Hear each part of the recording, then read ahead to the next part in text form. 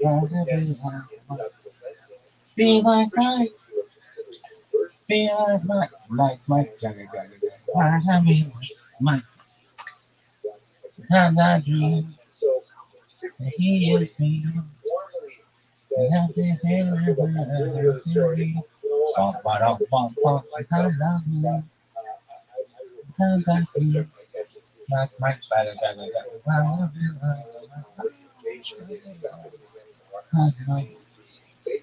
love you, to be like time I dream, he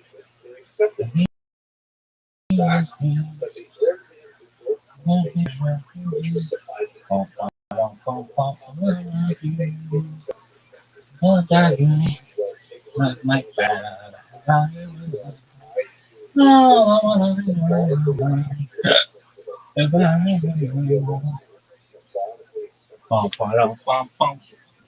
Listen, legacy, folks.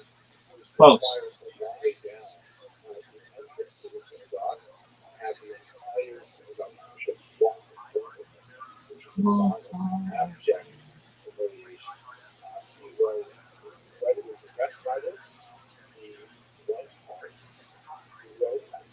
I mean, actually, it was busy.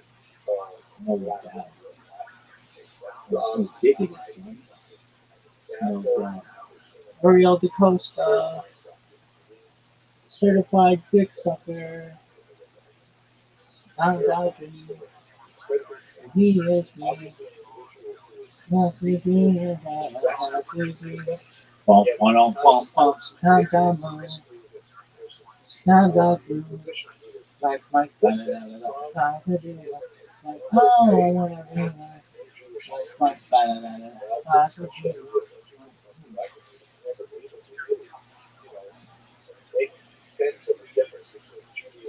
Bump, bump, bump, time down low, time down through, like my oh, I wanna be like my bump, bump, bump, bump,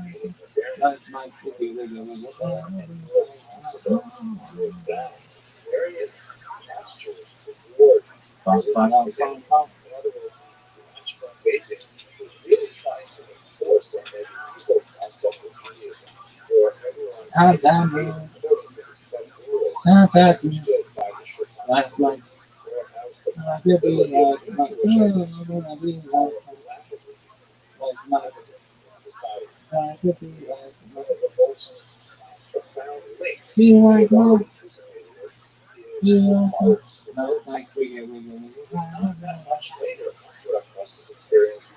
how that dream, he is me, bump, bump, bump, bump,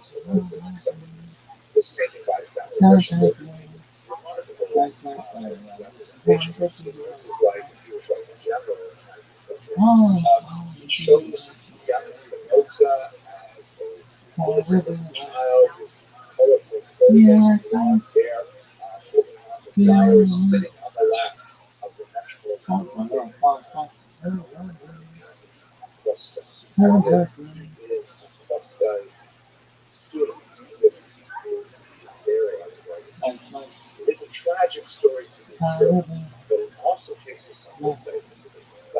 oh, yeah, yeah,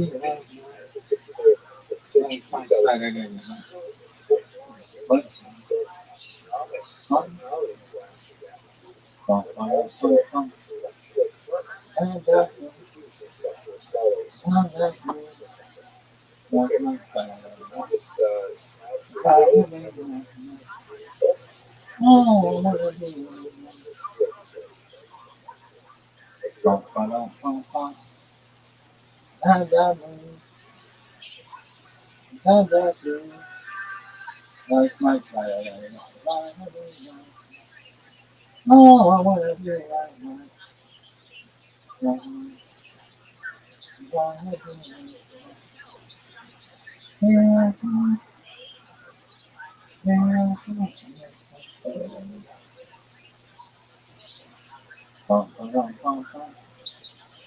Sometimes I know, sometimes I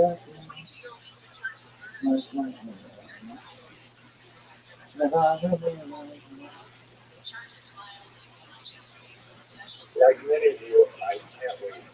know,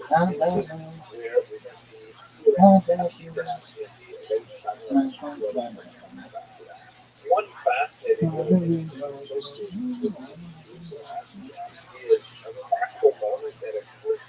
Sometimes I dream, he is me.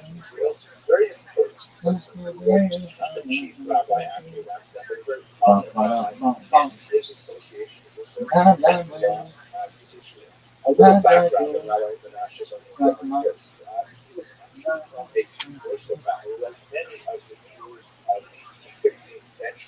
it's athleticism. Bum, ba-dum, bum, bum. Come on, baby.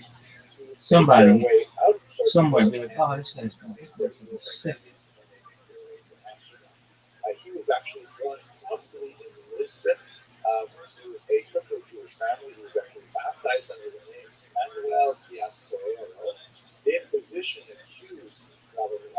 Bum, ba-dum, bum, bum. Times I dream, he is me.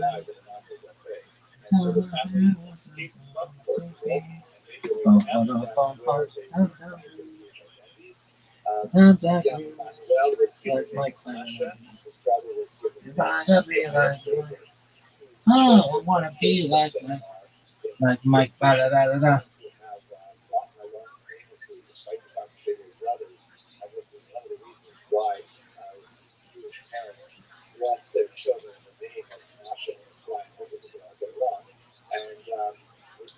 Sometimes I dream, sometimes I dream, like Mike, da da da da da. If I could be like Mike, oh, I wanna be like Mike. If I could be like Mike, be like Mike, be like Mike, da da da. If I could be like Mike. Sometimes I dream, and he is me. Got to be a bum, bum, bum, bum. Sometimes I dream, like my da da da. If I could be like Mike, oh, I wanna be like Mike. If I could be like Mike.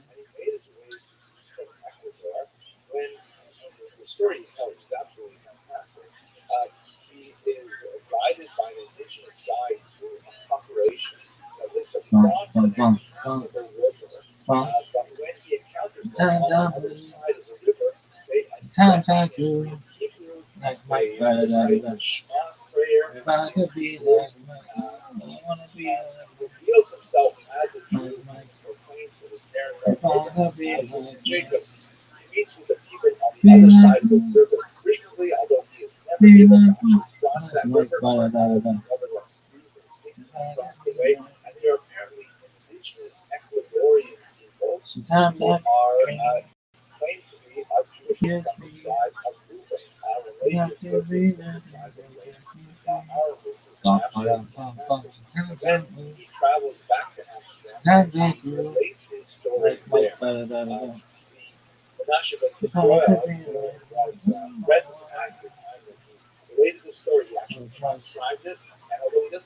I could be like be like Mike, be like Mike. I could be like Mike. Sometimes I dream, he is me. Got to be like Mike. Bum, ba-dum, bum, bum. Sometimes I dream, sometimes I do, like Mike, da da da da. If I could be like Mike, oh, I wanna be like Mike. If I could be like Mike.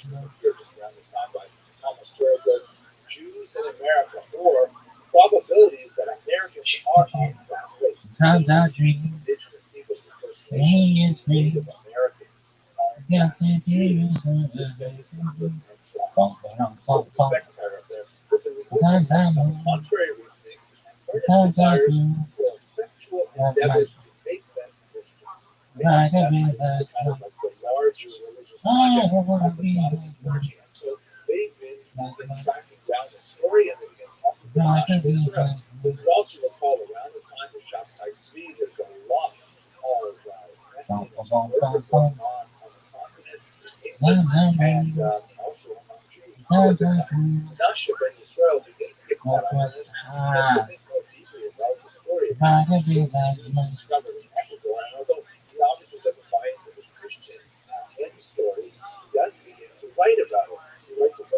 Bum, bum, bum, bum. Down, down, down. Down, down, down. Like my. Da, da, da, da. Like a bit like my. Ah. Like my. Like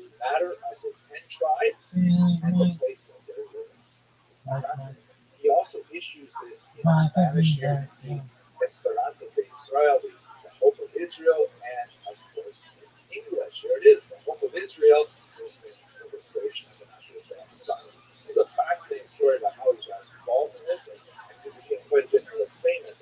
Bum, bum, bum, bum. Down, down, down. Down, down, down. Like my. Like a bit like my.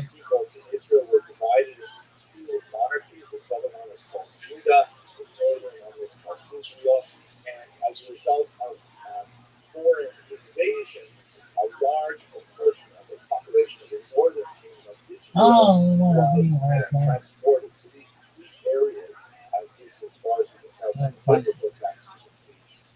Like my. Like a bit like my.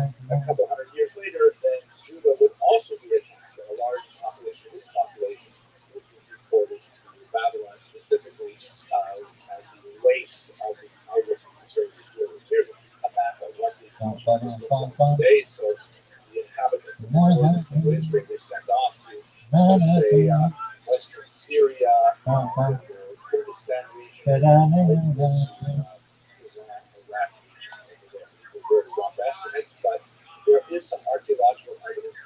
Bum, ba, da, da, da. Da, da, da. Da, da, da. Like my. Like a bit like my.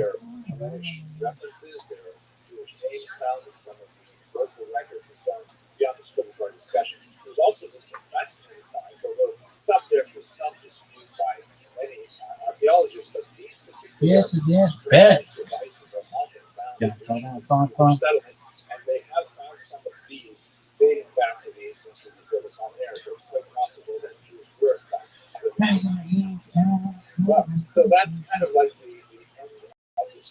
Bum, bum, bum, bum. Da, da, da. Da, da, da. Like my. Like my. Like a bit like my. Oh, I wanna be like my. Like my. Like a bit like my. Like my. Like my. Like my.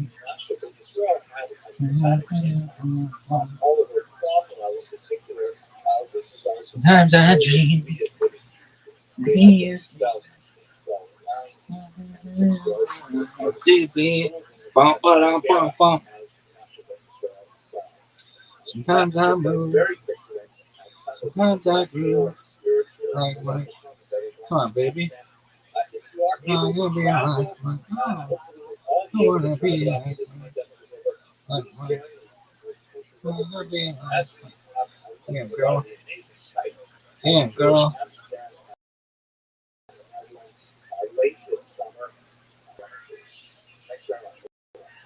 But,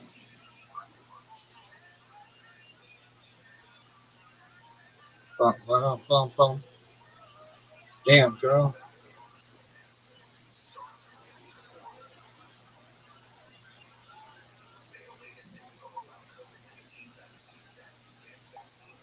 Any texture right here? No. Bum, bum, bum, bum. Here's hoping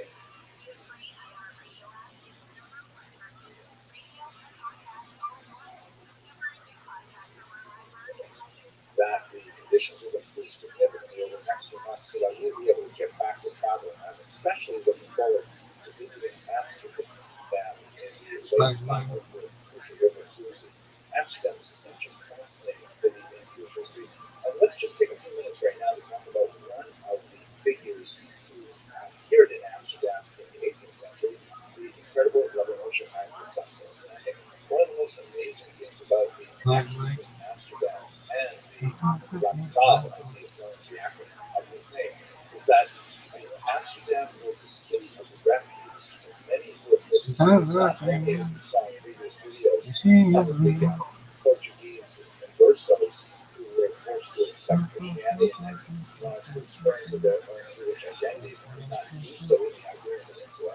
They had to find a safer location.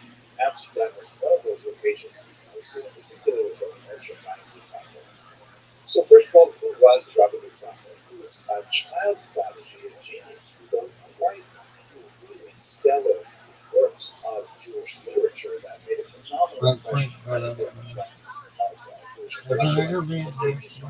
Perhaps his most well-known work of Gilat Yesharim, Path of the Just, which was regarded as an absolutely incredible sort of self-help guide and practical guide and masterful statement of She is me. spirituality and the way in which it can be applied to an individual in a personal program of development. I myself enjoy it tremendously. I've studied it many times, and every time I make my way through it, I feel something tremendously Ba-dum, in bum, my bum, own bum, personality ba-dum, bum, and a bum. desire to read it again. The Like, his like, work was accepted like, like, amazingly well across the like, spectrum like, of history. When you look over the course of the like, 18th like, century and onward, for example, a remarkable diversity of people who really enjoyed the Ramchal. There was the famous Rothschild Mendelssohn, who was a non-skilled, an Enlightenment figure who argued that Jews should engage more fully with secular non-Jewish culture, that Judaism had something to offer the general European world, and that even European studies in culture, literature, art, music, science, and so on could also enrich the Jewish perspective of the world. He had a tremendous respect for the Ramchal. Also, in the world of literature, the famous professor at Hebrew University, Joseph Klausner, argued that um, the Ramchal was actually the first modern Hebrew writer that was actually producing works of fiction. In fact, he was a playwright in modern Hebrew, and then all modern Hebrew literature stems from this bum, 18th bum, century bum. thinker. For those who are very close students of the Ramchal, they'll know that actually one of his most cherished areas of intellectual activity was the Kabbalah, mysticism. And in this regard in particular, that is especially beloved by Hasidim. The Maggid of Mezrich, for example, one of his most important early Hasidic leaders, argued that the generation was not worthy to understand the Ramchal. He was such a tremendously important figure. And on the other side of the Jewish spectrum, we've already talked about Hasidus, we've talked about Hasidim, the Vilna Gaon, the great Litva, the Lithuanian traditional thinker, who in many ways was opposed to the Hasidim, also found the Ramchal's work incredibly valuable. He once famously wrote that there is not a single word out of place in Mesilat Yesharim until chapter 11, chapter 11, where it is. Maybe if we have a chance to learn together, I'd like to share with you what I think it will be. The Vilna Gaon also said that if he were alive at the same time as the Bum, Ramchal, they ba-dum, were bum, bum. their lifespan just Bum, bum, overlapped bum. very slightly. He would have Bum, bum, run bum. all the way from Lithuania Like, to like, Padua like, in Italy. like. The biography of Ramchal is phenomenal. As I mentioned, he came from Padua in Northern Italy, where he was regarded as a child prodigy. He wrote his first book at the age of 14. He wrote on grammar, on linguistics. He actually wrote one of the first books on how to engage in public speaking. He wrote quite a bit of poetry and so on. And he actually attracted to himself a remarkable number of medical students at the University of Padua, which was one of the few schools in Europe that would admit Jewish students. They had some interesting kind of disabilities. They had to pay more tuition. They had to offset some of the expenses with non-Jewish students. But anyway, the Jewish medical degree had it. So some of the brightest Jewish medical students all over Europe were attracted to a special circle that formed around the Ramchal specifically to study Kabbalah. However, this attracted a lot of undue attention, particularly when the Ramchal started expressing some of the radical ideas about Kabbalah, which again are spoken in this very short video. But he was attacked in particular by a Rabbi Moshe Chavis, who thought that this young individual, who was in his early 20s at the time, was actually a frequent follower of the disgraced Shabbatite Shonen, who led a disastrous messianic movement in the 17th century that resulted in the disappointment of hundreds of thousands of Jews all around the world who had thought that this might actually be the moment when Jews would return to Jerusalem. It was so amazing how widespread Shabbat Tzidkot was. You can see in some of these woodcuts that even non-Jews were talking about it because they saw so many Jews, selling their properties, including in Amsterdam, where he had a very large following, and preparing to pick up and move to Israel. However, Shabtai Tzvi, when he confronted the Ottoman Sultan, was given the alternative of continuing his quest and losing his head or converting to Islam. Shabtai Tzvi decided to convert to Islam, disappointing so many of his followers, although a small number actually continued believing that if their purported Messiah had converted to Islam, then perhaps that meant they should do so as well. They became a sect known as the Good Men, who were active right up into the 20th century in politics and social service. But back to the Ramchal. Rabbi Moshe Hatzis felt that the Ramchal was actually a secret follower of Shabtai Tzvi, and he raised the issue with the Jewish court in Venice that actually looked at the Ramchal, and they were somewhat troubled by what they saw because he was remarkably young. Kabbalah is usually only studied by people at least at the age of 40. He was still unmarried, and in fact, he did not grow a beard, which was one of the things that bothered them. So they insisted on interviewing him, and they made him promise that he would restrict his teachings. And when he got married, that actually assuaged some of their concerns, so they let it be. After some time, however, this rankled the Ramchal. He felt that he really wanted to continue teaching Kabbalah, and so there were also some family reversals in business, and so he decided to leave Padua and travel north in Europe to find more secure income. He moved to Frankfurt, but Rabbi Moshe Hafiz was unhappy with the fact that the Ramchal was let off without any consequences in Padua. He sent letters ahead to Frankfurt, telling the authorities there that they should arrest the Ramchal on suspicion of following Shabtai Tzvi, and they had a second trial there in Frankfurt. He was once again forced to submit to a humiliating oath in the beginning. He would not teach Kabbalah. Adam Schiff was my guest. We Most tragically, Oh, hey, everybody. We got a great show for you tonight. Senator Adam Schiff was my guest. We harmonized on 7 Bridges Road. What a voice. I cried.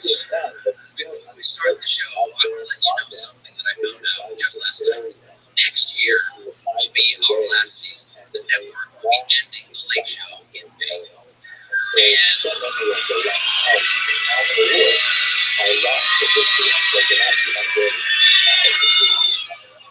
Yeah, I share your feelings. It's not just the end of our show, but it's the end of the late show on CBS. I'm not being replaced. This is all just going away. And I want to say, that the folks at CBS have been great partners. I'm so grateful to the Tiffany Network for giving me this chair and this beautiful theater. And of course, I'm grateful to you, the audience, Portuguese Jews in Amsterdam in particular had a predominant influence on admitting the Ramchal and giving him the respect he needed and a place to teach. He had an honored position and so on, and he enjoyed some of the best years of his life, of his short life, were in Amsterdam because they saw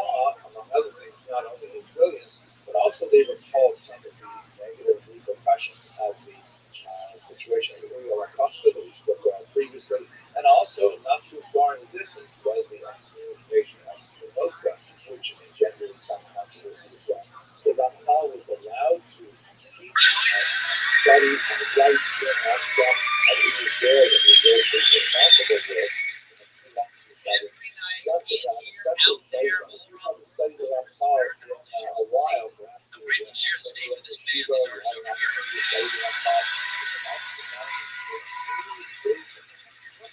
And I am extraordinarily deeply grateful to the 200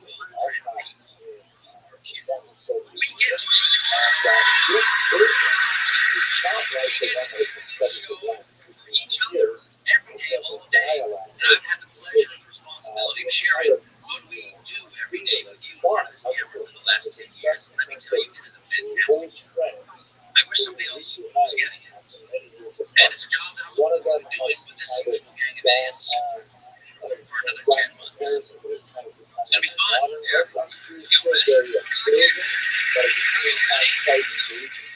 Y'all ready?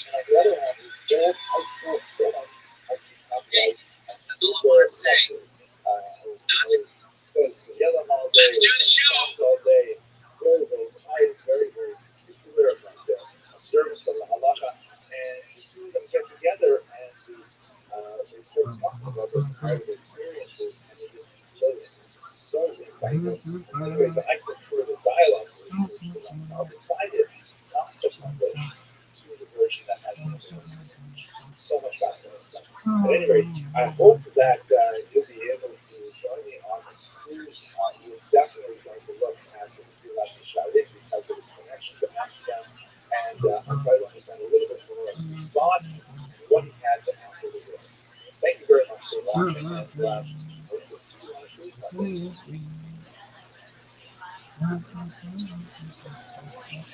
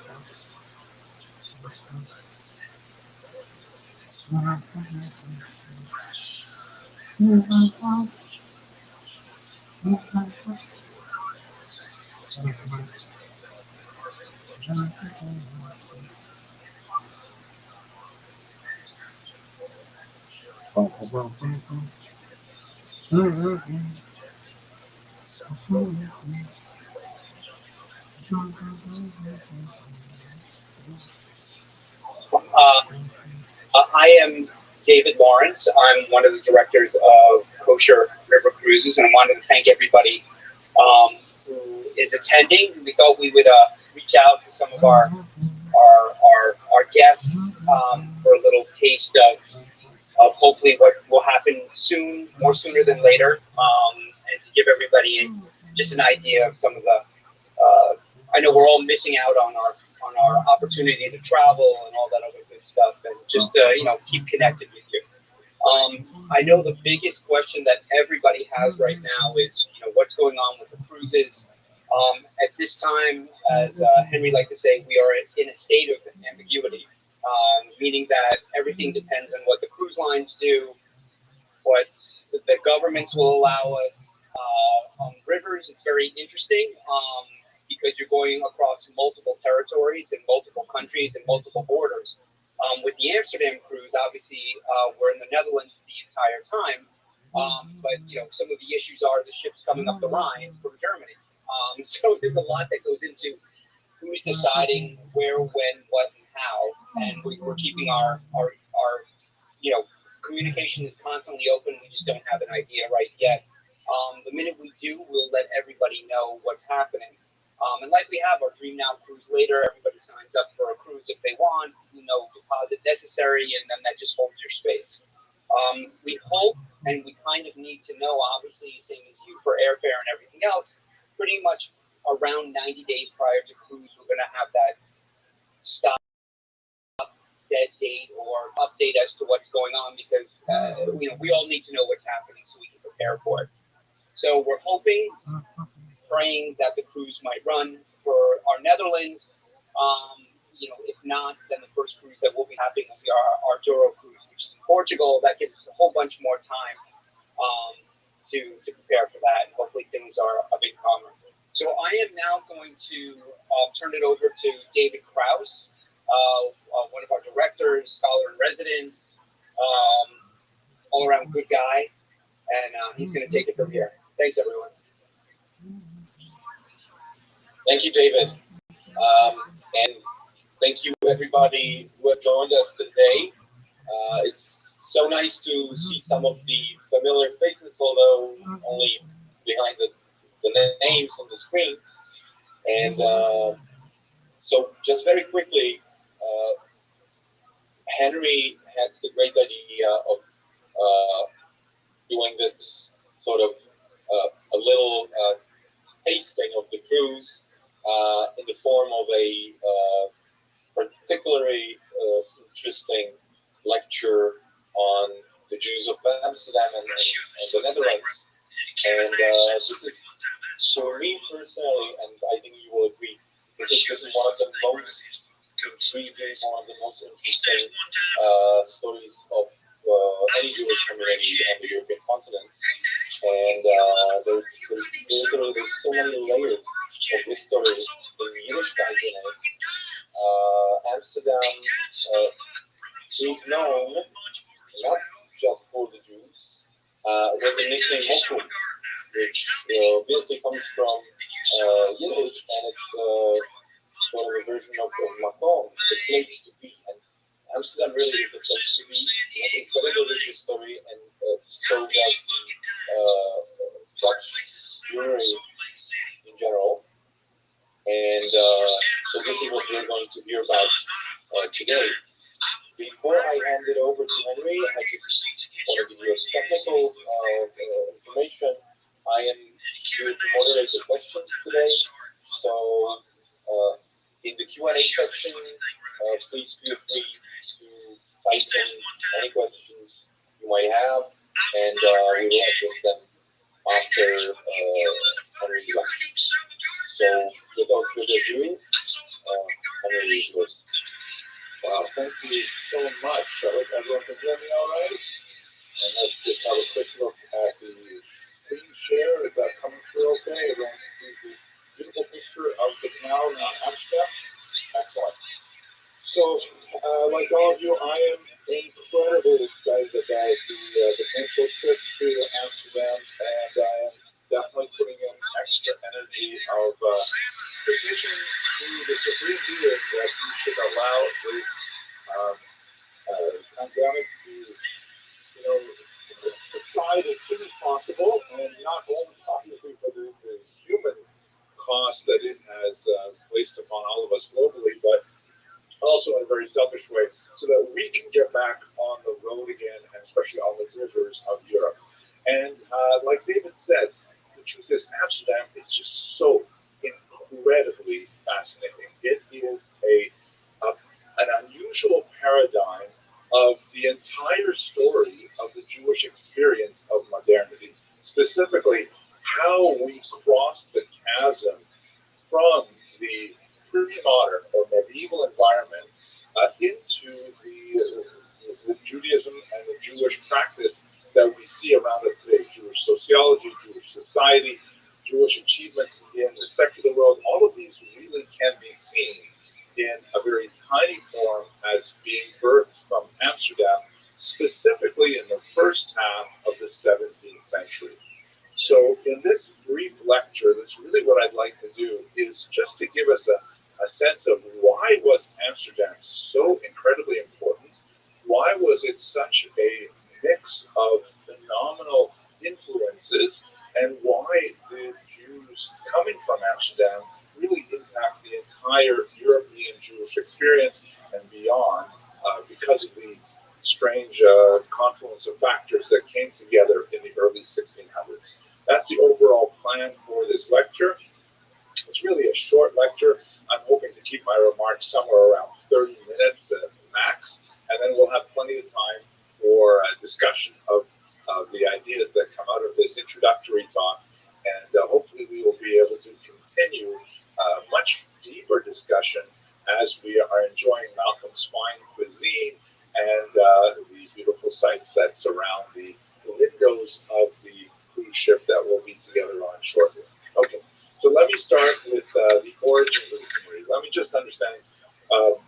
just explain a little bit about where Amsterdam is. Now, I know that many of you on this call are quite educated and quite well traveled and are aware of these things. So forgive me if I'll just take a couple of minutes for those of us, especially those of us in America, to know a little bit of the actual geography of the Netherlands and Amsterdam.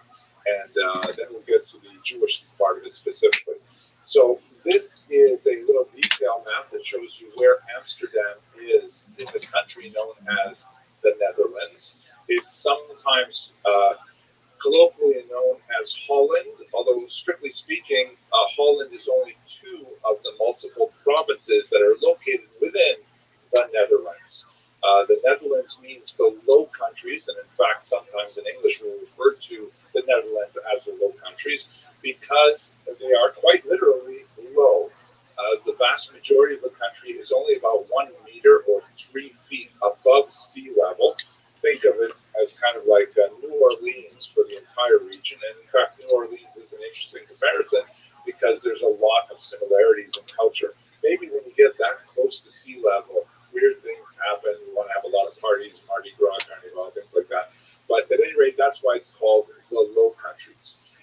The predominant language is Dutch, although there are 4 official languages of the Netherlands, one of which is, believe it or not, Yiddish. It is actually one of the official languages of the Netherlands. It's not associated with a particular province because Jews are settled in many of the regions.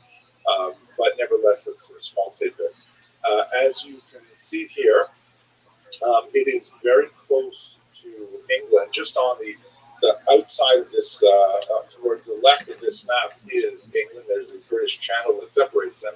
So Amsterdam is especially significant as a maritime center and as a mercantile center. That's in fact one of the reasons why Jews were so attracted to it, was because it had phenomenal potential for international commerce, especially when the New World was discovered. New York, of course, where I'm speaking to you from right now, was originally known, at least under European influence, as New Amsterdam, because it was settled originally by the Dutch. The local Dutch person in charge, a man named Stuyvesant, actually did not want to admit the first Jews into New York. It's hard to imagine New York without Jews, but in fact he wanted to block them. There were a handful of families that were arriving from Recife in South America, but his Dutch masters actually overruled them and said, no, let those Jews in, and boy, there goes the neighborhood. Anyways, this is a map of where the Netherlands and Amsterdam is. Looking at Jewish origins in the region, they go back quite far, although it's rather spotty before about the 11th century. From the 11th century onward, you begin to see an increasing number of Jews in Ashkenaz proper, and Amsterdam is one of the most significant cities of Ashkenaz, particularly, as I mentioned, in the early 17th century and onward. This is a great map which shows you the pattern of Jewish settlement by DNA sequencing, not by historical documentation, which has revealed some really fascinating things. This is a study specifically looking at the Y chromosomes of Jews who are from the tribe of Levi, which would mean they call themselves either Kohen or Levi today. And since it all descends through the male, only men serve as Leviim or Kohanim, it's fairly easy to trace it on the Y chromosome. As I see from this map, 40%,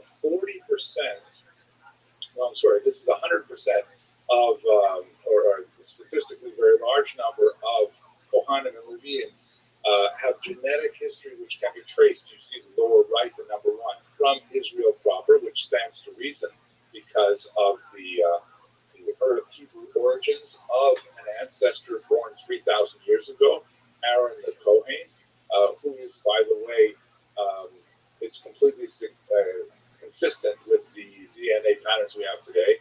And although many historians, myself included, often felt that Jews migrated across the coast of North Africa through Spain and then into Ashkenaz, it has become abundantly clear that the alternate route, which was through Italy, was far more significant.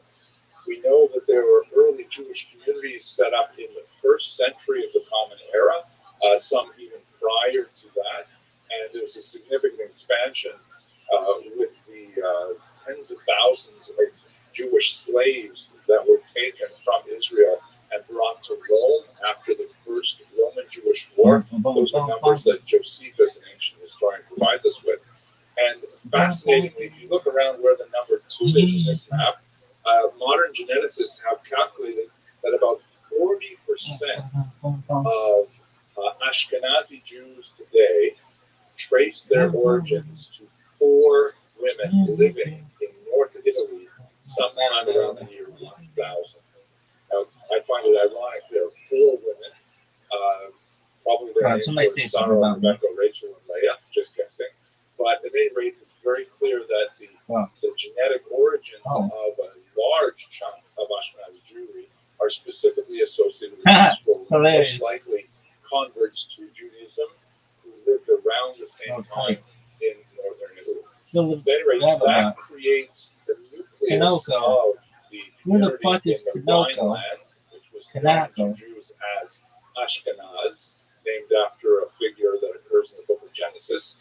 And then, as a result of pressures that are both political and anti-Semitic and economic, a large majority of them move to the east, where they populate the regions of Lithuania, Estonia, Maybe the rabbis feel about retweeting our tweets for Ukraine, later Russia, and that's why most maybe they are maybe in America hail from Eastern Europe, but their roots come via the Rhineland of Ashkenaz.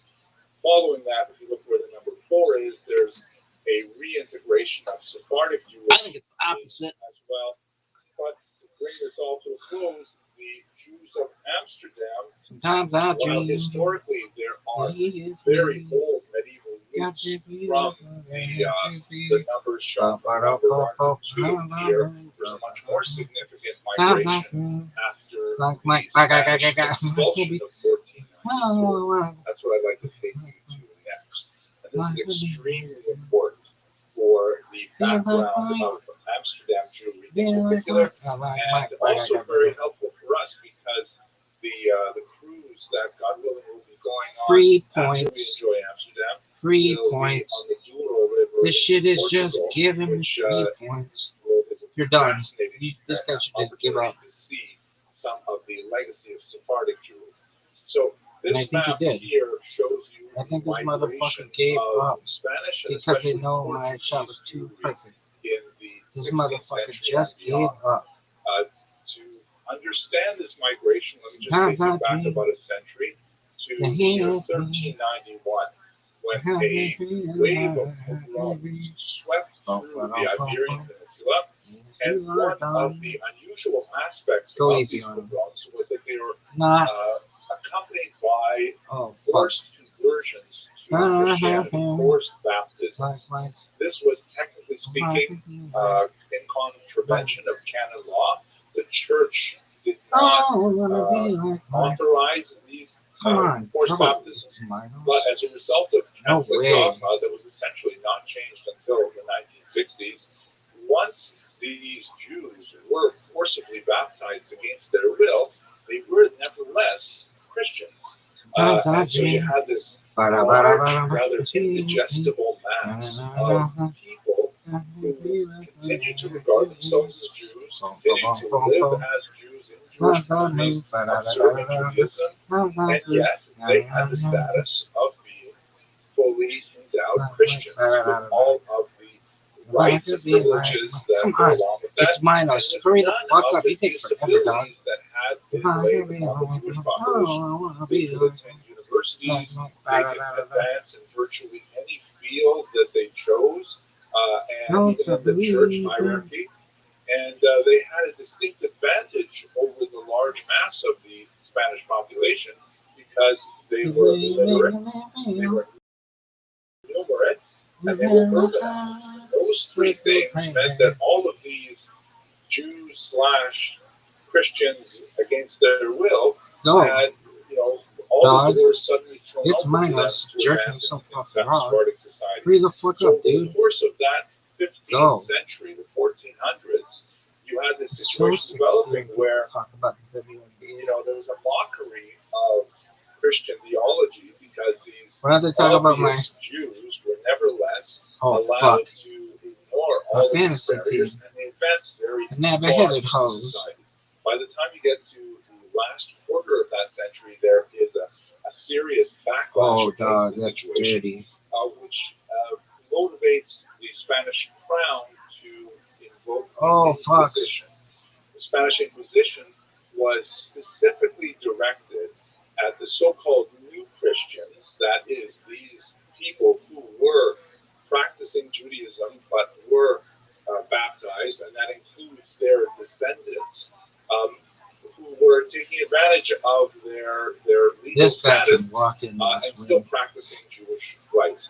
The Inquisition was, technically speaking, not directed at Jews who were never baptized. They were restricted into certain living areas and all kinds of disabilities placed on their economic advancement and trade activity and so on. But they were, strictly speaking, not part of the problem because they were not pushing up against the Spanish establishment. The Spanish Inquisition, which we'll talk about a lot more when we're speaking about the Douro River trip, but as I'm sure you're familiar, it was a horrendous kind of purge atmosphere that completely subsumed Spanish society, where people were economically incentivized to betray their neighbors, because once a person was accused and condemned of Judaizing, of secretly practicing Judaism, their property was forfeited, and that property was shared by the church, get your shit crown, together. and the Whatever people fucking who betrayed island them. on So which there you are, was get like your an shit incentive together. to rat on your neighbors. Once a neighbor was Get my ball, bitch. accused of Judaism, it could be something, anything small, like, for example, they never seem to eat pork at their house, or I've seen that they don't do work on Saturdays. Those people were arrested, tortured horribly, and forced to confess and to give up names of everybody else they knew who were also Judaizers. And this created a massive ripple effect where the Inquisition literally took over society, and people at high levels of authority were accused of the Inquisition, by the Inquisition, and were forced to undergo this terrible situation. The culmination of Inquisition trials was the auto da fe, in which the church would, technically speaking, release the accused to secular authorities. The church, strictly speaking, never put anyone to death in the Inquisition, but they used the term relaxed. They relaxed their hold over these people to the secular authorities, who would then have these public burnings that were absolutely horrific. And they lasted right up until the 18th century. The Inquisition did not die in the 15th century. The final chapter of this, of course, is that by the time you get to the late 1480s, it's not working. The Spanish Inquisition has gone way out of control. Society's upside down. And so the Grand Inquisitor, a man named Torquemada, goes to the Spanish crown, Queen Isabella, and King Ferdinand, and says, we think we know what went wrong here. We left the original Jews in place. The reason why generations of these baptized new Christians are not converting is because they still have Jews to go to. They still have a place where they can learn Torah, where they can get kosher food, where they can hang out with other Jews. So what we need to do is get rid of those Jews, and then we'll be able to put an end to all of this. The crown agrees, and in 1492, on the horrible day of Tisha B'Av, of course, the decree is implemented, and the Jews are forced shortly thereafter to flee the peninsula. And this map shows the direction of their flight. Quite a few of them made their way across the Mediterranean basin to Constantinople, to Israel, to Sfat in particular, and many to North Africa. And there were two major areas that we have to look at. One of which we're going to spend more time on in the next slide, is of course Amsterdam. You can see that they made their way, especially through Portugal and then to the north to Amsterdam. You also have that massive wave of illegal Jewish migration into Portugal. So let's look at Portugal for a second now. Portugal was, for a very brief period of time, quite literally 5 years, a place of refuge for these Jews. Even though they tried to hold back the wave of migration, the Portuguese allowed the Jews to practice Judaism until 1497. At that point, as a result of some geopolitical changes, the desire to unite with Spain, for example, and a desire to not expel the Jews because they clearly provided lots of economic advantage to the western part of the peninsula. In 1497, the Jews of Portugal were forcibly converted en masse. They were all made Christians. There were incredible negative incentives placed to force them to convert. Among other things, the Portuguese deported about 2,500 Jewish children, literally separating them from their parents, to an island off the coast of Africa, where many of them were literally consumed by the wildlife on that island of Sao Tome. And so the Jews were completely broken, forcibly baptized, and then shortly thereafter they imposed the Inquisition again. This is one of the reasons why you have the term Spanish and Portuguese that is typically applied to synagogues in the New World, the Spanish and Portuguese synagogue in New York, another one in London, and so on, because there were two different populations. There were those Jews who were expelled from Spain in 1492, who technically speaking never had to pretend they were Christian. And then you have those Jews who fled to Portugal, were forcibly converted to Christianity, and then over a period of several generations managed to escape Portugal, but they left with a tremendous lacuna in their knowledge of Judaism because they had been held back from any kind of instruction in Judaism and open practice for as much as a century. So that brings us finally to Amsterdam. And Amsterdam was a place of refuge for these Jews in particular.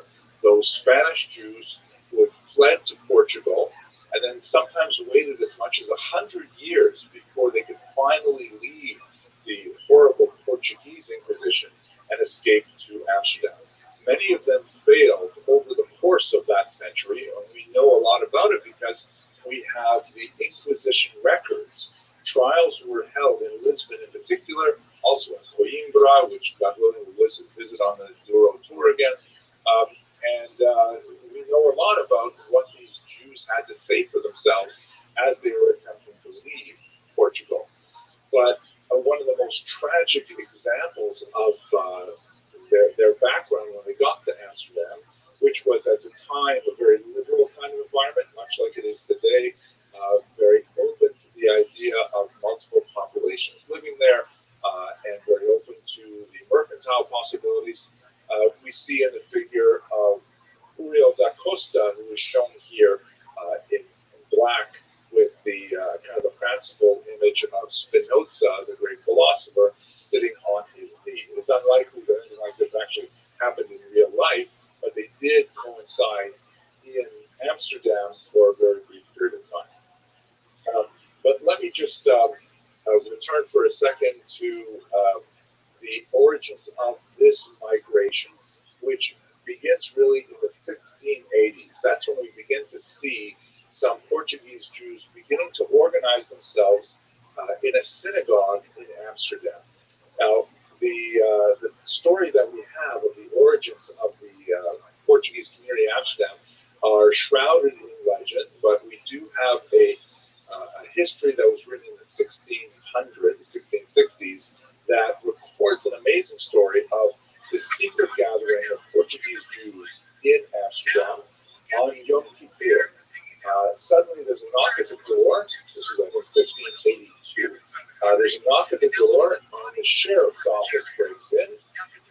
the Jews there are accused of being of secretly practicing Judaism in that place.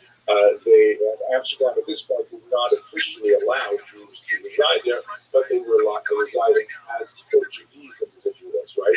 Because they were technically Christian.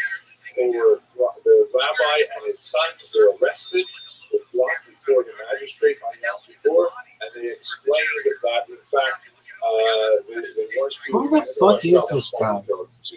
They were accused, actually, they had no idea, according to the original story, they had no idea that they were Jews. They accused them of being Catholics, which was, for the Dutch at this time, quite a bit worse, because they were warring with Catholics. And so they were brought before the king, the magistrate, and the magistrate asked for the report from the sheriff, and in fact, they amazingly found no Catholic paraphernalia in the house. There was no crucifixes, no chalices, nothing like that. And so the rabbi explained, the truth is we're not Catholics, we're Jews. And so the magistrate said, oh, Jews? Well, okay then, no problem. And he let them go. And this is the fanciful version of the story of the beginnings of the official community. About a dozen years later, they were granted official permission to exist, but at that time, the Dutch simply turned a blind eye to them. Now, fascinatingly, the story is basically true, but there are some key details that are different. The reason we know there are key details that are different is because we also have the police report. And the police report says a few different things. The first thing is, it was Yom Kippur. It was about 10 years later than reported. And the police broke in not because they suspected them of being Catholics, but because they suspected them of white-collar crimes. They suspected there was some kind of criminal conspiracy going on to subvert the tariffs and taxes of the state. And they arrested the rabbi and his son. And they pleaded before the magistrate that they had nothing to do with any of this, kind of white-collar crime, and all they were doing was praying according to the right and rituals of Yom Kippur. And that's when the magistrate said, okay, fine, you guys are not white-collar criminals, as far as you can tell, and he let them be. That's the origins of the community. Now, later on, as I mentioned, they would eventually gain official recognition, but not in all parts of the Netherlands. In fact, there are many parts of the Netherlands where Jews were forbidden to reside. There are other parts where they were allowed to reside, but only in certain small restricted numbers, and they all had to sign statements of good behavior.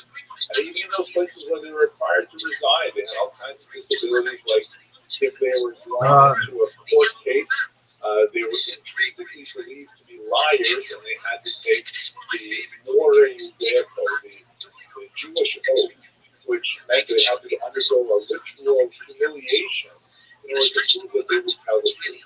Not only putting their hand, for example, on a Tanakh, which is a very common thing, you put your hand in the Bible and you swear to those who, that kind of thing.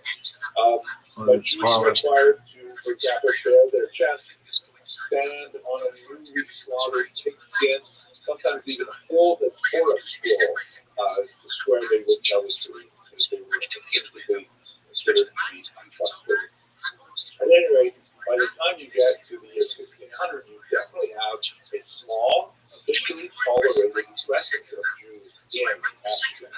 And they're primarily these Portuguese migrants.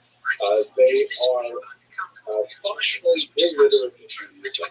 They have been living for a century now without any access to Jewish teachings, to Jewish texts. They practice a kind of like half and half Judaism, half and half Christianity. They take advantage of their Christian identity to be able to travel wherever they want in Europe. And only when they feel sufficiently safe do they begin to reveal themselves to be actually Jewish. This happens incidentally in the town I mentioned earlier, Recife, which is actually a Portuguese-held island off the coast of Brazil, which many Jews fled to as Christians.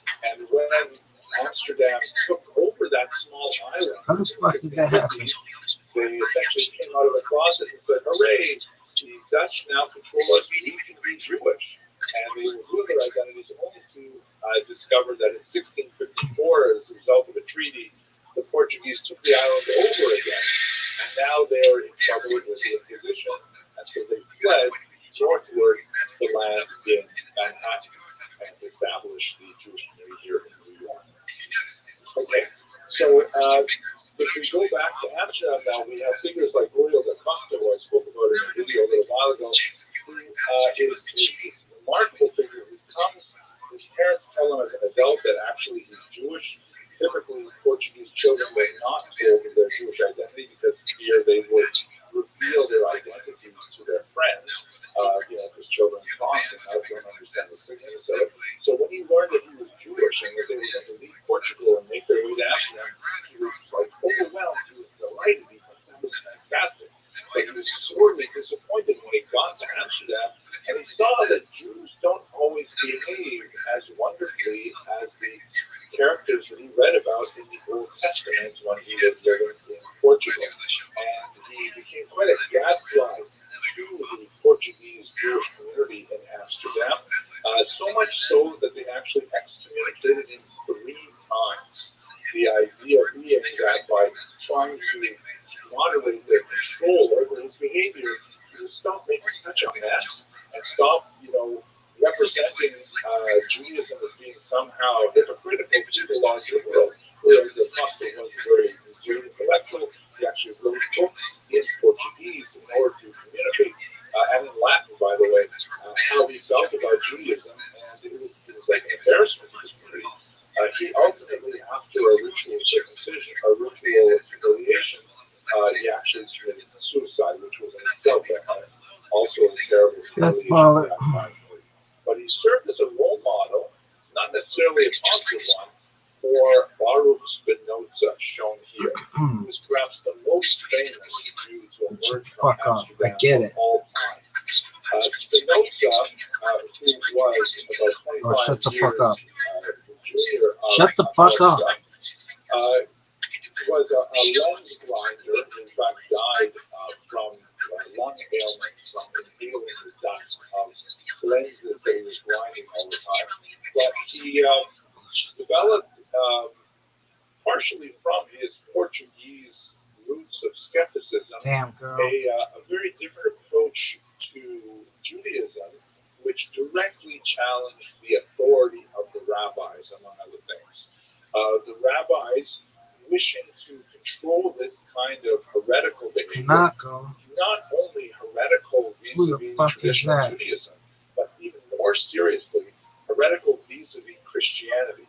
We should not forget that the Portuguese Jewish community was still quite tenuous in the beginning of the 17th century, and although Amsterdam was a comparatively liberal place, the Jews were quite worried that they would lose their privileged position there and they would be expelled, which was something that was happening all over the continent. And so they especially wanted to make sure that all members of the community kept their heads down, did not make waves, didn't make a fuss, and didn't draw unnecessary attention to them, particularly by promoting heretical approaches to the Bible, which reminds me of a joke. I can't help, I gotta tell you this quick joke. 2 Jews are being led out to a firing squad. As they're being led out, they're placed in front of a wall, and they're putting the blindfolds on them. One of them starts saying, "Wait, don't do this. It's a mistake. I'm totally innocent. I can prove it. Please don't shoot me. Please don't kill me." And the other one says to him, "Shut up. Don't make trouble." Because the idea was that the Jewish community was trying to self-police themselves, trying to control their heterogeneous elements, which were only bound to grow in Amsterdam, given the nature of the Portuguese population. And they failed to do so with Spinoza. They placed him, like Acosta, under a harem, under a ban. No one is allowed to stand within 4 feet of him. No one was allowed to do business with him. No one was allowed to speak to him. And you get the picture of Spinoza here from this brilliant picture by Shmuel Herschenberg from 1907, one of the early artists of Israel, originally from Poland, who composed this image. You can see that he's like lost in a book. He's dressed in Portuguese, Dutch fashion. And he has no idea of the impact he's making on these traditionalist Jews in the background who are alternately afraid of him. One of them is literally blocking the door to the synagogue, and others looks like he's bending down to pick up a rock to throw at him. Obviously, it's a very pro-Spinoza kind of image, but it carries some of the theme of this. Now, there's a lot more to say about the second half of the 17th century, especially the influence of Shabbatai Tzvi, the false messiah, who actually found an increasingly large and important following in Amsterdam, one of these major centers in Western Europe as a whole. But I'm not going to take us too far in that direction. Just suffice to say that there are amazing things to say about the Jewish community of Amsterdam. I want to conclude, however, with this one idea of Amsterdam as a refuge, because although the Jewish community struggled to contain its antinomian and exceptional individuals like Acosta and like Spinoza, there's no question that they valued highly the idea of Amsterdam being a point of refuge, being a place where Jews could flee to in the short term as they're awaiting the messianic redemption of Israel. And we see this in particular in one place, graphically at any rate. What you're looking at right here is one of the most important literary products of the Spanish, the Sephardic diaspora. This is the so-called Ferrara Bible, which was published in Italy in the middle of the 16th century. And it was a translation from the Hebrew into Spanish, very valued by Bible scholars of the day. And it was largely translated by Spanish and Portuguese refugees who made their way to Italy. And there was a very, very great sponsorship by two amazing women of that century, Gracia Nasi and also Benvenida Abravanel, very important figures from Spain who used their great wealth to promote Jewish causes. At any rate, on the frontispiece here, on the title page, as you can see here, there's a strange choice of an image of a ship in distress, lost at sea with a broken mast, surrounded by monsters and these strange looking like wind gods on the outside graphics, as if to say that the Spanish expulsion. There he is. How you living, pimp? Are you ready to lose? All day, every day. Did you wake up really early just to get your ass kicked? Sure did. Oh, there's another version of it. I don't know, you might like it more, where you can put in any color. Do you want that one? I don't know what that means, but give me 1 minute. I gotta. Oh, okay, I see.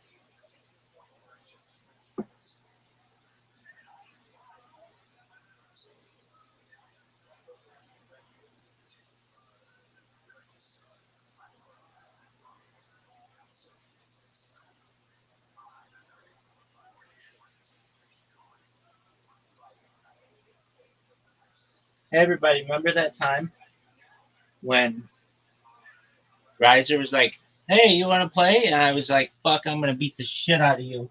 And then he was like, okay, time for me to walk my dog. You all remember that? Pepperidge Farm remembers. Pepperidge Farm remembers. I'll be right back. I'm going to take a whiz.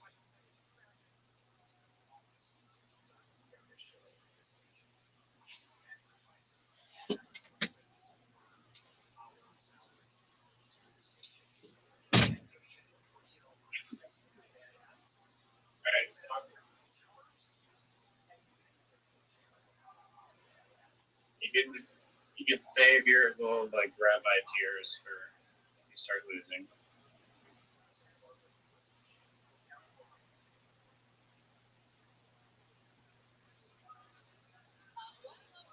Did you really go away?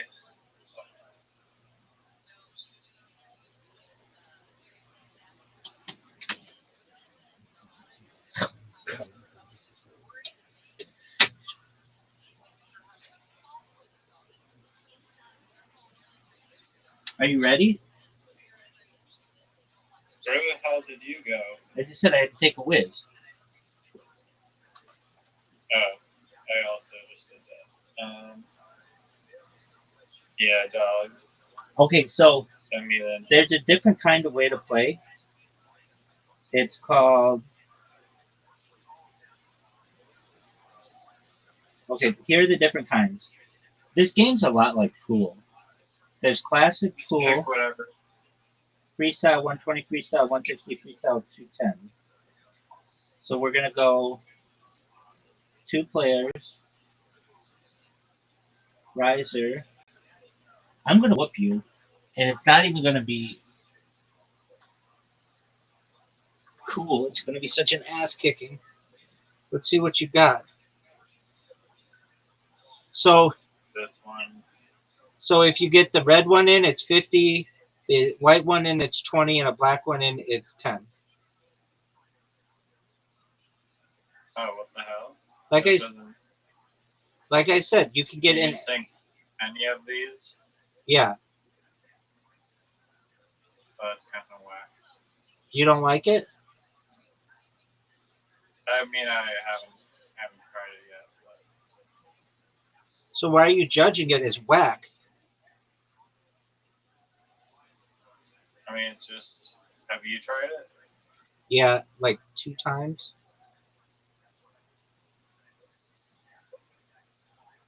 Look at this performance right here. Oh,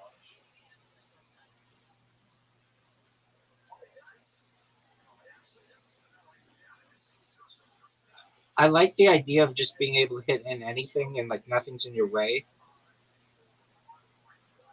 go. I'm going to show you what a sniper. This is really sniper training school. I'm going to take you. I'm going to give you an education. Please. Be my guest. This is the special forces. How many? I want to see how many wins you have. Not many, like Yeah. barely as many as you.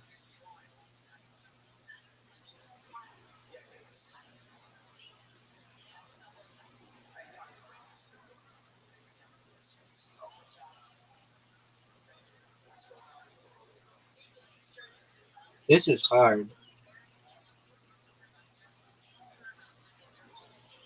Oh. That was big. Oh no.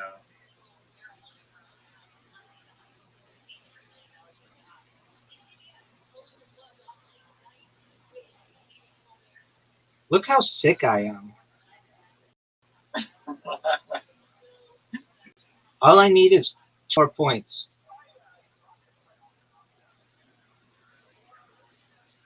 Oh no.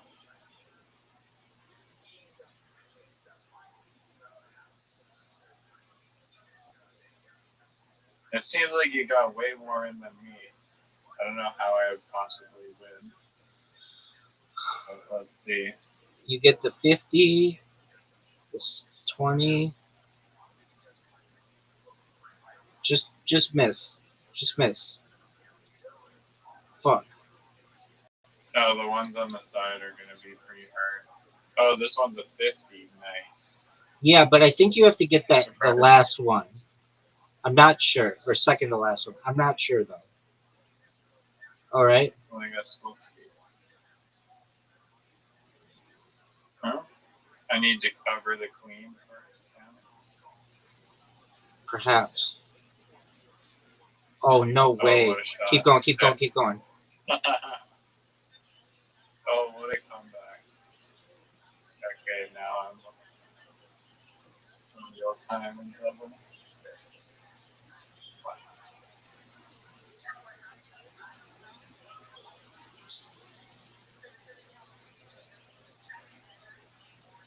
Oh, I almost missed. Wow.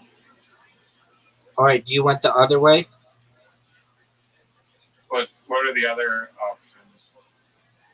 Okay, so the options are classic, the way that we played, then freestyle, which is what we just played, up to 120, or up to 160, or up to 210, and then there's pool, which I've never played.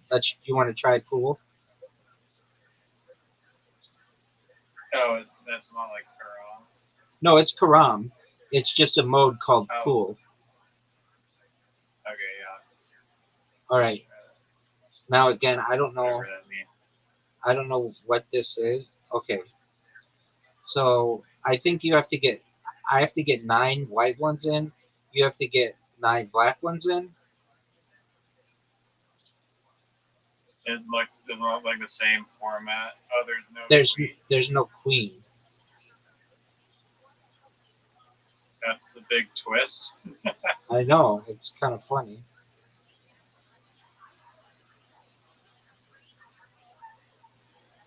Crazy variation here. Right.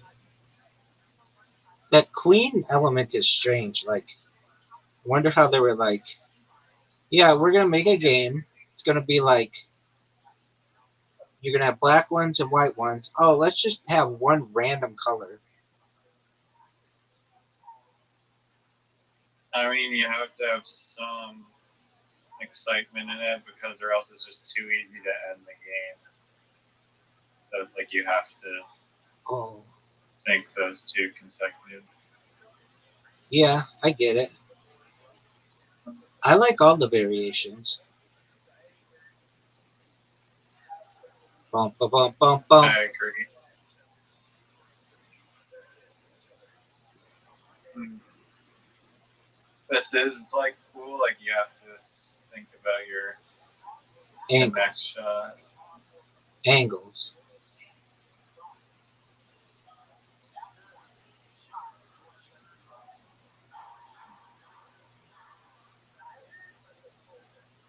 My things are not in good spots.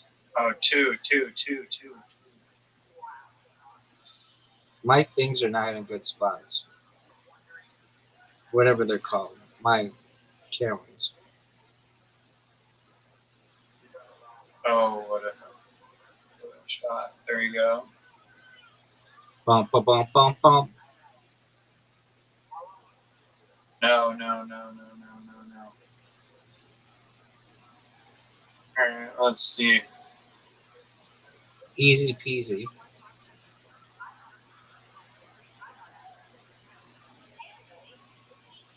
No. Dude. Oh fuck. I just gave you a fucking shot. Easy. Easy. Super easy. Maybe the easiest shot in the world. Bum bum bum bum. Oh, Oh, how'd you miss?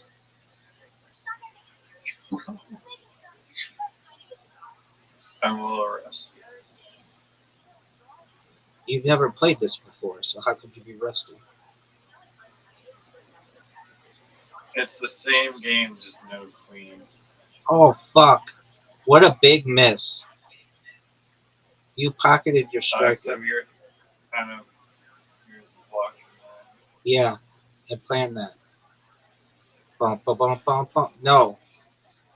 Oh. Fuck. Bum bum bum bum bum. I'm gonna try to bounce this like that. That's okay. I'll take that.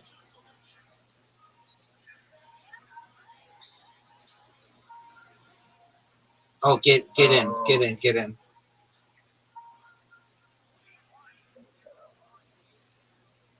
Bum bum bum bum bum. fuck. I don't know if I can make this one. Bum bum bum bum bum. Um,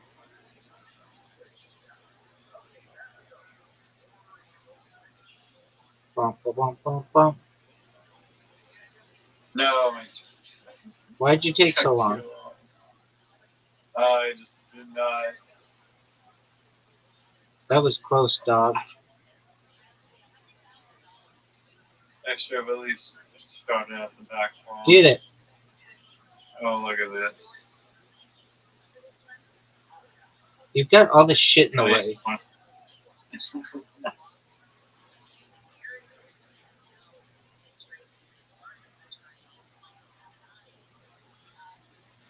Bump, bump, bump, bump, bump.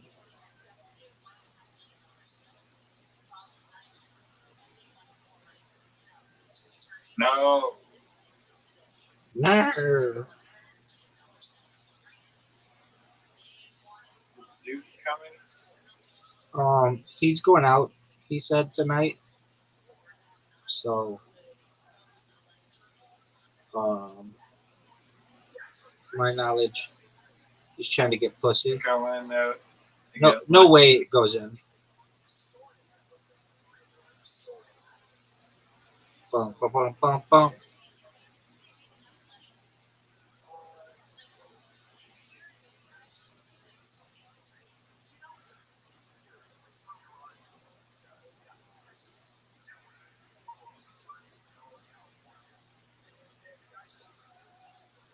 Alright, I need a good shot here. You're fucked. I'm gonna win this.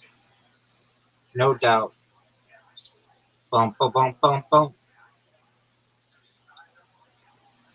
Get it.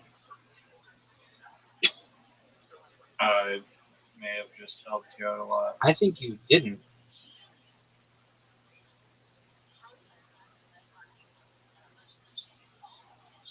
Oh, lucky.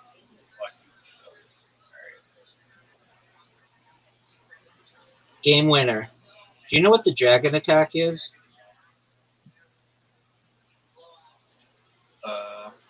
Yeah, this game doesn't even count. That shouldn't even count. Bump, bump, bump, The bump, best bump. one is with the queen. Okay, we'll play that one. Bump, bump, bump, bump, bump. What's up with the thing noise?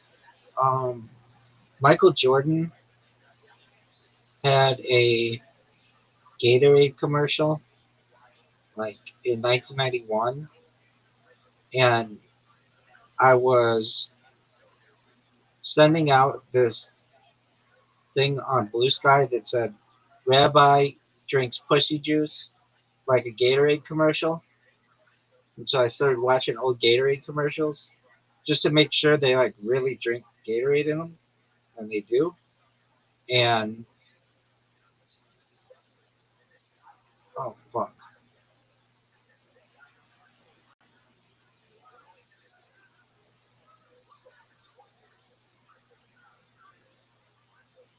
Do you know? I mean, I think you might know, probably, maybe. I don't know. You know what a knot is? Knot, Yeah. Knaut. UANAT. Sounds familiar. What is it? It's a underground like river. Basically, like dig a hole like a well to like an underground river in order to retrieve water. That sounds like a cool kind of software. It's like a medieval times thing. Oh,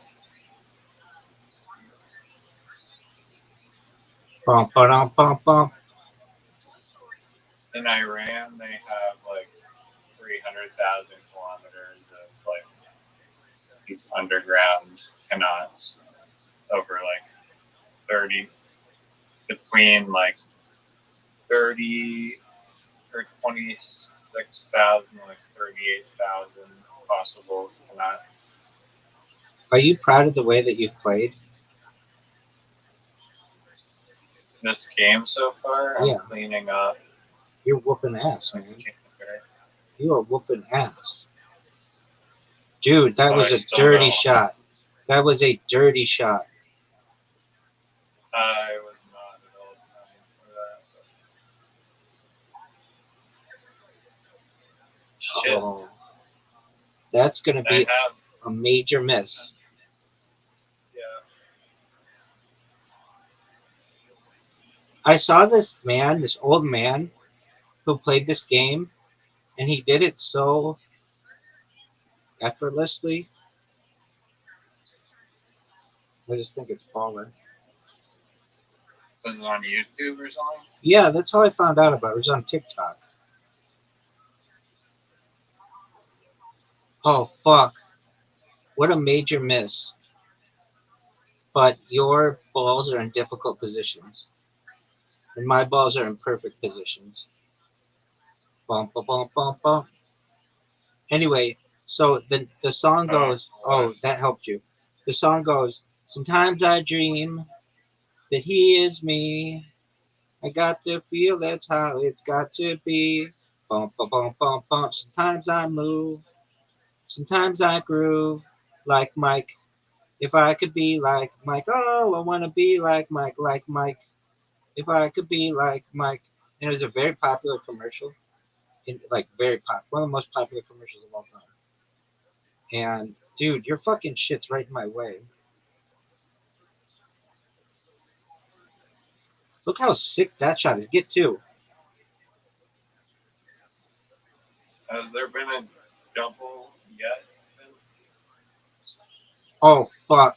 Oh, What a big miss. And then take one out. it takes Take one out. out. What a big miss, dude. Except now it punishes me and takes away all my angles. Yeah, that's what I planned. Bump, bump, bump, bump, bump. No way you getting that. No way you getting that. You almost did. That was almost really good. Look at this though. I'm gonna clean up. Have like I'm gonna clean up. I'm gonna clean up. I'm gonna clean up the dance floor here.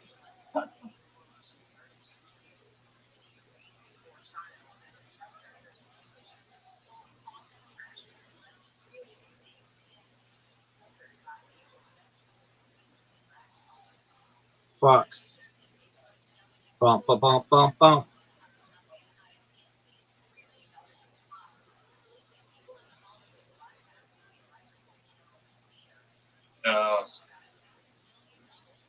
We're in better position now.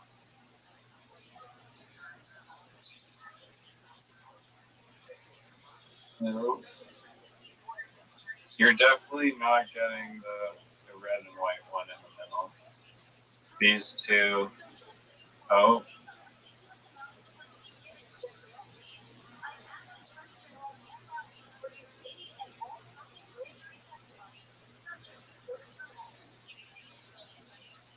Fuck.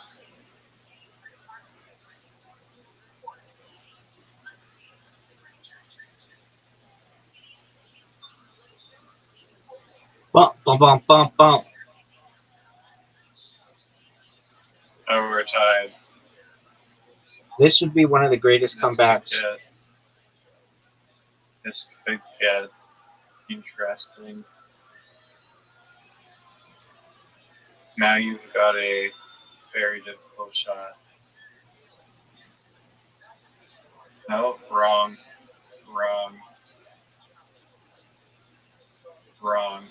I put the balls in a perfect spot. For me, yeah. Hit my ball in. Oh. Queen now? Pocket the queen? Okay. Oh, fuck. No way. No way. Oh, here we go. I have to bring the No queen. way. I gotta cover the queen route. No way. What happens if I knock yours in here? I win. What happens? I still win. We both won. What? Hilarious. Are you serious? Hilarious. What? I can't do that?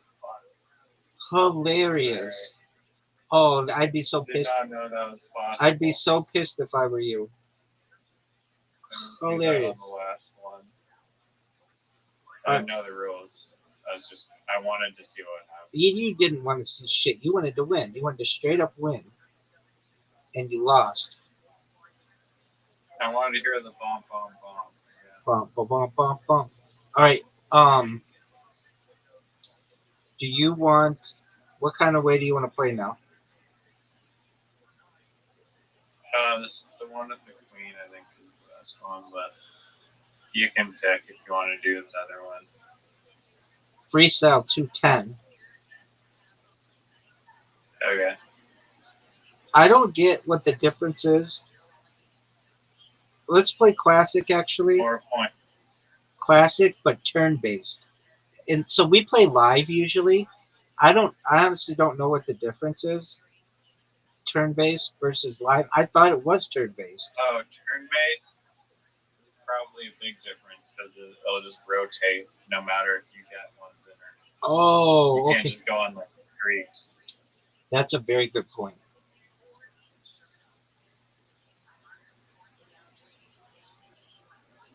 Oh, fuck. It's going to be interesting to see how this switches the dynamic here. Yeah, it is. The Quran game. I wonder how they played like a long time ago. No, I'm still shooting. What the hell? Oh, so then it's not that. And what the hell is different? I don't know.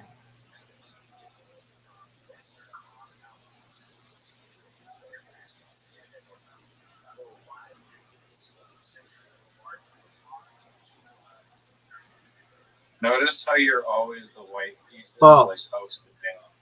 The Every time. false. Riser pocketed the striker.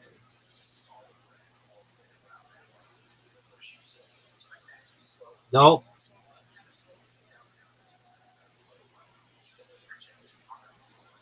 Doesn't it seem like it's the exact same way we've been playing? Yeah, it's throwing me off because I'm trying to figure out what the hell's changed. Same, Biggie.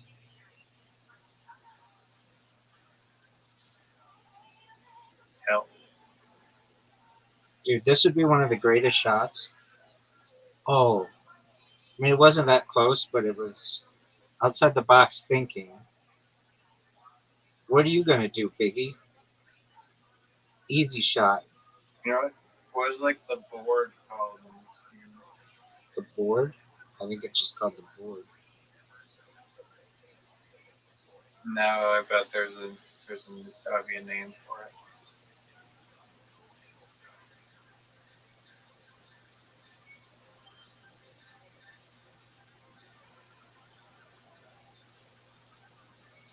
When we're both playing, I feel like it's harder in the beginning with the things are all bunched up.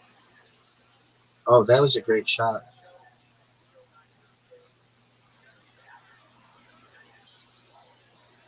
The pros must be like so good. Dude, these old men in like the Middle East just like slide this shit, and it's like they're like in Yemen or Oman or something, and they're just so good. I want to watch it. I can understand. It's pretty entertaining. All right.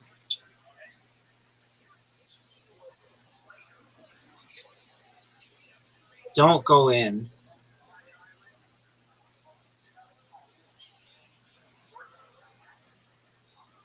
Dude, I don't know. Thank you.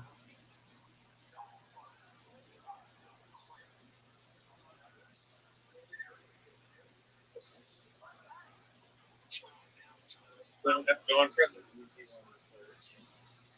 Of course. I was going for the hardest one. Oh, that's bullshit.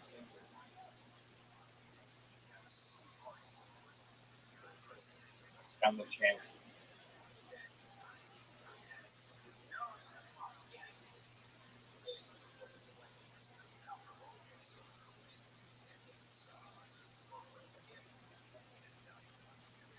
Oh, that was not the easiest shot in the world. Oh, that was great. That was easy.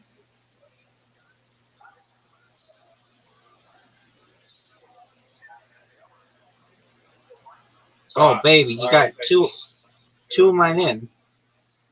That was and now great. we're tied. That's just how quick the tables can turn On. by a game.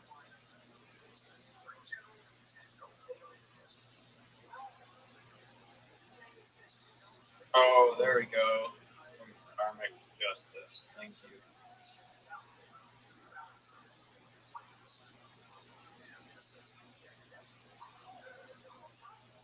Go, go, go, go, go, go, go, go, go. No way. So now I have this like insane shot that's like impossible to get in. No way. That was close. I actually just probably helped you win because I gave you an easy queen shot.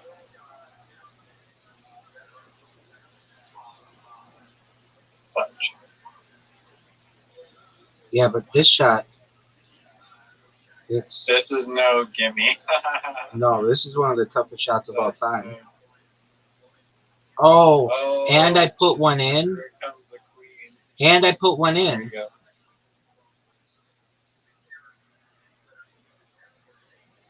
There we go. There we go. One more. I'll cover this queen. Go, go. Go, go, go.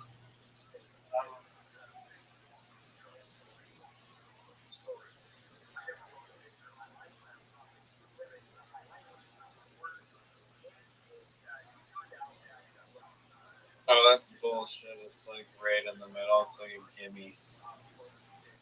Look how sexy that shot is.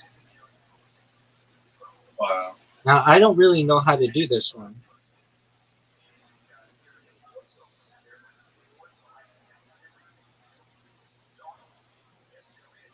Nice. Nice. Nice W. Thanks, big dog. All right, we're going to play Freestyle 120. Freestyle 210.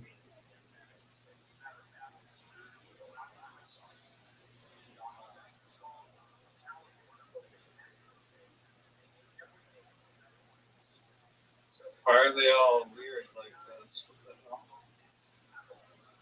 What do you mean? I think there's a lot more of the bucks on the board. Yeah, because we're playing a 210. Right. Oh, I should have not hit any out of the center early on.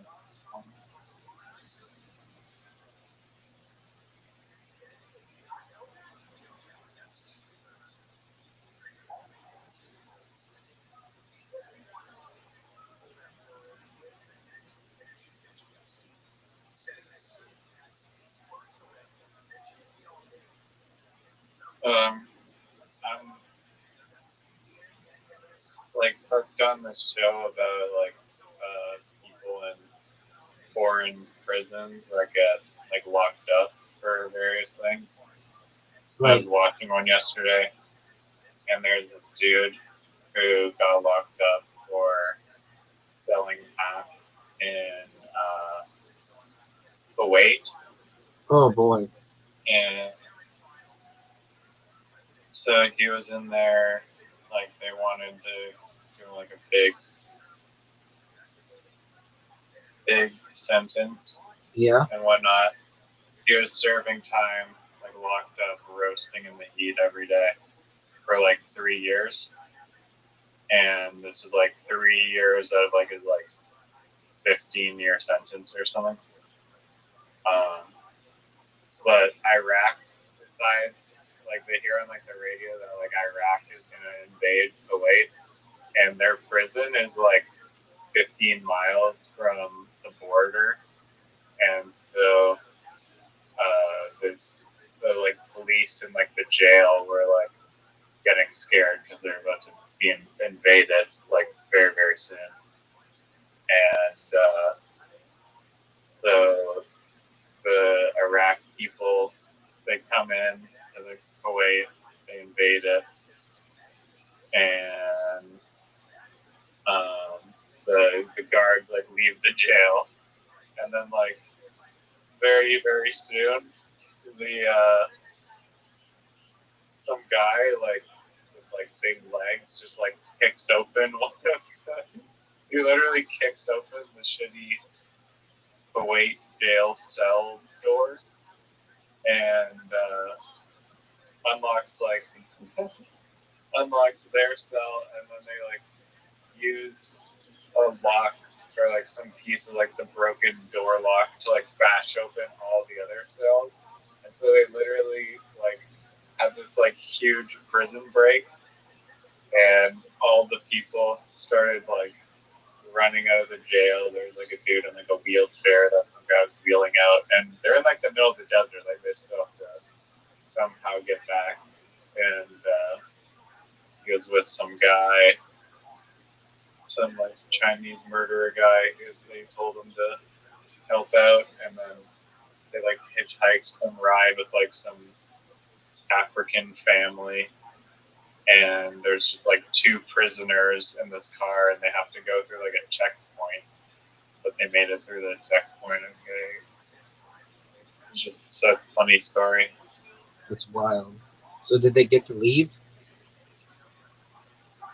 Yeah, he was able to flee the country. Why was they going for the? She was going for the white one. Yeah, white are worth 20, black are worth 10. Red's worth 50. Dude, you are cleaning up. Busy. You are cleaning up, son. Like 5 in a row. But all the least amount of points. Dude. Okay. No way. No way you get this. No way you get this. Oh, what a great shot, dude. What a great shot. You're making a serious Can you comeback. sink the red one at any point? I don't know.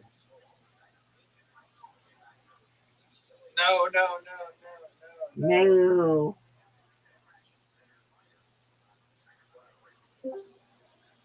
Welcome.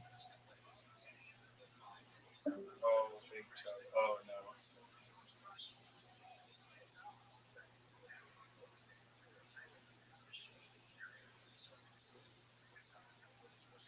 Oh, man.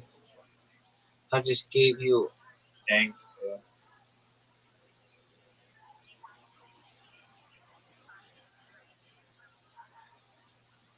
Go. Yes. No. That's a big miss, dude. That might probably cost. Stop. Go in. Stop.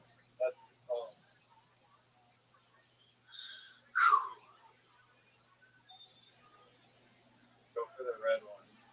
Or else I'm going to get it.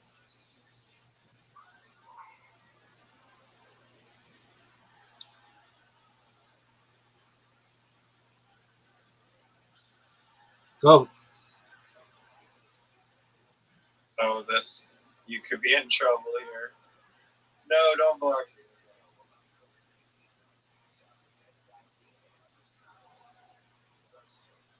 Miss.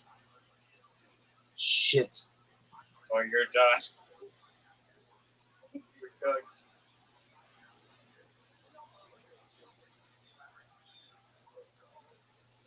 Oh, you're cooked. Can I get the red? Oh, I now have to get it. If you get the red, you win. Oh. Unreal. I have to to cover it though. Oh, you have to cover it. Don't fuck up. No! No. No, it's gonna go in the middle and I just gave the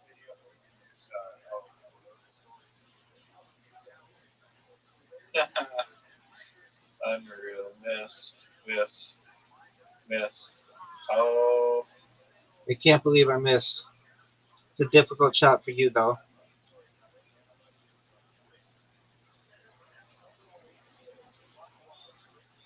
Go, baby. I can't believe I missed that shot. No, it didn't bang. Go. Go, go, go.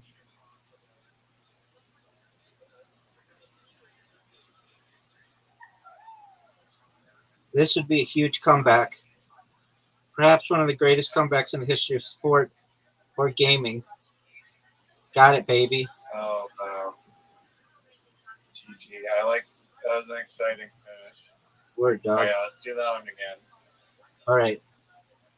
So that's freestyle. I don't know the difference between live and turn-based, so it's like they're exactly the same. Oh, wait.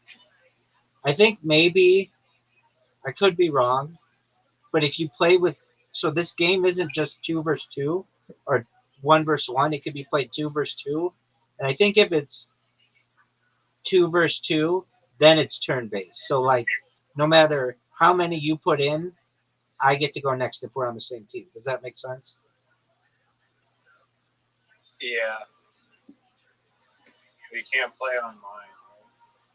Both of us? Or maybe if we join a game at like the same time for quarters. You know, that's a thought. I don't think. I think it works for golf. Does that work for golf? We'd have to have it like exactly right. I mean, we could try it. But then what are the odds we're on the same team?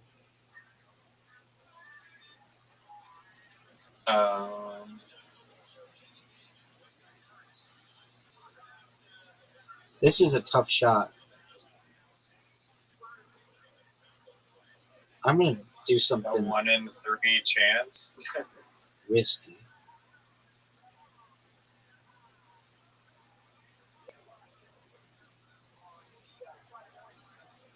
Very risky shot here. Oh, what a good job.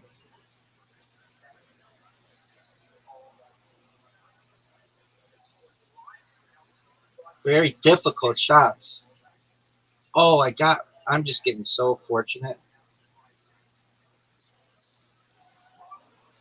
Cable slanted. There you go.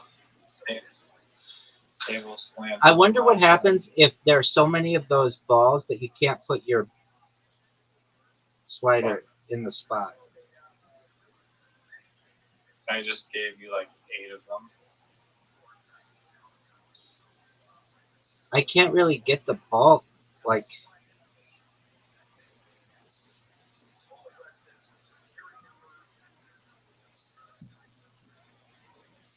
there's two at There once. you go.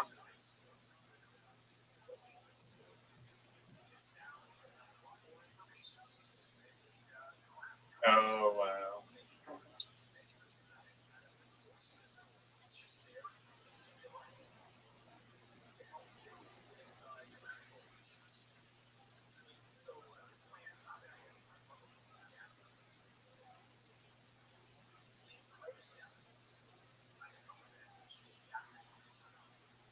Probably just cleaning up the dance floor.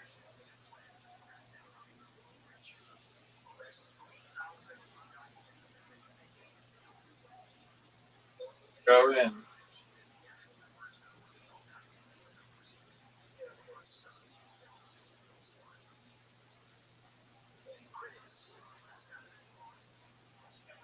Come on, baby. Are they flicking the Quran like purple thing with like their index finger?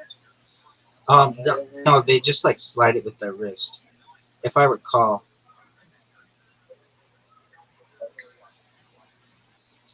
No. Oh no.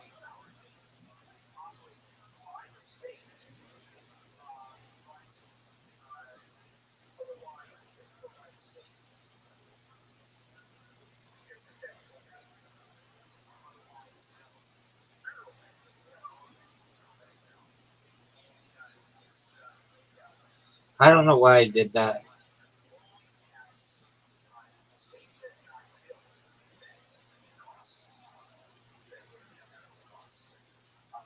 That was good. That Oh, was I your just got my first points. in the game. What? I knew I was playing bad. I didn't think I was playing that. You're done. I'm gonna end it right now. I got one. I just got one. Oh fuck! Great shot.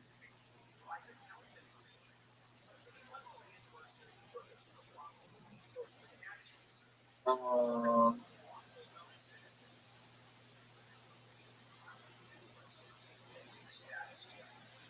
You're fucked. oh,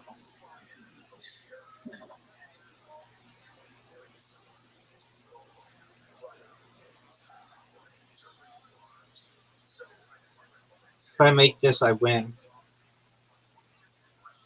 Game winner. Do you know what the dragon attack is?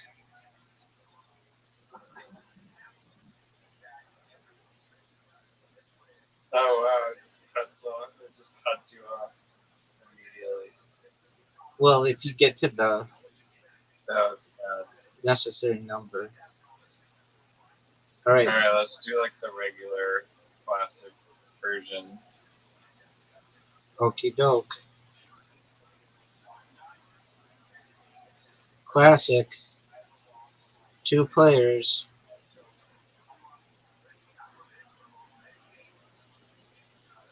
Riser.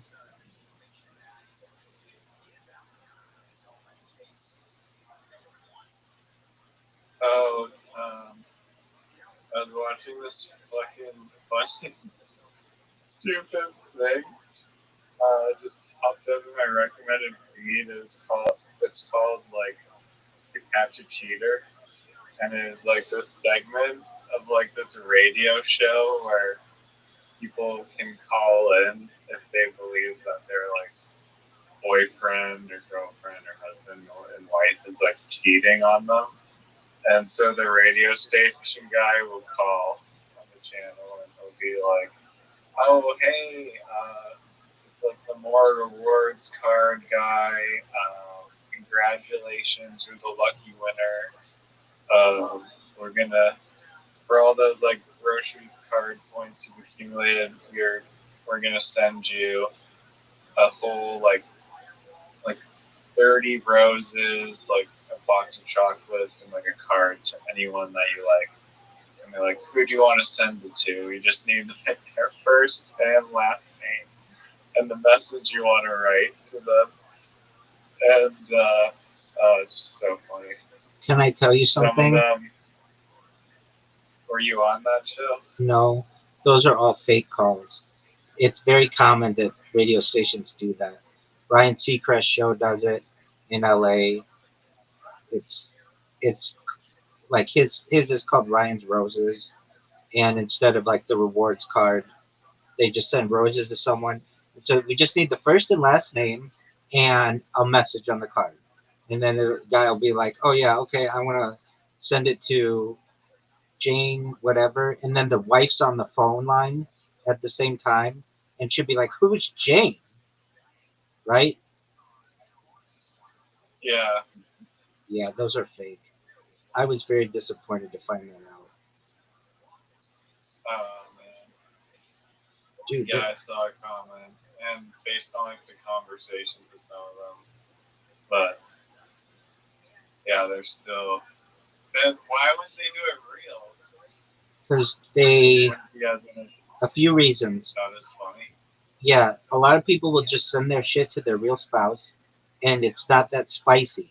Like if you listen to those shows, I used to listen to them every day, or they would do them like once a week or something, at least in LA. And at first, I thought they were real, and it was like, how are all these people such bad spouses? And um, then I started learning more about the radio world because I had a lot of contacts in radio, and because we were their customer, and so I started looking into it. I would listen because I would want to hear our advertising on the radio and make sure it was being played correctly. And um, So I listened to this show, and like I always wondered, like, do you know who Ryan Seacrest is? He's like an actor, right? No, he does like American Idol, and he also does um, Wheel of Fortune. Oh, that dude. Did he do America's Home Videos? No, Funniest Home Videos? maybe, but not to my knowledge. That's that was like Bob Saget and some other people. But anyway, he also did Live with Regis and Kelly, but it was Ryan and Kelly. Anyway, he's like a giant radio personality in the US, easily the biggest one. And we were going to sign him to a spokesperson agreement for $1 million. And so we would listen to his show, and I would listen to it, and I'd be like, what is going on with these people? Now, you want to hear something funny? He cheated on his spouse. No, no, no, nothing like that. A lot of people think he's gay, but I'm not sure. No, so then they would do these other shows. This is before I knew that this was all just to make good radio. And, um, wow. Fuck. And, okay, so they had this thing called, I forget the name of the segment, but they had some girl who, oh, I have to get the thing. Can I get them both at the same time? Oh, fuck. I guess, Automatic loss. no. So there was this girl who they had on the radio. Okay, so basically the story was they paired two couples or a couple together. Not like I forget what it was called. It's called like first date or whatever. And they were like, yeah, we've got these two people, this one girl who's new in town. She's from New York, and then this guy, and they're gonna go on a date, and then we're gonna buy him dinner, and then we're gonna hear about how the date went. And so this girl is like, yeah, I met, let's just call him whatever, anything, James. I met James at the restaurant, and he was really cute. He was really good looking, and I told him I wasn't from here, so we started talking about like what what there's to do in LA and how it's different than New York or whatever. And she was like, and he just seemed like not really into me, and he was really into all the other girls like in the restaurant, and I just thought it was really rude of him. Oh fuck. Um, and James is there on the phone too, and James is like, it wasn't like that. We were just at a restaurant with a lot of good looking chicks, and I don't know. I'm like a single guy, and I yeah, I'm on a date, but like I um I I was just you may say I have a wandering eye, but I was just checking out the talent basically, and he just kept sounding like a real douchebag on the phone, and I heard this, and I'm like thinking to myself, look, this girl is from New York. She doesn't know anyone here, and this guy's like being an asshole. So I forget the name of the show, but it was called like it was like is it a love connection or something like that. And so at the end they were like, do you want to go on a second date with this person? And she was like, no, absolutely not. This guy, he was a real jerk. And so I heard this on the phone or on the radio, and my stupid ass was like, dude, that's not the way any guy should treat a girl. And the way that she sounded like a Brooklyn Jew, and I thought, okay, I'm gonna take this girl out, but I'm gonna try. So I called the radio station, and I'm like, hey, you just had this young lady on from New York, and she said she's from Brooklyn or whatever, and she's new in town, and she was just on this bad date. Here's my number, and if she's interested on going on a date, have her call me. And the person with whom I spoke on the phone, she's kind of like a semi-famous person in LA, and she's like, "Oh, okay, well, that was really nice of you. Thank you so much." Which I'm sure she's laughing to herself on the other end, like, this guy doesn't know that these are two actors, and this girl was paid to be on the show, and the guy was paid to be on the show, and I didn't know that. So then only would I find out that these people were actors, like, later on. But I was still like, whatever. I didn't think it was nice the way that that guy was treating that girl, especially if she's new in town, and I was going to show her a better time.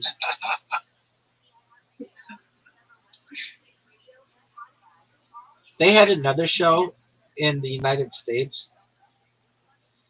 called Cheaters, um, and it was a show where they would, it was all set up, but everybody wanted it to be real because there's nothing more exciting. Well, did you see these two people who got caught at a Coldplay concert? Like, it's all over the internet today. Well, that's fucking hilarious. The CEO, dude.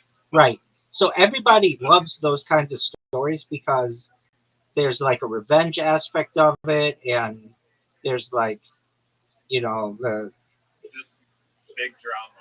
exactly infidelity and all these That's things. why like reality dating show is like all about stirring up the pot and like getting people to cheat on each other. Exactly. Did you get my invitations? No more, no more. Okay. But I appreciate the Absolutely. Okay, I'll finish telling the story. Welcome. How are you? What's good, H? No, you keep talking about the CEO. Oh, well, basically, he's the CEO of astronomy, and he was cheating with the head of HR, and then they had a third person there from their company who was like knew that they were having this affair. It seems like it was one of these companies. I mean, it had $1 billion valuation, and it has like Bain and Co. as like backers. It's a lot of money. I have a feeling that this is going to be good for this company, but this guy's got to step down, and there's a chance that he could get sued or whatever. He's going to lose his ass in a divorce. I can probably tell you that. And okay, well, they had this show in the United States like maybe like 10 or 15 years ago. Wait, did someone just at the Coldplay concert was like, hey, let's just screenshot that jumbotron, or I guess like everyone's filming the whole thing. Exactly. And then did you hear what someone recognized them? Did you hear what Chris Martin said? No. So Chris Martin, the lead singer of Coldplay, was like, right when the girl covered her face and the guy dropped down, he said, well, they're either having an affair or they're just really shy. So they would have been totally fine. No one would have probably known if she didn't cover her face and he didn't drop down. But the second they did that, it became a viral moment. And oh my god. Yeah. Okay, so they have this show in the United States called Cheaters, and the show's premise was we have married couples and we have somebody who is cheating on their spouse, and they have been for like a long time. And what we're going to do is have the cheating spouse go on a date with their side piece, and then we're going to bring the wife along and have her confront them. And this was a very popular. I don't want to say very popular, but it was a popular syndicated show that would come on really late at night. And basically, that wasn't bullshit radio. It was bullshit radio. Actually real? No, it was not real. So everyone on the show, it was all bullshit, and so that's why the show didn't do really well. long term because people started to find out, hey, this is fake. Um, but yeah, they used to do that on like all those like daytime shows like Ricky Lake and Montel and like I don't know Sally Jesse Raphael. They used to like have somebody would be cheating on somebody and whatever. And then there was this one show called Jenny Jones. It was pretty popular in the United States, and this isn't exactly the same, but it was an interesting thing. So there was this woman had a daytime talk show named Jenny Jones, and she invited a man onto her show, and the theme of the show or the like whatever the theme of the show that day was um we work together and I'm in love with you. And so he agreed to be on the show, and he's there and Jenny's talking to him and she's like, all right, so are you ready for us to give the big surprise and the person with whom you work who's in love with you? And he's like, yeah. And he could see that one of the people he worked with, this lady, was in the audience. So he figured that was going to be her. And it was going to be like, okay, I'm in love with you, whatever. But it turned out it was a guy who he worked with. And he ended up killing that guy. The guy who was surprised by the guy who had a crush on him ended up killing him. And they ended up canceling that show in the United States. It's kind of a wild thing that happened. Anyway, it doesn't have to do with cheating, but it did have to do with like revenge and stuff. Um, and that was a real case. But at least that the cheaters on the phone, now that you hear them, like, aren't you kind of like, oh, what are the odds of somebody like so many people cheating? I mean, at least in LA, it would be over the course of a month. They would do the show, I think, on Tuesdays and Thursdays or something, and it would be so that would maybe be like let's say 10 weeks or so ish, not really but close, and like they would have five of the ones would be like somebody would want to send it to their wife, and then three of the ones or four of the ones they'd have it send it to the lover, and then one or two of them it might be like they can't get a hold of the person. Now you ask, well, why don't they do it with real people? It's difficult to get a hold of people just off the bat to pick up the phone at work and stuff. So it doesn't really work that way. And chances are it's like 95 out of 100 times they would send it to their spouse. They're not going to send it to their lover. It's just like you're a random stranger on the phone. I'm already secretive about this relationship. Why would I disclose this information to a random stranger? You know what I mean? mean, yeah, I don't know. I think people might still fall for it, to be honest. Not saying like they'll all fall for it, but Well, then the I don't, show. and I don't. So it doesn't necessarily like have to be like. I know like that's the whole like the radios thing like has to be like live on the air or whatever, but like whether it's live or pre-recorded like the day before is not really a crazy difference, in my The, opinion. I understand, but the show's been liable. So, like, they canceled the Liable for what? Their de- bruises? destroying people's lives. No, how is it destroying if it's exposing it It to would, someone at who's least, cheating in their relationship? at least in the United States, there's an argument that it's intentional infliction of emotional distress, which is a tort. So basically, it's illegal in United States law to cause someone emotional distress unnecessarily. Isn't that like very subjective? It is, but it has certain requirements, which are How is? I mean, you're requirements asking. for So, emotional I distress, mean, intentional it's infliction. like entrapment. It is like a form of like entrapment.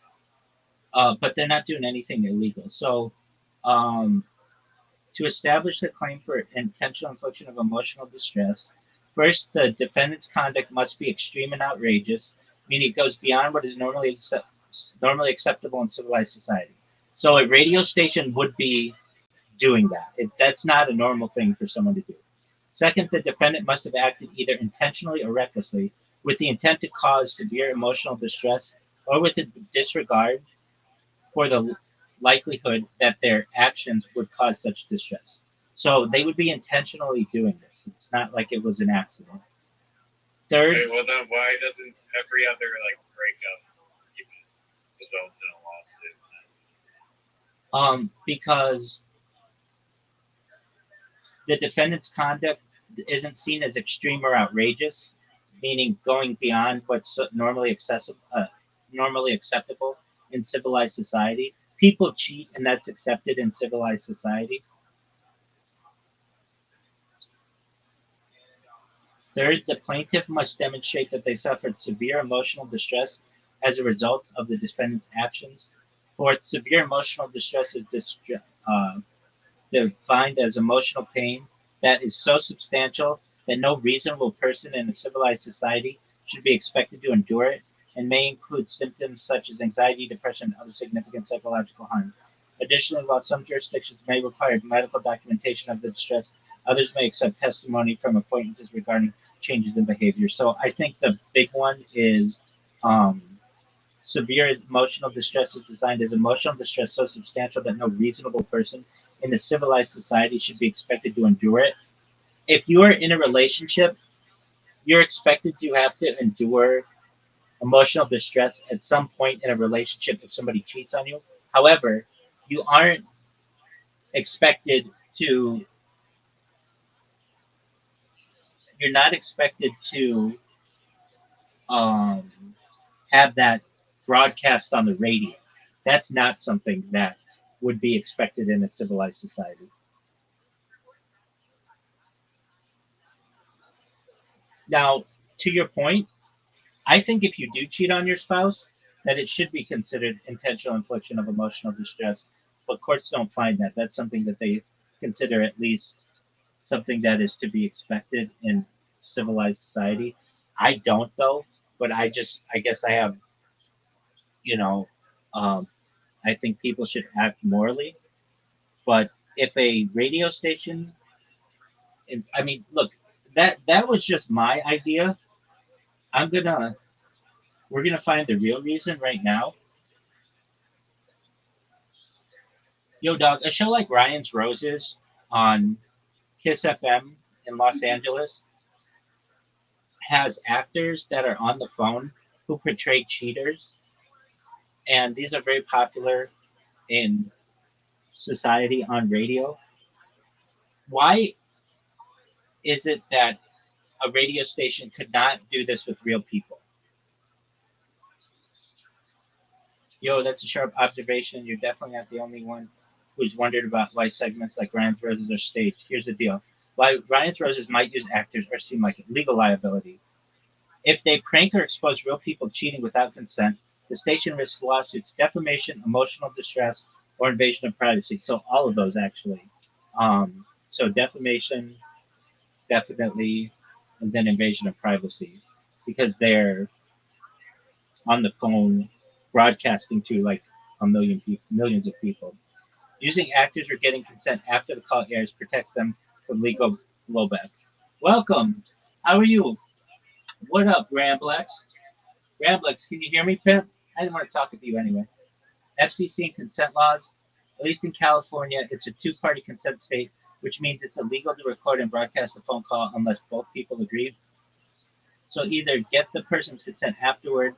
Sometimes they say this, or they use actors making it dramatized but legal. Entertainment over authenticity. Real people are messy, unpredictable, and might not deliver a clean or dramatic story. With actors, or at least coach participants, they can script the pacing, emotion, and drama to make it viral and addictive. Production and control. Dead air, awkward silences, or boring calls don't make good radio. Actors allow for tight editing and make sure the segment hits all the dramatic best. Why not use real people?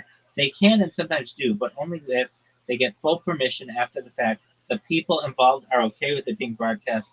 It doesn't defame or harm someone's public image without cause. So that would be one where you had like somebody who really sent the rose is to their spouse, they're not being defamed, whatever. Oh yeah, go for it. But that's remain consistent. Radio stations want lead content and actors or semi-scripted real people. Give them that. Make sense? Yeah, no, I get it. Especially the, I mean, I don't think it should be illegal to hurt people's feelings that are the ones cheating or whatever, but I get the invasion of privacy aspect. Yeah, but then what if you have a situation? I mean, this gets messy. So let's say you have a husband who cheats on his wife every single day, and his wife just gets sick of it. She has to stay in the relationship for the kids, and so she gets a side piece because her husband keeps cheating all the time. Well, they don't say that on the air, and then when they talk to the woman, it'll make it seem like she's cheating when you don't. Doesn't have a chance to explain herself.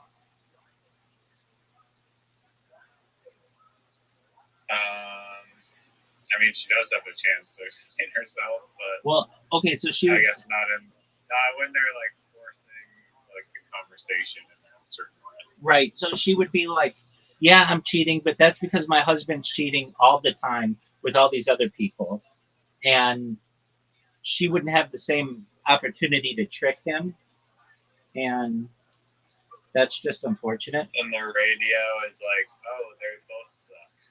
Interesting. Yeah. Well, yeah.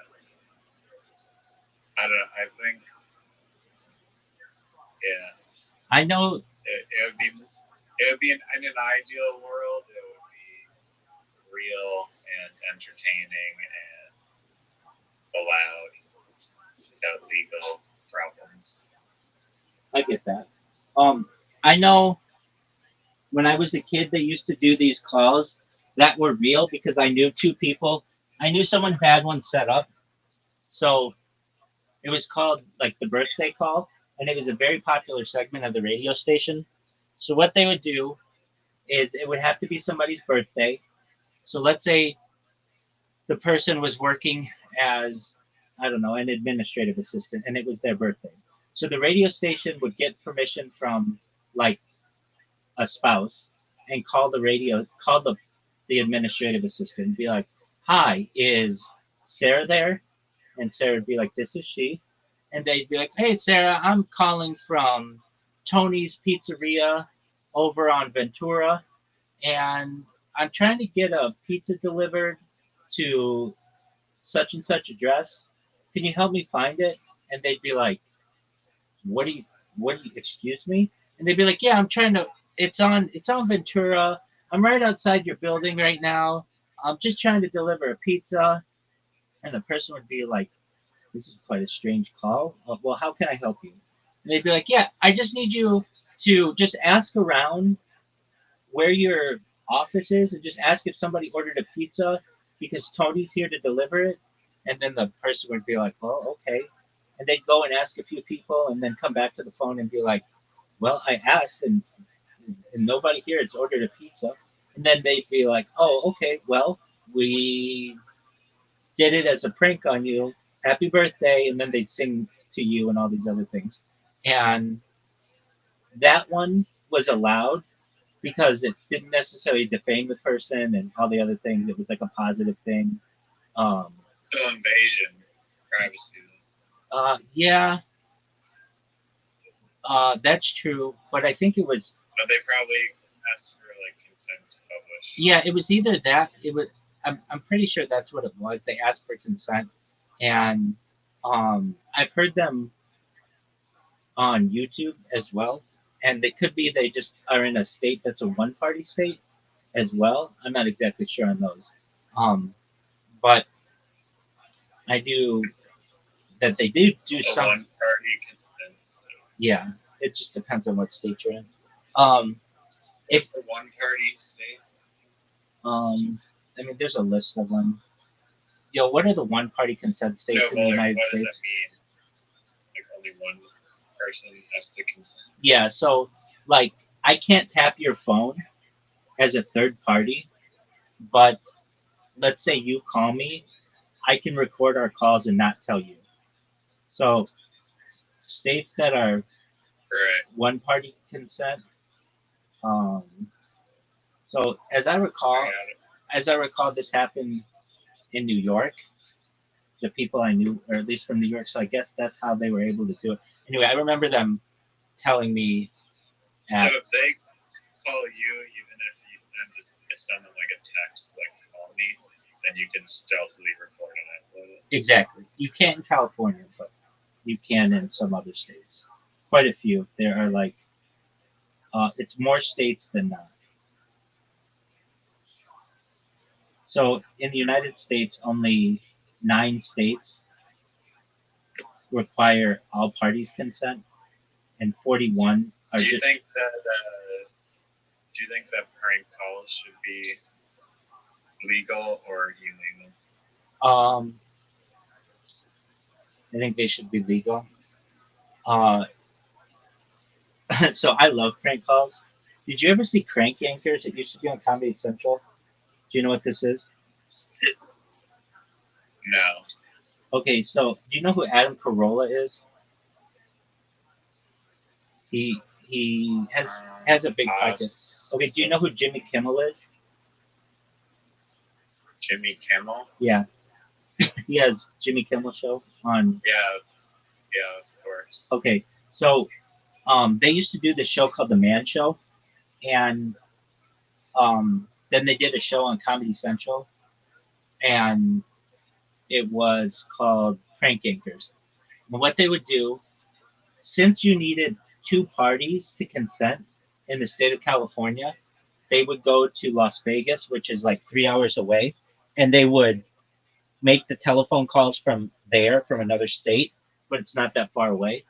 And what they would do is call people from all over the United States, and since it was a one-party consent state, they could pull pranks on people, and the kind of pranks they would pull are like, like, oh, um, did you know that your refrigerator's running? And people would be like, my refrigerator's running. Yeah. They'd be like, or they'd be like, is your refrigerator running? Is your Yeah. And they'd be like, yeah, my refrigerator's running. And then be like, well, you better go catch it. Like little jokes like that. I mean, that's like a common one, but um, they would do this and they'd do it for like 21 minutes or whatever, at least enough of them, and that would be an episode. But because they were only doing telephone calls, they needed to have something to show on TV. So they would have Muppets that were playing the part of both sides. So it was something that had some visual aspect to it. And it was a funny show. Um, and then I went, like, in the early days of YouTube, um, I used to love this, a few shows that it was called, um, they were just a few prank call shows on YouTube, and one of them was called Friday Night Cranks, or Friday Night Cranks. And since it was on Friday, I couldn't listen to it, but I would listen to it on like Sundays or like during the week. And what they would do is just have it was like this brother and sister who could do voices pretty well, and then they would just call like Walmart's, and they'd be like, "Yeah, can you tell me what aisle your flashlights are on?" And the people would be like, "All right, well, just one moment, let me go look." And they'd be like, "Okay, it's aisle 14." And they'd be like, "All right, well, can you tell me what aisle the lettuce is in?" They're like, "Well, that's in the produce section." They're like, "Okay, well, can you tell me where the honey's located?" And they're like, "Okay, well, we'll have to go to the aisle for that." They'd be like, "That's aisle 16." They'd be like, "All right, well, can you tell me where the rope is located?" They'd be like, "That's in hardware." And they're like, "What aisle is hardware?" They'd be like, "Oh, it's aisles like 11 through 17." They'd be like, "All right, well, can you tell me exactly?" So they get their whole grocery list or shopping list like from the person at Walmart and know where all the aisles are. And after a while, the person at Walmart would just be like, "I'm done. I don't care." And they'd hang up and they'd be like, or whatever. Sometimes they would just tell them they were being pranked, whatever it would be. Okay, so the big one And then did they circle it back at the end and be like, can you tell me where the flashlights are? Yeah. Oh, yeah, yeah, yeah. Definitely, definitely. And then they Just to drive the people batty. Yes.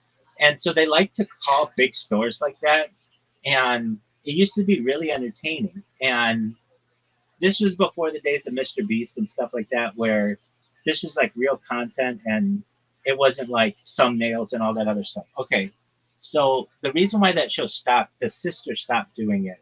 I think she just kind of grew out of it. I think you just mature to a certain point, and they felt bad pulling these pranks on people. All right, so the best ones though, if you want to listen to just 8 hours of funny fucking shit like this, they had a guy back in. Do you know what Napster is? yeah, free music. Yes. LimeWire is better. Yeah, of course. But like back in the day, you had There's Napster. a good documentary on the guy who invented Napster that I saw So, at a film festival. so you had in Napster. Toronto. So Napster was Wait, is it Sean Parker? something like that. The Napster? So you had Napster, and then you had LimeWire, and then you had FrostWire, and you had like there were a bunch of them. Like one would get shut down, and then another one would start up. And there was only like a limited amount of songs. I don't. It wasn't like Spotify that had all of the songs that are really neat and like playlists and stuff. It wasn't like that. It was like sometimes the artist they would say the artist was one thing and it was really another thing, or sometimes the name of the song would be messed up, or sometimes they would say it was like a video, but it was really just like gory, like like a gore video or something like that. They would say it was like a music video, but it was just gore, and it took forever to download stuff. I mean, you have no idea how fortunate we have it where things download relatively quickly. Back then, it would literally say that it was going to take years to have this stuff download. Like it would take weeks sometimes to download a certain song, and because Are you using it? oh yeah, definitely. Oh, absolutely. I can't tell you how many CDs I burned from that kind of stuff. And so, Weren't like the files like for an MP3 file like a few megabytes? Like that takes. oh yeah, but you had dial-up internet. Even pictures took long to load on the internet. So a whole sound file, it would take like 5 or 6 hours to download a song with good internet. If you had good internet, it would take Oh, five. the internet was like way shitty. Way shittier, dude. You have no idea. It would take to load a web page. It would take like 5 minutes, just one page, and then to download a whole song, it would take hours, like many hours. And it wasn't just on. No. Oh yeah. Oh definitely. I'm telling you. Sometimes it would tell you it's going to take a week or more to download a song, and sometimes it would say it would take years to download a song because the internet was so slow. I'm not kidding. I'm not kidding. There are people who would screenshot it and like publish it. Like it would say like it's going to take 340 years to download like a Green Day album or like a Green Day song or something like that. Well, okay, so back in those days, there were people who published prank calls in addition to music. And so there was one guy who got really famous. I don't know if he got famous, but his prank calls were famous because he could do a really good Arnold Schwarzenegger impression, and he would use a soundboard and like call people who generally were not like native English speakers, and he would like he'd call like a 7-Eleven, and he would use a soundboard of Arnold. Oh, that's right, he would use a soundboard of Arnold Schwarzenegger. He couldn't even do the impression, but the soundboard of Arnold would be like he the guy at like 7-Eleven would pick up and he'd be like hello, and the the guy with the soundboard would be like, "Give me your wife and kids," and he would be like, "Hello," and he'd be like, "Get into the chopper," and he'd be like, "What chopper? Like, how can I help you?" And it would be like, "I'm not your daddy," and he'd be like, "Who's my daddy?" Like basically, this was so new to the world. Not that prank calls were so new to the world, but using soundboards and things like that became very popular. Okay, so then fast forward a little bit Right. to, do you know who Howard Stern is? Yeah, it looks like Slash. Yeah, exactly. So Howard Stern, who dominates New York City radio, not really that big in LA, but dominates the tri-state area, which is New York City, New York, New York State, Connecticut, and New Jersey. He would have people on his show. His show used to be so big, and it was so big. It was a radio show that they would show on E at night before the Kardashians, before any of that shit. It was Howard Stern at night. So he would do these things where he would have people from his show do prank calls, and they were really really funny. And then he'd also have naked chicks on, and they'd like have to blur it on TV. But when you were like, I don't know, 14-year-old boy, like that's a huge fucking deal because there was no porn, and you might be like, well, wasn't there porn on the internet? It took forever to load. I mean, it would take like just a picture would take like 30 minutes. I mean, it just was so slow. Wait, what year was this? Like What year was this? Where you like 1999, like 1999. What the fuck? Yeah, I mean, let's So get. it couldn't even play a video? Oh, Like, there were no literally couldn't- there were no videos like that on the internet. Uh, Companies did not host video on their websites. You would have to download a video, and to download a video, it would take a very long time. 1,000 years. Yeah, it would take like like I remember eventually around like 2005 or so, you could start to download videos on Napster, and it would take like a week to download a video or a game or something, and that was in under the best conditions. What would end up happening, the way it worked is, let's say you had a file I wanted. Let's say like a popular movie back then, The Matrix. You have The Matrix. You would upload it to a website called Napster. Well, actually, you didn't even do that. You didn't even upload it that way. The way it worked was you had it on your computer, and you would share it with all these people around the world, and they would download it piece by piece from you. But let's say you went offline, well, that means that the downloading stopped. So you might have 1,000 people downloading the Matrix from you, but if you went offline, then all these people had to wait on you to get back online to download that video from you. So that's one of the reasons why it took so long. And then the download speeds were really, really shitty, and the upload speeds were even worse. All right, so but let's say we eventually got the Matrix from you. It would take hours, or not just hours, but it would take it would take hours for a song under the best conditions. Usually, if there was a song you really wanted, you had to expect it to take maybe 4 or 5 hours in the best conditions and at least a week or so under shittier conditions. And sometimes there would be stuff that you would want. Let's say you had that Matrix, but you just went offline and or you got a different computer. Then 1,000 people would just have a video that was downloaded 50% that they couldn't use it because it had to be downloaded in its entirety, and then we would never be able to use it. So we would just have this wasted file space on our computer unless we deleted it. It was a very very inefficient way of getting media. However, it was free, and it was the wild, wild west. You would download something. Let's say you listed it as the Matrix. There was like a very good chance that it could be some execution video in Afghanistan or some kind of porn. Even though it was named The Matrix, 2001 or whatever, whenever it was published or whatever, Yeah. it was just A like, month later. yeah, and you didn't know what you were getting. The ISIS thing. Yeah, exactly. And you didn't know what you were getting. Anyway, back to Howard Stern. So there are I these. mean, that could still happen. So, Yeah, they could. I mean, do you know what torrenting is? yeah. Well, that's what that's what this that's what this was. Except it was peer-to-peer file sharing. But just like how torrenting is kind of risky, this was risky too. Now, if you're wondering, like, well, why didn't you just download stuff all the time?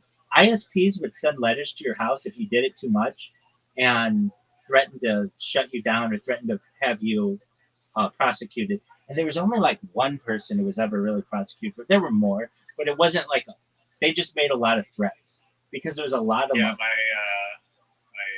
parents got a fucking letter one time because I was downloading shit on Pirate Bay. Okay, there you go. Without a VPN. No, I was not using a VPN. Right. Because you could do that with a VPN pretty well, but without one, you get some like an email or Still today? yeah. If you did it now, if you use a VPN, you can go crazy. Nice. Yeah. Just So ahead. go to Howard Stern. Oh no. Okay. So if you want to listen to like 8 hours of the funniest fucking prank calls, okay, you go to YouTube and I think you could just type in Howard Stern prank calls. But Are there any prank calling 911? no, that's illegal in the United States. So they have this Yeah, thing. I thought prank calls are illegal.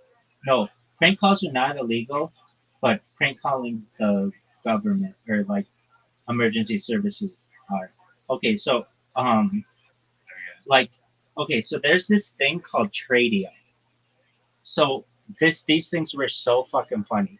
So there'd be like a really innocent radio station in like I don't know Chattanooga, Tennessee, or like some smaller place in Middle America, and Howard Stern would have his minions or whatever call these radio stations, and these radio stations had a, a type of show called Tradio, Tradio. And what that was like you could it was before Craigslist or it was before like eBay or anything like that. What you would do is let's say you had like a I don't know a bit an old pitcher's mitt that you wanted to sell. Well, you could normally have like a garage sale or something like that, or you could put it up for sale on Tradio and with a way to contact you. So let's say Riser wants to sell a hockey stick. So you would call Tradio and you'd say, "Yeah, I have a hockey stick to sell. You can buy it for $10, and you can contact me at 555-5555." And somebody would hear that you were selling a hockey stick, and they'd call, and they would just call you and say, "Hey, I heard you were listing a hockey stick. Do you understand the idea?" Yeah. Okay, so Howard Stern would have his minions or his people call these really small shows and be like, "Yeah, I got a used dildo that has a little bit of cum still on it, and I'm gonna sell that for $75." And they'd be like, "All right, use dildo. Wait a second." They cut that person off. Then they'd call right back with another voice, and they'd be like, "Yeah, I have uh, a steaming hot pile of shit," and they'd like cut them off right away. So then they'd call back. Those are the best ones where they keep like calling the same person over and over again, and they just get more furious. Exactly, and they would just be two people calling one after another after another after another. So it was a different voice.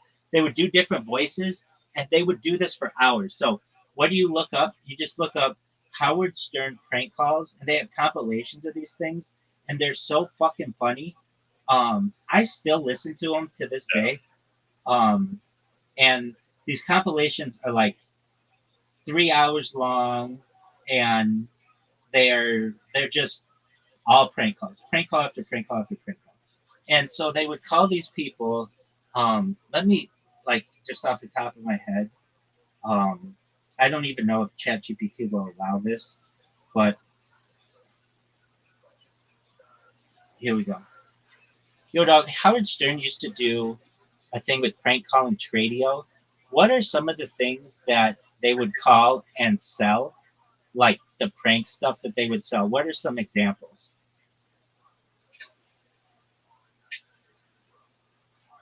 Yeah, so they would sell Um, yeah, like I have like some used butt wipes for sale, or I've got some penis enlargement cream, or I've got an electronic flatulence simulator, and the guy who's on the phone is like this real, like backwoods kind of guy who doesn't put together like an electronic flatulence simulator is a fart machine.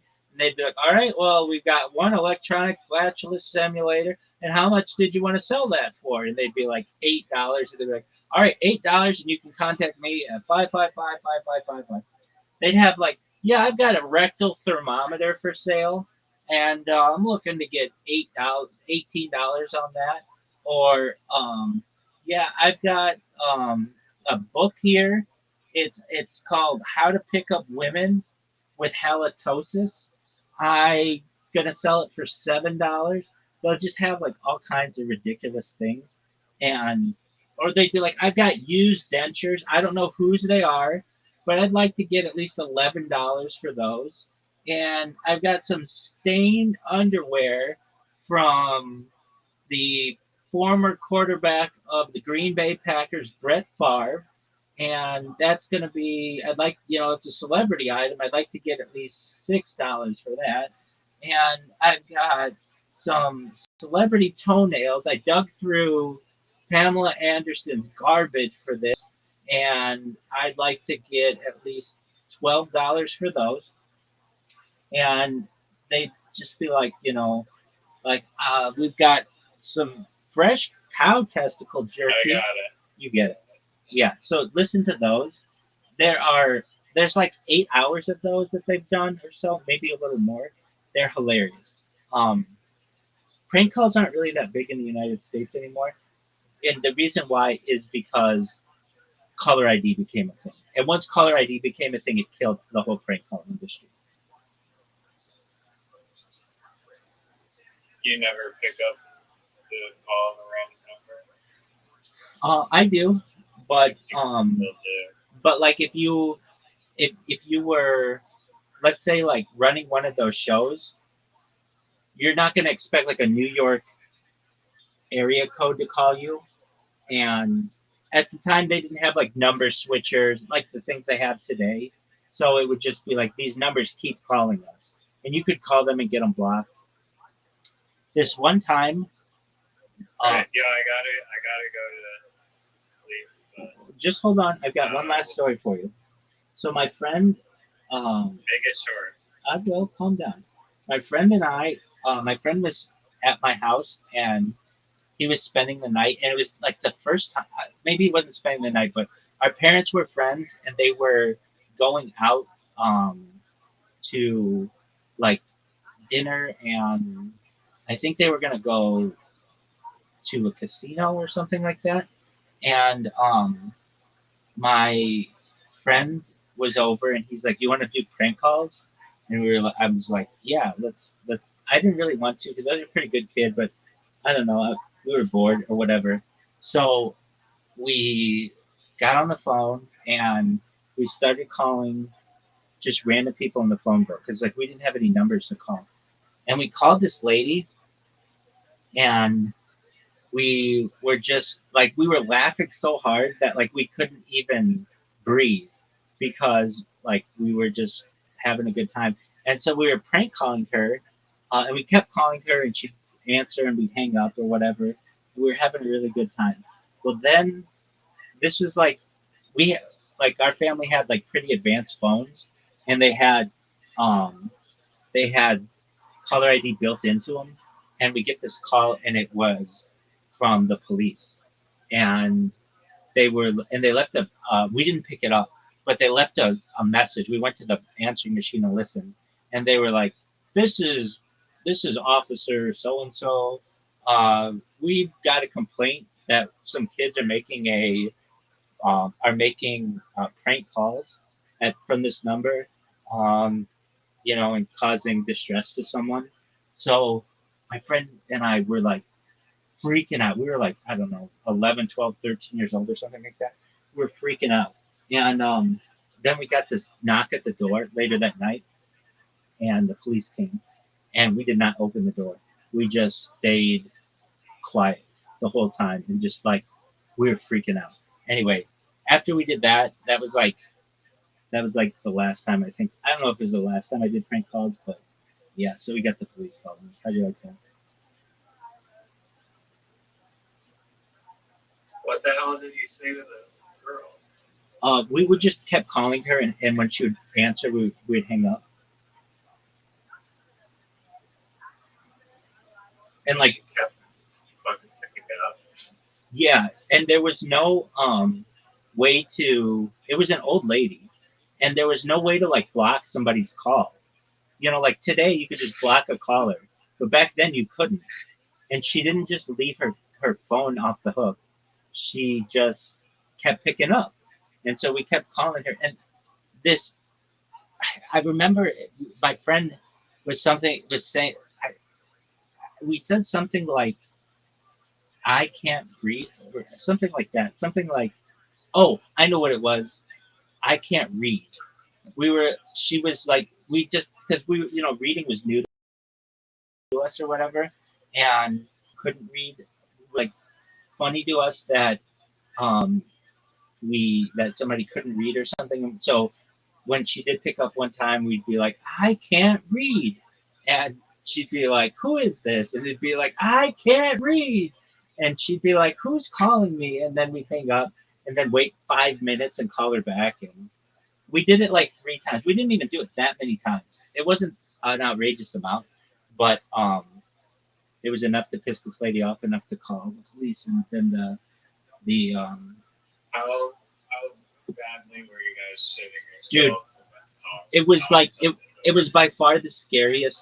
Well, we were super scared when they called and left a message on the phone, because I was like, well, we have to delete this. How did they know the address? They yeah, so back then you had a phone book, and everybody's telephone number was published with your address, and the police had a way to reverse a telephone number, which the normal person wouldn't have. So they just looked at our telephone number and knew the address, and then just came to the house. We weren't. We were super scared when they called and left a message saying to stop bothering this lady. But then when the police came and knocked on the door, I remember we had like all the lights on in the house, and the police started knocking on the door. Then all of a sudden the lights went out. Like, this officer had to be like, these kids are obviously home. And I remember, like, we were just like, it was almost like we were in a movie. You know, when somebody's up against the wall, like breathing really hard, we were doing that. And just like, I remember being like, I'm never going to do this again. It was like one of the worst feelings. And so we had to delete that message on the telephone answering machine. And so we did.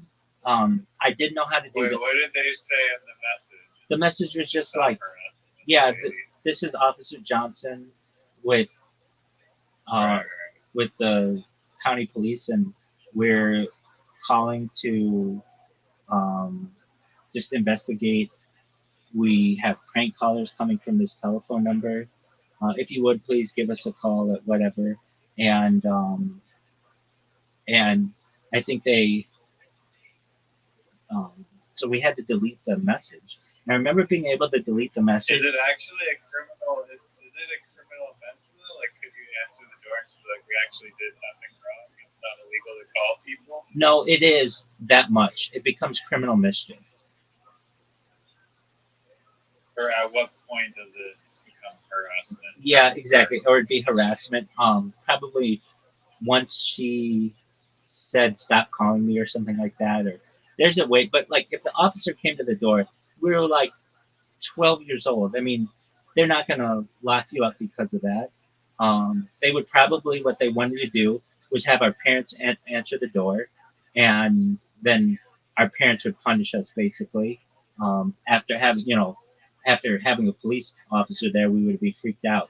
But fortunately, our parents were still gone, and I remember this was like, my parents were like, you know, we're letting you stay home by yourself for the first time with a friend.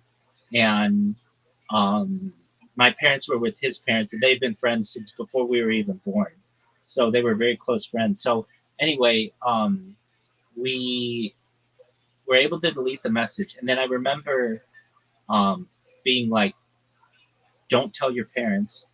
Uh, and he's like, no, dude, no way I'm telling my parents that what we were doing. And when my parents came home, I fessed up and I said, I think I told my mom because I didn't want to like upset my dad or anything like that. And I said, "Can I tell you something?" And I was like, "Sure, what's going on?" And I was like, "Well, my friend, was here and he wanted to make prank calls on our phone, and I didn't really want to do it, but he did, and so we called this lady like 3 times, and my mom was like, "Who's this lady?" And we were like, I was like, "It was just a random number we got in the telephone book," and then the police left a phone message, and I think came to the house. And my mom was like, "What? Like, what did you guys say to her?" And it was like, we didn't say anything bad. We just kept hanging up on her, but it was enough to just annoy her. And my mom was like, "Okay." And then she told my dad. My dad was like, "Okay, well, like, so this was like the next day or later that night or something. So you didn't get caught basically, or like they didn't, um, you didn't have to talk with them." And I'm like, "No." And he's like, "Okay, well, just don't do that again." That's all I remember. But yeah, that was the big thing. And Nice. when Color ID came out, it was such a game changer that if people didn't have it, it was like it was like a difference between being a middle class family and a lower class family. It was a huge difference. You had to pay extra for it? Yeah, Wow. we're done. All right, sleep tight. See you tonight for Carol. That was a fun little chat. I appreciate it. We're Doug. Listen to those Howard Stern prank calls. They're absolutely hilarious. Tradio. It's hysterical. All right. Sounds good. Peace, big dog. All right. Later.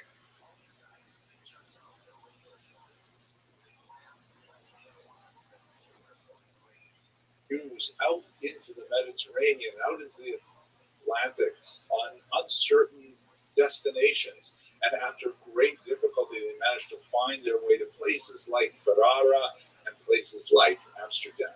To show you the Amsterdam equivalent, this is a very small detail from a book you may actually have in your home, the Maxwell House Haggadah, which was based originally on the 1695 Amsterdam printing of the Haggadah, which featured some amazing illustrations by a man named Abraham Bar Yaakov.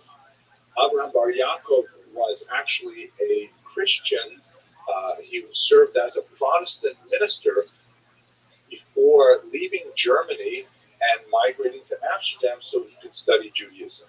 He ended up converting to Judaism and displayed great talent as an engraver, and he created the illustrations for one of the most popular Haggadahs in all history, which has graced tens of thousands of Jewish tables in America alone.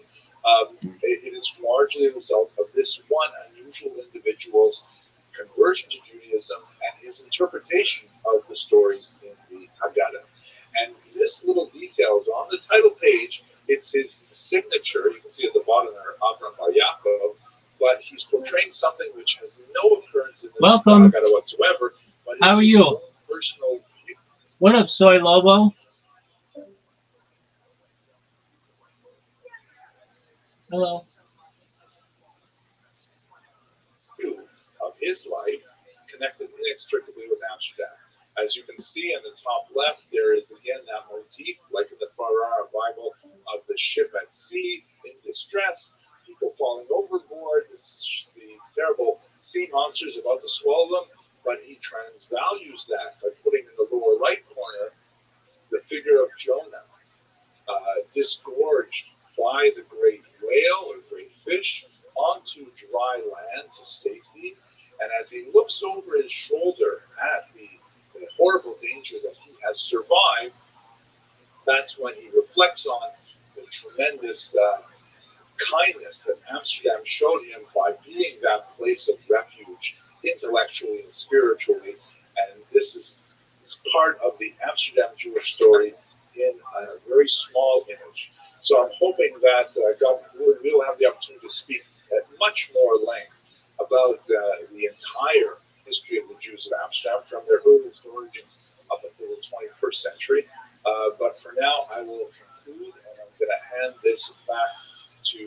David, and I look forward to hearing your questions in the Q&A box. Thank you for your attention. Wow, thank you, Henry. This was, I have to tell you, such a interesting and thoroughly executed lecture that, believe it or not, there are no questions because you said it all. So, thank you very much. And ask questions, David. If Welcome. No one else is ready to ask. How are you? Everyone is afraid to ask the first question. So if someone wants to start with the second. What's good, Soy Lobo? Can you hear me? Soy Lobo. Yo, dog. Can you hear me? How are you? How's your day going, Soy Lobo? I mean, I am wolf.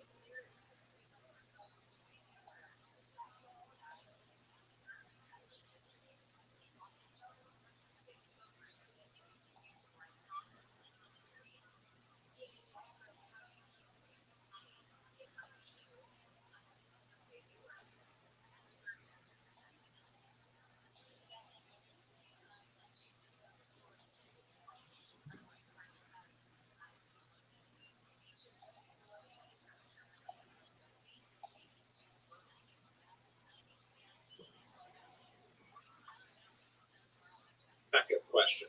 We could. maybe I will again act as the thumb during the Haggadah, asking simple questions because I know you don't like hard questions. I will leave that for the both. I will think of something very, very difficult and then I will pause it.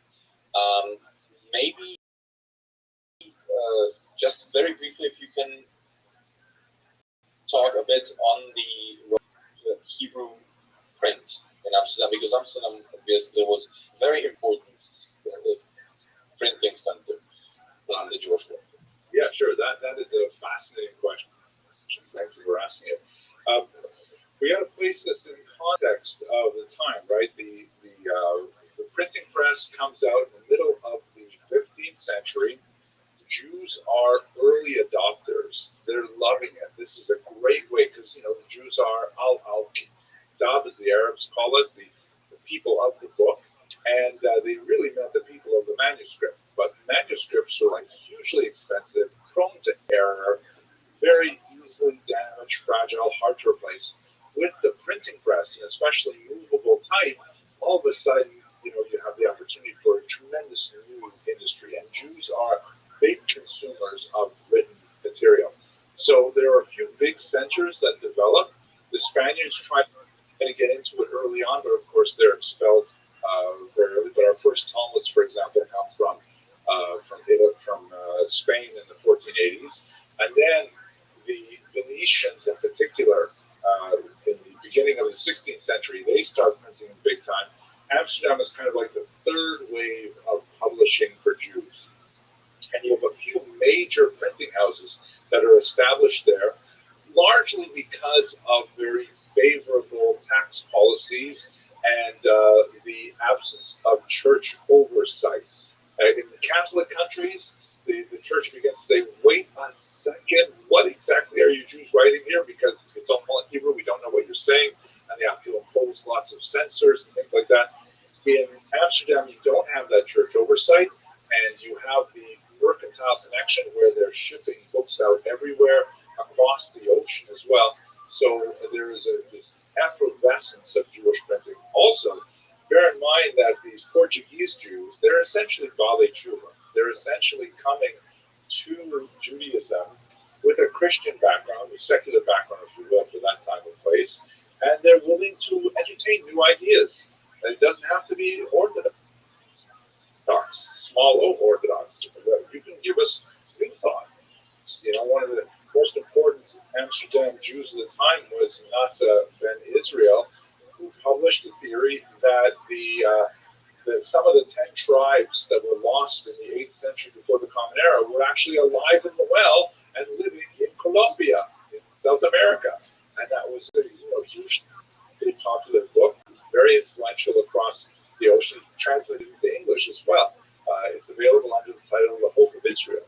So there's some fascinating, beautiful things with printing in Amsterdam. Thank you very much. We have another question, which is from an anonymous attendee. Any idea why Dutch Jews, alone among all other Jews, wait only 1 hour between meat and milk? Yeah, I think the one answer to that is probably the proximity of Swiss chocolate, Toblerone, right? Like once you've got such a great chocolate like that, you really want to eat it as soon as possible. Okay, that's a joke. I hope you laughed at that. It's an excellent question. I've never actually thought about how that particular minhag or custom developed. From a halakhic perspective, and I'm not a rabbi, but from a halakhic perspective, when you look at the passage in the Talmud that talks about meat and milk, it doesn't specify a specific amount of time.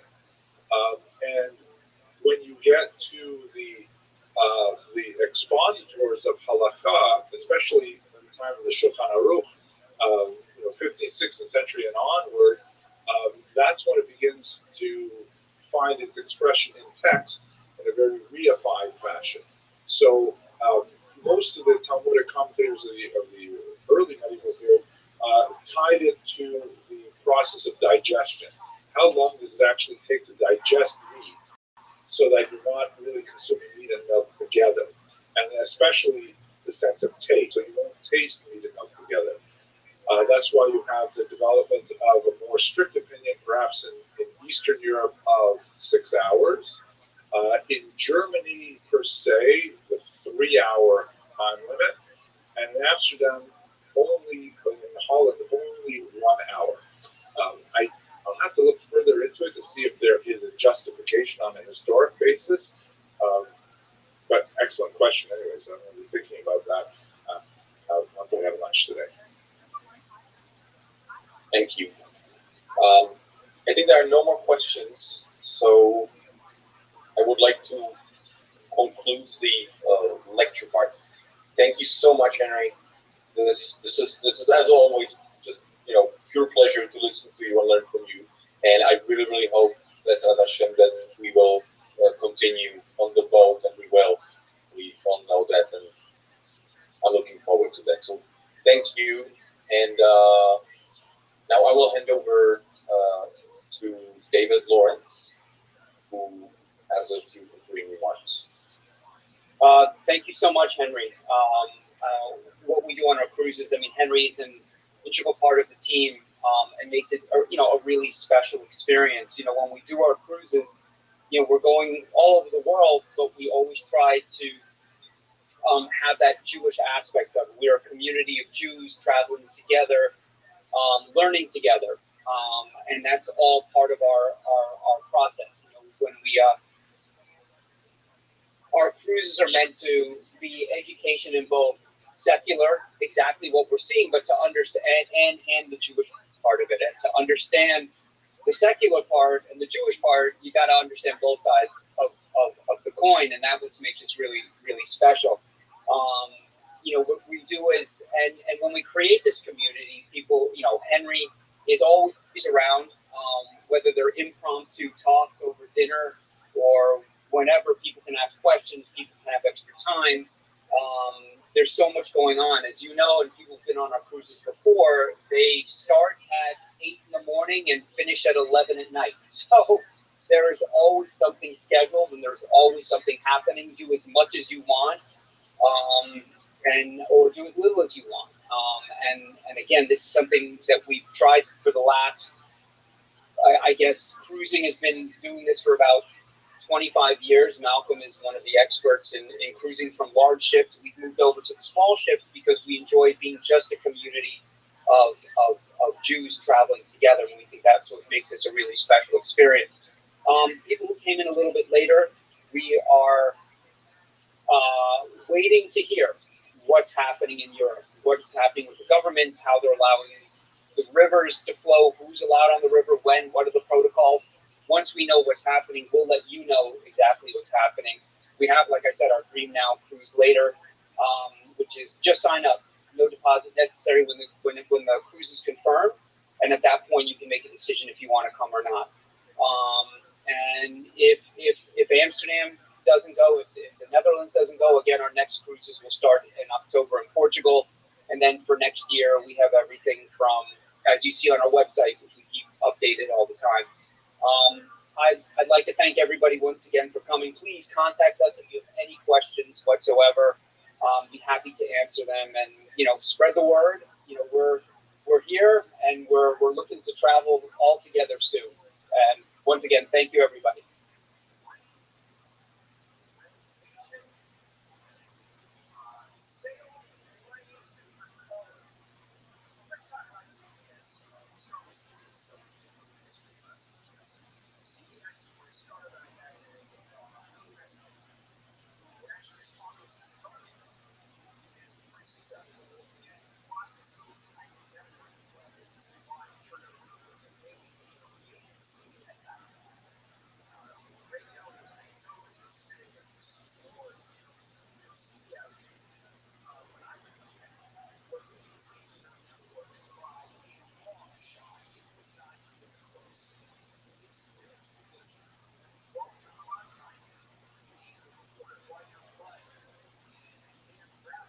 Hello, fellow students of Jewish history. I'm really excited to share with you today the results of a study that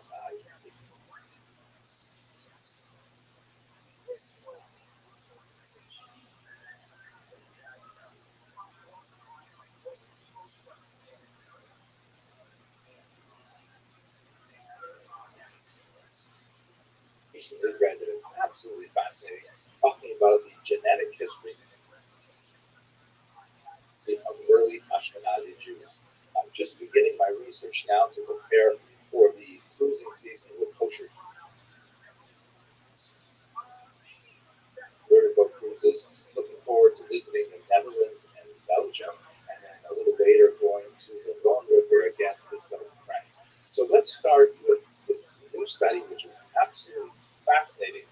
Talks about the genetic history of early Ashkenazi Jews. So first of all, let's understand what are the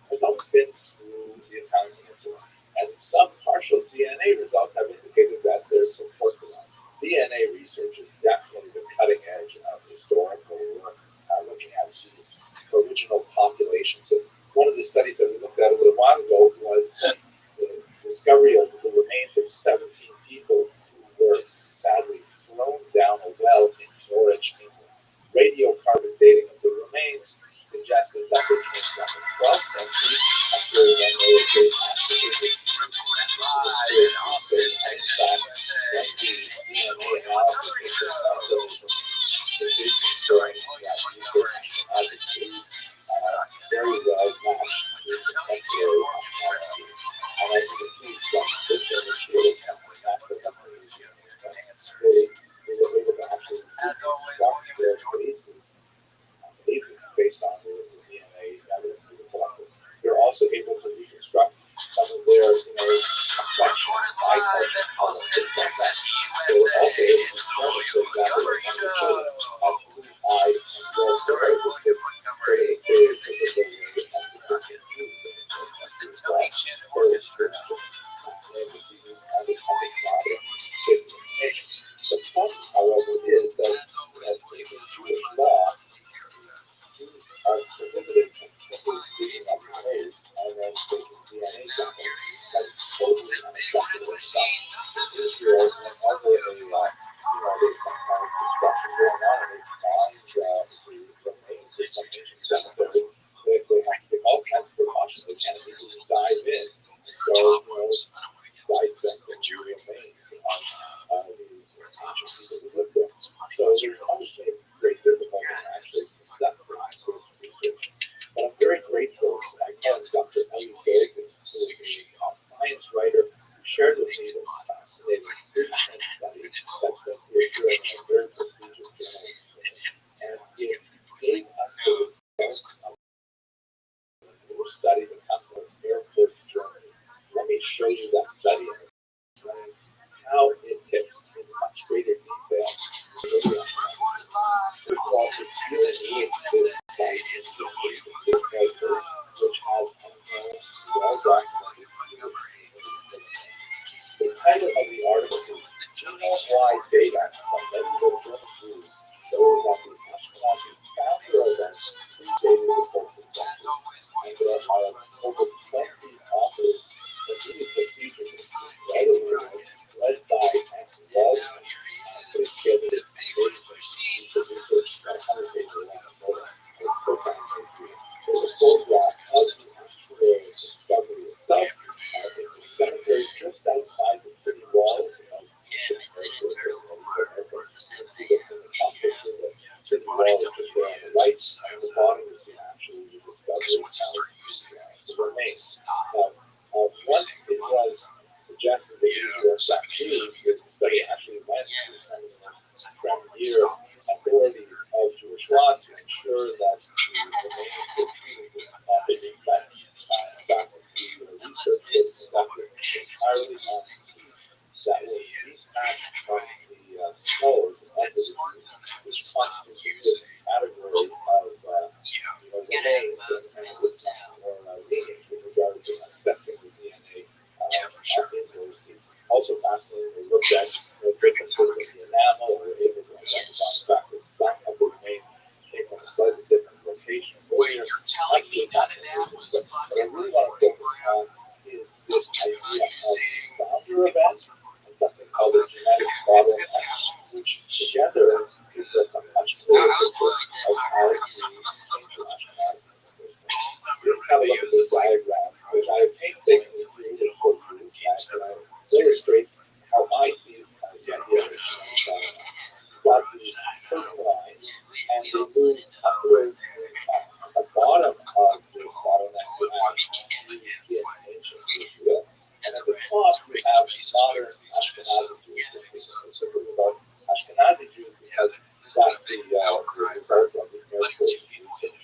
So the Jews in ancient Israel, there's really no category of race and condition. There is a category of religion, a category of tribal affiliation, and you see in lots of literary sources that there are tons of people outside Israel coming into genetic population. For example, the Bible is descriptions of Moabite women who first Thanksgiving, Mary Moab, and later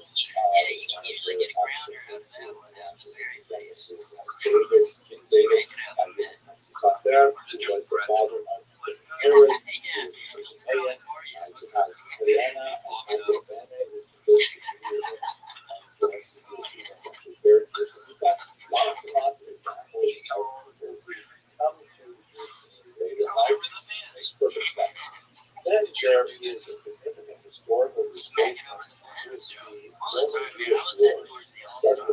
before 66 to 74 in the common era, a massive number of Jews are displaced from Israel and taken as slaves to Rome.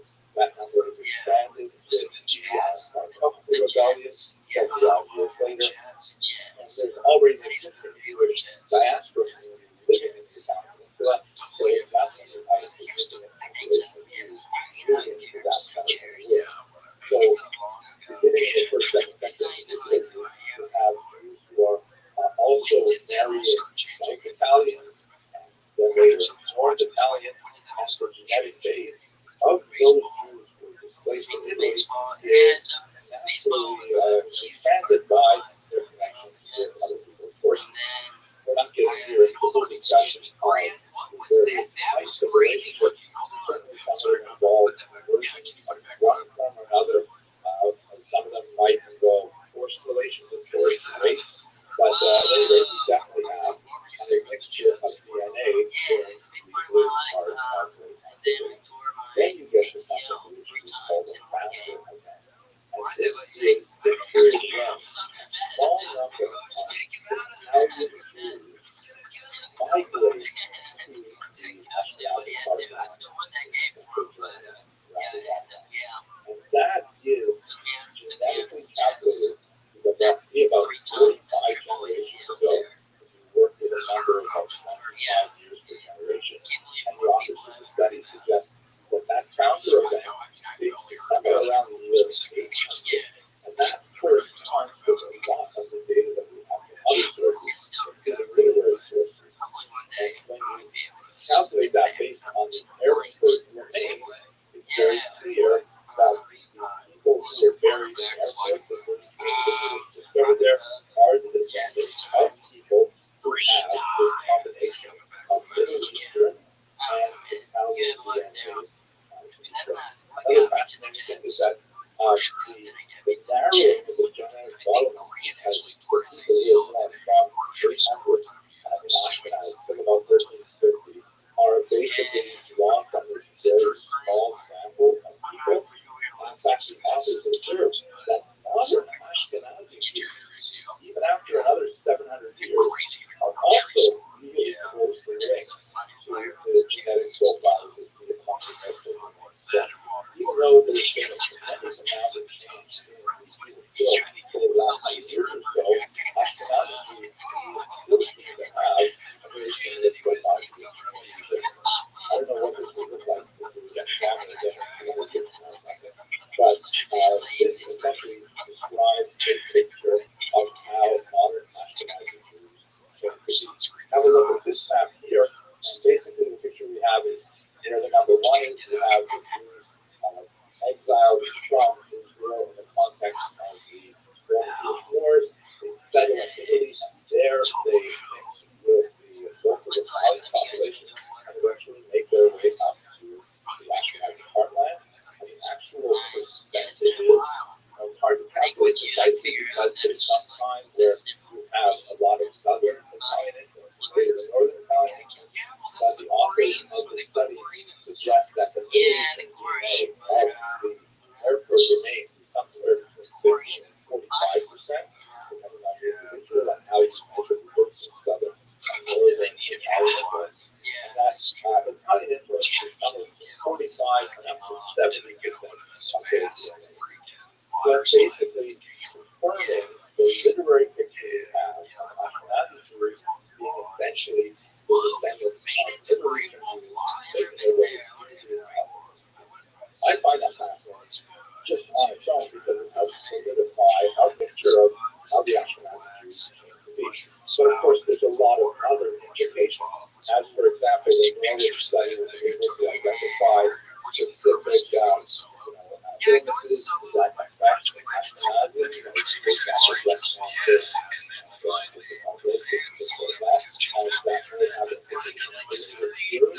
Ashkenazi, it also, pretty direct that has been more bizarre theories, for example, influence on Ashkenazi Jews, which is not supported by any of the research. And it was also especially relevant in a spiritual moment because there's so many people are really first people to argue that astronautics are not actually data sets. And with the R, historically speaking, we have been communists, capitalists. We're at a moment now where these are not actually used as something new. At any rate, I'm fascinated by this study, and I'm really hoping that if you might not be able to explore this, please join me on our social media go through other links to focusing on the history of astronauts. Thank you very much for watching this video.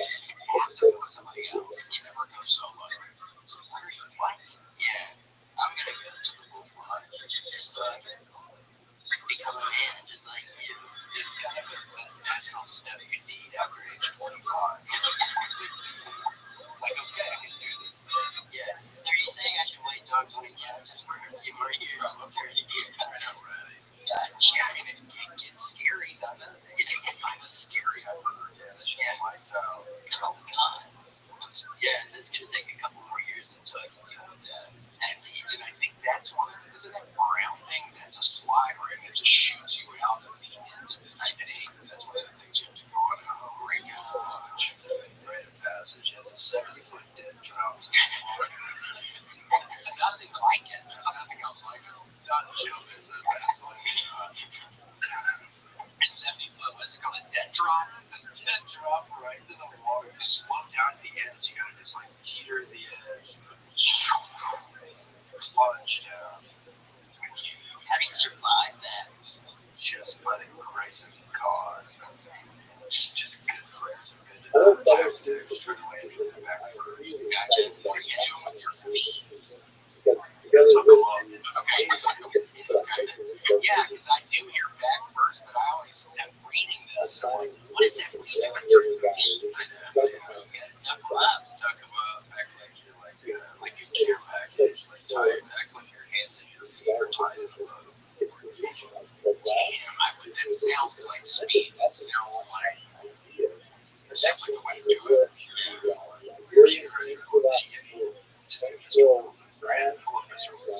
Yeah, did you get to ride one of those big boys? Yeah,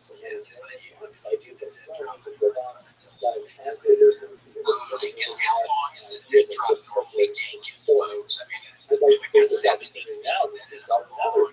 Yeah. At least 11 seconds. Yeah, sure. You can handle it. You can handle the G-force. Do we see like the spokesperson or just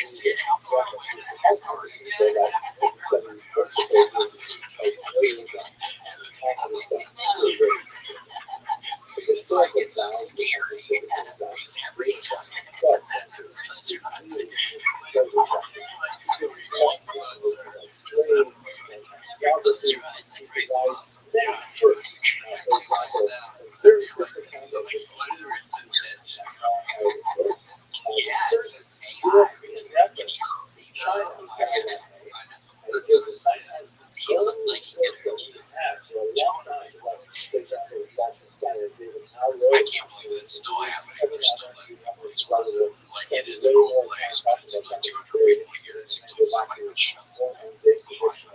Yeah, well, they usually get sent home with like AI or something. So, a lot of it goes under the table.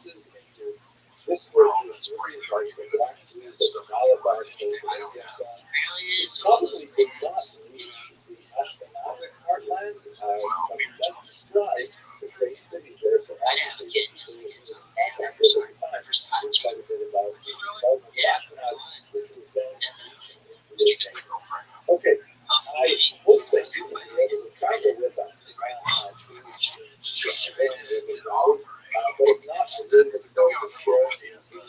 Yeah, I'm taking the child to the great fucking Grey Wolf Line. Yeah, and we can get some Versace out of it. And I think you also get free passes. Nice. Sacrifice. Yeah, get 6 months free. Nice. Yeah, 6 months. I mean, you're gonna take it or you're gonna leave. They're offering your ass 6 months. You're gonna. What are you gonna do, Graham? What are you gonna do? I don't. Whoa, hold on. What were you doing? I thought you were always paying attention to what we're. Yeah, I trapped your ass. I knew something was going on. I had a weird feeling. What's going on? What were you doing? I had a sense. I was pulling up. Let's see. Hello, Phillips. Jewish history. I'm doing a lot of research lately in preparation for a visit to Netherlands and Belgium to social route locations. Mendoza from the Big Island. That actually sounds like maybe a reggaeton artist. Mendoza. Yeah. Mendoza. You ever seen a movie shot as with an hourly set? And I used to get watch it all the time. It popped up on my Amazon the other day. It's like Scarface, but with Jamaican people. But it's like really low budget. That sounds really good. Yeah, that sounds really good. I just watched Scarface for the first time a few weeks ago. What do you think? It was fun. It was a very good one. Pacino, he's a lot of fun. Playing a Cuban guy. Yeah, I don't know if that would happen today, but it's still pretty cool. Yeah, oh yeah, that is fun. I haven't thought about it. Yeah, I haven't watched it in a while. And what the person gets chainsawed in the bathroom is kind of gross. Yeah, that one was cool. Fascinating and rather unique. That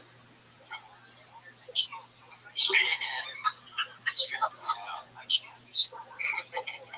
occurred in Amsterdam in February of Yeah, it's the 1941. other person. It's Organized monks, the regular people of Amsterdam, to protest the Nazi treatment of Jews. This was really something that was unparalleled anywhere else in the Nazi occupied Europe. About 300 town workers participated in this general strike by going off the job, and it's symbolized in particular by the dock workers. This was a movement that ultimately failed. In fact, it was brutally suppressed by the Nazis. The end result of the strike was not sufficient to hold back the Nazi atrocities that were perpetrated against the Jewish people of Amsterdam, Pacific, and even other nations in general. But nevertheless, it stands alone as a really bright spot in the history of the whole. So let's try to understand what exactly happened. So Amsterdam as a imperial was traditionally known as a very liberal city, known for its civic freedom and its general policy of tolerance. This came to a shocking end when the Nazis invaded in May of 1940 and immediately began to remove Jews from various civil service professions, in which they had integrated into very well over the course of the century. Jews protested against this. There were some street battles between the Dutch version of the Brown Church, known as the WA, and various Jewish self-defense groups. And some of those protests and battles actually got rather violent. On the 11th of February, one of these WA members was hurt and later died. The Nazis reacted with their typical harshness and collective punishment by sealing off an entire Jewish community. There were other battles going on at this time, including one rather important one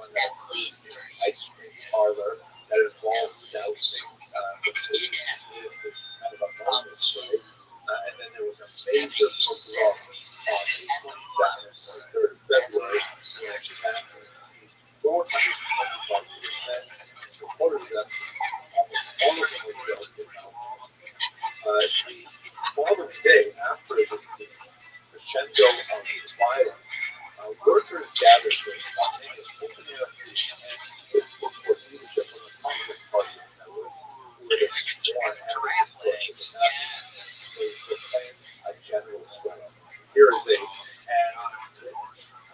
proclamation of the strike. Actually, was the word strike from this time with exclamation mark to emphasize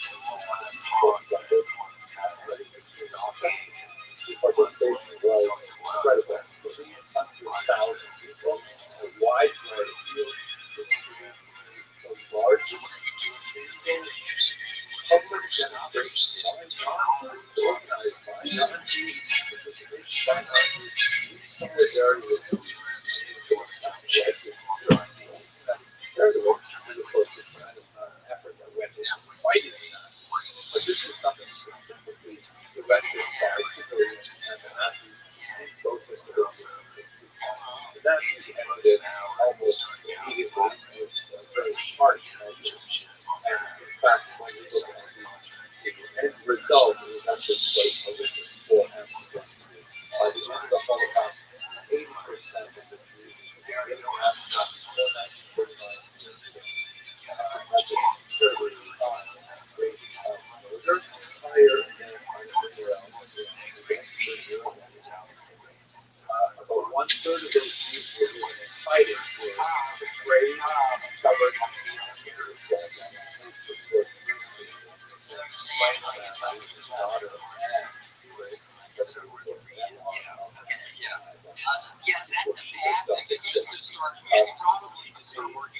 February strike, however, represents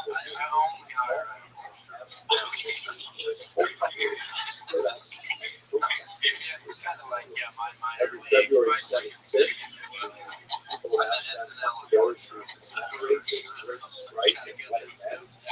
and they gather around this remarkable statue that was erected a few years after the war to remember him. It's called the Dock Worker by Marie and his actually it's a sculpture of not a heroic looking individual. He looks like a man in his middle age, somewhat perhaps overweight, still muscular. He is a dock worker, but he's not like in the Soviet, certainly not like the Nazi heroic model of like the Sultan next to the world and things like that. With his strong chin,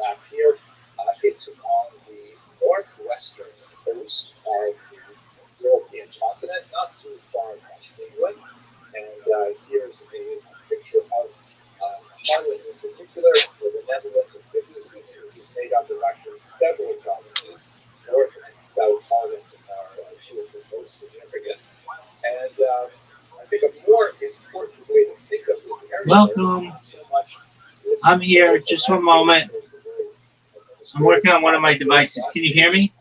this map here, which of course shows you the tentative route that we're planning to take in our cruise in August, alongside this map here, which shows you how much of this region is actually under sea level. The blue parts, the sky blue parts, are below sea level. And of course, you can see Amsterdam is like right above the blue there.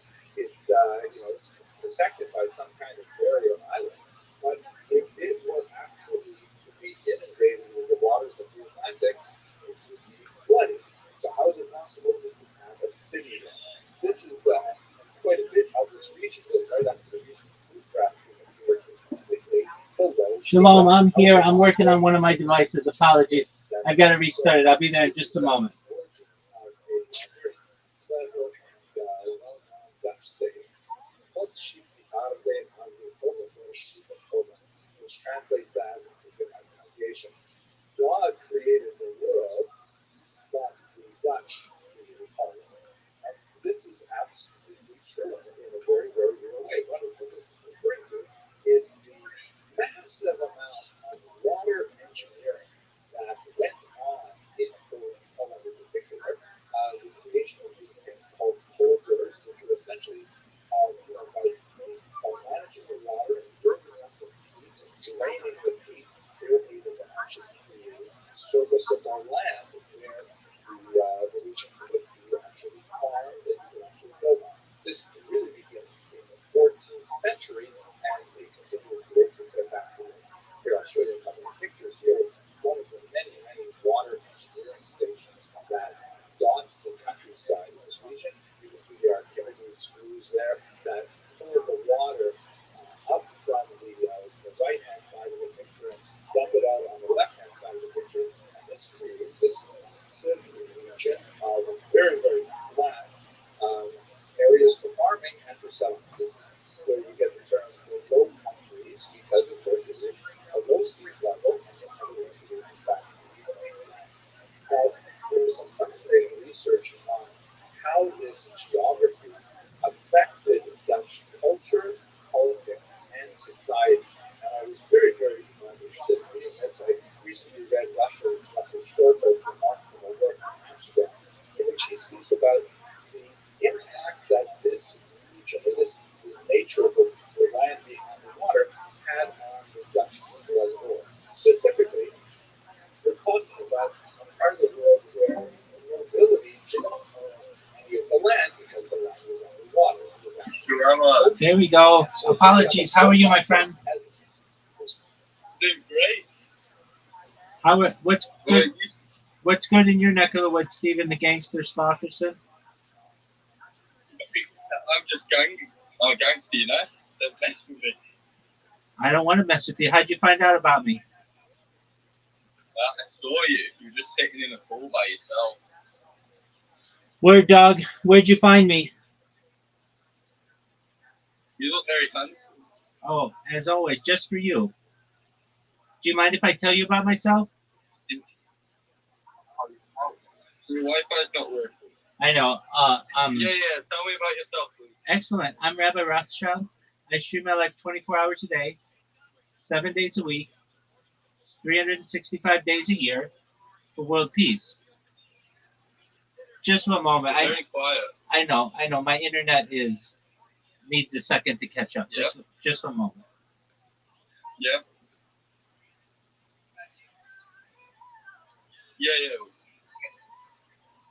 Yeah. For world peace, that's awesome. Word, dog. Just one moment, my friend. Thank you so much for your patience. I know it's not normally like this. Okay, here we go. Okay, can you hear me better now?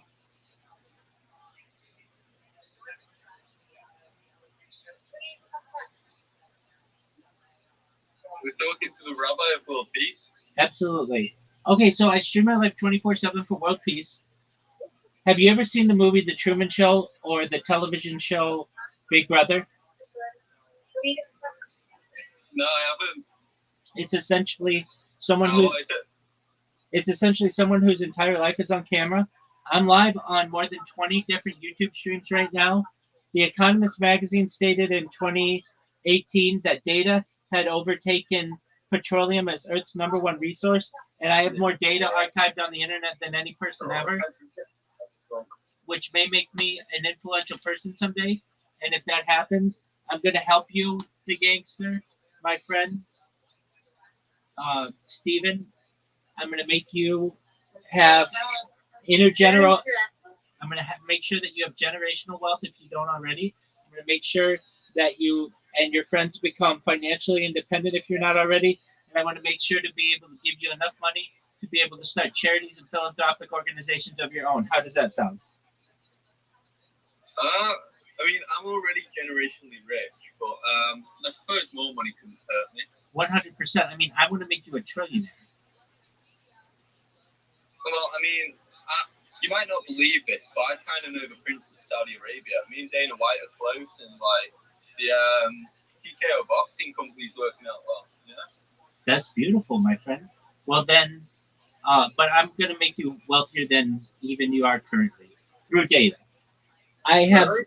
absolutely. I've been live streaming my life 24/7 for more than 3.5 years. I have more data archived on the internet than any person ever. We've seen the death of a queen, the birth of AI, the coronation of a king, and everything in between. I do so because I want world peace, but I also want to end world hunger through the use of technology such as agricultural drones, floating greenhouses, saltwater greenhouses, hydroponics, things like vertical farming and cloud seeding. I want to help end world thirst. I'm sponsored by a cryptocurrency that's worth about $100 million. And one of the things that we do is we build wells in developing nations like Nigeria. I'm an advocate for the Lifestyle program, but most importantly, desalination technology, where we pump earth seawater onto land to make it drinkable. I'm about futurology and I'm about big ideas. I talk about things like anti gravity, antimatter, faster than light communication, faster than light travel, things like space tourism, things like quantum computing, artificial general intelligence, artificial superintelligence.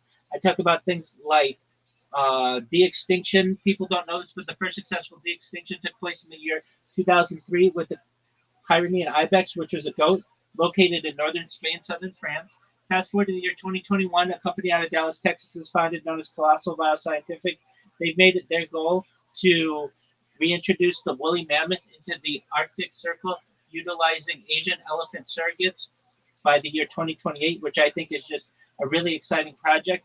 Following the reintroduction of the woolly mammoth, they want to reintroduce the Tasmanian tiger, followed by the dodo bird. They recently made headlines with their dire wolves. Joe Rogan has met their dire wolves. I'm someone who is a big picture thinker. Now, you said that you're a person of means, so that's great.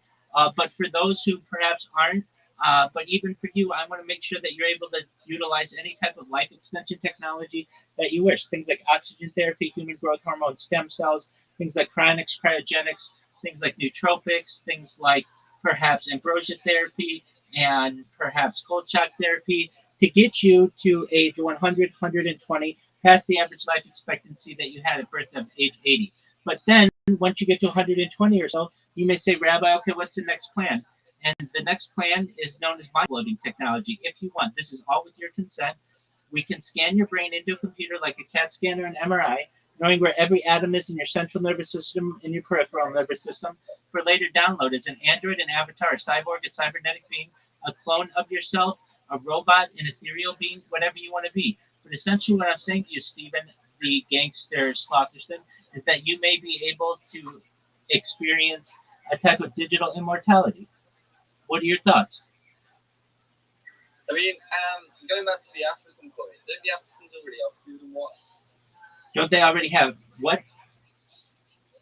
Food and water. You were saying that you were like Some don't. food and water, but like Some don't. At least they don't. no. We have villages of people in Nigeria who don't How have do it. they survive? Pardon me? Well, how do they survive? Surely, like they're just choosing not to like farm. I'm really confused. Yeah, I mean, so they may have water in a neighboring village, but their village doesn't have a well. So we build wells where they don't have them in a convenient place. Surely the neighbouring village isn't that far away. Why can't we just make like an African city and put wells everywhere? I'd like to do that as well. Ooh, I do like the sounds of like Nigerian cities with water. The journey of 1,000 miles begins with one step. I like to walk, so yeah, that sounds cool. Excellent. If I may ask, you found me through Discord. Is that correct, Stephen? Yeah. I saw like you were sat alone and like people were shouting like rude things at you, so I decided like to stand up for you because I run like the Jewish people. So like when Muslims come in like saying that you do horrible things to children, like I'm like no you don't. Like you're just trying to be like Jewish. Yeah, exactly. As you can tell, there's a reason why I don't interact with people generally in those calls because they can be rude.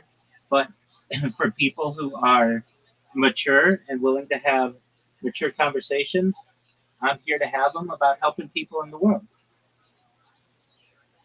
Yeah. Excellent. Well, it's been nice talking to you. I have to like go scuba diving now You in the like because I want to go to the Great Barrier Reef one day and absolutely maybe even the Titanic. Like so, I'm just gonna go scuba diving now. Nice talking to you. enjoy. Before you go, just know Yeah, that I'm here to be a positive person in your life. That I'm here to have an optimistic view on the future. And most of all, I just want to give people hope. So if there's anything you ever need from me, I'm here to help you. Okay? okay. Thank you, young man. Goodbye. Peace.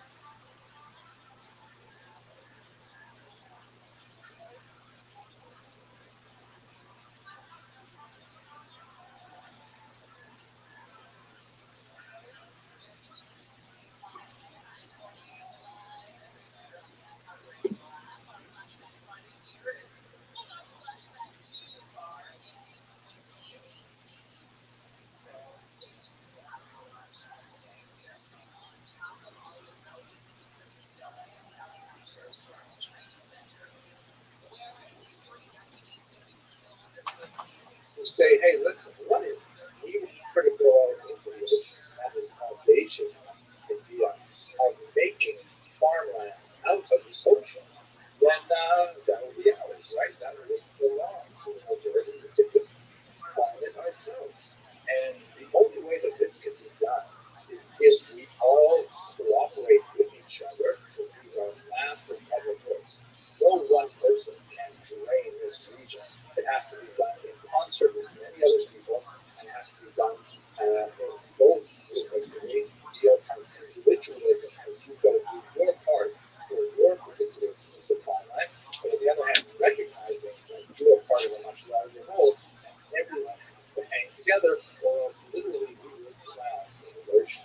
So out of this sort of system of thinking of landless peasants deciding to cooperate and build a society together, you have the unusual fashioning of the Dutch mindset, the Dutch culture that really can be seen in so many different aspects of their culture. One of the most interesting words that I came across was this word Gedogen, Gedogen, I think is pronounced, which means illegal but officially tolerated. Because if you live in this kind of society where everyone has to get along, if you have a neighbor who does something that is not, something you approve of socially, religiously, politically, as long as he manages to keep up his part of the social pact and keep the corridor drained and do what he needs to for the water management, you're prepared to just live and let him. Just let him do what he's going to do as long as he is observing the norms of society insofar as our economic reality is derived entirely from our cooperative nature, then that will be okay. And so the Dutch culture really evolved around this basic concept. We see it certainly in 20th century politics with issues related to a lot of the topics that are very controversial in North America, especially in the United States of America. They seem to be much more run-of-the-mill issues in the Netherlands. And that's especially important for us. I hope you appreciated this very brief geology and land management kind of discussion as an opener. Because we need to be convinced that this is what this means as a law market that means an overall social need of a society that needs to come together. And in fact, that's exactly what Dutch operators do. They were able to live and build in this part of Europe for many hundreds of years a very unique society. So that's what we're going to look at now, is how that society evolved. Let's start, first of all, with the origin. How did they get to the Netherlands in the first place? So, if we step back a little bit, let's focus on the actual question, how did the Jews get to Europe in the first place? So, it's very, very early to reach the Netherlands. So, the so-called Ashkenazi Jews. Ashkenazim basically means to trace their ancestry back to the region of Ashkenaz in basically northern Germany, so down line. This is kind of dark and somewhat artificial. When the Jews settled there, they sort of picked it out of the migrants that occurred. But called it Ashkenaz. There's no real connection biblically between the name of the Jews and the book of Genesis and just one particular African maybe there's a little bit of Jeremiah as well. We don't know where those religious knowledge is found in the Bible, but they're highly unlikely to be located in northern Britain. That's when they're associated with the Ashkenazi Jews much, much later. Here's basically how they get there. Now, this point, by the way, is derived somewhat from the literary record, where we have a 12th century account of how Jews got to Ashkenaz, written several hundred years after they had already well settled there, and that bears all of the challenges of legendary history that can be written as a way to try to explain a current reality rather than necessarily describing a historical process, but it's also been augmented fascinatingly with current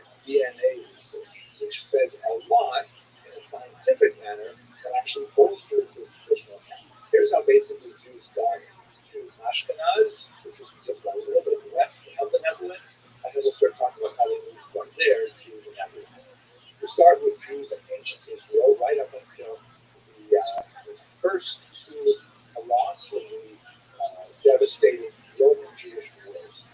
The Jews of Judea were found in the first century, starting in the year 66. That was crushed by the Romans. It took them quite a while. It was a pitched series of battles, but eventually it was crushed in the year 70 with pockets of resistance lasting for a few more years. This was the Great Roman Jewish War that resulted in the destruction of the temple. There was then a smaller regional war called the People's Rebellion in 117, and a much bigger rebellion that eventually rivaled the First War in the year 132. All of these, of course, were crushed with some remarkable challenges by the Roman government. The Jews of the region were frequently punished, particularly in the First War under the Bar Kokhba rebellion, with first deportation to the Italian peninsula, where they worked as slaves. According to Josephus, there were as many as 100,000 of these Jews who were taken in Judea during the first century, a number that many scholars believe is fairly accurate. And these are how the Jews basically got into Europe, primarily through Italy. Let's see how it works. So if you look at this chart, you see you've got the arrow on the left represents time, moving from earlier in time at the bottom, later in time at the top. You have Jews in ancient Israel, and then in the first and second centuries, about 100,000 men are basically sent as slaves to Rome. By the way, there was already a Jewish community in Rome prior to the First Roman Jewish War. In fact, a good 200 years prior, but the massive influx happened during the first and second centuries. And then while they're living there, they're also integrated into society. They ultimately eventually get citizenship. There's actually a fairly large number of Jewish citizens in the Roman Empire, and you begin to see the penetration of Italians into the Jewish ethnicity. This is largely done as far as we can tell through conversion, because when we get to about the year 800, there is what's called the founder event. This is the foundation of Ashkenazi society.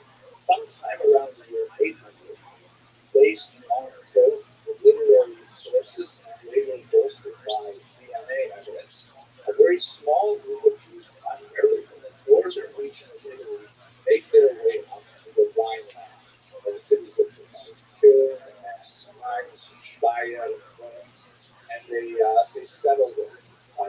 Some DNA evidence even indicates that about half of all modern-day Ashkenazi Jews are descended from four specific women who come from northern Italy. That is, their mitochondrial DNA, the snippets of DNA that a person gets from one's mother, and only women after them, means that they have four specific mothers. I like to look at the names of Sarah, Rachel, Rebecca, and Leah, but not really now.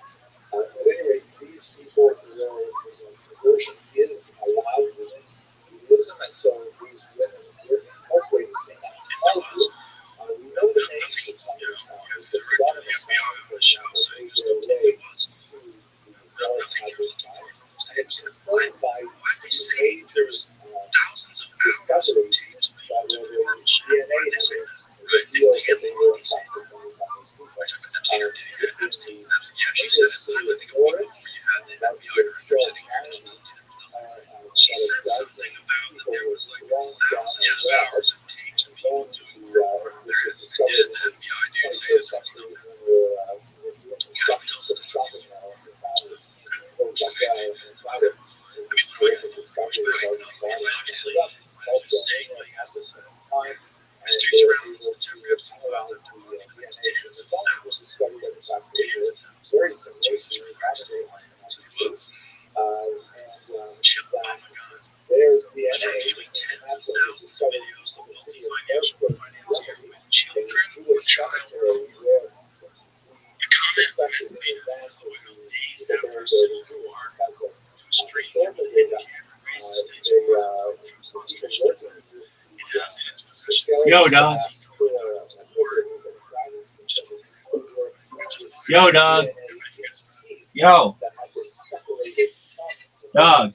by analyzing Yo, the dog. DNA of those people, because Judaism has a very, very high threshold of this ability to, disinter corpses or to rebury them and things like that. So we studied the separated teeth of Yo, dog. these 33 Yo. bodies that they found, just There you like go, Pam. the trove that was found in Norwich. These people were also closely related to them, and closely related, very closely related to the modern Ashkenazi Jews. Meaning there was a kind of a genetic bottleneck where, as opposed to like having all kinds of people mixing together in the region, here's this small group of people associated with modern day Ashkenazi Jews who basically only marry each other, which obviously has some genetic challenges. There are some diseases that are associated with Ashkenazi Jews, including, for example, the BRCA gene that is plagued for breast cancer and cystic fibrosis and FACE and all kinds of things like that. Because Ashkenazi Jews, before they get married, used to use modern technology to screen themselves to make sure they're an acceptable marriage partner for the person that may be their ancestors. At any rate, we basically have like a really narrow bandwidth of potential marriage partners for the next 700 years until we get to the modern Ashkenazi Jews who are genetically equally related to that founder generation, that founder of the possible singularity number. One last detail before we look at our map, but I'll help clarify this. There was a supposition that's been around since the 1970s that perhaps Ashkenazi Jews would eventually move more to the east. There would be the various regions of Western Europe, that anti-Semitic pressures, and they would be invited into Eastern Europe. That would be Lithuania, Poland, and in particular, would be invited to Eastern Europe for economic reasons. The proximity to the Alps is one of the transactions would allow it to eventually make more than 8th century, but in fact result in a case that modern Ashkenazi Jews are descended from those sunflower lands rather than the Middle Eastern Jews mixed with the Italians. So DNA research does not support this particular thesis. What does it actually look like? Here is a map, another map of the DNA studies. The purple lines are the most important for our purposes. You've got, after the first century, a massive movement of Jews, largely as a result of those Roman Jewish wars, into the Italian peninsula. They then continue on in the 9th century up into northern Europe. There are also Jews that are simultaneously making their way across the coast of North Africa. That's the green line. And they develop a very major center in Spain. And then those Jews from Spain will later mix with the Ashkenazi Jews. Ultimately, where you see the number 3, those large Ashkenazi populations being moved very far east, where they become much more dominant in the Polish Lithuanian Commonwealth and in the center states. So that's basically we're charting out the major DNA trackable population of Jews, which matters, of course, not organizations were cooperating and building in their lives. The Italian Yo, dog. Syrian sources, if you look at the DNA of the Ashkenazi Jews in their first studies, which could be discovered. How you living, Pam? The Ashkenazi Jews there have No, I asked you what you're doing. 45% Oh, of their I was about to go to sleep. going back to the Middle East. Oh, What's on your agenda? good night to them. Okay, very well. How'd you find out about me? I found you because of my friend. My friend is also have been in this call. Oh, very cool. Well, I hope you have a wonderful Yeah. day. And when I get some sleep, I'd love to talk with you, okay? Okay. Peace, my Good friend. night. Goodbye. What a nice person. That very large number, a large amount of their DNA is actually from the Italian population, they lived for several centuries before making their way up into Europe. That's basically how Jews got to Europe. How did they get to the Netherlands? So we have only a few isolated references of Jews in the Netherlands until about the 13th century. Then we begin to see them pick up a little bit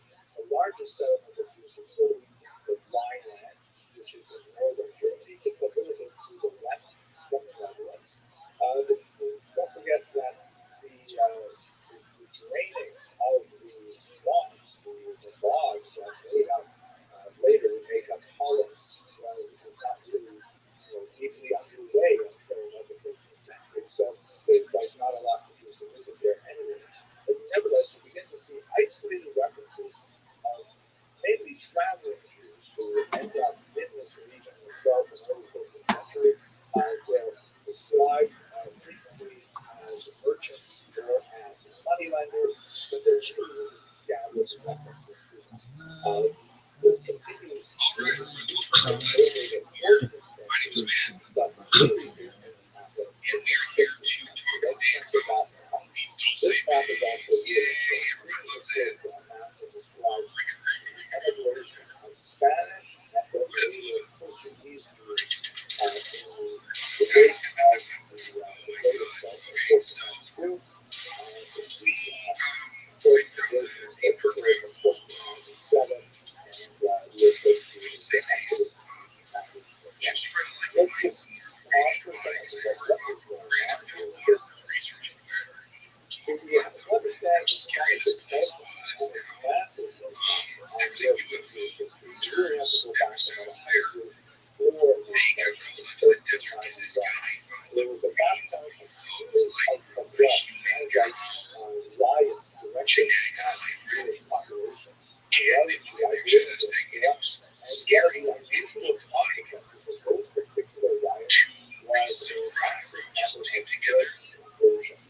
In other words, you had like masses of hungry peasants descending on Jewish communities and demanding that they convert or die or be forcibly converted. And you had a very tens of thousands of Jews who elected to undergo the ritual of baptism. Oftentimes, the guys going there was really rather on the spot, and Jews were kind of like Jews that have this actually. The church, which has long condemned this practice of forced conversion, nevertheless is kind of practicing in this ideological position that once a person is baptized, if they've done everything less, then nevertheless Christians. And so you have this unusual situation that happened lasting for about a century, where you have these people who consider themselves Jewish, and yet were legally Christian and were free from other anti-Semitic legislation and restrictions that had required them to live seclusion, only occupied certain occupation, never be allowed to attend higher education. All of a sudden, it's as if they received Christian driver licenses. And so you have this phenomenon of irrespective, there are some Jews who became true believers and deeply committed themselves to Christianity, while other Jews received the benefit of the imposition of Christianity on them, and so the percentage life to practice Judaism seemed sort of necessary. And then you had people in between, people who were willing to go along to get along, but still considered themselves very Jewish and marry other associates or other parts of their Jewish religion. So this actually, I talked about how the Christian Jews, they actually succeeded under this safe environment because they were no longer held down by the artificial restraints that society has placed on them as Jews. And they rose up in virtually every area of their endeavor, with the possible exception of sexual farming, because they were illiterate, they were ignorant, they were urbanized, they had a very high level of participation in education. And so over the next 100 years, from roughly 1591 until the racial expulsion, you have this phenomenon where there was like a second class in a society of people who trace their origins back to Jewish roots, and they have been extremely active in their Jewish practice, but nevertheless had a very high level of tradition in Spanish society and even in the church. So getting closer to the end of the 15th century, the church decides, or actually the crown in Spain decides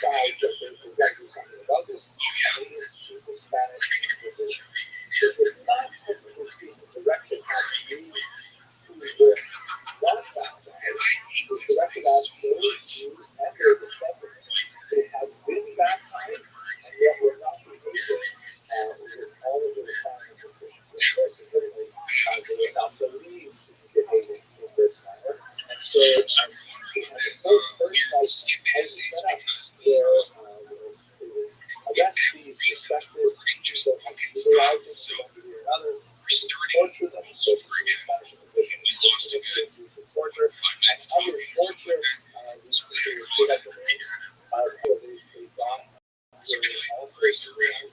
this was Same page. Just basically talked about you community related to these. But it was first discovered by a man named Benz. Just they haven't been done long. Be living right across the street from an Air Force base out here. Because they are still strong baptized in practices in our society. They're still maintaining schools, they're still maintaining local food shops, and they're still maintaining, the medical services. And so efficiency are always being put on track to the see of intellectual spiritual oppression. So Kamada argues, basically, Isabella and Ferdinand, that all of the trees have to be replaced, not the baptized tree, because they are technically Christians, but all of the regular non-baptized trees must be exited from the tree. And that is exactly what happens. There was a massive exodus, using the red line, they're headed to North Africa, they're headed to Constantinople, right, stolen, and then they back to Israel, where they were able to handle the great So Paul Penowitz is just, just such an interesting guy. He was a genius. He had his own military instruments company that he started and ran by himself. It was very successful. He was a pilot, very and he served who had he really was very good. But then when he started picking up transmissions from base, he for some reason didn't think that it was secure military information that he was getting from even if he brought it to the government, this is basically when he was shoved through He was, of course, wrong. When the Inquisition came to Portugal in the 15th century, it was even more brutal than that in South America and Spain. And so many Portuguese Jews in the 15th century began to seek ways to flee Portugal. Many of them went to Brazil, because the states people. Some of them even ended up in Amsterdam, which is basically about half of New York City, and a lot of them in the Netherlands. People who call themselves a separate nation, the Portuguese Portuguese nation, who were basically using like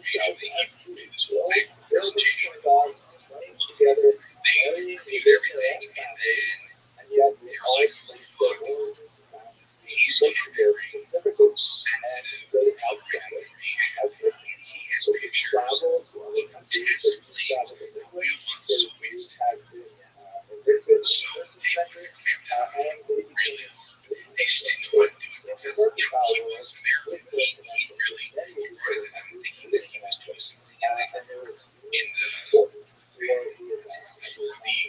government themselves, national security. They have this idea of rebellion, right? And then it turns into them deciding, But as they say, oh, we're gonna keep this guy silent. Okay, he thinks it's aliens. He could go. Spanish and they basically said, So, Portuguese and people, they they probably would beneficially have a Jewish in their homes and things like that. But they're not bothering anyone else. They're not specifically involved with agricultural land, but they are considered society for their mercantile activities, things like that, not bothering anyone. So life is persecuted them. This was also in line with the trend of Protestantism that was very strong in the region. In contrast to the Christian immigration, much more prevalent in parts of Germany,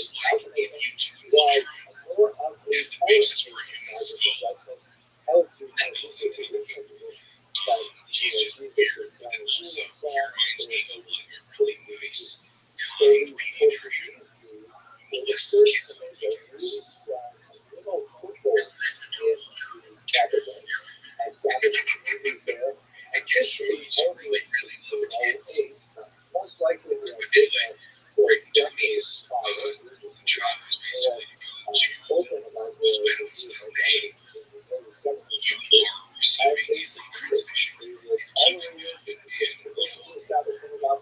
literally on the table for this stuff. and later on, Anybody who were coming from Eastern Europe, particularly in the late 1900s, ironically, we were this more as a Ashkenazi, with the way the population was Western Europe and North America, predominantly Ashkenazi, sometimes to a wealthier part of the world. So you have this stereotype of Ashkenazi being the brothers helping out and the father and the Portuguese to the younger brothers. In reality, at this time, it was definitely the opposite. The Ashkenazi was the leading immigrant Jews, and the Portuguese were the well-established, wealthy Jews who demonstrated tremendous generosity and largesse. Caring for these national Ashkenazi. But that's one of the things that I think that was so fascinating to me. It's one of these meeting places of multiple Jewish populations, very different attitudes, very different perspectives on life in the world, and that's what we see, especially now that we've got the most famous Jewish inhabitants of the region are those I know we're really good at that. We're not discussing famous two of that kind of this is a remarkable perspective. This is sure that it's represented from the Jewish because I think it's quite is coming like possibly being put for us. There is a Pascha who was Jews who, like many, did not learn of his Jewish identity until he was so his parents ultimately divulged his identity to him. He had already known that he believed in linguistic theology, and he was very, very excited about it. He actually took high school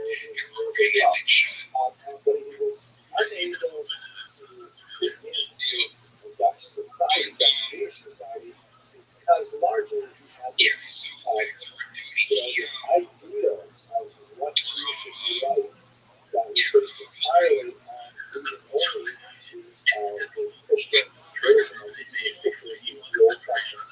He read about Abraham, Isaac, Jacob, Moses, David, and whatnot. And so that's actually so he got that from the Salvation regular people, but they were sometimes, not so careful with their language, and sometimes not really demonstrate the high level of language thought, the pleasure of a gadfly on the story, and he took it to extreme. He actually published books with ultimately, is a shows for guys as a war guest. So this third perception is his house, place that he trace to the secrets he was receiving from the Air Force Base. Placed it with their decided they translated how they can use they translated in this crazy like Eli saying here sources as per identities is now to us I really see black long like chair, he's got this 1,000-yard stare, looks very somber, pretty nice laugh. And these boys with long golden curls, languidly holding on to some flowers while looking at Dan under the text of a book, that's just to represent the nose up. And in fact, we overlap with most of 20 years.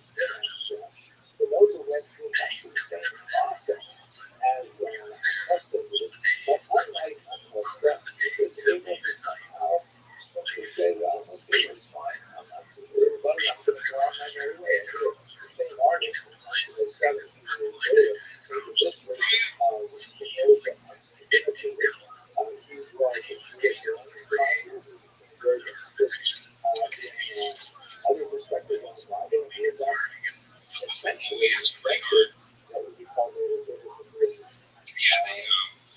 They really did a number on this guy. It was not good. But in many ways, he was an architect of modern philosophy. He was also excoriated by the community. He felt that his ideas were not only antithetical to Judaism, but they were also antithetical to the protection of the community, because the Jewish community did not want to rely on this idea of pure legalism, which is elevated. They wanted everyone to stay in line and have their ties on and look proper. And they regarded it as a hatred of Judah, whereas when you see his attitude of sorry about that, but I'm going to go on there. That's kind of great explanation. He was manipulating intellectual format of the people that were This can't be their main. it was a place of tremendous activity, So he discovers centrocentric.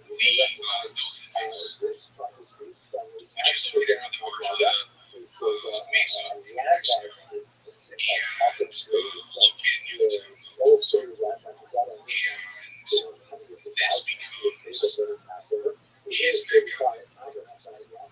took Calcutta. Makes a number of its fucking hard. Because when you see the movie that was Watch Broadway, and watching the movie, you see the pictures that he took, and it's like, yeah, this is where alien spacecraft, spacecraft crashed, and this is its atomic fuselage, and he had all these really structural pictures every year, and you're just you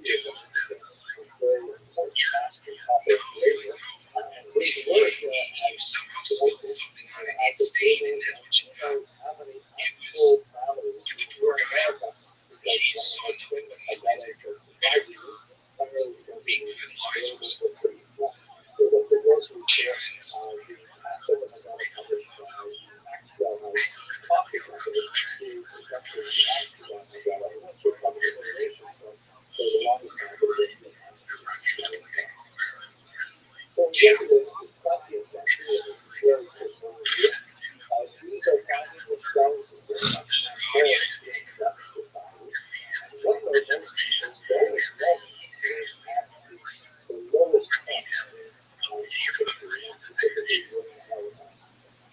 it's just the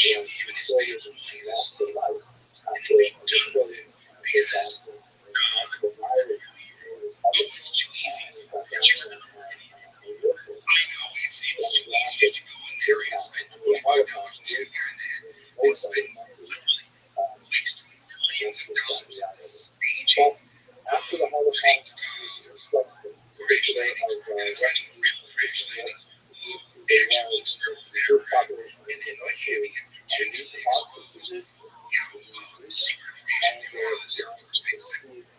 Just brutal as that.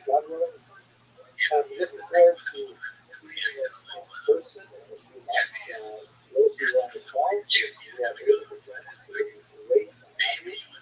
here's our presentation now. We're going to turn to the Q&A. Thank you very much. Very good. Hopefully, Just a intelligence guards who are very clear. welcome. So, if you look back to those parents, usually have Alana. Alana who's kind of fallen out of favor in the prior years because it really was kind of a children It's flaws there was you guys know Chris. just over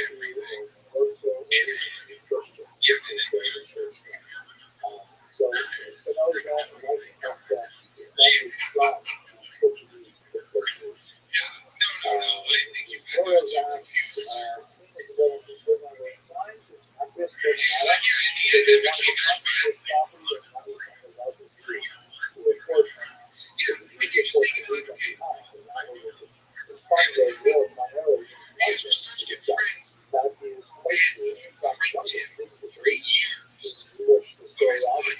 So it's like, what the social issues primarily economic, or maybe a function of the economic needs, or was it a function of ideology? For example, there's a development they really want to get rid of all of it. They can not only totally dehumanized but also dehumanized. Drive out the institution because he could not separate man from fiction any longer. He refused life because he believed one man's worth everything. But then when it really comes down to it, his was a grace underground here closing.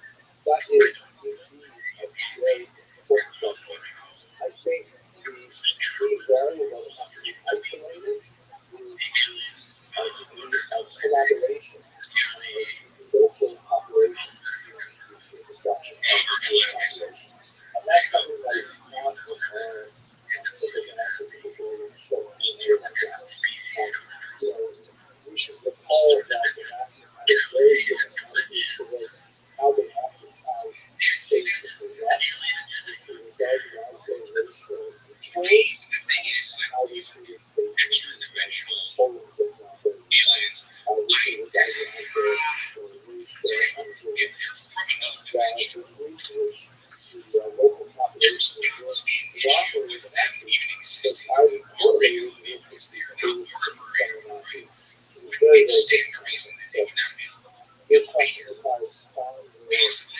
I don't know because I'm not an alien. And I know say things and I don't know what's on the 7th base. I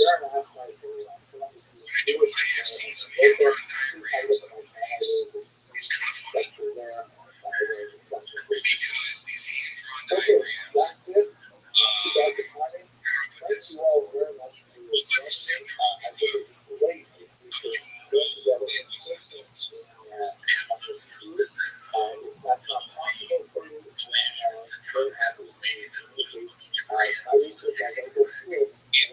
it was a thought. And actually, one of them was a grandparent. So I thought that one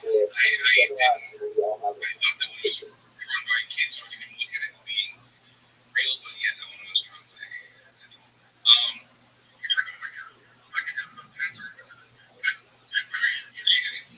so seriously, dude, just get a graphic designer and describe it to them. You say have to do a really good job because they're never going to know if you're right. It's get the graphic designer to do it, and then have them raise his mind, and then you're ready. That's true.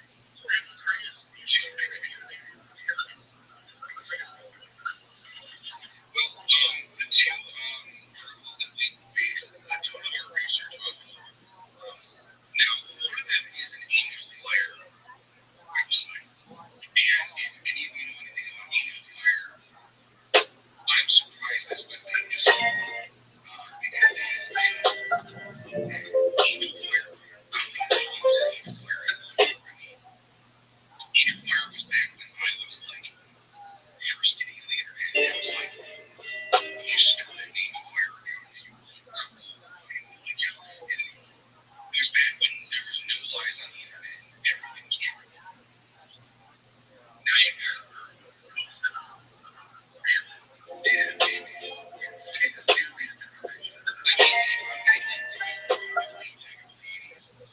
probably a chance I'm not going to believe it, but I'm going to go with it anyway.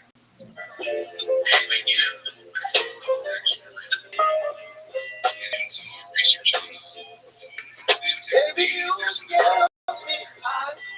Hello, fellow students of Jewish history. I've been doing a lot of research lately in preparation for our visit to the Netherlands with pictures about cruises. And I came across this one individual who was so fascinating that I have to share his life story with you.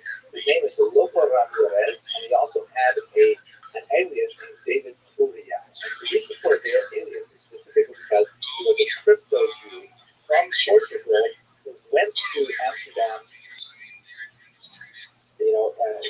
decided to start living as a Jew, and became a very prominent individual on many different planes of his career. So let's go into his story. First of all, he was born in Lisbon, Portugal in 1594. That is almost a century after the forced conversion of the Jews of Portugal, which resulted in several generations of crypto Jews. Jews who were forced to exhibit the external lifestyle of Christians, but internally they had various degrees of relationship to their Jewish identity. As we've discussed in many other classes, this gave them unusual advantages in society because as Christians they were no longer bound by anti-Semitic restrictions of not allowing them to attend higher education or travel or businesses, all kinds of things.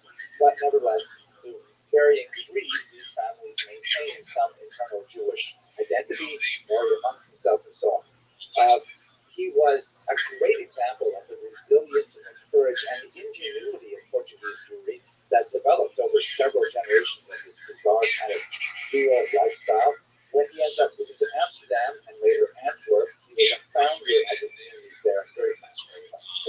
So the name Trudiel, which is this Jewish name, probably came from one individual named Trudiel del Duero, who came from Castile in Spain.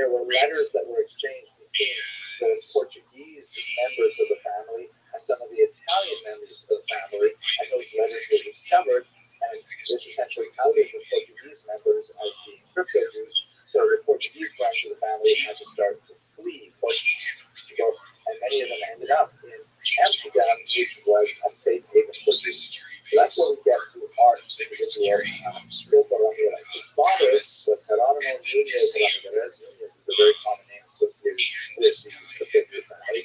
He was a famous doctor in Lisbon who was very much involved in practicing and teaching Judaism in secret. We know this, by the way, because when some of the relatives of the family were arrested by the Inquisition, they kept file transcripts of the tortures and confessions, things like that. And so we actually have this sad, tragic record of what was actually going on. So when Ramirez died in 1609, he was a very prominent individual, and especially doctors held a lot of sway. So frequently they were immune from a certain degree of persecution. But once he died, his family was exposed. So Ramirez's wife and his children fled first to France, and our protagonist, Loco, was 15 years old at the time. They lived in France for a while, but his mother died 5 years later, and Loco, with a younger sister, ended up moving to Amsterdam. In Amsterdam, he ended up rising as a very successful businessman, using connections with the local Portuguese Jewish community. He ended up becoming extremely successful in both the jewelry and the perfume trade, including raising these bizarre animals called the African civet cats that apparently excrete kind of a musk from their anal glands. I kind of went down a little bit of a rabbit hole looking at that particular aspect of the portrait industry. Anyhow, he got married to a woman named Maria Bettina, and don't be confused by that name Maria, even though it's a traditionally Christian name. Her actual name was Rachel Nahar. She was a bishop Jew after that. So, working in this trade, becoming extremely wealthy, he was also highly regarded for his personal integrity, and he was named at the age of 24 to be the Rabbi at the Jacob Synagogue in Amsterdam. Very, very important position. And he handled it very well. He was especially involved with a dispute that ended up in a breakaway minion, which happens all the time. And he managed to, kind of smooth out relations between the parent minion and the child minion, and make sure that the treasurers of both institutions were able to combine their funds to ensure that the poor of Amsterdam were to be properly treated by the charitable fund. He was later very influential, several decades later, in bringing together now 3 synagogues to form one single organization. So it's very much a sign of his business acumen, his personal integrity, and so on.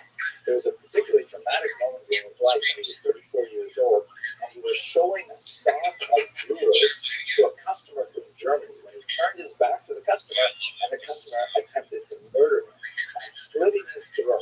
Miraculously, he survived by wrestling himself out of the grip of his customer, and the attacker was then caught and was in fact tried and executed, and his corpse was sold to the University of Leiden for dissection.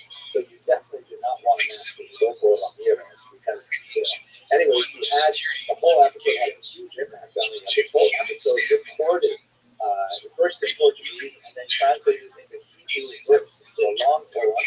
He kept the scroll recording that particular story with him at all times whenever he traveled. And on Purim, the family would read this scroll every year alongside the Book of Esther. So it was kind of like his personal Purim story. Perhaps the reason why he was most famous, however, going well beyond what he did in the Jewish community, was that he ended up becoming very deeply involved in high-level diplomacy involving Spain and Portugal, which had significant tensions at the time. He was very much involved in lots of international affairs, working with both the Spanish and the Portuguese governments, and especially when Portugal seceded from Spain in 1640, Leopoldo became a major promoter of his estranged homeland. So we see an unusual phenomenon here that actually shows up several times in these Portuguese Jews. So even when they are, estranged from their land, not able to return because of the Inquisition, they still bear a tremendous love for their home country.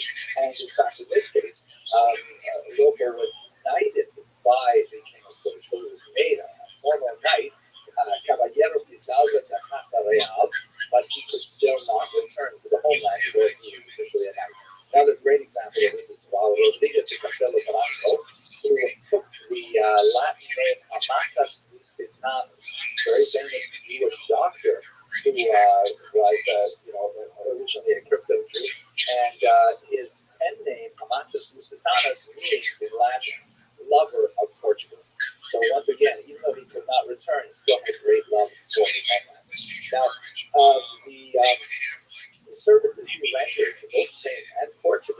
were not always appropriately appreciated, even though he was named as a knight. The King of Portugal was advised, like that would be chief from Germany, do not mess with local Ramirez. He was told by ambassador, whatever you do, make sure you pay local Ramirez on time for his services because he can be quite dangerous. Where we would see this, perhaps, this other side of him, even a controversy that occurred a little bit later in his life. I don't want to go into too many details here, but you can look at the little information box on the YouTube that will give you the link to an article where it's discussed in great detail. Basically, there were three Jewish men who married three sisters, so three brothers-in-law to each other. Local Ramirez was one of them. One of the other brother-in-laws, a very wealthy man, died in 1641, and he left his massive fortune to his orphaned 4-month-old daughter. His wife had already passed away, and he named his two brothers-in-law, including Loco, as the guardians of this unfortunate child. So here's Loco and his other brother-in-law taking care of this 4-month-old daughter, who is hugely wealthy because her father left her a massive amount of money, but none of the estate was left to the aunts, the three sisters, the two sisters, one of them, of course, passed away, meaning Ramirez's wife and his sister-in-law. So at a certain point later on, the brothers-in-law sought to use a legal technicality to try and claim some of that money for themselves. This was viewed with tremendous disdain by the Amsterdam Jewish community, and the Maham, which is essentially the formal Kehillah organization, formal community, placed both of the brothers-in-law, including our Rabbi Ramirez, in Nidui, which is a form of ostracism that is one level short of Karen, which is a much more stringent and sometimes called excommunication. In general, the Amsterdam Jewish community used Nidui and Karen quite frequently. You may be familiar with the case involving Father Spinoza, Ulam Costa, and others. So this status of Nidui lasted a very long time, and Loco Ramirez himself, because he was a very proud man, he had tremendous achievements, very wealthy, he ended up organizing for himself the possibility of living openly as a Jew afterwards. This was something that was not done at all, but he had many connections with the ruling authorities. Even though the papal nuncio himself opposed allowing Loco Ramirez to do that, or to set up there, he nevertheless was allowed to do so.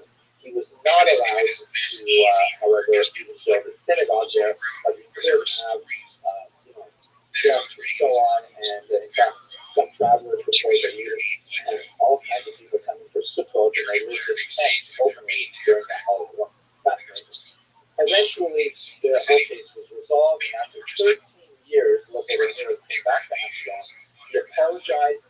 He paid a massive reconciliation payment to make amends by donating to charity, and ultimately, he regarded Amsterdam as his home. He was passed away in Rotterdam, but he was taken to Amsterdam. Fascinating story. Local Ramirez David Julian. Hey, I hope you enjoyed this, and I hope you'll be able to come with us on this trip to the Netherlands, which promises to be absolutely fascinating. And if you're not, then God willing, we'll have some videos for you to enjoy. Thank you very much for watching.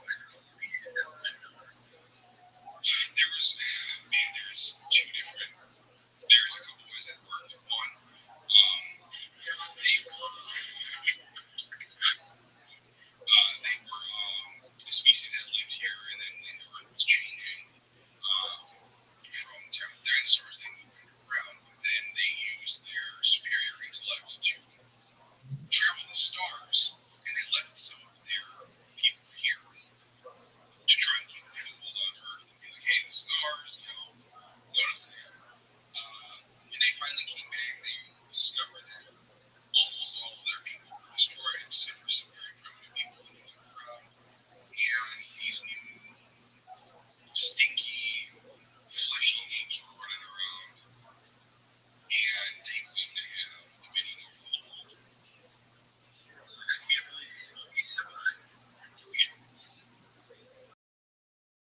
So they came in and then they started making deals with ancient humans. They said, I don't get it. Why would you make deals with ancient humans when they go?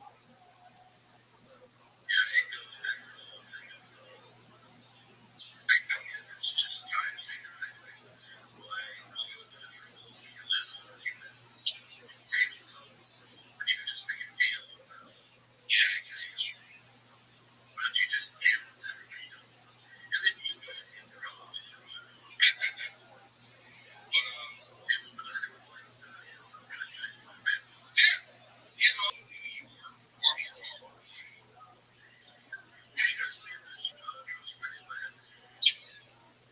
Yeah, 12 foot tall dude. But then nonetheless,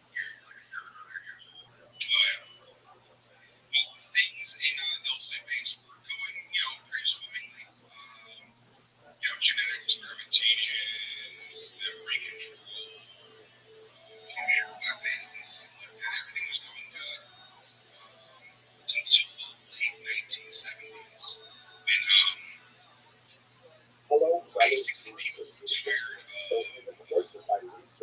aliens stealing everything, stealing what was the article that they say, pretty,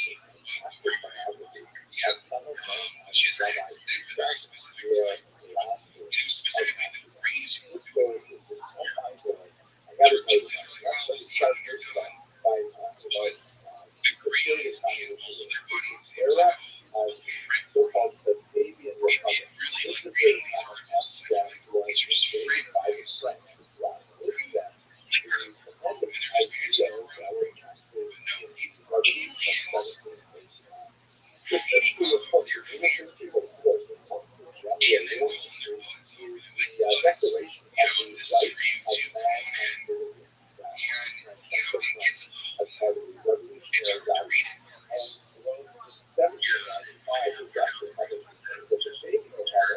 they inherited some of these ideas from many local Dutchmen who said, It's seriously, these articles were very detailed in those areas.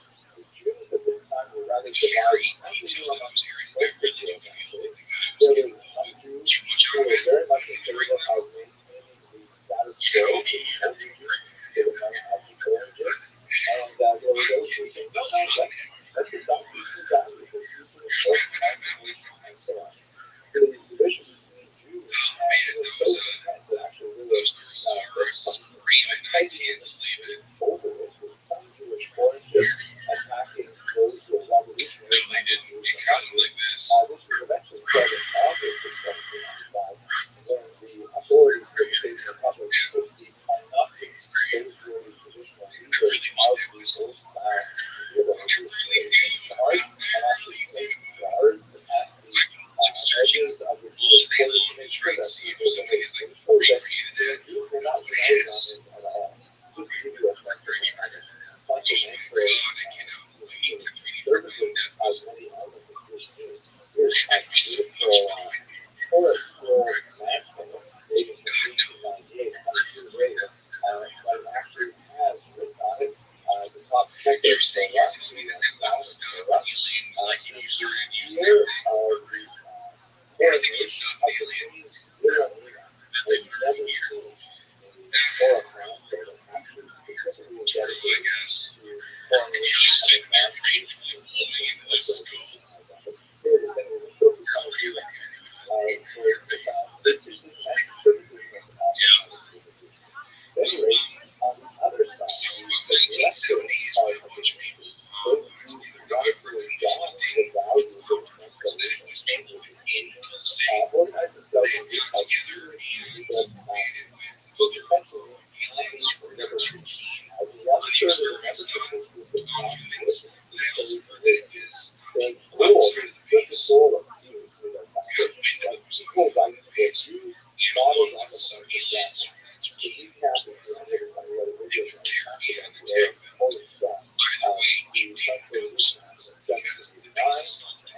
rightful Latin citizen. There was a question was, what about us Jews? And the French government was not really thinking about that.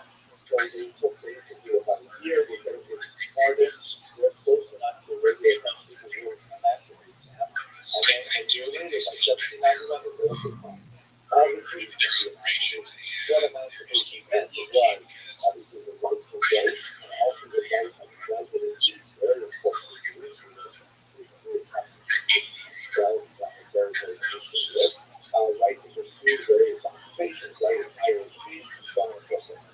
But let us return to what happened in the Asian Republic in 1796. September, the Jews there were also emancipated remarkably, and they began to exercise that privilege. Ultimately, in 1798, a Jew was finally appointed to public office.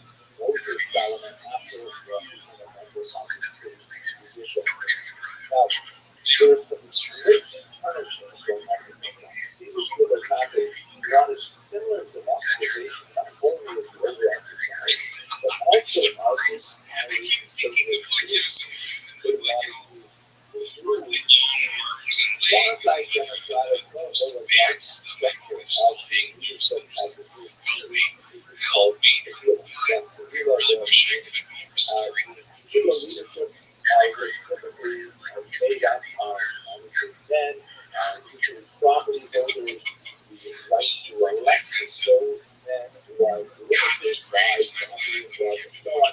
And although this is effective, that has proven to be dead for almost 2,000 years at this point, many people said they should expand the franchise, expand the way in which leaders are chosen and so on. The traditional leadership really didn't want to make that change. And even though the Canadian Republic was espousing a lot of these very progressive values, they really didn't want to get involved in the internal machination of the Jewish community. And so they wanted to keep the old guard in place because they, after all, were the gospel believing and had done very well during Jesus' years.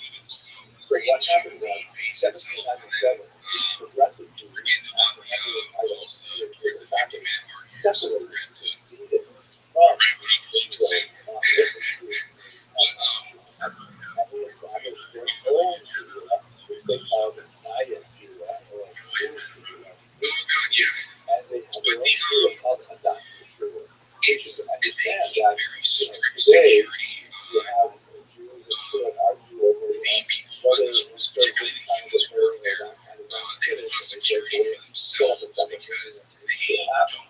That's kind of like the American way of doing it. In fact, the Christian European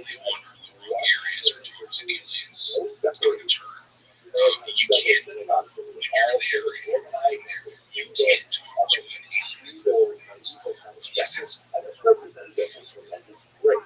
It was also the evidence later on, especially later, a lot of times in the world, in factors online, which they separation of orthodoxy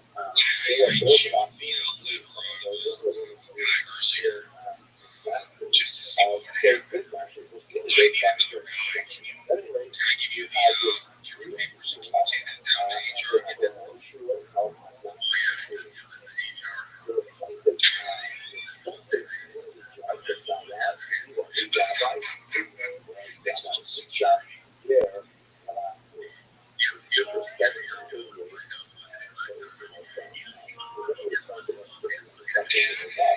But just understand the membership of the Nigeria was pretty small. There were about 20,000 members of the old Shura. The new Shura only had about 700 people, and only 180 of them actually totally members of the foundation. So it was much smaller than largely related to certainly very if not local, controversy. I was young with everything that was really tends to deep down the way to the church. So there was kind of like a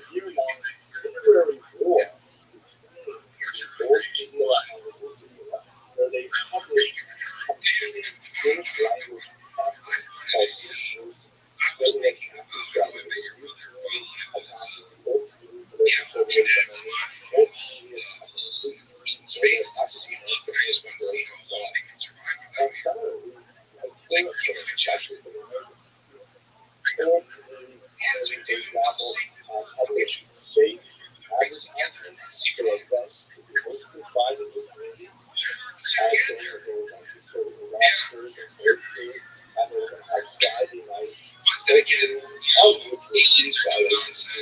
And just be false. They don't do anything like that. And if we should give a little backstone, I'm looking forward to reading some of those a bit later. But when we actually look at what political changes that the diet did that were so radical, it's really funny actually.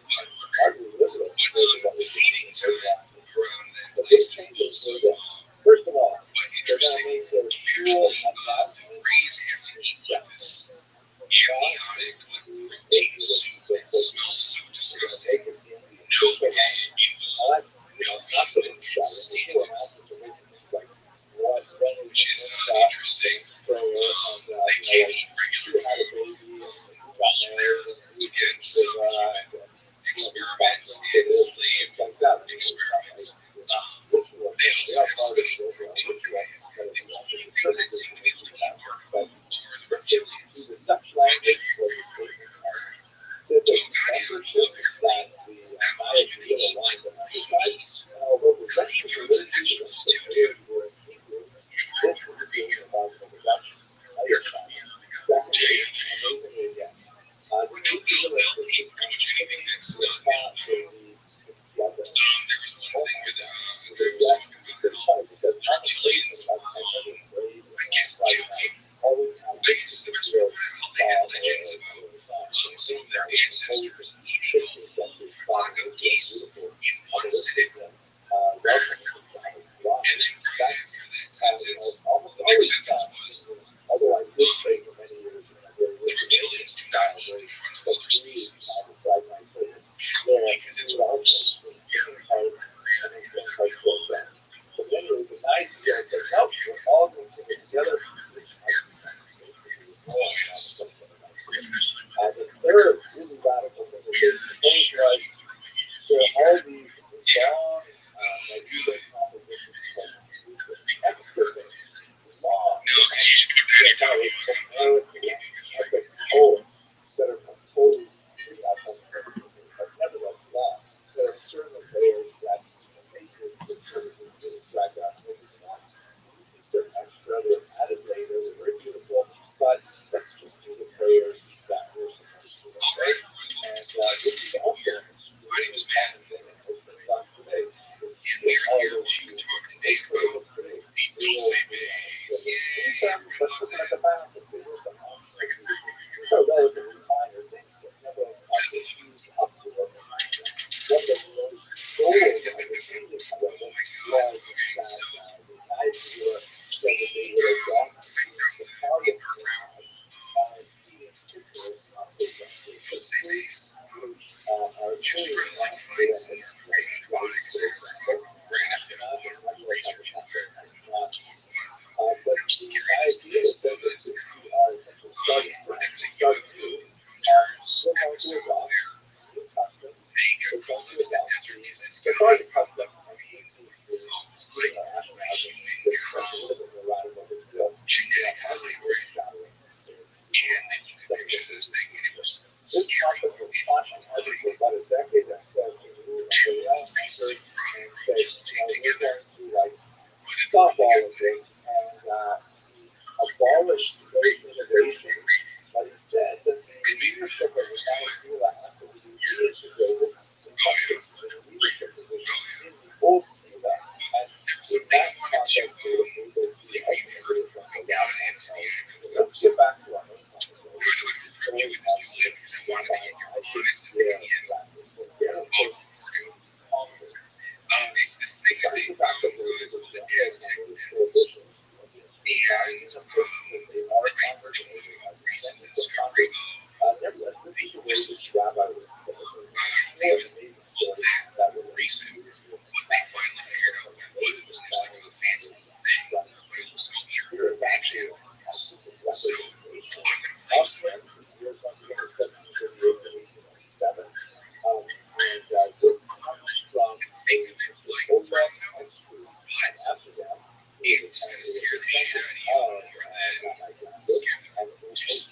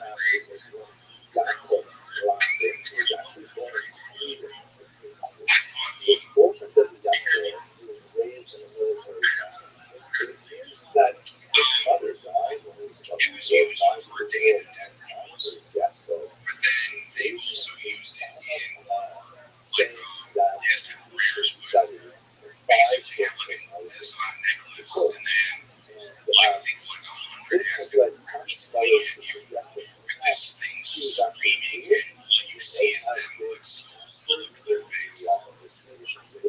Oh, yeah, I mentioned that these whistles are actually skull shaped. They're like little carved skulls. They're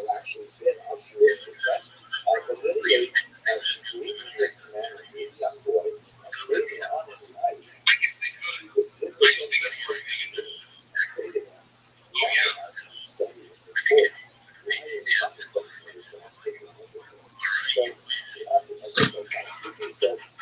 I hate this thing so much. You bring the thing and they put it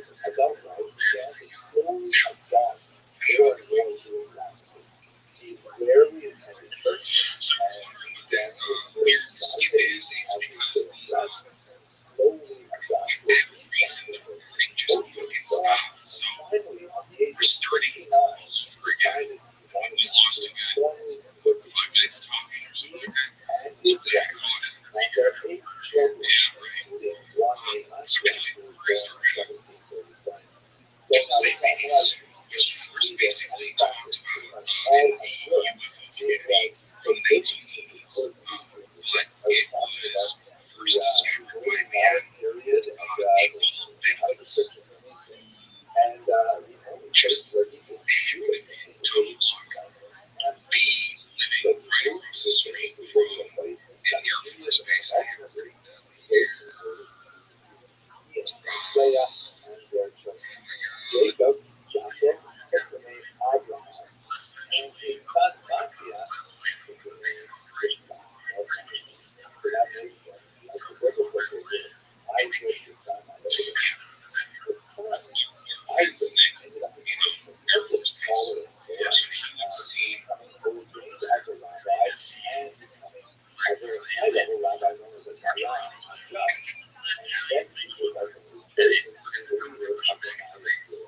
exactly.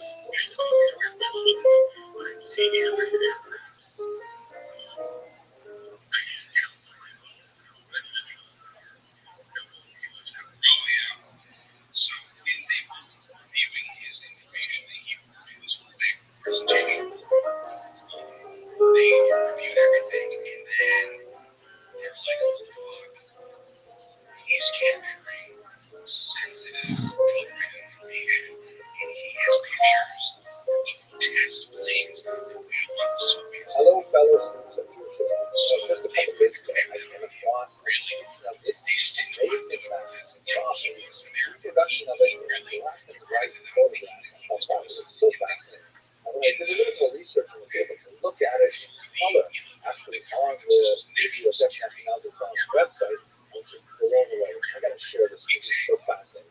It is a 14th century map by a Jewish cartographer named Abraham Rothschild'S. I'm going to spend a little bit of time talking about his biography, the relationship of Jews to navigation and map making in particular, what are the Jews at the Advent, and then a little bit about his other Jewish activities. It's just fascinating. First of all, let's get his name right. It is kind of confusing.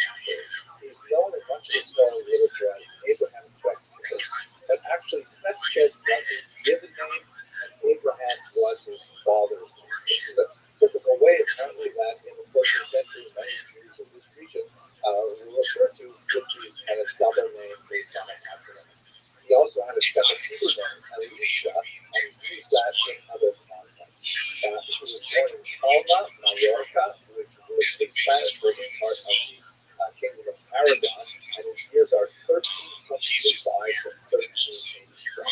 So although Abraham Rothschild was definitely a world-class cartographer, it's not at all surprising to see Jews involved in this field in general. We see many, many Jews in the 14th, 15th, 16th century deeply involved. In fact, one might even say right up into the 21st century when you get nuclear physics and astrophysics and things like that. The reasons for this are pretty obvious. First of all, Jews tend to be urban, literate, and numerate.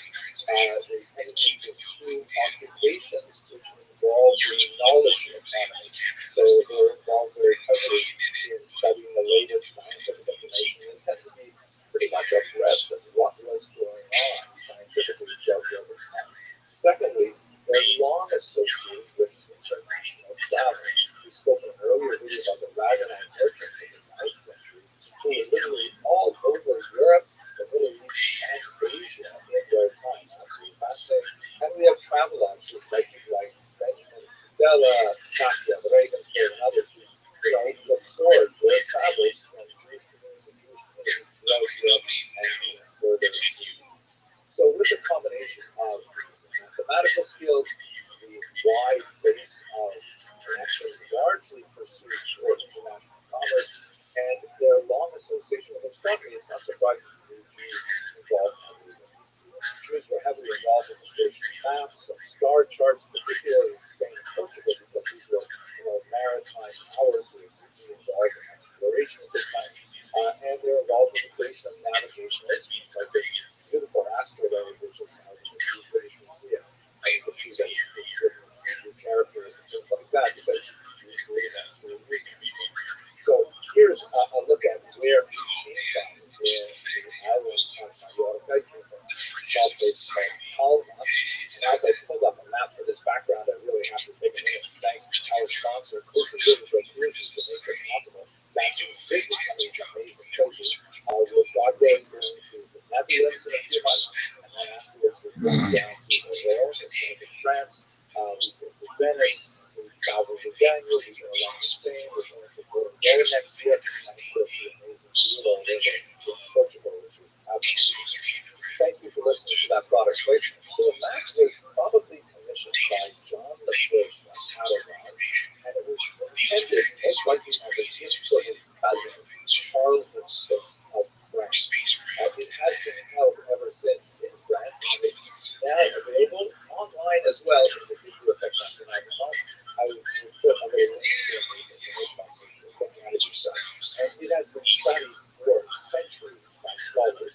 I'm going to look at the work of Ariel Klein. Dr. Klein did some absolutely fantastic work on this in a few different places, including a website called Smart History, which when I discovered it was just filled with her fantastic articles on English art history. So I'm going to spend a lot more time looking at this website. But a lot of the research on the century comes from Dr. Klein's work. So the atlas itself is made of 6 vellum leaves. They're about 65 by 50 centimeters in dimension, or about 25 by 20 inches. Over time, they have been separated. They're put onto like hard, stiff boards and then folded up so you can see they're kind of separated like this. The map that I have behind me shows most of the map, the actual the geographic part of the map, which is return to. The first two leaves have like introductory material, which is more like astronomical and especially connected to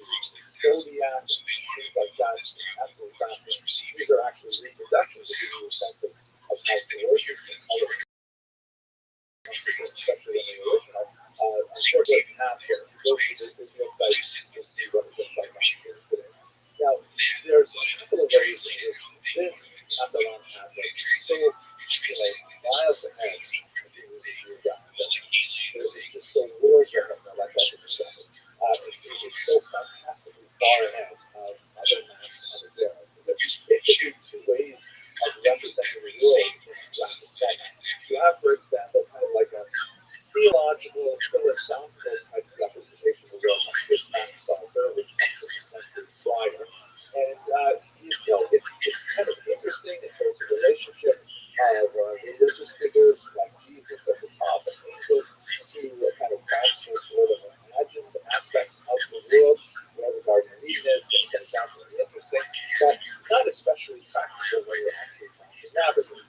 But on the other hand, you have maps like this, they're called ortholine charts, which are especially laid out with latitude and longitude, and it looks a lot more like what we would call a map today, but by comparison, and this is roughly contemporary with the Catalan Atlas, they're pretty dull. They're just like names of places and rough distances between them. What was so amazing about the Catalan Atlas is it really was something that it became like an encyclopedia. It was not just a reliable representation, more or less, of the dimensions of the known world. It also had really important, relevant political, economic, zoological facts about the world.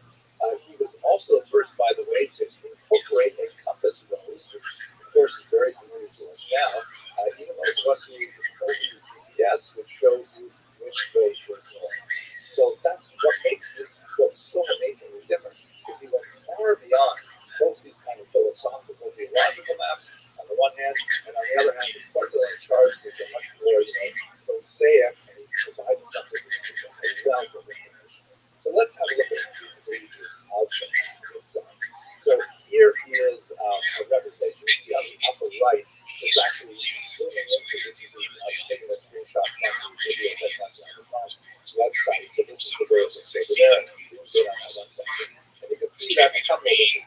First of all, it's not like all modern day maps meant to be read sitting in one position. You would literally either turn the map around, or I think they probably laid out on a big table, and they probably walked around the table to read it from different positions.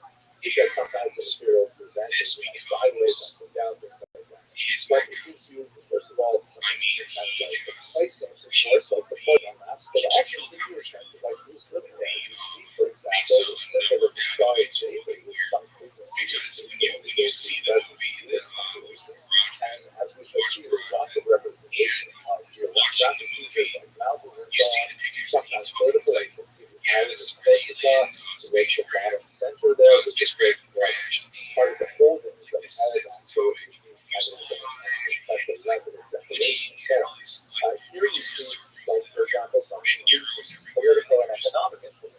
Holding the gold coin is King Mansa Musa of Mali, being made the Hajj to Mecca and brought along with so much gold from Africa that actually depressed the price of gold in Egypt for decades. And so this map is giving the viewer information about, what kind of metallurgical products are developed, and who controls it, who does what with it, and how, there's moving history there, but also economics and stuff. Tremendous, wealth of information.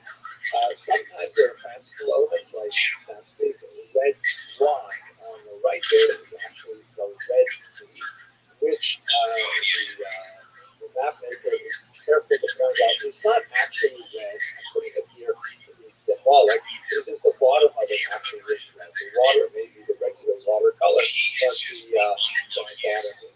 While we're in the Middle East, we did Israel, of course, which is represented here kind of interestingly. We're not quite sure the dimensions. It appears like he's represented the Jordan River going from the north, from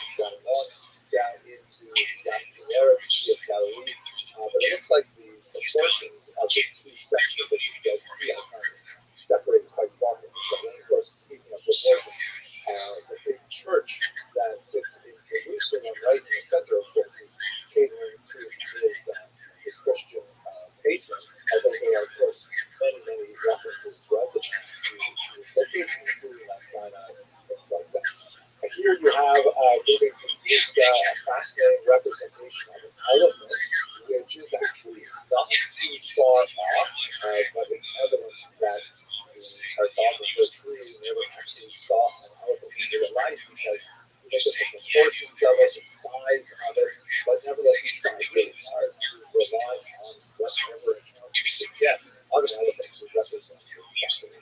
Now, he also represents the known world all the way out to China. This is not too long after Marco Polo returned from his visit out east. So he's relying principally on travelogues, but not on navigational accounts to actually map out the Chinese coastline. And he puts a lot of weird things in there, kind of based on his limited information. Like, for example, Gog and Magog, the principal powers that are associated with Armageddon, the last battle of the world. You can see when the Antichrist is in these pictures. Towards the bottom left, you can see Satan there, lives in China, and he is discussing things with Alexander. Apparently, it's his niece, Alexander the Great, also surprising. So it gets kind of weird further east you go. The west, of course, is not represented at all because this is another country where the Americas discovered by the African information has had a huge impact on the whole history of the development of world economy, culture, and of course, navigation, which led to the globalization of the 15th century. I want to conclude by saying that one of the most fascinating things in my mind about this individual is that he is yet another representation of the fantastic aspect of the Spanish golden age of civilization. One of the really unusual aspects of this golden age, sometimes called La Convivencia, the period of coexistence, was that Jews, Christians, and Muslims, more or less for a couple of years, got along fairly well. There are some exaggerations, letters of significant punctuations of violence for sure, and it didn't last all that long. But this is an age when there's absolutely amazing achievement that Jews, when they were given the opportunity to participate more actively in general culture. And one of those aspects that I'm looking at every time is the notion that he's in several figures of individual Spanish people who were both world class in their Jewish activities and in their secular activities. It's something you rarely see in Jewish history. Like today, for example, you have Jews who are incredibly great in studying the Talmud or writing Jewish books or creating Jewish art or something like that. But they won't at the same time generally be like, president of the United States or Nobel Prize winners at the same time in nuclear chemistry or something like that. It's very rare that you have both of these together. For example, in Spain you have a Jewish poet and Talmudic scholar who published in both areas, who is also the chief general of a Muslim army in Granada for 16 years. Right? Like, it just doesn't happen. You may have great rabbis in Lakewood, they're also not, chairman of the Joint Chiefs of Staff in Washington. It just doesn't happen. But in Spain, we did have that. And Abraham Sheshkis is one of these people because not only was he making these amazing, really innovative, hugely influential maps, he was also illustrating Jewish Bibles. In particular, there's a Bible called the Farsi Gospel after a later older Alpha manuscript that shows tremendous application of his talents to the book. Like, for example, it's illustrated with 30 carpet pages. This is a unique Arabic style of just illumination, which an entire page is covered with incredibly ornate decoration. Here, for example, you can see a Quran, which has typical kind of lush carpet decoration. But here, this is the cover page of the Farsi Bible, decorated with words from the text and the fascinating kind of geometrical patterns. He's also decorated his Bible with all kinds of illustrative material that, would be incredibly useful for people to try to understand what's going on. For example, on the left, you see a whole bunch of instruments used in temple services described in the Bible, and on the right, you see, the menorah and various other implements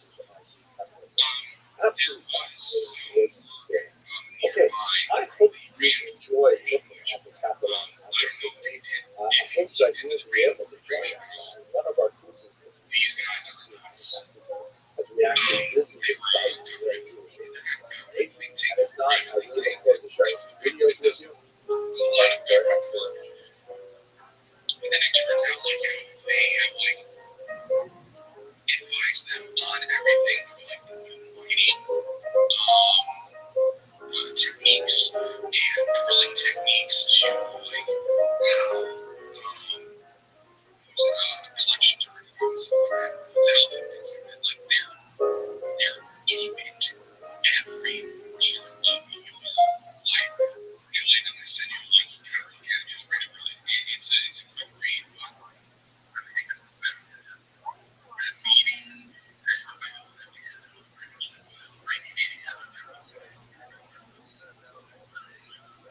It started in '79 and ended in the late '80s. I don't know maybe recall about how much travel was in between the aliens on that military base. Yeah, however flew is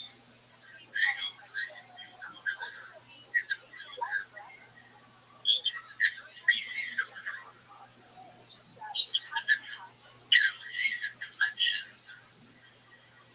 And see, that's the alien thing. The thing is, like these extra dimensional aliens, Hello, fellow from another creatures. dimension. I'm really delighted to have you today. Just say There's hello to got you. to be an issue with them even existing within our reality because they are not part of our reality, right? Wouldn't it stand the reason that they would not be able to be here? Possibly, maybe. I don't know because I'm not Excited I am on the about the same base. future I we have don't planned know for this how trip. it's on the If same you have level. some treasure like this, I have seen some hand-drawn diagrams of these. It's kind of funny nothing like because these absolutely hand-drawn nothing wrong with diagrams, walking over to something. These how do I are put this? basically You understand the rule that on so many cruises we have the opportunity to it visit was the depths of the ocean and individual sites, but it's especially exciting when we're able to go to certain sites now. The Antwerp was received giant model created building on the last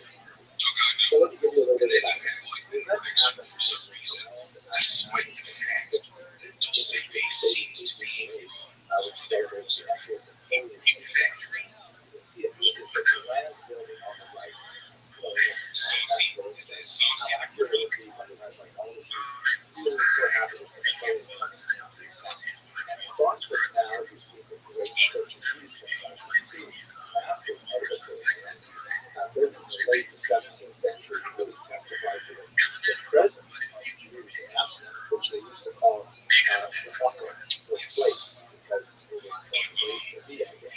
Anyway, you have to describe the Ashkenazi. So let's understand also who are the Ashkenazi? The Portuguese, what are they doing there? So here's a map of the first Jews to really make their way to Ashkenazi.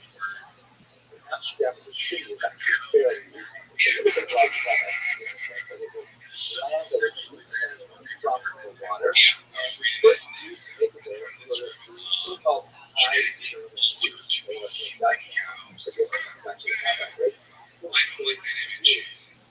High German Jews. These are Ashkenazi Jews from the heartland that is from the region of the Rhine River in northern Germany in particular, and they make their way over there already in the early 17th century. We've also got a lot of Portuguese crypto Jews who actually started arriving early in LSD. Why are they called crypto Jews?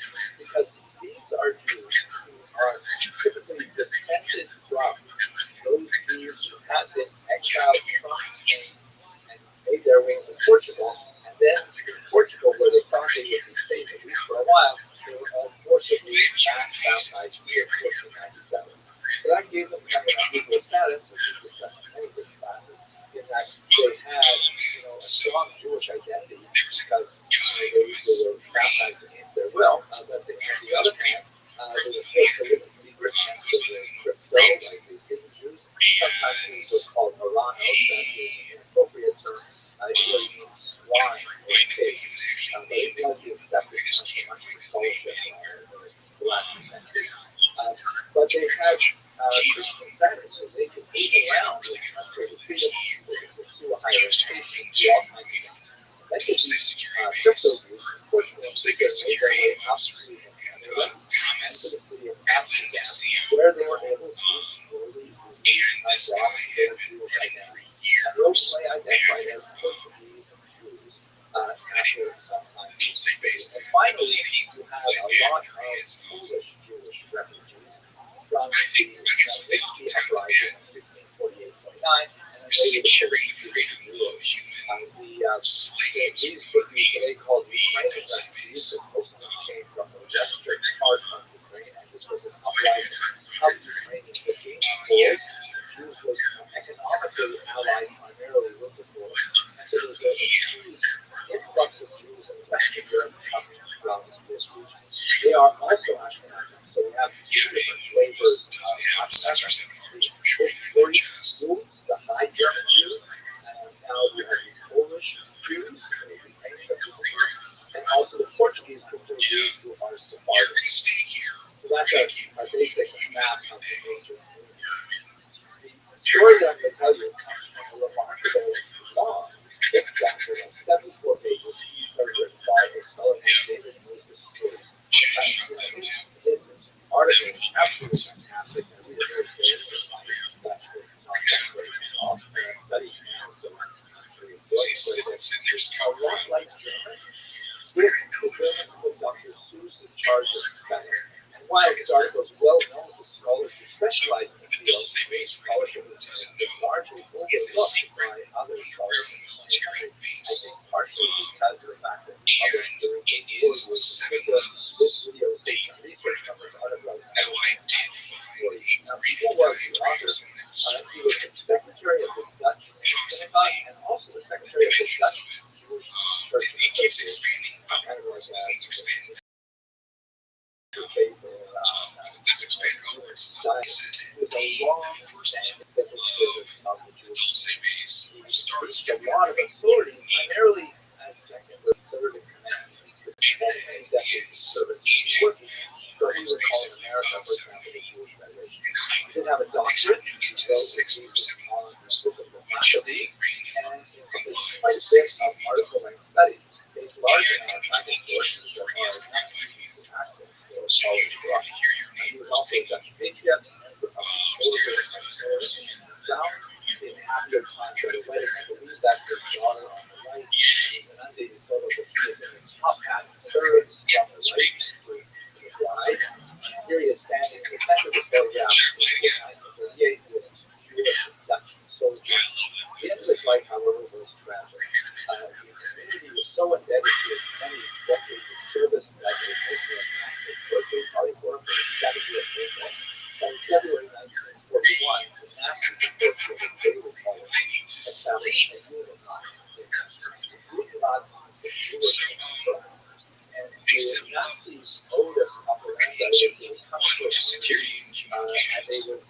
take over the existing infrastructure of Jewish leadership.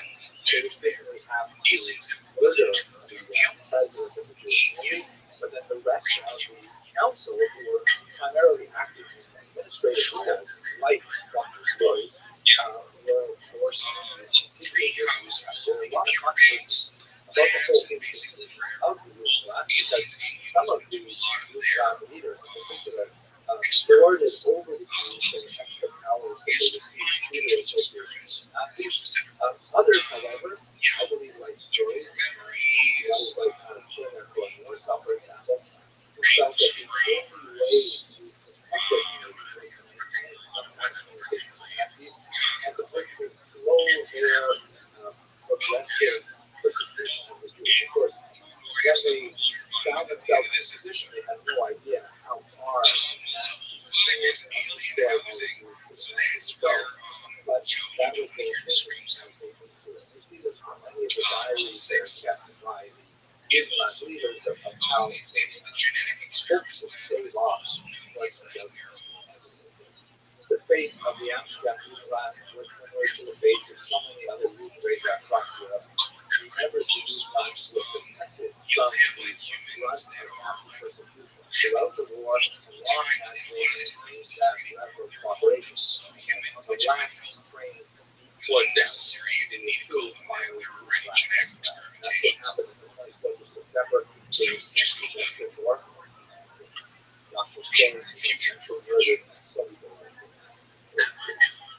But let's go now to the actual story that the storage is based on, which is either research from the Amsterdam. If you realize that at the end of the 17th century, with the extended conflict in general, we had a lot of conflict between several rabbis in the congregation and very powerful, what we would call today, presidents of their communities. These are not quite often these are white language and involved a certain amount of litigation back and forth. There was also the huge tumult inspired by the Sabbatean movement, the false Messiah and Shabbatite Tzvi, who engendered a tremendous amount of enthusiasm and opposition in Amsterdam as we move through the second half of the 17th century. And in general, one of the things that Dr. Story talks about is that at the end of the 1600s, there is more and more of a tolerance of open ridicule of leadership. There is a lot more gossip and tampering in the God realm. This is really not happening in this environment. This reminds me of a word that's used quite a bit about our own time. There is a level of self-conscious violence as a membership of the Catholic Church. It means kind of like something which is random, but is so prevalent that it's bound to happen. Like, for example, if a kid is running around with a pair of scissors, eventually someone's going to get hurt. Right? You don't want that to happen, but it's almost guaranteed it happens. As another Amsterdam resident of this time, we got the book, a blind man walking beside a river is bound to fall in. It's not guaranteed, but the randomness of it and the likelihood of harm essentially is going to happen. So this was also compounded by one rule which destabilized the community significantly. That is a new government rule that all rabbis and pastors had to be proficient in Dutch language, which you might think could be reasonable. But that's based on kind of modern sentiment where Muslims have largely adopted a posture of really being countries in which they live. This is not at all common in late 1600s. So it was those Jews from Eastern Europe were not the community. And by the way, I should also mention that the Deutsch and the Polish Jews had to merge by government fiat to keep their one kingdom. So you had these two Ashkenazi communities together. They were really, not necessarily so happy with each other. So specifically, what happened is Ashkenazi kingdom in the 1700s is that they have a new museum in their this very, very tall man, very charismatic, and the Kazan, he had a beautiful voice. And then he introduced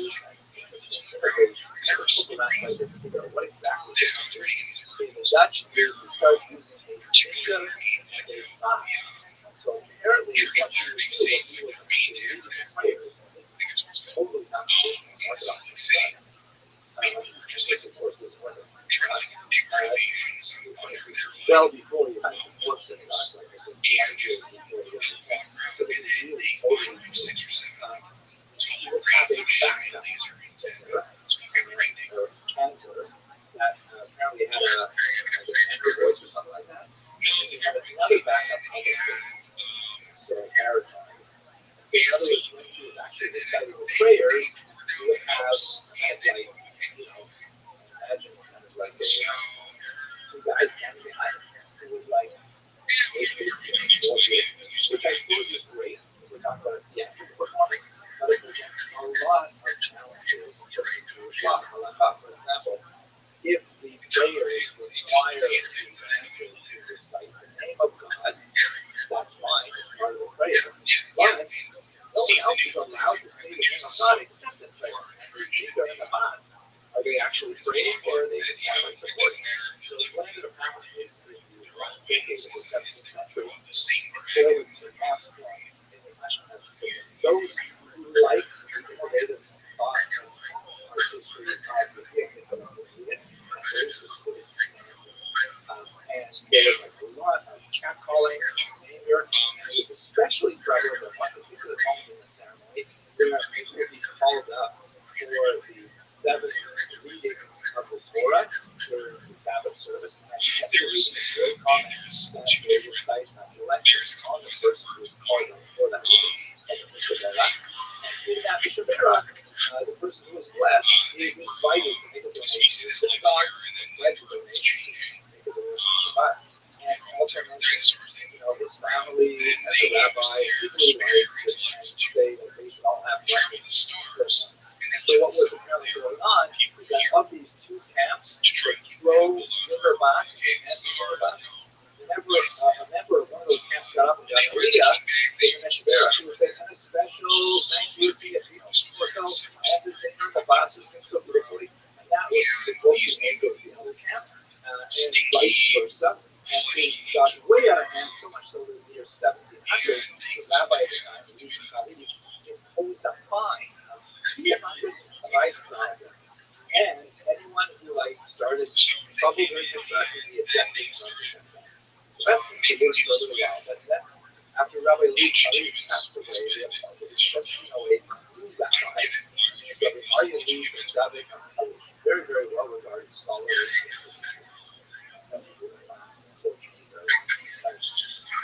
of the holiest days of the year, Shabbat Shuvah, the Sabbath of the Sabbath the holiday of Rosh Hashanah, and the holiday of Yom Kippur, which is the high holy day. During this Sabbath, the idea is those Jews who are familiar with this verse will realize that that Sabbath is supposed to you totally work on yourself to be a better person. So you go into Yom Kippur and atone for your sin opposite that.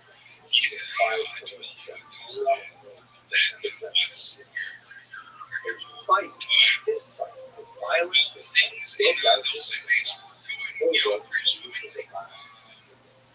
it was so awful that the rabbi, I believe, had a heart attack.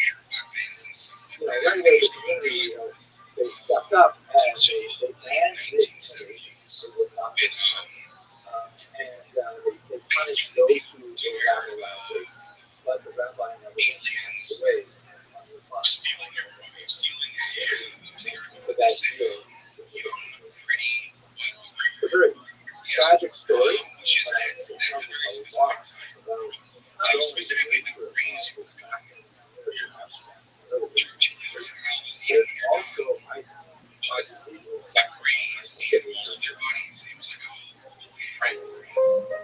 people really like reading these articles. It's like these are just frat boys who lingered up and they're just passing around the room. No, it's aliens feeding off of their fear and then killing their thoughts over them. Like,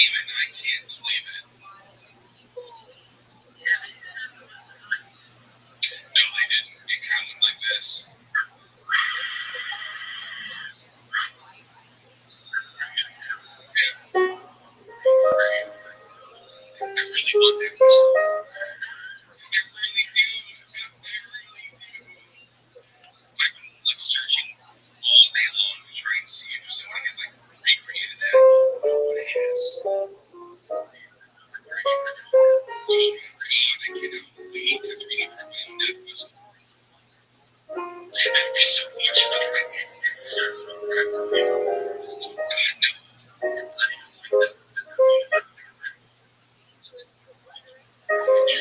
telling me that wouldn't stop an alien, like if you started using that thing? I think it would stop an Fellow alien. students of Jewishness. Now, one of the things that I'm so fascinated with as I continue doing my research and preparation for the trip to the Netherlands, which is a little bit deeper, is this remarkable development of tolerance that is associated with the Dutch people, the Netherlands, and Amsterdam in particular. Now, even from an American perspective, quite often this tolerance is misunderstood as a kind of weakness. And when you look at it in more complex particulars, especially when you look at the economics, demographics, and the religious tolerance, you see that it's really more of an expression of a kind of pragmatism. In other words, think about the actual land that this represents, right? It's found land, it's claimed land, it's taken back from the country. Dutch like to say God made the world, but the Dutch made the Netherlands. And in many ways, like Venice, which was created as offshore habitations and effective inhabitants from the raiders coming from Central Europe, the Netherlands represented a group of people getting together and bit by bit claiming the lowlands and building pilings down into seabed to create ultimately great cities that would become massive commercial activity. So in order to do this, they basically had to cooperate. They had to work together to build these boulders, which is the region of the reclaimed land. They had to maintain the dikes. They had to build these windmills in order to pump the water out of the wetland. And this required an extensive amount of social cooperation. And this created a kind of an attitude, a mindset, which is the name of the great travel writer Rick Steves. This is the Dutch said, you know what, we're either going to learn to tolerate diversity or we're going to have to build a lot more prisons. That's the only way to make bigger that they're going to achieve this massive project. It's interesting, especially from the perspective of Jewish history, because Jews economically, and as a result of their kind of tenuous situation in much of Europe, they look for these kind of frontiers in order to develop new economic relations. This is kind of like a slogan cultural history of Jewish people. But we see here in America, where the Jews are among those who are going out to the Wild West and settling in places like Las Vegas and New York itself is one of those kinds of places where Jews go and say, hey, there's opportunities here. There is a certain freedom from the oppressive history of persecution from the European leaders to develop themselves. And that's something that we find in the Netherlands in particular. So what I'd like to look at today is the fact that, tolerance in the Netherlands did not come as an act of a single fear. Someone saying, you know what, I've got a great idea. Let's all do this. Let's all tolerate difference, and all of a sudden it happened. Not at all. There was constantly a tension between those who wanted to think of the Netherlands as something more medieval and those who wanted to think of something more modern. And as they looked to pragmatics and tolerance, and ultimately that's what they decided on. What I'd like to talk about today is a snapshot of the 16th century, which is essentially before the golden age of Jewish Netherlands really begins to flourish. But we can actually trace this pattern throughout Dutch Jewish history right up through the 20th century. The Holocaust is the point of the struggle of the views of Jews within Dutch society, and that's not something so, unlike France, which has like a great, declaration of the rights of man and citizen, and unlike the United States of America, with the most century example, with the Declaration of Civil Rights, which I believe myself, the land gesture, there's experimentation, there's moving back and forth, there's different ideas are tested out. Let's look at that period of the laboratory of ideas in Netherlands when the discussion of definition of the Jewish religion came about. It's important to note as well, before we get into the actual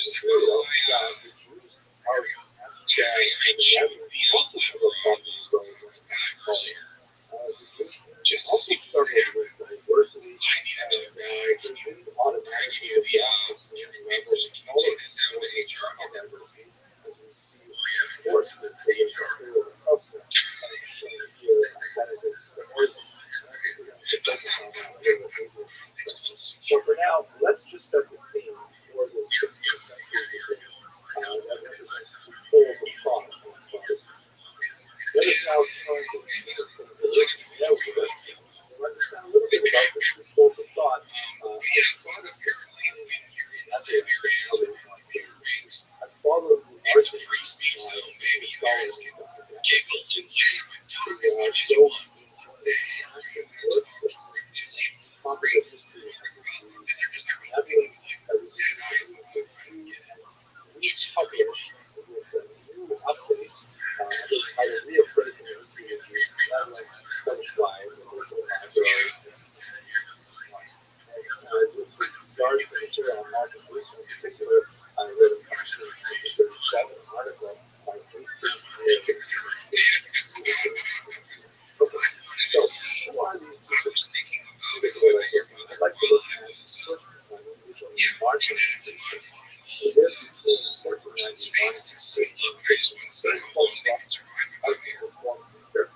And originally a Dominican monk, but after he met Martin Luther, the founder of Protestantism in 1518, he started that church and disavowed his monk, and later he was right.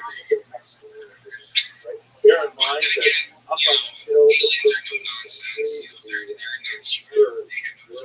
world was fully Catholic, and there's a certain amount of dissent about that, certain amount of dissent in movement, but it's only with Martin Luther and the early part of the century that the Protestant movement exploded, and it generated a lot of uncertainty, ultimately brought war as well, and this revolt against the Catholic Church grows and solidifies itself as the Martin Luther is ironically considered a pioneer of ecumenicism, like, so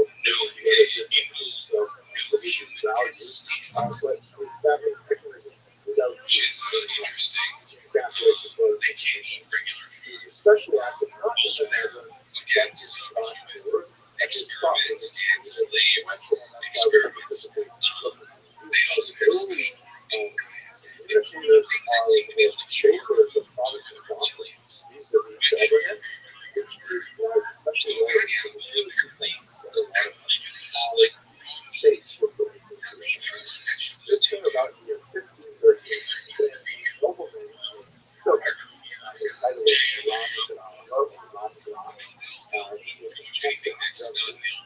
asked Martin Luther, okay, how am I supposed to do this? And Martin Luther formulated a response that was ultimately not successful, but nevertheless taken very important role the way in which this was supposed to move so fast. Philip presented to him a petition that he said was given to him. A lot of scholars believe that actually this petition may have even been written by Philip, and it's looking for a human way to understand how to deal with issues, how to take advantage of their economic productivity, without necessarily working for the church. So Philip had a couple of possibilities, right? He could say, okay, this wouldn't go with the capitalist approach which we've done up until now, which on the one hand is animated by the doctrine of witness, idea that was shaped by us. In the 4th century, that the Jews should be tolerated, like in a subjugated state, and sometimes that's expressed in radical nasty forms, like in the Fourth Latin Council of 1215, the Jews are required to get a badge. Of course, there's the horrible persecutions of the blood libels, those types of charges. After the Roman death, unfortunately, those Jews were alive.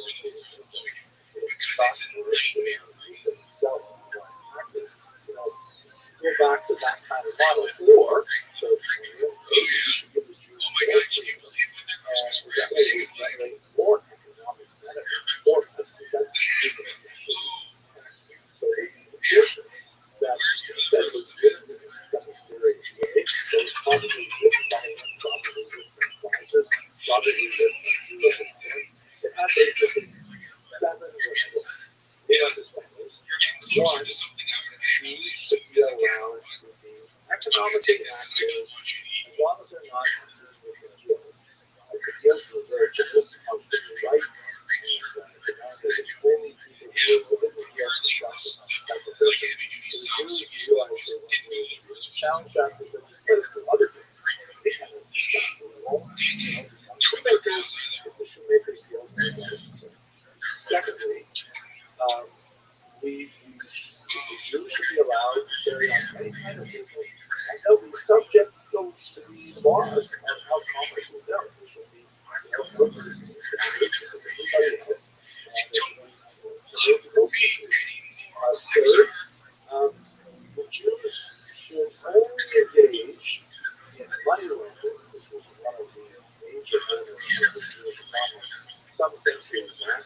all of it stated by the the Jews proposed to hold Asian money lending if it was under the supervision of the state, and the interest rate was regulated from the fourth one, that the Jews should be given the right to manage their own affairs, supervise their own activities, and to put out punishment for those individual Jews who have gone astray. It's also something that we, structure or function. Fifth, the Jews will be happy to pay a tax to the landlord to support themselves. So that was the overall position. Six, and this is one that actually this definitely didn't come from the Jews, but someone added it, I guess, in the number, that the Jews should be forced to go to mandatory service. This is something that we see right now in the state that some Jews are required to attend church once a week and attend church with faith, and they have to be forced to listen to sermons about the Jews often delivered by Jewish converts to Christianity. It's a previous kind of thing that you can do. And number seven, that they should not argue about their religious beliefs. Also appears to be somewhere coming from this short thing that you should not be allowed to polemic pushes back on this issue. So anyway, those are the positions. It seems like some sort of plan that feels hopeful that we should say that these are new Protestant environment, and now that Protestants are making up new rules, we should accept these things. They make sense. Now, what did Protestants think? At this point, we don't have a really clear definition of how Protestants will deal with issues. If you look at Martin Luther, we have kind of like life was a record. For example, when Luther was early on in his work, he published this book in 1543. Das Jesus Christus ein geborener Jude sei, that Jesus Christ was born. It's a really interesting. I don't to emphasize that Christians should pay attention to Jews and Jesus, because after all, Jesus Christ was a Jew. However, this was written when he felt that the reason why Jews did not become Christians is because Catholicism was not the right church. But much Catholicism was reformed through the Protestant movement, then of course the Jews would become Christians. When this failed to happen, Martin Luther had a pretty severe mark in 182 turn. He published another thing about the Jews and their lives, which is a very nasty piece of work, definitely very critical of the Jews. So Luther himself seems to be originally very positively disposed towards the Jews and later when he converted to his faith. So what exactly did Protestantism have to say about the Christian reflection of this faith? He comes up with this document which is called the Council of Life, because it was proposed in the year 1538. He begins by saying 5 basic starting principles. First of all, there's only one true religion, and government officials have to protect it by punishing all the other religions. False. So it doesn't sound like a good justification. Secondly, Jews are misanthropic. Meaning Jews hate other people. More than way back. Jews have certain like club rules, like if you want to start a Jew your table, you better be serving kosher food. Or if you want to become a Jew, you male Jews have to be circumcised and so on. So Jews have to treat everybody else as equal. Third, Jews are condemned by God. 4, Jews can be barred from economic competition. They should not be allowed to compete with Christians. 5, recognition is given that previous rulers, both secular and the church, ignored the previous four principles, and so maybe we have to make some compromise. not a very auspicious beginning to the Catholic Right, but not at all a Philip either. So basically, after these 5 festivals, Luther lays out a system that definitely is not going to take place. First of all, they've got to get opposed to refrain from competition. What is it? Second, they're only allowed to study the Bible. They're supposed to study the Bible.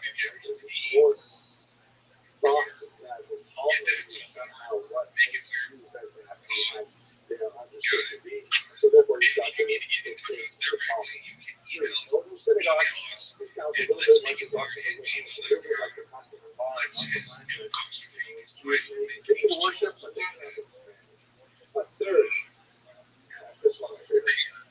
No Jews may argue with a Christian about religion unless the Christian is duly licensed to argue it.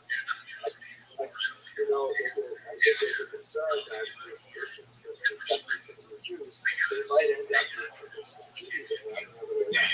So only professional Christian Jews will argue. And finally, we saw Philip's position. Jews must be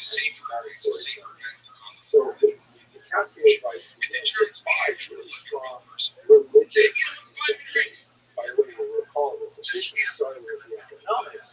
Later radical the Catholic Right says, no, we're not talking about religion. Then we'll get to the economics. The economics has 3 additional rules. 1, Jews must be banned from finance, commerce, and industry unless the state takes control of finance. Jews can lend money as long as it's supervised by the state. Second, Jews may not engage in any work unless it is, this is important, actually, the book of Rothschild'S based from the secular work, but they can only engage in work which is subordinated, wearisome, and ungainful. What kind of jobs are subordinated, wearisome, and ungainful? Several examples are listed: ditch digging, masonry, stonework cutting, line burning, chimney sweeping, sewer cleaning, and those are the kinds of jobs Jews are allowed to pursue. Those occupations. Third, okay, special so the whole thing was summed up by Rothschild saying, listen, if you do this right, you expel the Jews from Protestantism. Like they had been expelled over the course of the last couple of years. But you know what? If we're going to allow them to live here, then we should be very harsh.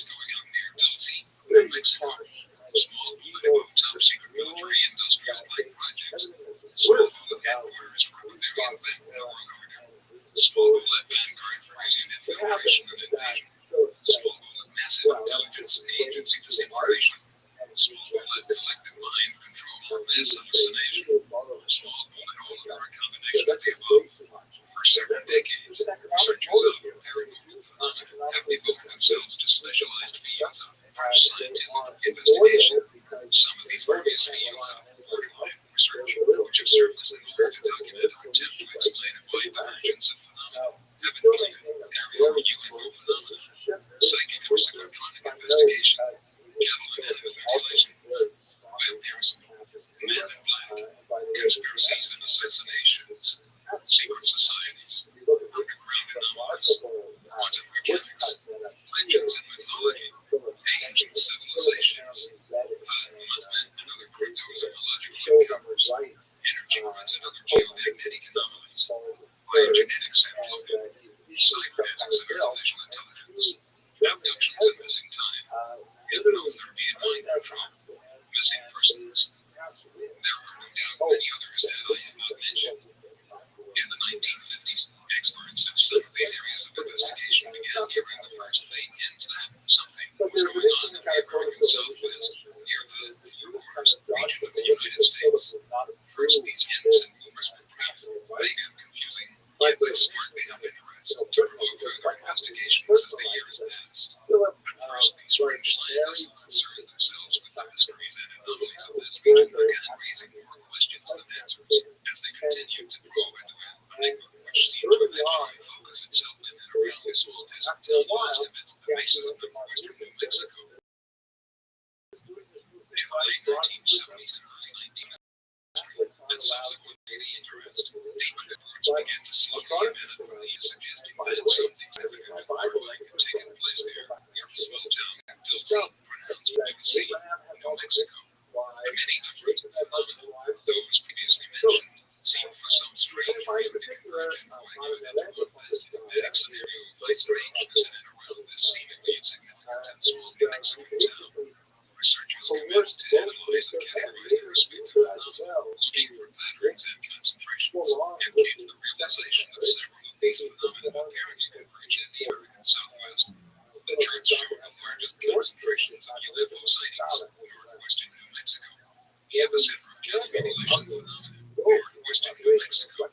Other experts in their fields began to find similar patterns emerging and linking with other phenomena at upper light levels. Researchers into conspiracies, secret societies, underground anomalies, legends and mythology, ancient civilizations, energy grids, geomagnetic anomalies, biogenetics, abductions of missing time, missing persons, and investigators of other specialized uncovered fields of research began looking toward this small desert town. These unusual convergences of phenomena in a singular locale sparked even more interest in investigation. From that point on, it was as if some ancient seal had been broken, as if an ancient cloud of darkness had begun unloading in upon itself, broken apart by the piercing light of human perception and the relentless probings and scrutiny of brave and daring souls. Sensing that something very wrong and unnatural was going on here, something ancient and evil, some of these brave souls, who by choice or chance found themselves battling it out on the front lines against ancient forces that were determined to keep themselves from being exposed, continued to wage their all too often personal battles against the enigma. Some of these endeavored to losing their minds, if not their very lives in the process. As these brave souls were worn down by the intensity of this psychic warfare in their efforts to expose and defeat this mystery of enigma, to coin a biblical phrase, they sent out desperate calls for reinforcements. Many answered their call, and the ancient and formerly invisible beast that had managed to hide itself below the deserts of the Southwest like a dragon in its lair began to stir the rage and terror of these new exposures, and to lash back at its newfound enemies. The repercussions began to be felt throughout the whole country, through which the beast had reached out its deadly tentacles, which were also in the process of being exposed along with the plague of the beast itself. The rules of the ancient fortress concealing the beast, or the enigma, began to rumble and fall with increasing intensity. From the murky blackness within, a faint collective cry was heard, as if from another world. The voices of multitudes were desperately calling out for help to the only ones who could hear them. Those who were beginning to see, yet had not yet become the slaves of the enigma itself. Many of us have continued to battle and sacrifice our comfort, our social and economic welfare, and in some cases even our very lives to fight the enigma, because we have caught a brief glimpse of the potential threat that, the enemy within, poses to the future of liberty and to this great independent nation of America. What you will see throughout these pages is the collective results of our efforts, and I'm not ashamed to say the results of more than a little divine intervention as well. Many of us, such as yours truly, have been victimized by the enigma for the greater part of our lives, and have decided that the only way to be free from its grasp is to practice the old military life. The best defense is a good defense. So there you have it. Like those before us, we send this word forth as a warning and a call to arms, to others who value truth and freedom. For those who may not believe everything that follows, I challenge you to become personally involved, however, using caution in the event that these collective reports do turn out to be true and prove the claims made even point by point, one way or another. This is the challenge that those of us who have contributed to this work leave with you. Brandon, dedication to the woman of my dreams, whose distant cries have reached me in the night. Whoever you are, wherever you are, this book is for you. Introduction. Note, I must confess that I have thought very long and hard about the possibility of publishing this text and book format in order to relieve the financial burden upon myself that has resulted from a lifetime of mental and emotional suffering due to my own personal involvement with the enigma. Angry at the personal loss, I justified to myself that if I could make a profit by selling the innermost secrets of those hidden and insidious powers working behind the enigma, as its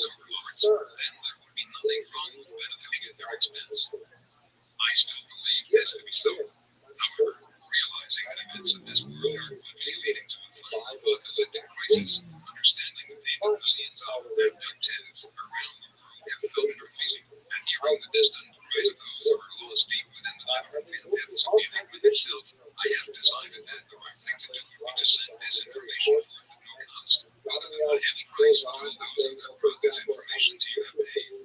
Consider it my patriotic duty. All I ask in return would be for your prayers for the many abductees who have been rejected by an unbelieving and cynical world, for myself and those who have contributed to this work so that our sacrifices will not have been in vain, and especially for those who are the most desperate of all, those who have become lost within the cruel dungeons of the enigma itself. Pray that they might be protected and preserved even in the midst of the fearful hopelessness and despair which they face, so that they might once again see the light of day. Disclaimer: much of the information in this volume is of an incredible and, some might say, an unbelievable nature. I have decided not to hold back any information or claims regarding the Dulce Enigma and related scenarios. The reason for this being that underground, Earth-based anomalies are always there for anyone who is interested or daring enough to probe and investigate. UFO events often appear and disappear, along with the evidence, when the objects depart. Underground Earth-based anomalies, on the other hand, cannot and do not disappear at will, and because of this, they are far more vulnerable to being exposed as legitimate phenomena. Throughout this volume, I have nevertheless offered my own opinions and perspectives based on circumstantial evidence, different reports from different sources, which rely on identical themes, and so on. These admittedly are my own opinions, and can be received or discarded according to the reader's own perceptions in regards to the nature of reality. I have formed these opinions based on my own perceptions of the overall data, and since these are my perceptions, they are not infallible, but are subject to change or revision with the revelation of new information. The reader is free to form his own conclusions and opinions based on the accumulated data, just as I have done. Whether you consider the information which follows science fiction, or perhaps a little of both, science fiction, you might say that it should not detract from the fact that these reports, which have arrived from hundreds of different sources and have been condensed within this one volume, make for fascinating reading, either way one looks at it. So, if there is nothing else to share in the way of introductions, other than to say, sit back and enjoy the ride. Renton, October 1996. Chapter 1. Those conspiracies that are too incredible to be believed are by the same are those which most often succeed. The following article comes from the single OTC Technical Consultant, novel, Tech, 1991 issue, The Death of a Journalist in West Virginia, plus the jailing of an alleged CIA computer consultant in Washington State may be elements of a much wider scandal that could have serious implications. What started out as an investigation of an apparent case of pirated software has grown to be a project involving hundreds of journalists all over the world. The dead journalist, Joseph Daniel Delhi Casolaro, was found dead August 10th in a hotel room in West Virginia. His wrists were slashed 7 times on each wrist, and a suicide note was found nearby. The only manuscript of his book, with accompanying notes, was missing. The book, provisionally titled Octopus, was meant to be an explosive expose of misdeeds by the Justice Department under the Reagan administration. Time magazine also reported that Casolaro's research centered on gambling and attempted arms deals at the Cabazon Reservation near New York, California. Indeed, the scope of Casolaro's investigation was so large that any one of a large number of areas of research could have been the trigger for a possible hit. When authorities declared his death a suicide, his relatives definitely stated that Casolaro's mental state was sound, indeed upbeat, after the completion of his book. Casolaro started his work nearly 2 years before, investigating the bankrupting of a small computer software company called Inslaw, allegedly by the United States Justice Department.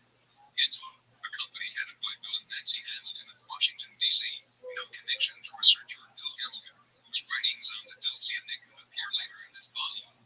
Renton had developed a package known as PROMIS, short for Prosecutor's Management Information System, to act as a case management tool for the Justice Department's unwieldy workload. Inslaw President Bill Hamilton has claimed that Meese associate Earl Bryan was given control of pirated versions of the PROMIS software by Meese to sell back to different United States government agencies for great profit. 2 courts have so far agreed with Hamilton, awarding an $8 million judgment with a higher verdict. Renton Court of Appeal has watched a moral verdict,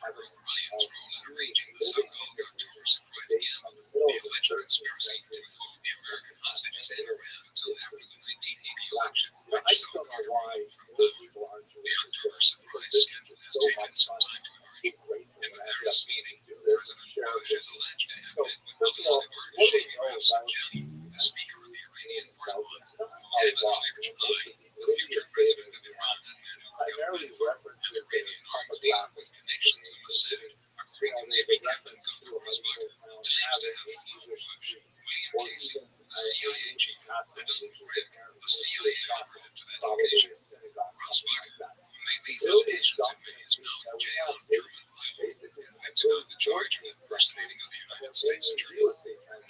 Rosbach defected from the CIA with 12 Navy SEALs under his command, and was on at least 2 occasions the target of attempted CIA hits. Reed says his attempt to drug Gunther, his wife on the cruise, and emphasize close to her deaths. However, according to Rosbach, his CIA agents watching over him unbeknownst to the intended assassin moved up quickly from behind them, said the CIA and went So, to as I their was deaths doing this instead. research, Brendan, the Washington man, is Michael Bernardeschi, who is now waiting for a trial in a Washington jail on conspiracy to sell drugs charges. Charges which Bernardeschi claims are manufactured. And B, the charge made against Bernardeschi no early one media for Bernardeschi proof that had signed an affidavit describing his role in modifying pirated software. Note, it is interesting what connections we can find here. Michael Bernardeschi, who was a well-known CIA employee in October, Richard Michael living with him in an attempt to get a hold of a full of documents and evidence pertaining illegal biogenetic activities and non-conventional section projects involving illegal aliens out of the Nevada test site. A chopper was blown out of the sky, killing all 5 personnel on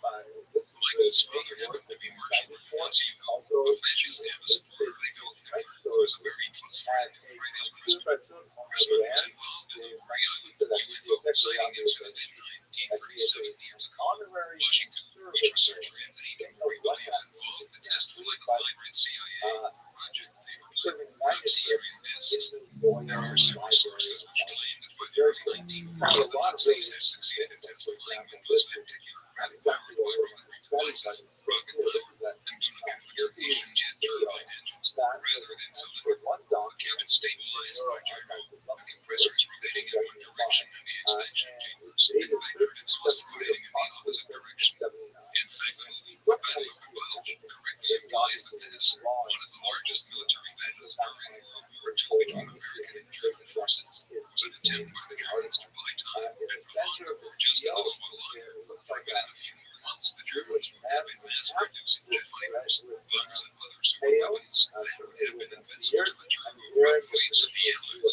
With the Allied invasion of Germany just before mass production began, many of the prototypes and plans of the Nazi military machine were captured. However, most of the most sophisticated prototypes, plans, and even scientists mysteriously turned out missing following the war.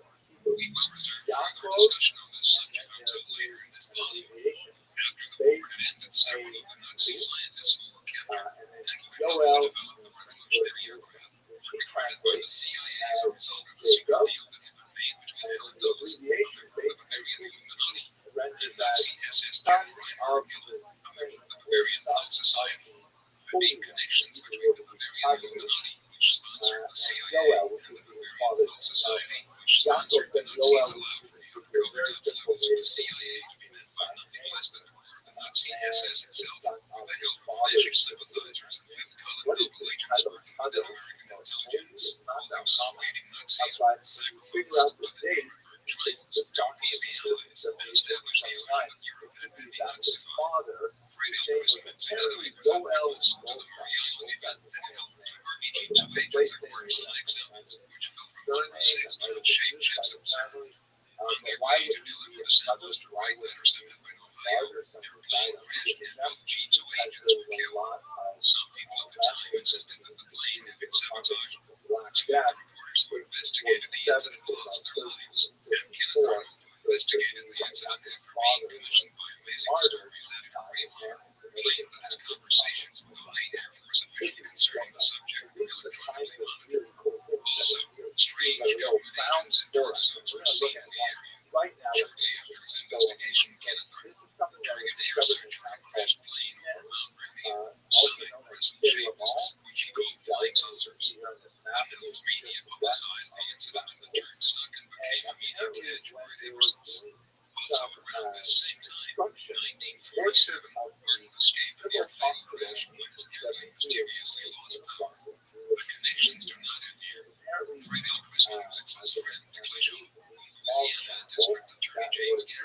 See the movie, JFK, accused of being the CIA mafia go between the John F. Kennedy murder. Garrison arrested shot on him for charge him in the CIA with the JFK assassination. However, a few days before the hearing, Garrison's star newspaper Ferry was killed, and Garrison's remaining evidence was nothing to bring about a conviction.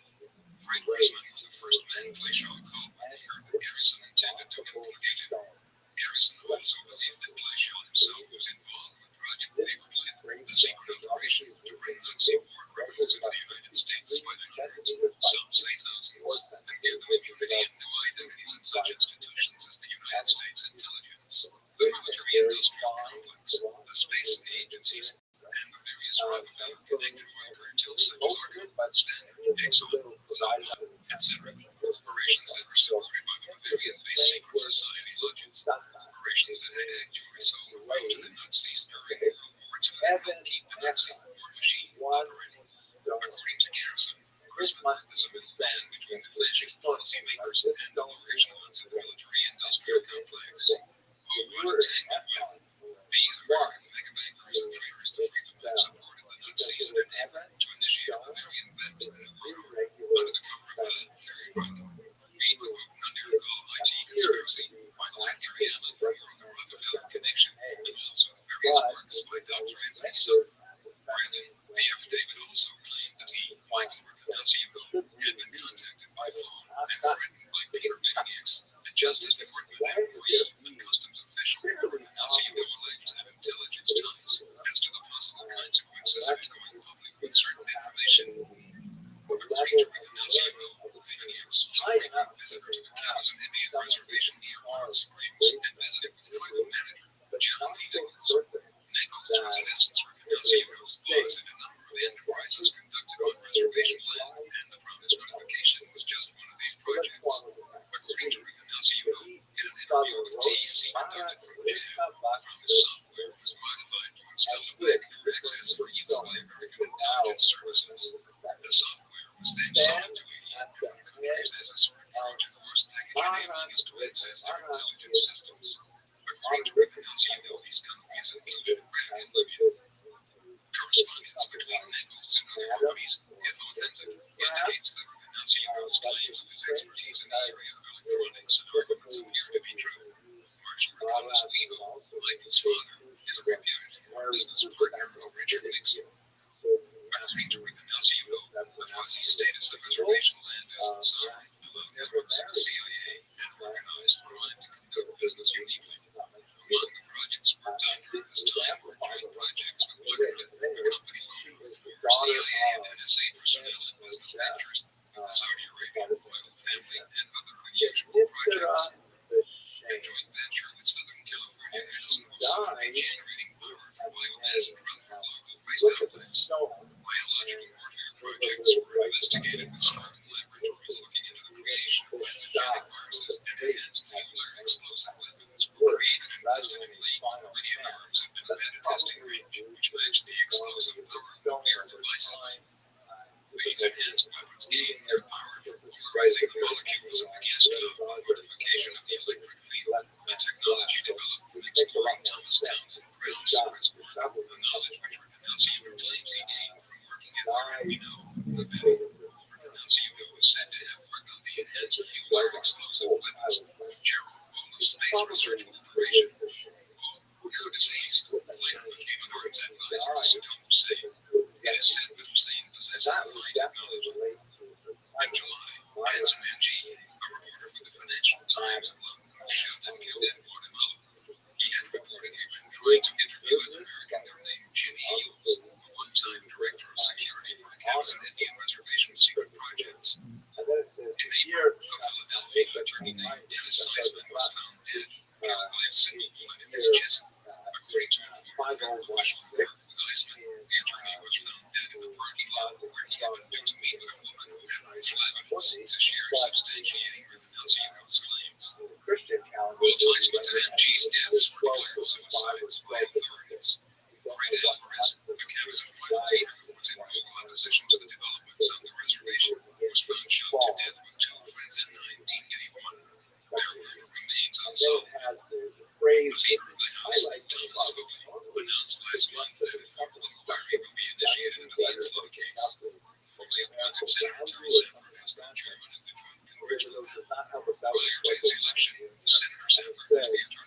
President Rothschild in his 1985 takeover bid for United Press International and was instrumental in appointing O'Brien, a medical doctor, to the board of Duke Medical School, of which Sanford is president. However, despite repeated requests from journalists to produce photographs showing Ignacio together with Bryan, and requests to produce his passport showing his alleged trip to Iran, he has not yet done so. Also, Ignacio failed to be able to describe forbidden ecstasy and its Mylife program, claiming a medical condition prevented him from remembering clearly. This led one former intelligence operative to speculate that we may be witnessing a very sophisticated intelligence operation being played out in public. Former FBI Special Agent Ted Gunderson speaks for Ignacio's credibility. Gunderson, who lives in Manhattan Beach, has worked with Ignacio for many years in his capacity as private investigator.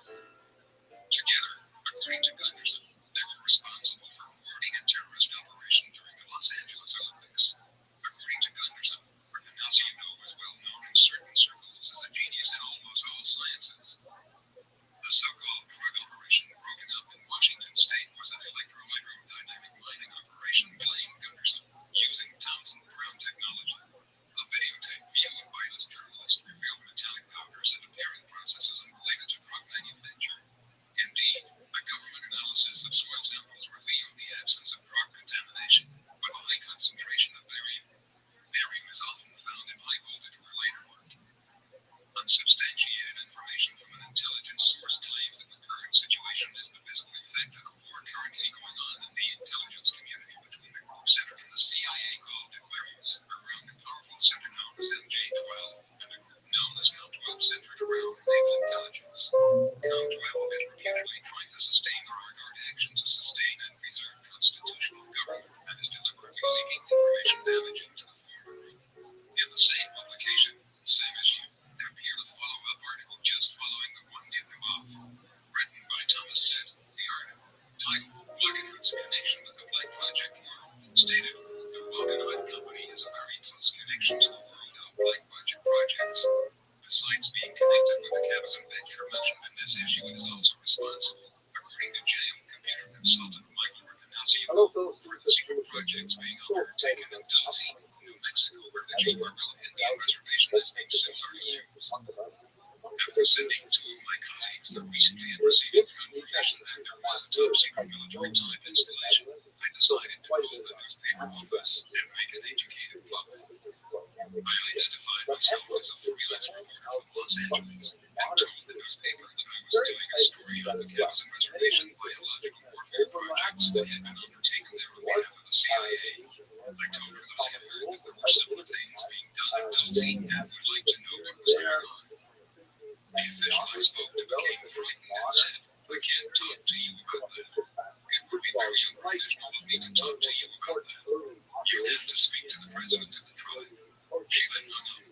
I have yet to call back and ask the president of the tribe, but will report that in the next issue. Wagonhead is also responsible for security of a lot of underground facilities in California and Nevada, including the Victoria Center for Area 51 in Nevada, where Townsend technology, written about a series of issue, has been developing for decades. Recently, coverage of the area worked to pilot some free security guards for local flying in Mr. Schmidt, 105 covered kill was not an accident or plane or Ignacio, who said that the individuals aboard the helicopter were traveling with sensitive documents.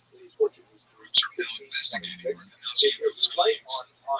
Jeb 2 Ice arrangements of the airline plateau. In the spring of 1990, researcher Jason Bishop sent copies of the following report to a select few investigators, and later gave permission for the report to be distributed among a wider readership. Small Blue is the object described within the report, the product of secret technology being developed by the military industrial complex as part of some covered or deep cover space project.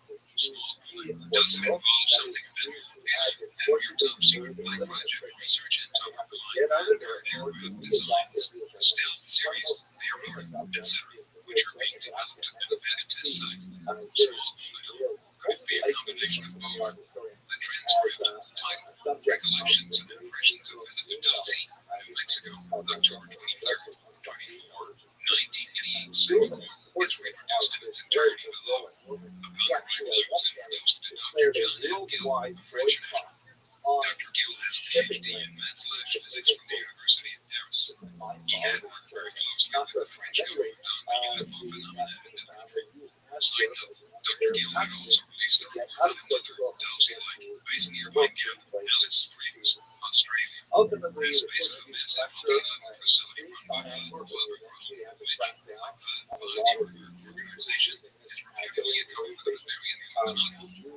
The article spoke about the growing industrial research and plans to make Pine Gap a major control center for the world order. Pine Gap is equipped with whole levels of computer terminals tied into the major computer mainframes of the world, which contain the intimate details of most of the inhabitants of industrialized nations. The article also spoke of the infiltration of several major religious denominations, the media, international governments, the economy, education, and other levels of society in order to prepare the way for a world order intention. The report also stated that the workers at Pine Gap are highly indoctrinated and programmed so that they do not threaten or sabotage the security of the Illuminati projects being carried out there. Brandon, he told me, Bishop continues, that he has not worked in his chosen field for 50 years, having devoted all of his time to research UFOs. Dr. Gill is an amiable, forthright man. He has no reservations about expressing his own views on the subject. He does hold several beliefs that are rather paranormal. Dr. Gill and his wife, I with him. My personal view of him is one of caution. Until I get to know him better, I feel that I should be very careful. Ilhan Gomez is rich. His ranch is 13 miles west of Dulce. Now, accounts given by others state that the ranch is 13 miles east of Dulce. However, whatever the case may be, it's safe to say that the ranch is 13 miles from Dulce. Brandon, from 1975 until 1983, the Gomez Ranch was the scene epicenter of most of the cattle mutilations that took place in the northern New Mexico/southern Colorado area. He told me that his family homesteaded in Dulce area 111 years ago, and that as a result of these mutilations, they lost $100,000 in cattle over an 8-year period. One of these races occurred fields 100 yards behind his home. He showed me the area. The mountain was very open and discussed with me the various mutilation cases that had occurred on his ranch and on his farms. Upon our return from the mountain trip, he invited me to his home, where he shared with me various photographs, drawings, letters, etc. relating to the cases. He loaned me several overhead photographs of the Mount Arvada area. I hope to be able to have them examined through image intensification techniques. Edmund also told me about the many times that combat-ready troops had been spotted in the area. Some of these troops were found in areas that are only gotten through 4-wheel drive trucks or on foot. This is very rugged country. The troops were also spotted in areas that only the Apaches occasionally go. When the reported experimental aircraft went down in 1983, there were hundreds of troops armed to the teeth reported in the area. When approached, the troops would run and disappear. Participants in the Mount Arvada expedition were Gabe Ventez, Ed Mount Gomez, Dr. John Gale, name deleted, Orwell Gomez, Ed Mount's brother, General Ventez, Gabe's sons. Because of Gabe's position as head of the state police in Dulce and not being a part of the community, he would get permission to go into the mountain. It is located on the Apache Reservation. We left about 14:30 hours, Sunday the 23rd of October 1988. We used Gabe's 4-wheel drive pickup truck to get up the mountain. The road was incredibly difficult. At one time, we had to dig out the side of the mountain in order to allow the truck to pass. And at about 17:30 hours, we arrived at the proposed campsite. It was on a relatively flat area, about 300 yards from the peak of Mount Arvada. Gabe and Mount both told me that in 1978 there was an agreement between the UNDs, Colorado, and the federal government. This agreement consisted of the invasion receiving all the territory now occupied along the New Mexico/Colorado border with the explicit agreement that they would strictly enforce the no trespassing regulation along the border of their territory. Therefore, it is not possible to even cross the U reservation without special permission from the tribal headquarters. If caught without this permission, you are liable for a fine, jail, and expulsion. There is now a road leading to the Arvada area from the reservation. It is controlled by the Indian Forest Service. However, the Colorado border is only a relatively few miles away from to the north of the Arvada Plateau. Brandon, at 19:51 hours and 7 of us spotted a very bright light coming from the northwest in a very high rate of speed. The object appeared to be cone-shaped with a very bright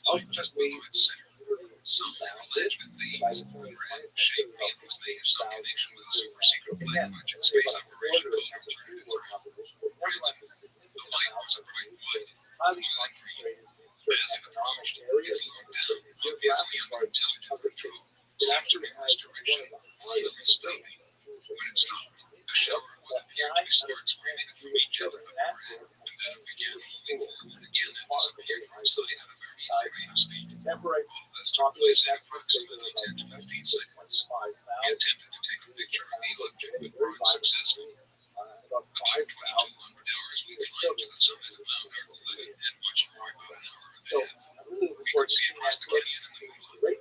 This canyon was, for all ignorance, round and well-known physicist and UFO investigator claimed an alien base is located in it during the night where ships are seen entering and leaving cave openings in the cliff wall. During our stay on the peak, we saw two very bright lights on the cliff walls in the exact location where Paul said the base openings. There are no roads on this cliff. The lights would appear suddenly and then fade over a period of time until you could not see them. At this time, we also heard voices that sounded like radio transmissions. The voices were not understandable, but they were there nonetheless. The same light pattern was seen by myself and Edmund Gomez as we sat on the cliff. At about 1 o'clock, we also heard voices. At one time, we thought we could hear trucks moving, but we could not be sure about this. After 2 o'clock, there were no more sightings or sounds. On Monday, the 24th of October, 1980, the entire party climbed to the peak once again. We were looking for evidence that there had been a crash of an experimental aircraft flown by an Air Force general in 1983. This crash was reported in the newspapers for 2 days as a small plane named Rothschild. The craft was rumored to be a captured UFO flown by Americans. We were hoping to prove that there indeed had been a crash, but also to find some physical evidence. Dr. Benuitz reported that the craft had clipped off a large tree in its descent and hit another tree, regained altitude, skimmed over the peak of Archuleta, and hit a third tree in the valley north of the peak. It was then reported to have hit the ground, flipped over twice, and came to rest. We found the trees as reported by Benuitz. They were all aligned with each other and the final resting place. The first tree was about 40 inches in diameter. It was hit about 30 feet off the ground. There was no fire. I have taken samples of this tree for analysis. The other two trees were small, approximately 12 to 20 inches in diameter. There was evidence of fire wounds. Samples of these trees were also taken. Between the second tree and the third tree, we found large pieces of what appeared to be part of the first tree. As I was One doing my piece was research burned, for the while next to it was one that had not been burned. Samples were taken. I came While across searching for physical evidence, so the standard issue style ballpoint pen was found. This is of the same type used by the United States government, but can also be purchased by the general public. German Jews Strange they had been found in such a remote place as this canyon. The alleged crash area showed a large semicircular area with vegetation. The area above the semicircular area was covered with low vegetation also. Because of the swamp, this area were taken. My overall impressions of this trip are mixed. I believe that there was definitely something going on in the area. What it is, I do not know. Perhaps there is a base layer. Perhaps it is jointly operated by aliens and the government, as claimed by John Lee. Again, it could be in the United States based so super secret that there are no fences around to arouse any suspicion. And again, I cannot say for sure. I do know that the evidence that we found decidedly points to the fact that something is going on in this area. In apparent confirmation of the above, we equipped as the former state police officer in New Mexico, who was a part of the expedition described above, was contacted by researcher Helgi Wheeler in 1990 in an attempt to confirm some key information concerning his involvement in the UFO meteorological investigations. During a telephone conversation with Valdez, the following was learned. And others had seen strange flying objects in the area. However, he himself was not sure whether these were UFOs of alien origin, some type of top-secret aircraft being tested by some secret faction of the government. Something behind the crash near Mount Archuleta several years ago. But again, he did not find any evidence on consider proving whether it was an object of human or alien origin. There is another road leading to the Mount Archuleta area at Mesa, aside from the one which goes through the Ute Indian Reservation.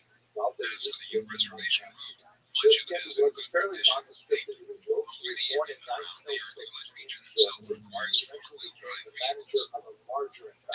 He did investigate cattle mutilations, and at least in some cases a known agent was discovered in the carcasses, and other indications suggesting that the cattle were being used for research in DNA experiments. When by accident, while scanning the internet, I was surprised to discover yet another confirmation of events described earlier by Jason Bishop. This third confirmation of UFO activity near Dulce, New Mexico, by members served as a collection point for Jews in the Nazi deportation plan to Bethlehem, which was a transit camp. Siskind relied on his strong international skills to maintain very good relations with the Nazis in Amsterdam, while secretly plotting against the spoil their plans to move it. They worked together with economists and Felix Halberstadt in the theater, such that when families were brought to the theater for deportation, he would make sure that the records of the children simply disappeared. And then they would be taken to a nearby nursery that was run by a Jewish woman, He would then smuggle them out to a nearby teacher's college. The teacher's college was run by a man named Johann. And from there, they would be taken away to get diapers, small children would take them in backpacks, shopping bags, and laundry baskets, and they would then shipped out to nearby suburbs of Amsterdam. In total, about 600 Jewish children were saved through this remarkable network that involves a lot of accomplices, Jewish and non-Jewish, to make sure they cooperated to save these children. They worked together with the press, media, public figures, the children's media, the press, and even the secular system. Unfortunately, Siskind himself and his family would not forgotten that many members of the Rothschild family were very valuable to the Nazis. Ultimately, they were last on the list. So in 1944, Siskind had his wife and his daughter deported to Czechoslovakia. He tried to get them out of there with letters of recommendation that he had from the previous illnesses. He had no luck with them. They later deported to Malaysia, Victoria's house. He was separated from his wife and daughter on October 25th, 1944, and though he survived, he was killed immediately. Siskind himself would eventually die in the death marches in February 1945, as the Nazis tried desperately to pull back from the advance of the Vienna. After the war, of course, there was a tremendous film was made about him, and it was rich and instructive. He had lost life in Amsterdam, regulating horizontal trajectory, resulting in a perfect memorial for the way in which he was literally rich from death to life. There was no sound coming from the object. The object stopped dead in its tracks near the top of the mountain. And at the same time, it became extremely luminous, lighting at least half the sky. There was a display of various colors, yellow, pink, green, and a shower of sparks. Then the object floated on itself and disappeared. Annexes, maps, New Mexico maps, the United States Geological Survey maps were counted. Photos, photo of witnesses, campsite, Mount Argo 11. The trajectory was about 2,000 feet above the lowest point under the estimated path of the object, which is the Navajo River, elevation 6,600 feet. And Chapter 3, Dulce, New Mexico, and a Cosmic Conspiracy. John Lear, a captain of a major United States airline, has flown over 160 different types of aircraft in over 50 different countries.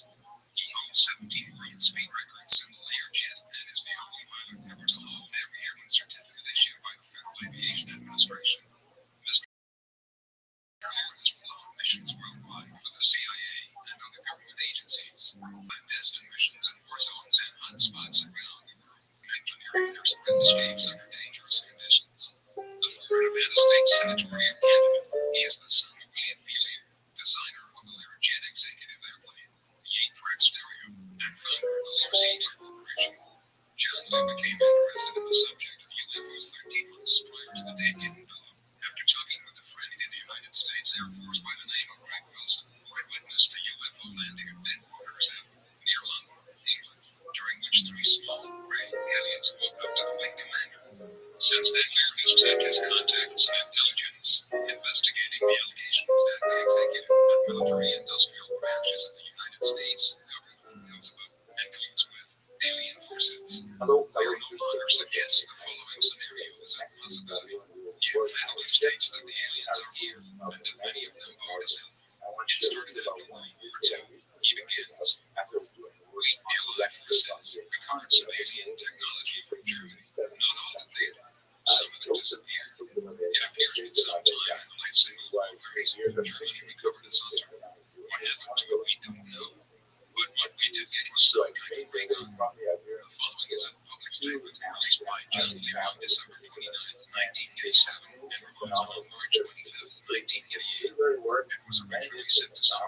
original friends and research associates, who in turn put pressure on the Ace Pilot to release this information publicly. The first version of the statement was apparently met with the inside crowd of researchers with whom they're associated, whereas the following revision contains the same information as the first edition, yet is directed towards the public in general. Note to the press, the government of the United States continues to rely on your personal and professional ability to suppress the information contained herein. Your cooperation over the past 40 years has exceeded our wildest expectations, and we salute you. The sun does not revolve around the earth. The United States government has been in business with little reaction to terrestrials for about 20 years. The first truth stated here got George Unknown Wright burned at a stake in AD 1600 for daring to propose that it was real. The second truth was Captain Fargo repeatedly tried to state IT publicly that will never be known. Note, emphasis here and throughout this section is ours. Granted, but the truth must be told. The fact that the earth revolves around the sun was successfully suppressed by the Roman Church for over 200 years. It eventually caused a major upheaval in the church, government, and thought. The realignment of social and traditional values. That was in the 1600s. Now, about 400 years after the first truth was pronounced, we must again face the shift facts. The hard truth the government has been hiding from us over 40 years. Unfortunately, the horrible truth is far more powerful than the government ever imagined. In its effort to protect democracy, our government sold us to the aliens. And here is how it happened. But before I begin, I'd like to offer a word in defense of those who bargain us away. They have the best of intentions. Germany may have recovered to flying saucer as early as 1939. General James H. Doolittle went to Norway in 1952 to inspect a flying saucer that had crashed near the Spitsbergen. The horrible truth was known by only a very few persons. They were indeed ugly little creatures, shaped like great mantises. While the original group that were the first to learn the horrible truth, several committed suicide, the most prominent of which was Defense Secretary and Secretary of the Navy James B. Forrest, who jumped to his death from a 16th-story hospital window. Note, William Cooper, the former Navy intelligence briefing team, insists that Forrest was in fact murdered by CIA agents who made his death look like a suicide. Based on sensitive documents, Cooper claims to have read two CIA agents enter the hospital, tied a machine around Forrest's neck and to a light fixture, and threw him out the window today. But the chief gas broke and he fell to his death, screaming on his way down, according to some witnesses. You're being invited. Granted, Secretary Forrest's medical records are sealed to this day. President Truman put it out in secret and turned the screws so tight that the general public still thinks that flying saucers are a joke. Have I ever got a surprise for you? In 1937, President Truman established a group of 12 of the top military scientific personnel of their time, later known as MJ-12. Although the group exists today, none of the original members are still alive. The last one to die was Gordon Gray, former Secretary of the Army, in 1984. As each member passed away, the group itself appointed a new member to fill the position. There is some speculation that the group known as MJ-12 expanded to at least 7 more members. There were several more saucer crashes in the late 1940s, one in Roswell, New Mexico, one in Aztec, New Mexico, and one near Reno, Texas, about 30 miles inside the Mexican border. Consider, if you will, the position of the United States government at that time. They probably thought of themselves as the most powerful nation on earth, having recently reduced the atomic bomb, an achievement so stupendous it would take Russia 4 years to catch, and only with the help of traitors to democracy. They had built a jet aircraft that had exceeded the speed of sound in flight. They had built jet bombers with intercontinental range and could carry weapons of enormous destruction. Proposed prayer and the future seemed bright. Now imagine what it was like with those same leaders, all who had witnessed the Pentagon Roosevelt's radio broadcast. The words, in 1938, thousands of Americans had been realistically presented invasion of Earth by beings from another planet. Imagine their horror as they actually viewed the dead bodies of these frightening little creatures with enormous eyes, reptilian skin, and claw-like fingers. Imagine their shock as they attempted to determine who these strange saucers were discovered not even remotely similar to components they were familiar with. No cylinders or pistons, no vacuum tubes or turbines or hydraulic actuators. It is only when you fully understand the place. He includes, for example, 4 basic rules of speculation, which have retained their values to the present day. A lot of people will say that that is what it's all about. So they are. The first rule of speculation is never advise anyone to buy or sell shares. That doesn't sound so much like an economic idea, it's more of like a, I don't know, friendship with your brother or something like that. But give anyone a chance to go out to the picture for, it's all up here, it's all in depth. We don't want to give people bad advice and then give way for it. Second rule, accept both your profits and risk. Don't, similar in the awful kind of feeling of, oh, I'm so bought that, things like that, I should hold it for a crash. There's no point to it, it's just feel out of fear, I'm wondering if that'll help them. Third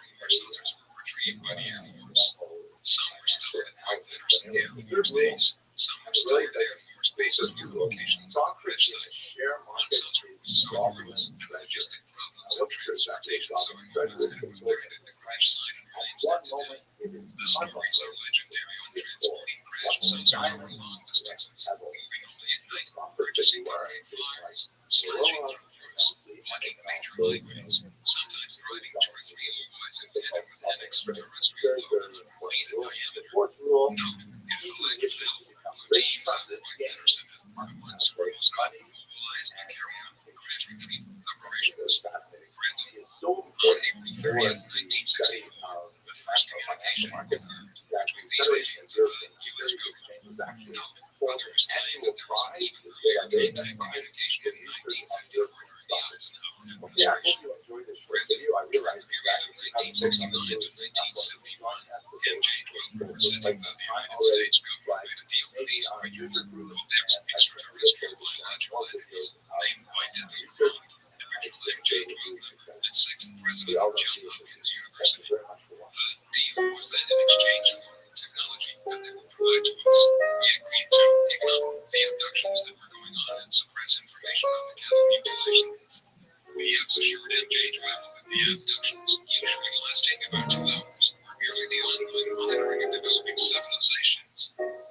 In fact, the purposes for the abductions turned out to be 1. The insertion of a 3mm spherical device through the basal cavity of the abductee into the brain, optic and nerve center. The device is used for the biological monitoring, tracking, and control of the abductee. 2.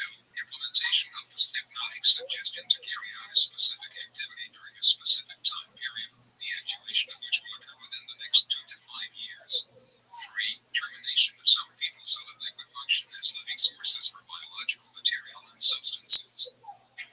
Termination of individuals WHO represent a threat to the continuation of their activity. 5. Genetic engineering experiments. 6. Impregnation of human females and early termination of pregnancies. Local economy has a lot of import and export going on. And Jews, in particular the Portuguese Jews, who had fled the Inquisition and were looking for new economic niches, they began to find ways to be very active in these markets. And particularly we see here in New York, which of course was originally Amsterdam, Europeans that into the region. It's fascinating, I think, that the local governor, Peter Sober's here, wearing a coupon. That's weird, I know, but I think it's just coincidental. He really didn't want the West Jews in, but nevertheless, the officials in Amsterdam said, yeah, listen, they're really useful for our economics and how they keep it just not to allow them. So he was forced to allow this tiny group of Jews to 54 Jews in North America. Does this sound incredible? An actual list of abductees sent to the National Security Council. Read on, because I have news for you. EFs have a genetic disorder in that their digestive system is atrophied and non-functional. In order to sustain themselves, they use enzyme or hormonal secretions obtained from the tissues that they extract from humans and animals. The secretions obtained with hydrogen peroxide to kill germs, viruses, etc., and applied on the skin by spreading or dipping parts of their body in the solution. The body absorbs the solution, then extracts the waste back through the skin. Urine is also excreted through the skin in this manner, which may explain the unusual stench that many abductees or witnesses have reported during encounters with the gray-type alien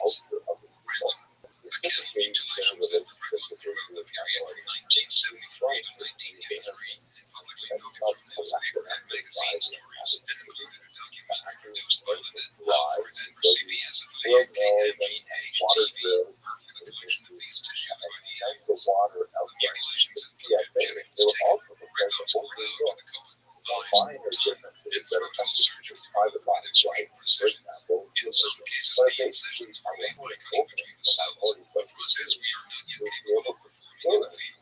In many of the mutilations, there was no blood found at all in the carcass, yet there was no vascular collapse of the internal organs. This has also been noted in the human mutilations. One of the first, which was Sergeant Jonathan Pilavit of the White Sands Missile Test Range in 1956, who was found 3 days after an Air Force major had witnessed his abduction by a disc-shaped object at 0300 while on search for missile debris downrange. His genitals had been removed, rectum cord out of the surgery for size, blood up to the colon, eyes removed, and all blood removed with, again, no vascular collapse. From some of the evidence, it is apparent that this surgery is accomplished, in most cases, while the victim, animal or human, is still alive. No, according to former Green Beret Commander Billy Nash, this incident was also mentioned in the autopsy Rothschild'S report No. 13, which was never released on the rest of the documents and voluminous project involved reports. The Force and Outbreak Retrieval Operations reportedly working on behalf of over a branch of the Blue Book operations, and mythological legends of the secret warehouse were multiple underground levels exist right at Intercept in Ohio, one which is literally packed with alien craft, hardware, and even alien bodies on Earth. Bright Patterson was, and is, my headquarters in Project Blue Book. Granted, the various parts of the body are taken to various underground laboratories, one of which is known to be near the small New Mexico town of Dulce. This jointly occupied CIA area facility has been described as enormous, with huge tunnel walls that go on forever. Witnesses have reported huge vats filled with angrily liquid parts of human bodies being stored inside. After the initial agreement, like less than U.S. grant, the individuals who /ESP _program.htm single 773,500. Greater than one of the nation's most secret test centers was closed for a period of about a year, sometime between about 1972 and 1974, when a huge underground facility was constructed for the help of the important Oregon for technology was set in place, but could only be operated by the imps themselves. Needless to say, the advanced technology could not be used against the imps themselves, even if needed. During the period between 1979 and 1983, it became increasingly obvious to MJ-12 that things were not going as planned. It became known that many more people, in the thousands, were being abducted than were listed on the official abduction lists. In addition, it became known that some, not all, some of the nation's missing children had been used for secretions and other parts required by the aliens.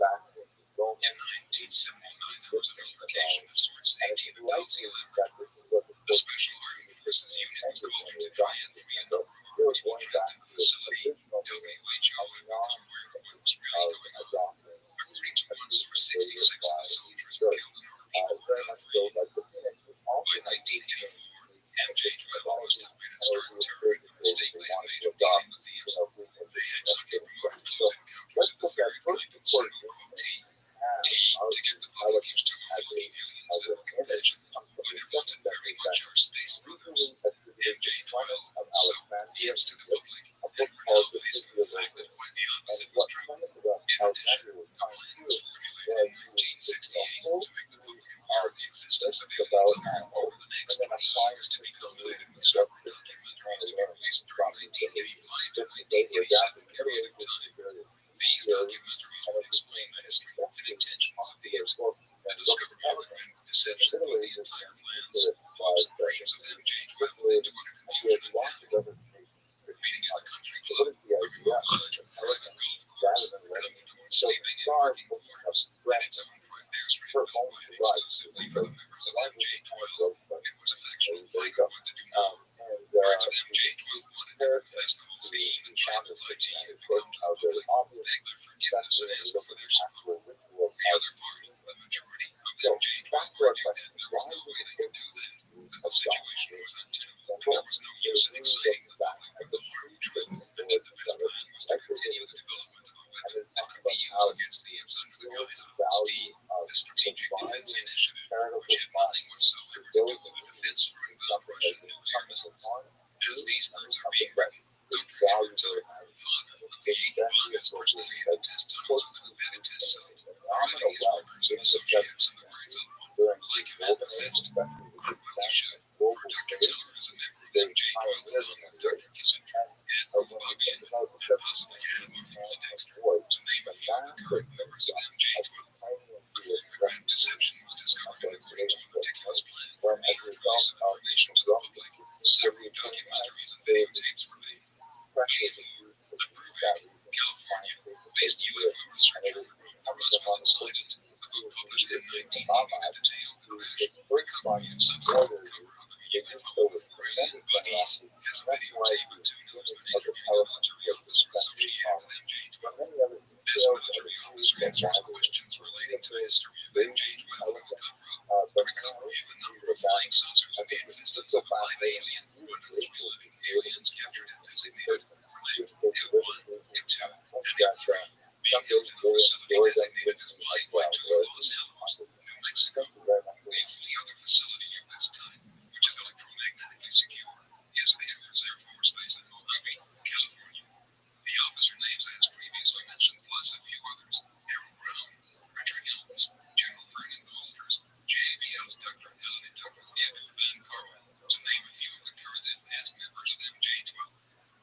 The officer also relates to the fact that the Epps claim to have created Christ. The Epps have a type of recording device that has recorded all of Earth's history and can display it in the form of a hologram. This hologram can be filmed, but because of the way holograms work, does not come out very clear on movie film or videotape. The crucifixion of Christ on the Mount of Olives. This actually took place on the hill of Calvary, not the Mount of Olives. Has allegedly been put on film to show the motive. The Epps claim to have created Christ, which, in view of the grand deception, could be an effort to disrupt traditional values and undetermined reasons. Another videotape likely in existence is an interview with an alien. Since it is communicated telepathically by sending crystal light transceiver-like implants that link the brains together into a mass collective hive mind, where the Air Force Colonel serves as interpreter. Just before the recent Stillwater insurrection in October of 1987, several newsmen, including Bill Moore, have been invited to Washington, D.C. to personally film the events of their live interview and distribute the film to the public. But there, because of the correction in the market, it was felt the timing was not propitious. In any case, it certainly seems like an odd method to inform the public of extraterrestrials, but it would be a keeping with the actions of a predictive organization WHO18 as far as the time present known to be agent. The results of the session were various documents, a few pages of which leaked out several years ago and pertained the super secret MSA project, which had been denied by the Rothschild just recently. In a letter to Senator John Flynn, MSA's Director of Policy, Julia B. Wetzel, wrote, apparently there was an Air Force project with the name Aquarius, which dealt with UFOs. Coincidentally, there's also an NSA project by that name. NSA's Project Aquarius deals specifically with communications with aliens. Within the Aquarius program is Project Snowbird, a project to test fly-recovered alien aircraft, only less than the defense grid, in which S buffers are off-limits airspace VA.HT and pound sign 1 single 434,524 greater than Nevada. This project continues today on that location. In the words of an individual, Mark Zimmerman, like, our people are much better at taking things apart than they are putting them back together. Moore, who claims he has a contact with MJ12, feels that they have been stringing him along, slipping him documents and providing him with links, promising to go public with some of the information on extraterrestrials by the end of 1987. Certain of Moore's statements lead one to believe that Moore himself is a government agent working for MJ12, not to be spun along, but to string along UFO ufologists that the truth just around the corner. Consider 1. Moore states emphatically that he is not a government agent, fluently right, in Southern California-based authorities whose investigated by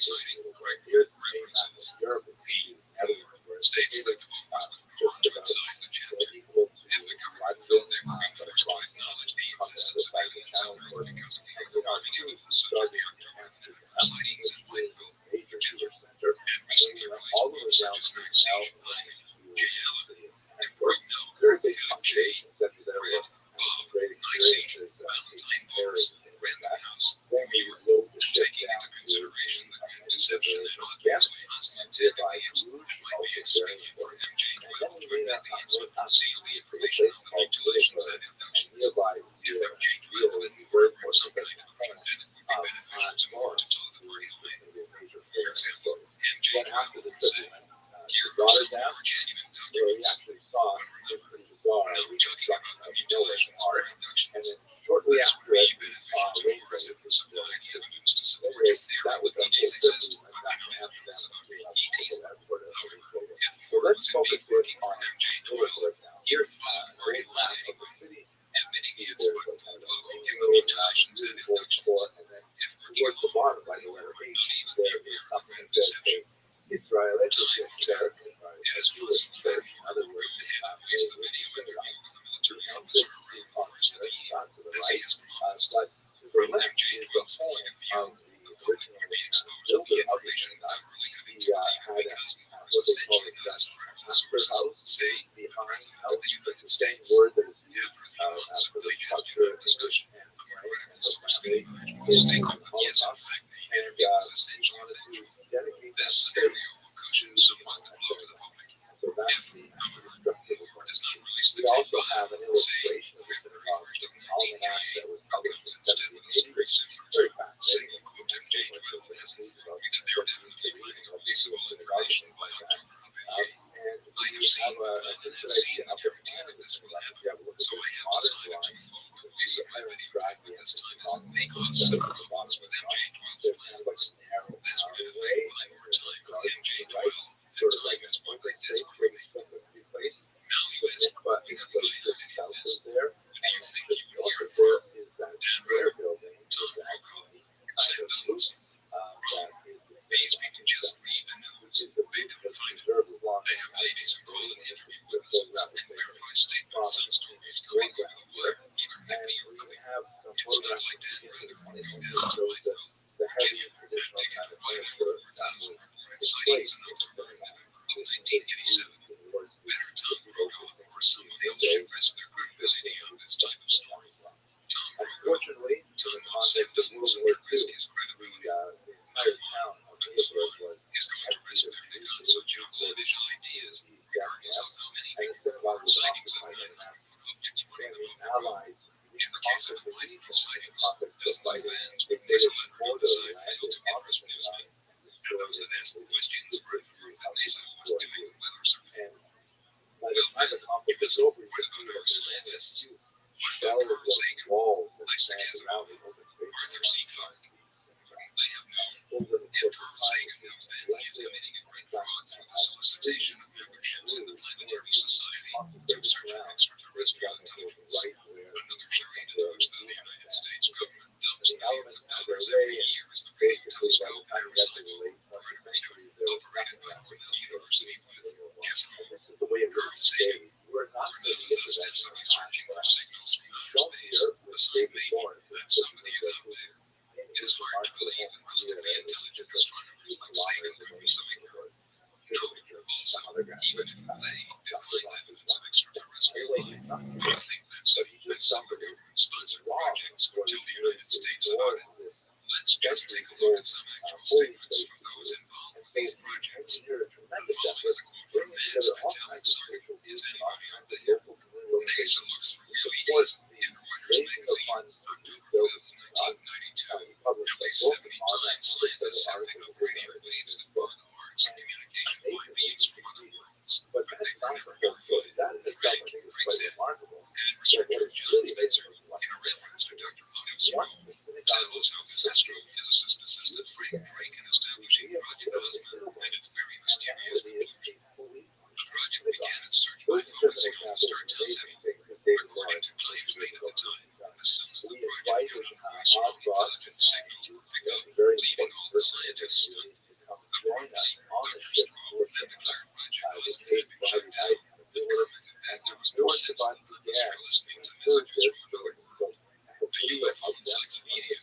So then, they insiders will accept all of our hard-earned tax dollars to finance their radio projects. If not their money on bases of covert space operations. Universe beginning our mortal would the audacity to actually insist on having access to the products of their financial investments. Really, what about Isaac Asimov?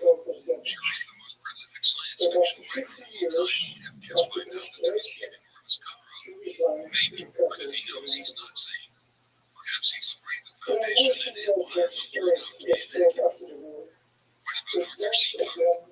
Surely the most technically accurate of science fiction writers with Americans' ties to NASA would have at least begin with what's really going on. Again, if somebody isn't talking, in a recent science fiction sermon, Clarke estimates that contact with extraterrestrial intelligent life would not occur before the 21st century. If the government won't tell us the truth, and the major networks won't even give it serious consideration, no, this was written before such programs as sightings, encounters, unsolved mysteries, current affairs, untold things, strange universal TV news digests, and talk shows began dealing with the UFO abductions, and so on in much greater depth, not to mention the X-Files, Dark Skies, and other TV series. Granted, then what is the big picture? Anyway, Archives, having done 100,000 or more abductions, possibly millions worldwide, building a total number of secret underground bases, like Nevada, Sunspot, Roswell, and Python, New Mexico, just to name a few, getting ready to return to wherever they came from. Or, from the obvious preparations, are we to assume that they are getting ready for a big move? Or is it the more sinister and most probable situation that the invasion is essentially complete and it is a war of security? A complete invasion of Earth, its resources and benefits would not begin with mass landings or even before the aliens. A properly planned and executed invasion by a civilization thousands of years in advance of this war would likely be complete before a handful of people, say 12, realized what was happening. No fuss, no mess. The best advice I can give you is this: next time you see a flying saucer, run by its obvious display of technology and religious lines of pure code. Run like hell.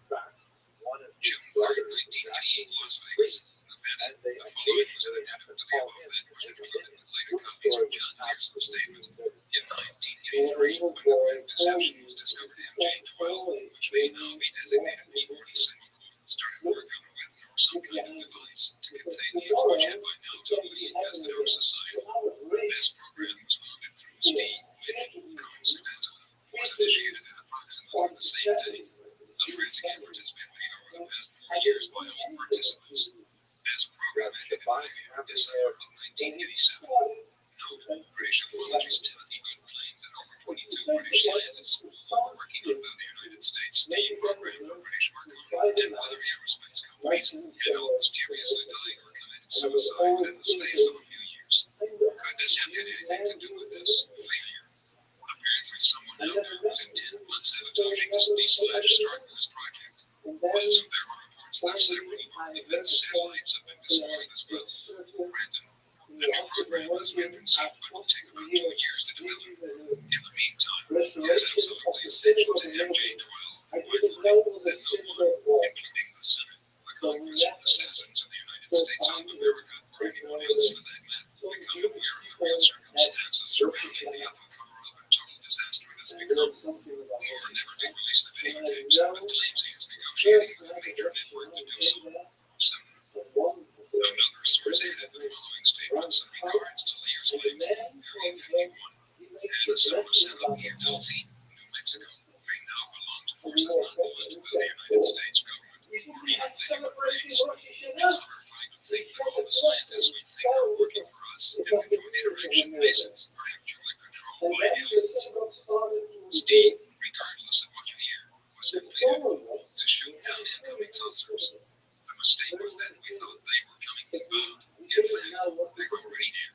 They were underground bases all over the place. It seems that the aliens had constructed many such bases without our knowledge, where they conduct aimless genetic experiments on animals, human beings, and improvised creatures in their own devising. Thus was born Project Excalibur, or as reports describe Excalibur as a weapon system designed to obliterate deeply buried Soviet command centers, which the Reagan administration incorrectly characterized as destabilizing. We have exactly similar centers. Lear claims the weapon was actually directed toward the internal aliens.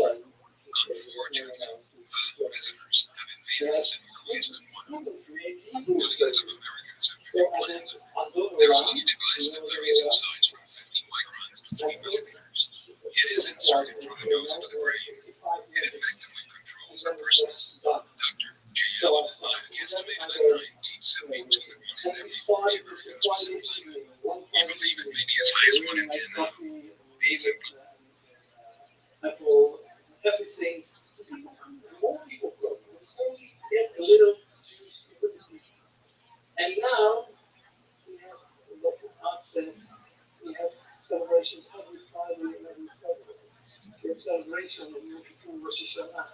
And I'm still learning. It is a very special thing because I was learning and people were also learning with me. Because the first time of their Shabbat, I had learned the Haggadah to sing. And that's a little people who think like this. And I learned them how the Haggadah to sing. And then they want to know, and I want to know. So we started with playing the Haggadah on Friday night to the whole service now in Shabbat. They have Milah going on there, so consider young people, children in the community. And we're thinking of that with a child who's so much older than 3 months, but nevertheless, it's beautiful to see what's happening. Since that time, we have some Saturday. just trying to find some new creative bodies that They come from everywhere. Young people, little people from over it's there. scary this place. That's everything you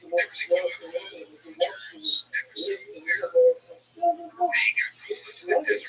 is this guy. That's where it's so holiday cycle there with code, they have weddings there. It's just so absolutely that this community comes alive again.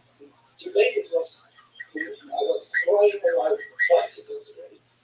I never saw so many Jews in Liverpool walking. I saw people looking, multiplying with the people. It's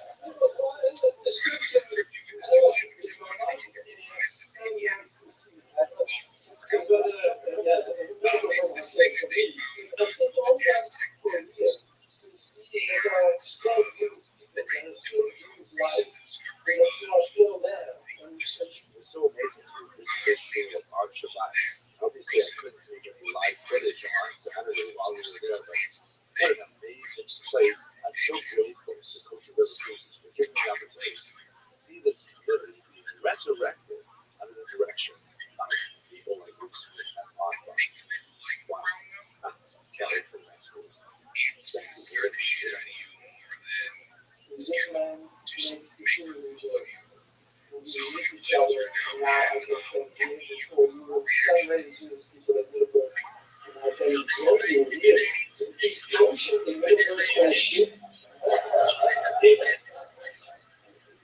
Walk to the Red Sea, you know?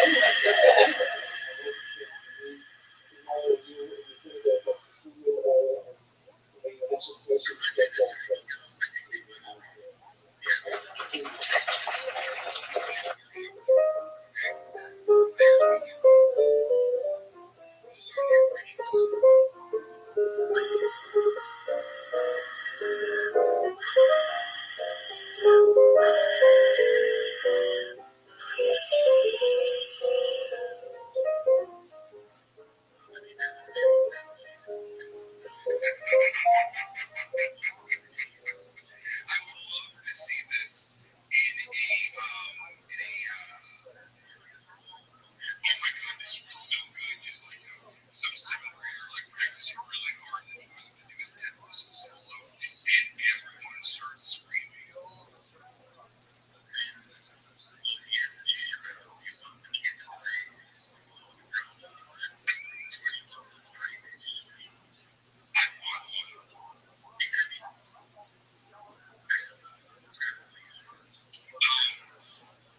It was used for dated dead rituals, but then they also used it like distant prayers. Basically, everyone put this on a necklace, and then, like, they go like 100 asking prayers for you.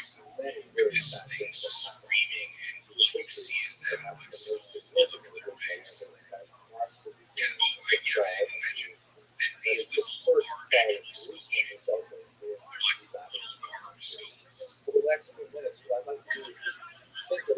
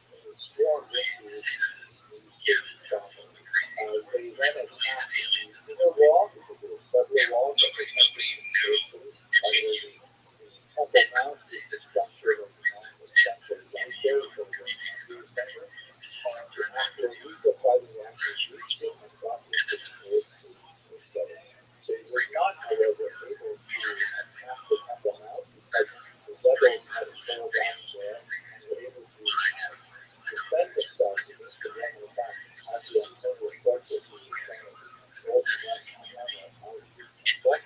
So what Egypt decided to do was to build this massive wall and surrounded the entire city, taking advantage of the local geography, and essentially starved the rebels for the next 2 weeks. Then in late July, the Egyptians attacked at the same spot in the northwest corner of the temple, and they were able to destroy them, and ultimately this site was set ablaze on the ninth day of the half. To this day, commemorated in plaster is used on a store of the occupation of what incredibly sad the last. After destroying the last holdout of the rebels on the mountaintop of Masada, the desert, the Romans placed immense punishment on the offenders, taking away tens of thousands of captives and slaves, throwing imprisoned Jews, onerous taxes, and many other symbolic rules. The Romans also chose to propagandize their victory as much as possible by, for example, creating a whole series of these quaint Judea tactics, which means Judea has been taken captive. It's kind of a strange thing to say because Judea was already under Roman control from the year 63 before the conquest of all Greece. For over a century, it had been doing Jericho, it was really putting down rebellion more than it was capturing Jericho, but nevertheless the resilience of the rebels, since they held off the Romans for so long, and they wanted to take good advantage of the victory, and they were also extremely dedicated to drive everything getting Romans down. On the left, you see the Emperor Vespasian. On the right, you see the Roman soldiers standing and looking down at the land he was finished, and in between them is the Balsam Time, which was one of the most popular place on the day.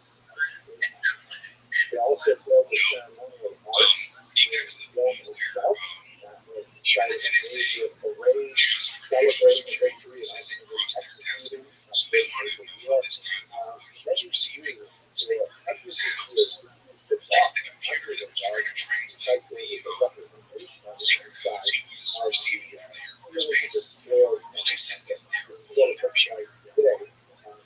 Scholars of the Hebrew University have reconstructed this. It might have looked like the Romans because they simply contained those statues.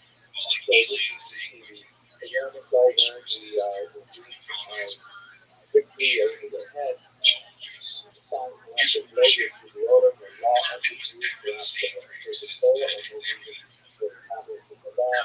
The second one there says the Lamora, the order, Jewish Torah. And on the right, the Sacro de Oro, the holy thing of the Jews, probably we put on the picture of the table there with the stage. And this is how it was Nevertheless, Jews always regarded Jerusalem as their center.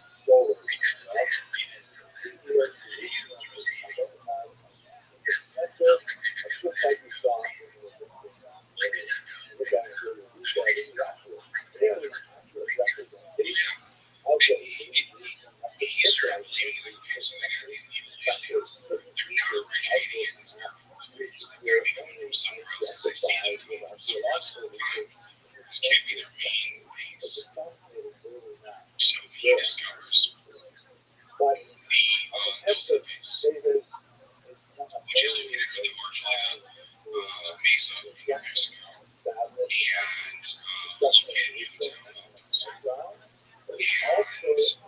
this becomes his mecca. I mean, he will be internal coverage all over the Mesa number graduates from looking weird. Because when you see the movie was the Garage, and watching the movie, you see the pictures that he took, and it's like, yeah, this is where the alien spaceship crashed, and this is its atomic fuselage, and he's like, when he inhales, like, it fills your circles and your arrows everywhere, and then you're just,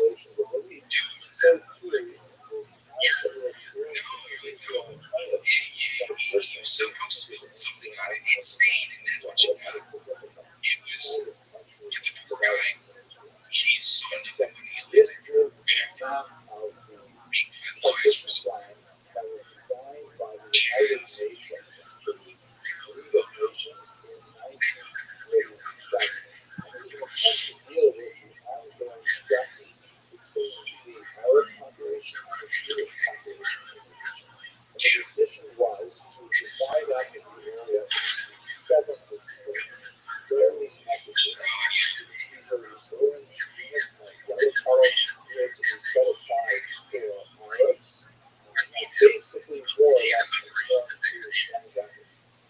He is just the unluckiest.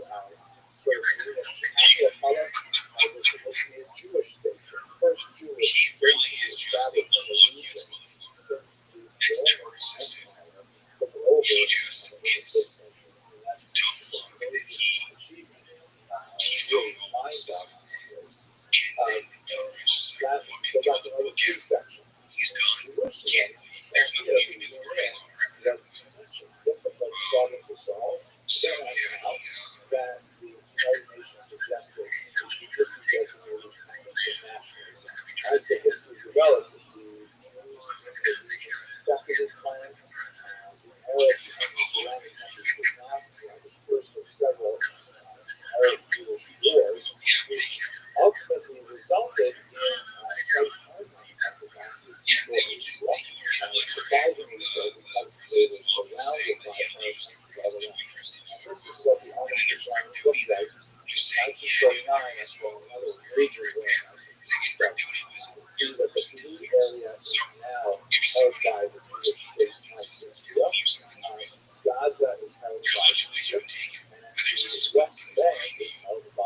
yeah, he's actually telling you the truth because once you know the truth, I think school was just too trusting.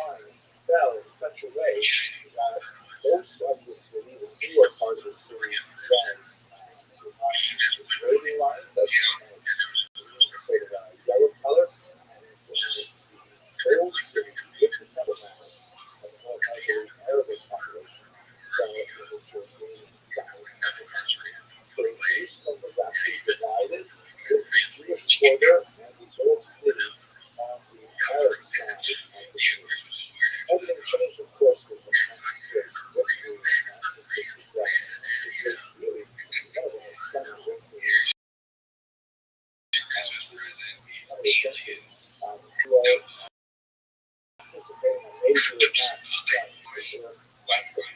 information. I'm just thinking to myself, wouldn't it be easier just to fucking kill it would just be easier just to go into his house, shoot him in his family while he's asleep, running people down because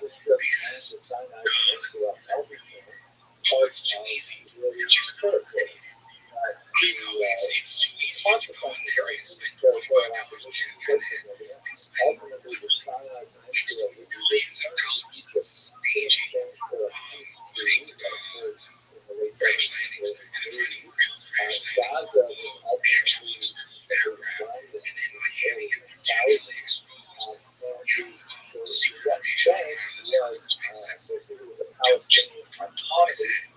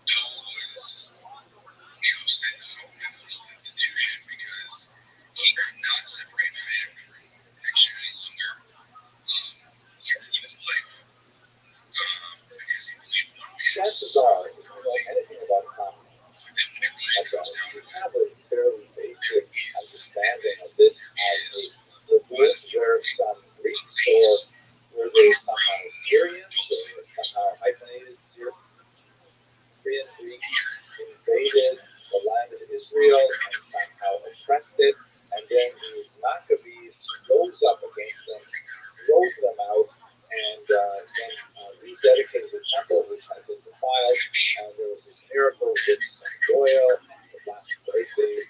And so, like all Jewish holidays, they tried to get us to survive collectively. But, you know, when we actually get into the history of it, there's so much other fascinating material. I'd like to take you through a very quick glimpse into the Maccabean results that might be a little different than what you heard in the video.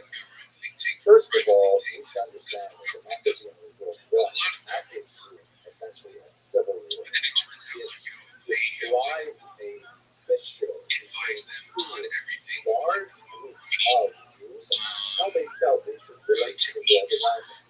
This is the result of the political situation in which Israel had been under Greek dominance, that is, Hellenistic dominance, Greek cultural dominance, since Alexander conquered the region and then died 7 years, 322 before the Common Era. The Greeks were guests of the Jews long before they became an occupying power, but let's try and understand the political circumstances first. So here, if you have a look at this map, you'll see that after Alexander died, his empire was divided among his successors. The empires that are especially important for us are the Seleucid Empire, which is in the yellow and occupies much of Central Asia, and the Ptolemaic Empire, which is based in Egypt. Now, the reason why the Seleucid Empire is often called the Syrian Empire is because much of their activity was based in what was basically called Syria. But they were fundamentally Greek in orientation.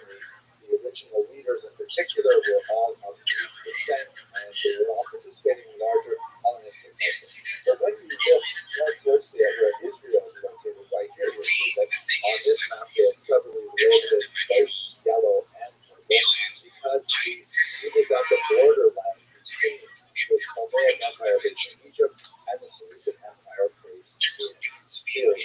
And as a result, Israel was handed back and forth for much of the time, and only after the year 200 was it fairly firmly in the hands of the Syrian Jews, and that's when most of the adventure of the Maccabean revolt occurs.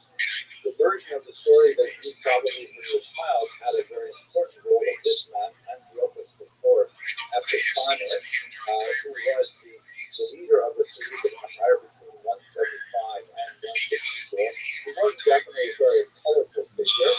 He definitely had a different approach to, shall we say, religious toleration than his predecessors had, and he was responsible for some terrible persecution of Jews in the middle of the 2nd century. He was also a bit of a madman. In fact, he had the nickname Epiphanes, means God made manifest, which is kind of like a typical name that you might want to take if you were an emperor of a large region like this. But he was known behind his back as Epiphanes, which in Latin would be translated as sugar man. He used to do things like, dress up as a commoner and then go to the bathhouses and, just try and slam it over the regular people. And then he used to enjoy revealing himself as being, in fact, the emperor himself. And when he would ask, to have royal court on him by everyone present, he had a very troubled childhood. At any rate, what is he specifically doing messing with Jewish religious practice? There was a ruling controversy within Israel itself. The thing is, Antiochus inherited an eternity among Jews, among those who were in favor of increasing their commitment to Hellenistic values. And on the other hand, there were those who were more traditionalists who said, no, this is too much, you can't take this in this direction.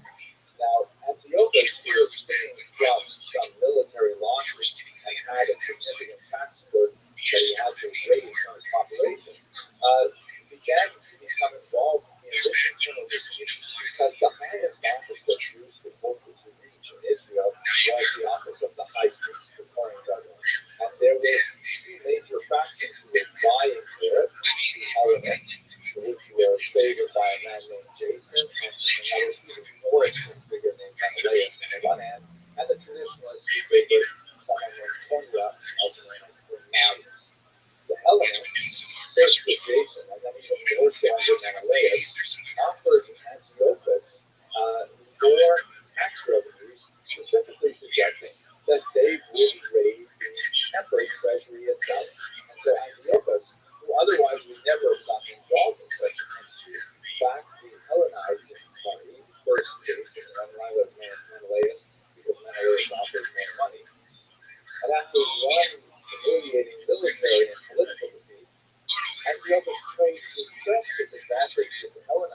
element by ransacking the temple itself, dedicating it to Zeus rather than to the god of the Jews, and banning many traditional aspects of traditional Jewish practice, such as circumcision and the observance of the Sabbath. This sparked a revolt, but the root of the revolt were really in the Jews themselves. Those Jews who wanted more an accommodation element values on the one hand, and those who disagreed and said that the Greek world had to be held at arm's length.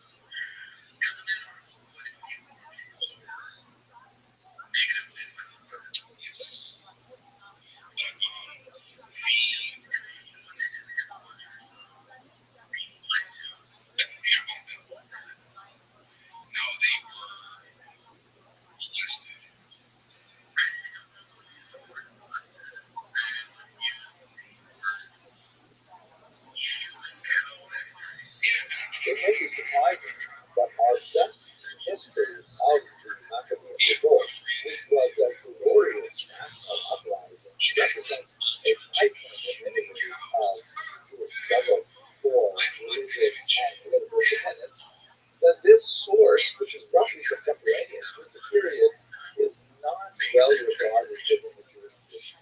How do we know about the events of the Maccabean revolt? Well, we have three really important sources and a few other smaller ones roughly from the period as well. Let's look at the three most important. The first is the Talmud.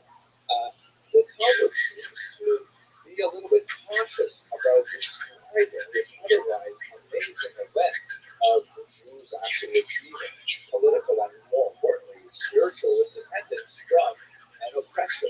And there are a lot of questions. Why does the Talmud spend a lot more time on study? Why is there no response stage devoted to the holiday of Hanukkah, like it is, for example, to the holiday of Purim? In fact, Hanukkah gets just a few pages really in Tractate Shabbat, and it is in the context specifically of how do we light the menorah. That's one of the biggest aspects that's discussed there. How do you ritually observe the holiday of Hanukkah? But as a historical source, it's somewhat disappointing. Another very important source, but a very difficult one to use, is Flavius Josephus, who is kind of like the Oprah Winfrey of Jewish history in the first century. He was certainly the most famous historian. He was a Judean general who first aligned himself with the rebels in the First Roman-Jewish War in the year 66 to 73. And then, when he was about to be captured in a very dramatic episode, he turned coat and he joined the Romans. He rose to great prominence with the Romans, primarily as a historian, an official expert on everything Jewish for, of course, Titus, the general who was responsible for destroying Jerusalem, and then later for the Roman world as a whole. He moved to Rome. He wrote an extremely important history of the Roman Jewish War, undoubtedly the most important history that exists. And after that, he went on to write a massive book called Antiquities of the Jews, which essentially covers all of Jewish history from creation right up until his death in the late first century. Extremely important work as well as all kinds of things. However, as I've just given you a couple of comments about his biography, there are some difficulties with him because he's writing only in Greek, which was the language of educated people in the Roman world in the first century.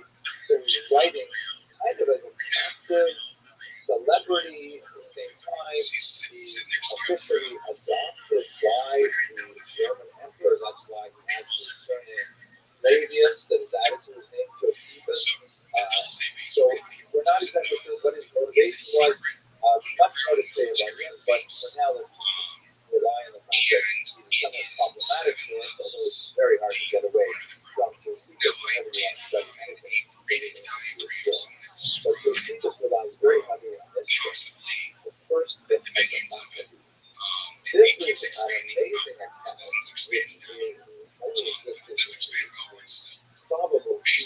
has been worse. It was probably written by someone who had first-hand knowledge of the actual Maccabean battle, and it gives us an incredibly detailed below-by-below version of the event from the perspective of someone who was probably involved in the war itself from the Jewish side.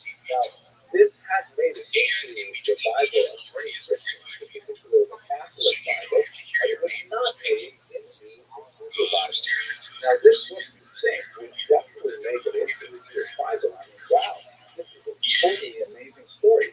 But the rabbis, when they went through the canonization process to determine which books made the cut and which books did not, they elected to pass on the book of Maccabees. Now, I hope to discuss this a little bit more in the next lecture, but we should understand that the rabbis, and by this I mean the Sadducees, were not especially enthusiastic about everything that the Hasmonaim, the dynasty that the Maccabees founded, represented.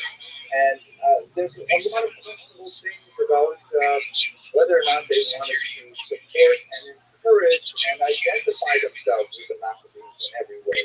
There are a lot of ambiguities that have emerged from the first and second book of Maccabees that made the rabbis think, you know what, this might not be the best thing to put in every base message. So even though it was included in the Bible as formed by Christian groups, the Jewish Bible do not include the book of Maccabees, and you have to read it like under the Hebrew or someplace like that. Nevertheless, the book of the Maccabees is absolutely fascinating for our purposes, and it's going to give a lot of historical depth and rich understanding of what was happening during this.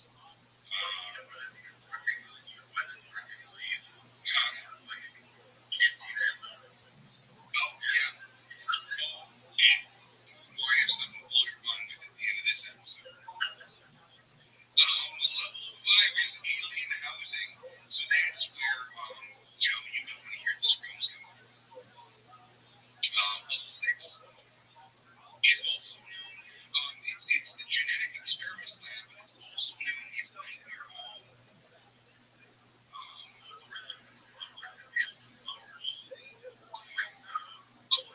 Close.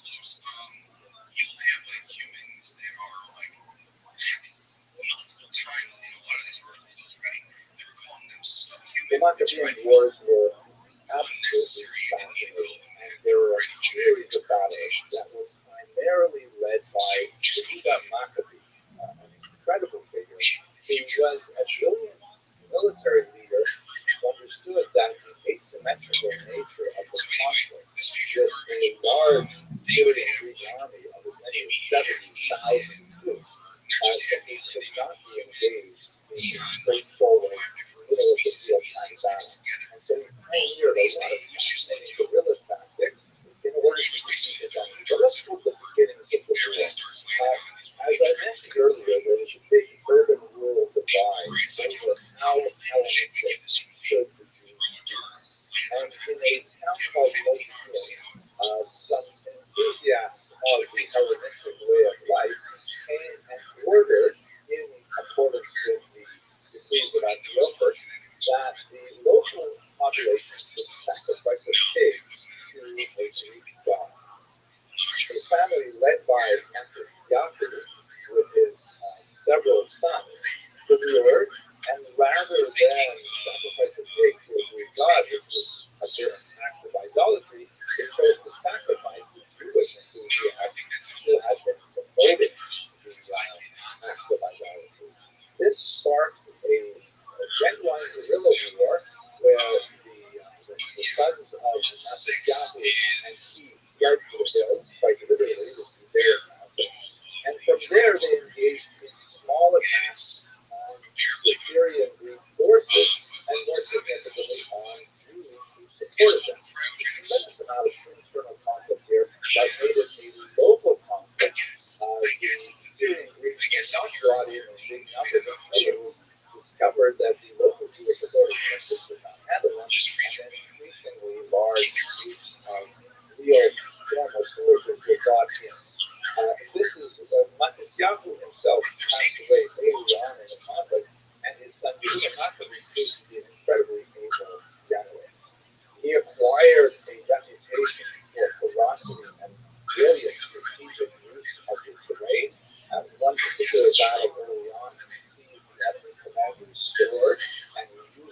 personally, symbolically for the rest of the campaign.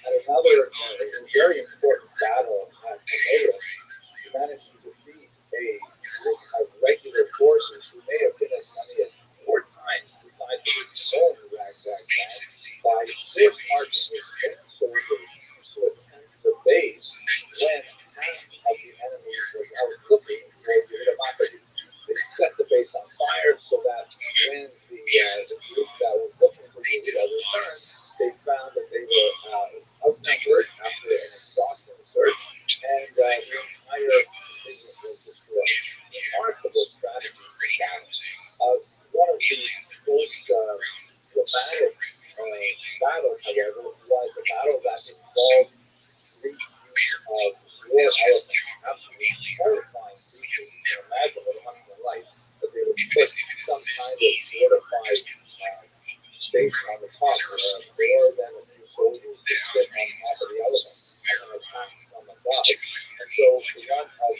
his brothers, Elazar, was thinking incorrectly as it happened that Antiochus himself might be in one of those war elements, and Elazar decided to attack the elephant from below and stab it, which he did successfully. However, the elephant in his death throes fell upon Elazar and crushed him. But this particular incident, by the way, was celebrated in Christian art because, of course, the Christians are reading the book of the Maccabees. Jews are not, but the book of the Maccabees becomes very popular among Christian readers. And so it has been described in all kinds of amazing medieval pieces of art describing this particular event. Let me just take you through some of them because they're just so fascinating.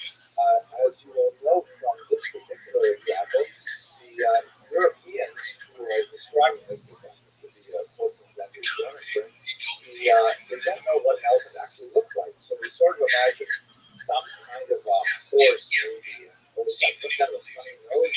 Okay, fine. Here's another one which also has the elephant with some kind of horse-like feature. In fact, it looks exactly like a horse because apparently Irish did not believe that an elephant exists. But we have lots of other examples. Here is one that makes, of course, looks something like a, sort of a happy Doberman picture of some size or something like that. This one's great. I think it has kind of like a sort of cat-like, tiger-like look.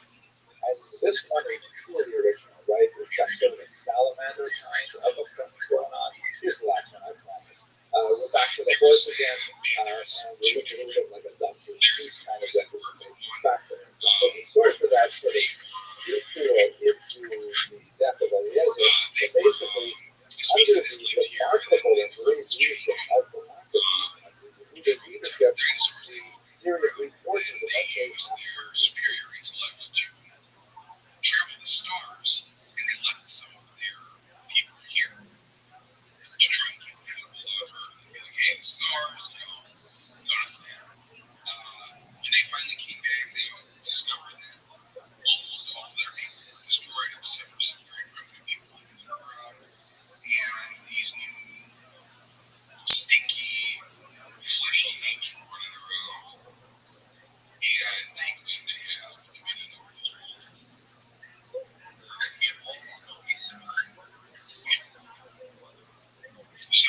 At this point, you might be wondering, what about the miracle? What exactly Ancient humans has been I don't get it. Why would you make deals with ancient humans? happens with the miracle? So this is the part that usually gets first billing, but in the historical sources actually gets remarkably little billing. So ultimately, after a series of reversals over several years, we're actually not speaking about 1, 2, or 3 battles. We're talking about a long, drawn-out conflict that took several years to resolve. Eventually, Yehuda was able to take back Jerusalem, take back the temple grounds, cleanse it of all of the Antiochus-inspired idolatry, and restore it back to its original function as a monotheistic site of worship of God. Let us recall the very name Hanukkah means dedication in the temple, dedicating the temple. And one of the elements is the menorah, which is shown here, is the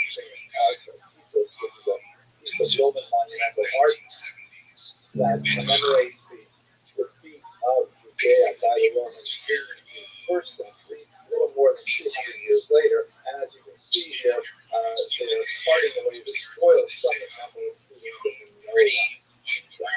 old candelabra. This is, by the way, more or less how it looks today. Stephen Fine at Eastern University has done some chemical analysis and paint flex and has been able to determine that it would have originally appeared to Romans like this in a painted version, which personally I actually like the way we have it today. It's much less garish and so on. But here you can see on the left there's a sign, the law of the Jews in Latin, which would have been some kind of representation of the Torah. And then you can see labels, the candelabra of the Jews, of course, the menorah, and on the right, the holy thing of the Jews, which may have been the table or just part of an altar or something like that. At any rate, none of the earliest sources have a really clear description of the Jericho, which seems to get much tied to it. The earliest source that we have for the description of the Jericho is a Baraita that occurs in the Talmudic tractate of Shabbat, page 21. A Baraita or Baraita is essentially a statement which is ancient in nature and the oral tradition handed down, but it is not included in the important collection of teachings that was brought together in the early 3rd century by Rabbi. So it's difficult to date the Baraita very well, but that is essentially the place where we get the source of the story of the oil that continues to burn for 8 days and it should only have been one. There are other elements in other early sources, such as the U.S. Chinese, which is a scroll of fast days that was not really fast days per se, but mainly the days in which fasting was permitted, and Hanukkah is one of those days. And other early sources do make reference to the need for a new menorah, the need for some kind of way of kindling lights, presumably because of the defilement, but the 8-day story is actually not represented there. What is interesting, however, is that in the U.S. Times and others note the date of this event is the 25th of Kislev, that's the first night of Hanukkah, is on the 25th of Kislev, which happens to be the exact date that the Antiochus first defiled the temple. And so it is an anniversary of the defiling of the temple that marks the rededication of Hanukkah as a temple once again. So what I would like to say about all this is that the miracle of the oil is fascinating and there's a lot of information written on it, but in my humble opinion, the most significant thing, at least from a historical perspective, is this incredible military victory that represents an assertion of Jewish independence from religious persecution. Quite arguably, the first such successful rebellion against religious persecution in recorded history. That's an amazing thing, and that's an amazing miracle.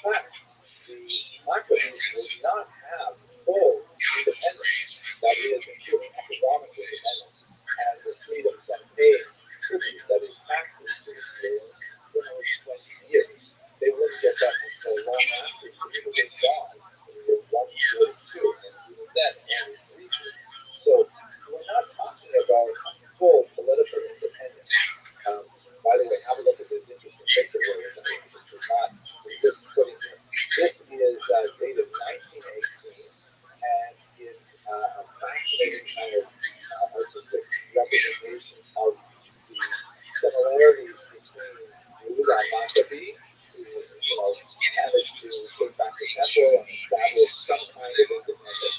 And on the other hand, there was General Allenby, who, in the context of World War I, walked into Jerusalem with British forces and then faced it, of course, under what would be a United Nations, or at that time, League of Nations mandate. So the verses that are attached to this are fascinating. On the Hanukkah, there is a phrase, in Hebrew it reads, who is like you unto thee among all the mighty, O eternal? And that phrase, Mechamot, etc., is the acronym of Maccabee. But on the other side, under Allenby, there's a day that comes for Zion of the years, right? There's all of this Boaz. I don't know if the Jews in Easter in about 25, 30 years would feel quite as warmly about Allenby and the British in particular because of the harsh nature of the League of Nations mandate and the dissatisfaction with the British after the right to the British. But it's actually similar to what we're talking about. What happens is the Syrian Greeks realize that fighting this local conflict over whether or not the temple is Hellenistic in nature is really not in our interest. Antiochus died. There are succession conflicts over who's going to take over after him. And so the general Lycia says, you know what? Let's have a do-over. I say we go back to status quo. Obviously, Antiochus had overstepped his boundaries and had banned the traditional practices like circumcision and observing the Shabbat. And I know he messed up your temple, you really didn't like that. How about we just go back to the way it was before 167, before all of this happened? And Yehuda said, no way. Yehuda Maccabee, who was jealous for the cause of Jewish nationalism and Jewish religious freedom to the utmost, said, no way. Tolerance is not enough. We want to die. However, he lost the backing of his most ardent supporters who said, that is so on date. That actually sounds pretty good. In other words, the Hasidim felt that it wasn't really worth it to keep fighting the Syrian Greeks when what they really wanted was religious freedom. As long as they were free to do what they wanted with Shabbat and with circumcision and the temple ritual, okay, so we have to pay taxes to somebody. We'll pay it to the priests. They give it to us. And so Yehuda actually got supporters because the majority of the people, although they were incensed at the idea of an infringement on their religious values, once those religious values were left alone and they went back to status quo, there was a political mandate review. And there's much more to say about the political fallout of that decision, but ultimately that's what happened. Lysias put in another Cohen brother in Optimus, who was actually much more amenable to the Hasidim than Menelaus, who was ultimately executed. And they were prepared to manage this disease at arm's length. In many ways, the end of the Maccabean revolt, even though Yehuda would press the issue further and there would be conflict afterwards. Which is interesting. They can't eat regular food. All of their, again, subhuman experiments and slave experiments. They also have special protein diets. The only things that seem to be able to eat our food are the reptilians, which apparently not only do they eat like raw meat, they'll eat fruits and vegetables too, dude.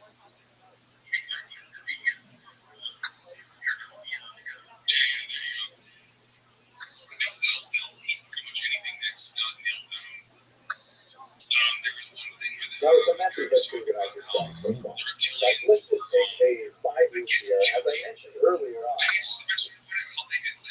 the book of the Maccabees did make it into the Jewish book. Obviously, people were aware of the general scope of things. They had the description of the events in the Talmud, which was studied, of course.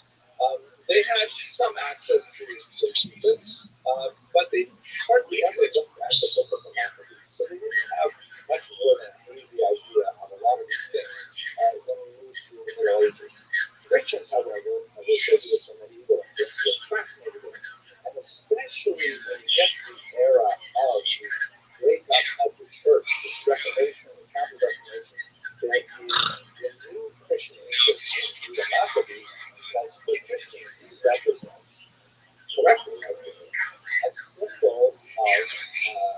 fighting for religious faith. And Protestants and Catholics both see this as an opportunity to strike out their statement on the value of freedom of religion. And you see in the 17th century already several poems and plays and hearings that celebrate the Maccabees in particular. We see none other than Handel himself even composing music, an opera to go with the Maccabee story. We see Henry Wadsworth Longfellow in English composing a 5-act verse tragedy dedicated to it. That's absolutely fascinating because he is seen as a figure responding to religious freedom. He is also seen in the 20th century by both Christians and Jews as a figure of national revival, as the idea of self-determination becomes much more popular among the stateless peoples of the world, then many begin to see him as someone standing up for the rights of national determination of the Jews and of course of other people as well. So now look at this example. This is by a Swiss writer, Karl Boxer, and the title is for the Judas Maccabeus, of course, our hero. Ein Kleinprozent des Glaubens heißt a small people, this is the subtitle, a small people fights for faith and tolerance, which I think is a pretty good phrase here that we will not get stood for, but we can see written in 1943 under Nazi occupation what this means to oppressed peoples of Europe.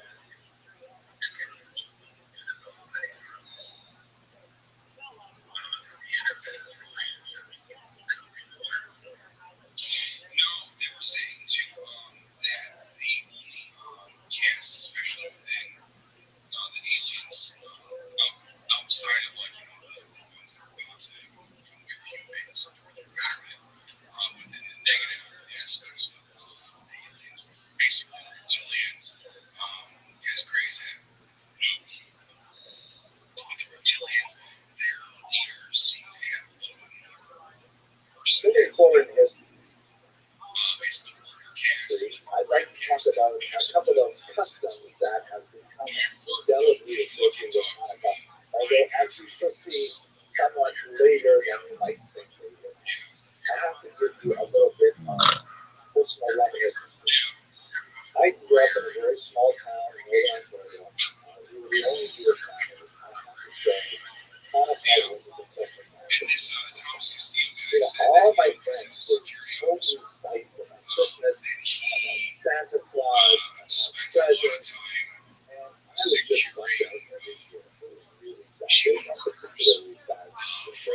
aliens. It comes right out of the cartoon called Charlie Brown. A lumber truck driving through town just knocked off a small piece of a pine So tree, they had to and I found it must have been like basically 4 or 5 feet tall, rescue them, and I right? So dragged it they all were the way aliens. home. And then what their I memories of begged my the parents to aliens let that me were set used it as up. that. So my mother had I think mercy you're on me doing and like she let me 15 set it seconds up. from And next time I capture came out, to cage. all the windows had fallen off. It was dried Nothing out. really bad happens. Once you hit the cage, it's I felt experimentation terrible time. about it. So I have like a big experience about Hanukkah and Christmas fall at the same time of year as Christmas. And one of the biggest reasons why it was so hard for me was because all the other Jewish families took presents. Like, I would get presents. And I got, jealous, which means basically money. Right? And I wouldn't even get a lot of money. My parents didn't have a lot of money. And sometimes it wasn't even, like actual currency. It was like chocolate stones, which were like very valuable. And so I got to tell you, Hanukkah Guest, I've always been sort of bothered by it. Here's the historical reality. It's not a thing. It is a relatively new innovation in Jewish practice, probably not older than 300 years or so, and that is, by the way, Jewish history. There is no explicit reference to giving gifts to children on Hanukkah for the 19th century. And that may be shocking to some of you because I'd like to, for example, take Instagram photographs of the presents we're giving to children every single night of 8 nights, which might have made me feel better than I was a Jewish night. there's no record for it. Where does it come from? You will find in some of the halakhic literature, commentaries on the Gemara, for example, that suggest in the 18th century that charity is associated with that. That there was a custom of young people going door to door collecting charity for a cause.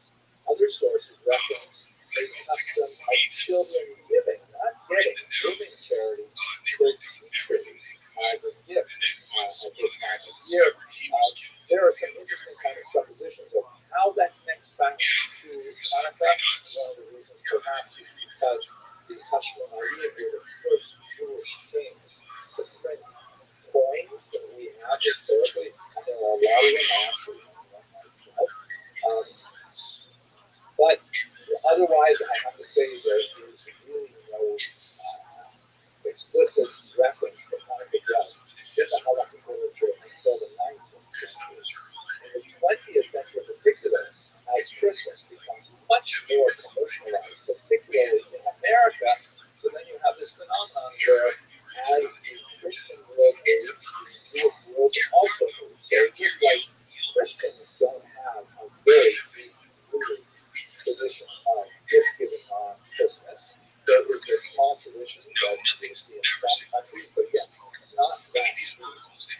But in the very commercial enterprise we call the United States of America, it's quite a bit of a thing. And so therefore you have Christmas presents, and therefore you have Hanukkah gifts, which comes galving around. You have Hanukkah gifts that comes sort of moving around the larger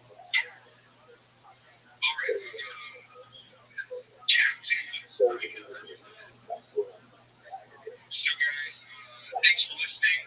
Hopefully, we didn't give you too much information to think about. But hit us up on Twitter. We have it on Twitter. Yeah, it's Make It Weird Pod. Capital I, capital W, capital P. Get that? It's all one word. Make It Weird Pod. Got it. And if you need to get in touch with us directly, you can email us at letsmakeitweird@gmail.com. Let's has no apostrophes. I don't think we each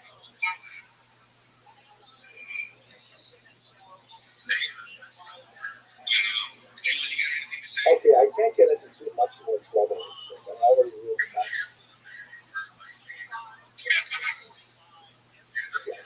I want to also mention that there is more connection to this game. This is one of the times where kind of like, let's have a custom that we do and we'll make up a reason for it later. But one of the arguments for kind of the education needed for gathering also has such a thing like but the gambling is because the Jews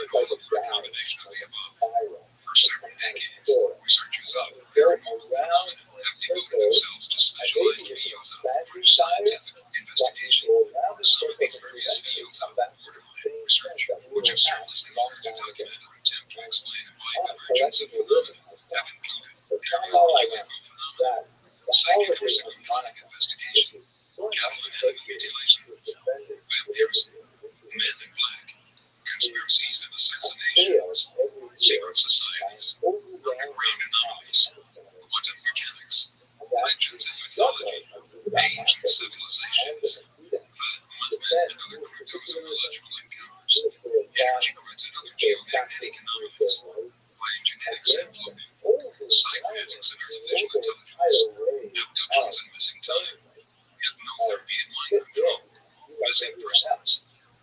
There are no doubt many others that I have not mentioned. In the 1950s, experts in some of these areas of investigation began hearing the first faint hints that something was going on in the American Southwest, near the Four Corners region of the United States. First, these hints and rumors were brief, vague and confusing, yet they sparked enough interest to provoke further investigations as the years passed. At first, these French scientists who concerned themselves with the mysteries and anomalies of this region began raising more questions than answers as they continued to probe into an enigma which seemed to eventually focus itself in and around a small desert town lost amidst the mesas of northwestern New Mexico. In the late 1970s and early 1980s, the mystery, and subsequently the interest, deepened as reports began to slowly develop from the area suggesting that something significant and horrifying had taken place there, near the small town of Dulce, pronounced Dulce, New Mexico. Many different phenomena, those previously mentioned, seemed for some strange reason to converge and coagulate into one vast enigmatic scenario of high strangeness in and around this seemingly insignificant and small New Mexican town. Researchers commenced to analyze and categorize the respective phenomena, looking for patterns and concentrations, and came to the realization that several of these phenomena appeared to converge in the American Southwest. The charts show the largest concentrations of UFO sightings in northwestern New Mexico, the epicenter of counter-mutilation phenomena, northwestern New Mexico. Other experts in their fields began to find similar patterns emerging and linking with other phenomena at underlying levels. Researchers into conspiracies, secret societies, underground anomalies, legends and mythology, ancient civilizations, energy grids, geomagnetic anomalies, biogenetics, abductions and missing time, missing persons, and investigators of other specialized fields of research began looking toward this small desert town. These unusual convergences of phenomena of the singular accounts sparked even more interest in investigation. From that point on, it was as if some ancient seal had been broken, as if an ancient cloud of darkness had begun unloading in upon itself, broken apart by the piercing light of human perception and the relentless probings and scrutiny of brave and daring souls. Sensing that something very wrong and unnatural was going on here, something ancient and evil, some of these brave souls would by choice or chance found themselves battling it out on the front lines against ancient forces that were determined to keep themselves from being exposed, continued to wage their all-too-often personal battles against the enigma. Some of these ended up losing their minds, or at their very lives in the process. As these brave souls were worn down by the intensity of this psychic warfare and their efforts to expose and defeat this mystery of enigma to the unavailable phrase, they sent out desperate calls for reinforcements. Many answered the call, and the ancient and formerly invisible beast that had managed to hide itself below the deserts of the Southwest like the dragon in its lair began to stir in rage and terror at these new exposures, and to lash back at its newfound enemies. The repercussions began to be felt throughout the whole country, through which the beast had reached out its deadly tentacles, which were also in the process of being exposed along with the black blood of the beast itself. The walls of the ancient fortress concealing the beast or the enigma began to crumble and fall with increasing intensity. From the murky blackness within, a faint collective cry was, as if from another world, the voices of multitudes who were desperately calling out for help to the only ones who could hear them, those who were beginning to see, yet had not yet become the slaves of the enigma itself. Many of us have continued battle and sacrificed our comfort, our social and economic welfare, and in some cases even our very lives to fight the enigma, because we have caught a brief glimpse of the potential threat that the enemy within poses to the future of liberty and to this great independent nation of America. What you can see throughout these pages is the collective results of our efforts, and I'm not ashamed to say the results of your and the divine intervention as well. Many of us, such as yours truly, have been victimized by the enigma for the greater part of our lives, and have decided that the only way to be free from its grasp is to practice the oath military rule. The best defense is a good defense. So there you have it. Like those before us, we send this word forth as a warning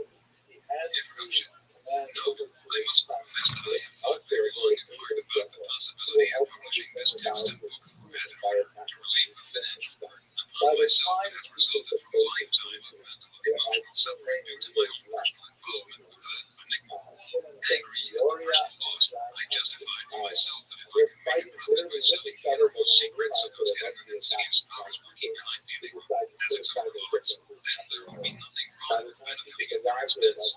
I still believe this to be so. Realizing that events of this world are quickly leading to a final apocalyptic crisis, understanding the pain that millions of abductees around the world have felt and are feeling, and hearing the distant cries of those who are lost deep within the microfilm depths of the enigma itself, I have decided that the right thing to do would be to send this information forth at no cost, other than the heavy price that all those who have brought this information to you have paid. Consider it my patriotic duty. All I ask in return would be for your prayers, for the many abductees who have been rejected by an unbelieving and cynical world, for myself and those who have contributed to this work so that our sacrifices will not have been in vain, and especially for those who are the most desperate of all, those who have become lost within the cruel dungeons of the enigma itself. Pray that they might be protected and preserved even in the midst of the fearful hopelessness and despair which they face, so that they might once again see the light of day. Disclaimer. Much of the information in this volume is of an incredible and, some might say, an unbelievable nature. I have decided not to hold back any information or claims regarding the Dulce Enigma and related scenarios. The reason for this being that underground, Earth-based anomalies are always there for anyone who is interested or daring enough to probe and investigate. UFO events often appear and disappear along with the evidence when the objects depart. Underground Earth-based anomalies, on the other hand, do not disappear until, and because of this, they are far more vulnerable to being exposed as legitimate or not. Throughout this volume, I have nevertheless offered my own opinions and perspectives based on circumstantial evidence, true reports from different sources, which merely identical themes, and so on. These admittedly are my own opinions and can be received or discarded according to the reader's own perceptions in regards to the nature of reality. I have formed these opinions based on my own perceptions of the overall data, and since these are my perceptions, they are not infallible but are subject to change or revision with the revelation of new information. The reader is free to form his or her own conclusions and opinions based on the accumulated data, just as I have done. Whether you consider the information which follows science fiction, or perhaps a little of both, science fiction, you might say that should not detract from the fact that these reports, which have arrived from hundreds of different sources and have been condensed within this one volume, make for fascinating reading, either way one looks at it. So with this, there is nothing else to share by way of introductions, other than to say, sit back and enjoy the ride. Brighton, October 1996. Chapter 1. Those conspiracies that are too incredible to be believed are by the same right those which most often succeed. The following article comes from the single OTC technical consultant, Nob, Deck, 1991 issue, The Death of a Journalist in West Virginia, plus the jailing of an alleged CIA computer consultant in Washington State may be elements of a much wider scandal that could have serious implications. What started out as an investigation of an apparent case of pirate software has grown to be a project involving hundreds of journalists all over the world. The dead journalist, Joseph Daniel Solano, was found dead August 10th in a hotel room in West Virginia.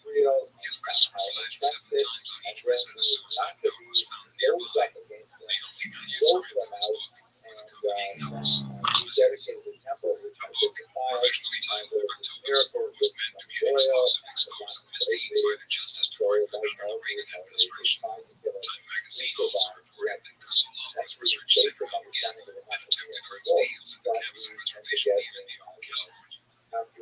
Indeed, the scope of Solano's investigation was so large that any one of a large number of areas of research could have been a trigger for possibly. When authorities declared his death a suicide, his relatives definitely stated that Solano's mental state was sound, indeed upbeat, after the completion of his book. Solano started his work nearly 2 years before, investigating the bankrupting of a small computer software company called Intel, allegedly by the United States Justice Department. Intel, a company headed by Bill and Nancy Hamilton in Washington, D.C., no connection to researcher Bill Hamilton, whose writings on the Dulce Enigma appear later in this volume. Brendan had developed a package known as Promise, short from Prosecutors Management Information System, to act as a case management tool for the Justice Department's unwieldy workload. Intel President Bill Hamilton is claimed that had Meese associate O'Brien was given control of pirated versions of the Promise software by Meese to sell back to different United States government agencies for great profit. 2 courts have so far agreed with Hamilton. The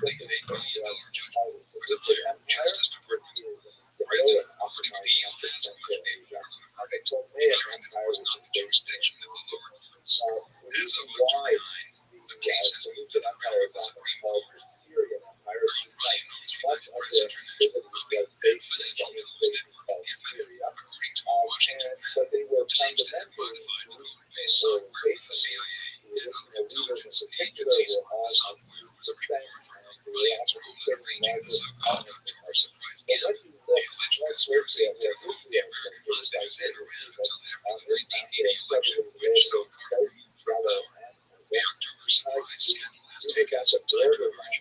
In the Paris meeting, President Bush is alleged to have met with Mohamed Barzani Roussouljani, the Speaker of the Iranian Parliament, Mohamed Ali Rajani, future President of Iran, and Nouriel Rafah, an Iranian arms dealer with connections to Assad. According to Navy Captain Gunther Rusbach, claims to have followed Bush, William Casey, the CIA chief, and Elmer Gregg, the CIA operative to that location. Rusbach, who made these allegations in May, is now in jail in German Law, convicted on the charge of impersonating a United States attorney. Note, Rusbach defected from the CIA-controlled Navy SEALs under his command, and was on at least 2 occasions the target of attempted CIA hits.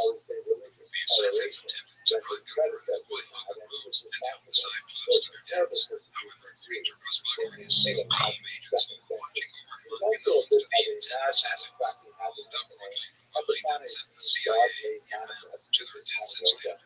Granted, the Washington man is waiting for Prince Hugo, who is now waiting for a trial in a Washington jail on conspiracy to sell drugs charges which Hugo claims are manufactured. Indeed, the charges against Prince Hugo were made one week after Prince Hugo had signed an affidavit describing his role in modifying hardware and software. It is interesting, organizations behind it. Michael Prince was a well-known CIA employee who told researcher Michael Whitman that he had attempted to get hold of helicopter documents and evidence pertaining illegal biogenetic activities at non-congressional research projects involving illegal aliens out of an embedded test site. The chopper was blown out of the sky, killing all 5 personnel. Michael's father happened to be working for Prince who flashes him as a part of the who was a very close friend of Freddie Grossman. Grossman was involved in the real UFO sighting incident in 1947 years ago. Washington, which researcher Anthony Newberry believes involved to testify behind the CIA, budget, neighborhood, Nazi imperialists. There are several sources which claim that by the early 1930s, the Nazis have succeeded in transforming the most spectacular red fire rocket devices, rocket power, and clock configuration jet turbine engines, rather than something the kept stabilized by gyro. The compressors rotating in one direction and the expansion chambers and vector exhaust rotating in the opposite direction. In fact, the Battle of the Bulge directly implies that this, one of the largest military battles during World War II between American and German forces, was an attempt by the Germans to buy time and prolong the war just a little bit longer. For within a few more months, the Germans would have been mass-producing jet fighters, bombers, and other super weapons that would have been invincible to the turbo-prop fleets of the Allies. With the Allied invasion of Germany just before mass production began, many of the prototypes and plans of the Nazi military machine were captured. However, most of the most sophisticated prototypes, plans, and even scientists mysteriously turned out busy flying the war. We will reserve further discussion on this subject until later in this volume. After the war ended, several of the Nazi scientists who were captured and who had helped to develop the revolutionary aircraft were recruited by the CIA as a result of a secret deal that had been made between Allen Dulles, the Bavarian Illuminati, and Nazi SS General Reinhard Himmler, a member of the Bavarian Thought Society. The deep connections between the Bavarian Illuminati, which sponsored the CIA, and the Bavarian Thought Society, which sponsored the Nazis, allowed for the upper top levels of the CIA to be met by nothing less than the core of the Nazi SS itself, with the help of fascist sympathizers and fifth column double agents working with the American intelligence, although some leading Nazis were sacrificed to the new trends to appease the Allies and establish the illusion of Europe had been denazified. Friedel Grossman's identity was a witness to the Mariano event that had helped to Armenian two agents at work slag cells, which fell from one of the 6 human-shaped ships observed. On their way to deliver the cells to Wright Patterson in Ohio, their plane crashed and both G2 agents were killed. Some people at the time insisted that the plane had been sabotaged. 2 of the reporters who investigated the incident lost their lives, and Kenneth Root, who investigated the incident after being commissioned by Amazing Stories editor Reed, claimed that his conversations with a high Air Force official concerning the subject were electronically monitored. Also, strange government agents in dark suits were seen in the area.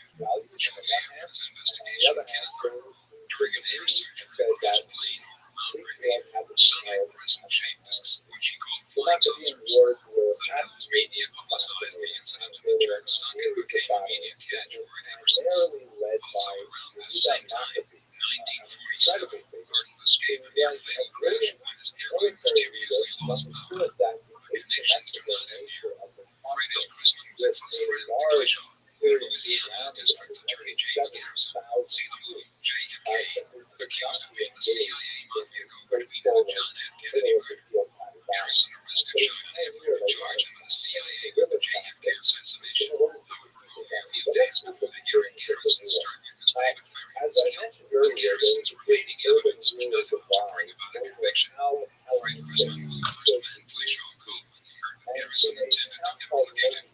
Garrison also believed that Glacier himself was involved with Project Paperknife, the secret operation to bring Nazi war criminals into the United States by the hundreds, some say thousands, and give them immunity and new identities in such institutions as the United States Intelligence, the military-industrial complex, the space agencies, and the various Rockefeller-connected oil cartels such as Arco, Exxon, Zapata, etc. Operations that were supported by the Bavarian-based secret society lodges. Operations that had actually sold oil to the Nazis during World War II and helped keep the Nazi war machine operating. According to Garrison, Chrisman worked as a middleman between the fascist policymakers and the lower echelons of the military-industrial complex.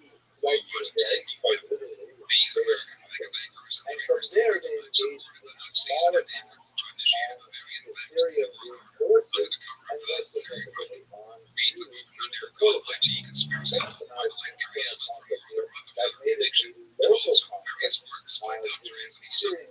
Granted, the affidavit also claimed that he, Michael Naziuko, had been contacted by phone and threatened by Peter Lutyens, a Justice Department employee and customs official, who Naziuko alleged to have intelligence tons as to the possible consequences of going public with certain information.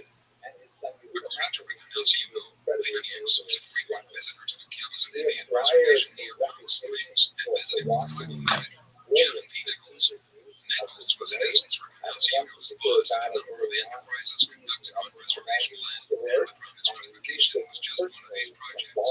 According to Rick Naziuko, in an interview with TEC conducted from jail, the promised software was modified to install a backdoor access for use by American intelligence services.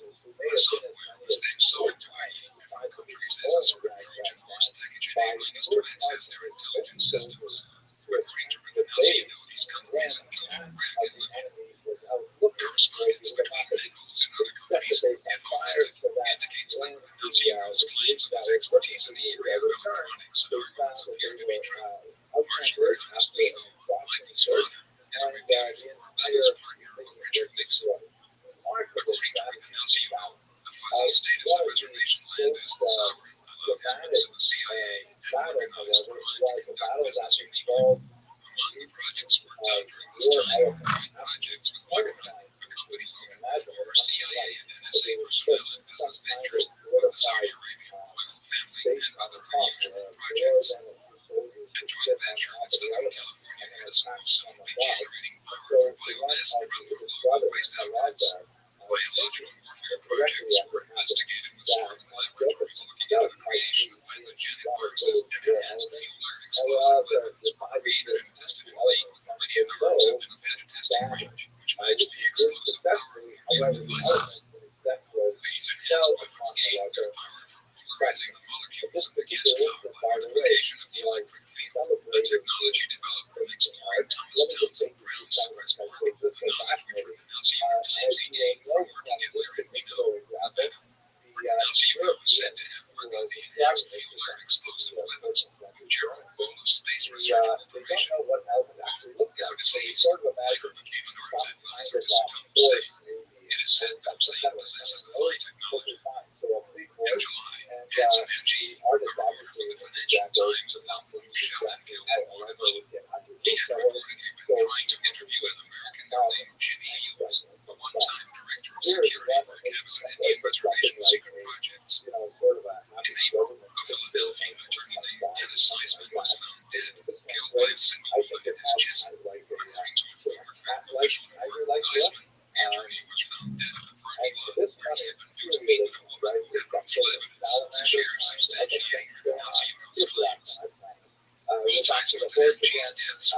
suicides by authorities. Fred Alvarez, a Captain Fred leader who was in vocal opposition to the developments on the reservation, was found shot to death by two friends in 1981. Their remains unsolved. The leader of the House, Thomas Foley, announced last month that a formal inquiry would be initiated on the Itzhak case. Foley appointed Secretary Sanford as co-chairman of the Joint Congressional Panel. Prior to his election, Senator Sanford was the attorney representing O'Brien in his 1985 takeover bid for United Press International and was instrumental in appointing O'Brien, a medical doctor, to the board of Duke Medical School, of which Sanford is president. However, despite repeated requests from journalists to produce photographs showing the Nazi put together O'Brien and requests to produce his passport showing his alleged trip to Iran, he has not yet done so. Also, Nazi failed to be able to describe permitted ecstasy and its Twilight program, claiming a medical condition preventing him from remembering Iran. This led one former intelligence operative to speculate that we may be witnessing a very sophisticated intelligence operation being played out in public. Former FBI Special Agent Ted Gunderson, who speaks for Nazi Euro's credibility, Gunderson, who lives in Manhattan Beach, has partnered with Nazi Euro for many years in his capacity as private investigator. Together, according to Gunderson, they were responsible for coordinating a terrorist operation during the Los Angeles Olympics. According to Gunderson, Nazi Euro was well known in certain circles as a genius in almost all sciences. The so-called drug operation broken up in Washington State was an electromicrodynamic mining operation playing Gunderson using tons of ground technology. The videotape viewed by us journalists revealed metallic powders and appearing processes unrelated to drug manufacture. Indeed, a government analysis of soil samples revealed the absence of drug contamination, probably concentration of area. Berry was often found in high voltage related. Unsubstantiated information from an intelligence source claims that the current situation is the physical effect of the war currently going on in the intelligence community between the group centered in the CIA called the Federals, around the powerful center known as MJ-12, and a group known as COM-12 centered around naval intelligence. COM-12 has repeatedly tried to sustain or actions to sustain and preserve constitutional government and is deliberately leaking information damaging to the former. In the same publication, same issue, there appeared a follow-up article just following the one given above, written by Thomas Sitt, the article, titled Black and Red's Connection with the Black Project, stated, while Gunhut Company is a very close connection to the world of Black Project projects, besides being connected with the Cabazon venture mentioned in this issue, it is also responsible, according to geocomputer consultant Michael Nazigo, for the secret projects being undertaken in Belize, New Mexico, where the Chico Indian Reservation is being similarly used. After sending two of my colleagues there recently and receiving good information that there was a top-secret military type installation, I decided to call the newspaper office and make an educated plug. I identified myself as a freelance reporter from Los Angeles and told the newspaper that I was doing a story on the Cabazon Reservation biological warfare projects that had been undertaken there on behalf of the CIA. I told her that I had heard that there were similar things being done in Dulce and would like to know what was going on. The official I spoke to became frightened and said, I can't talk to you about that. It would be very unprofessional of me to talk to you about that. You have to speak to the president of the tribe. She then hung up. I have yet to go back and ask the president of the tribe, but we'll recommend in the next issue. Blackwood is also responsible for security of a lot of underground facilities in California and Nevada, including the notorious S4 Area 51 in Nevada, where Townsend Brown flying disc technology, written about in a DC recent issue, has been flying and developing for decades. A recent helicopter crash at the area, where two pilots and three security guards from Walker flying in Mr. Schmidt 105 helicopter were killed, was not a accidental plane or Nazi who said that the individuals aboard the helicopter were traveling with sensitive documents. Groups are now investigating where the Nazi claims. Chapter 2 High Strange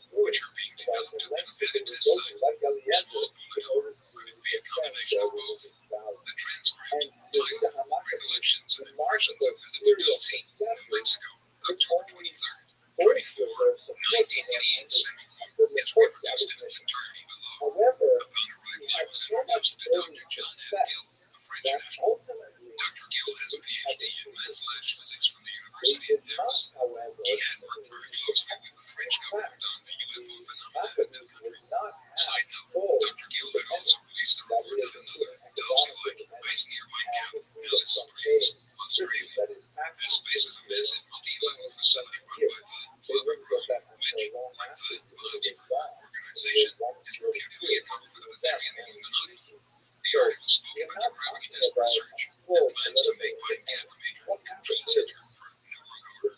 Pine Gap is equipped with all levels of computer terminals tucked into the major computer mainframes of the world, which contain the intimate details of most of the inhabitants of industrialized nations. The article also spoke of the infiltration of several major religious denominations, immediate international governments, the economy, education, and other levels of society by the Bavarian Illuminati in order to prepare the way for a New World Order dictatorship. The report also stated that the workers of Pine Gap are highly indoctrinated in programs so that they do not threaten or sabotage the security of the Illuminati projects being carried out there. Granted, he told me, Bishop continues, that he has not worked in his chosen field for 50 years, having devoted all of his time to research UFOs. Dr. Gill is a amiable, forthright man. He has no reservations about expressing his own views on the subject. He has held several beliefs that border on the paranormal. Dr. Gill and his wife, and I agree with him. My personal view of him is one of caution. Until I get to know him better, I feel that I should be very careful.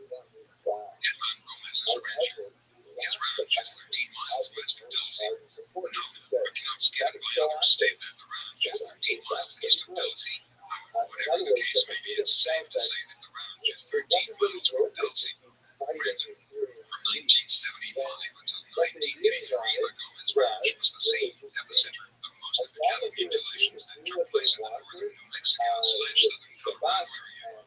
He told me that his family homesteaded the Dulce area 101 years ago, and that as a result of these mutilations, they lost $100,000 in cattle over an 8-year period. One of these cases occurred only 200 yards behind his home. He showed me the area.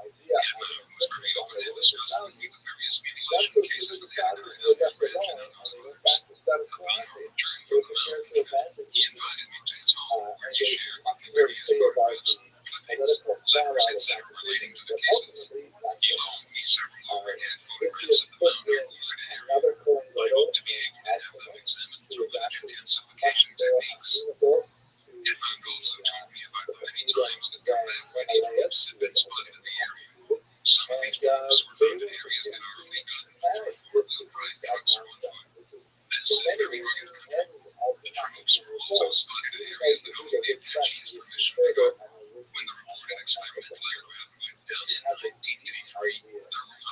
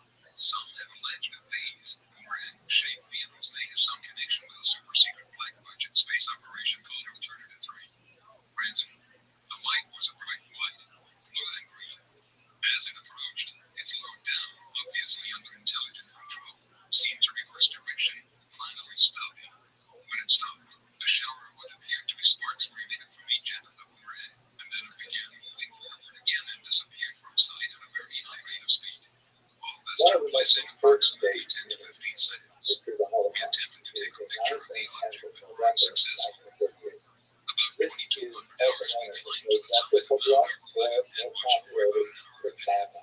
We could see across the canyon as canyon walls were photos. We wanted to try and assist an UFO investigator claimed that places located during lunar ships are seen entering and leaving the openings of the black wall.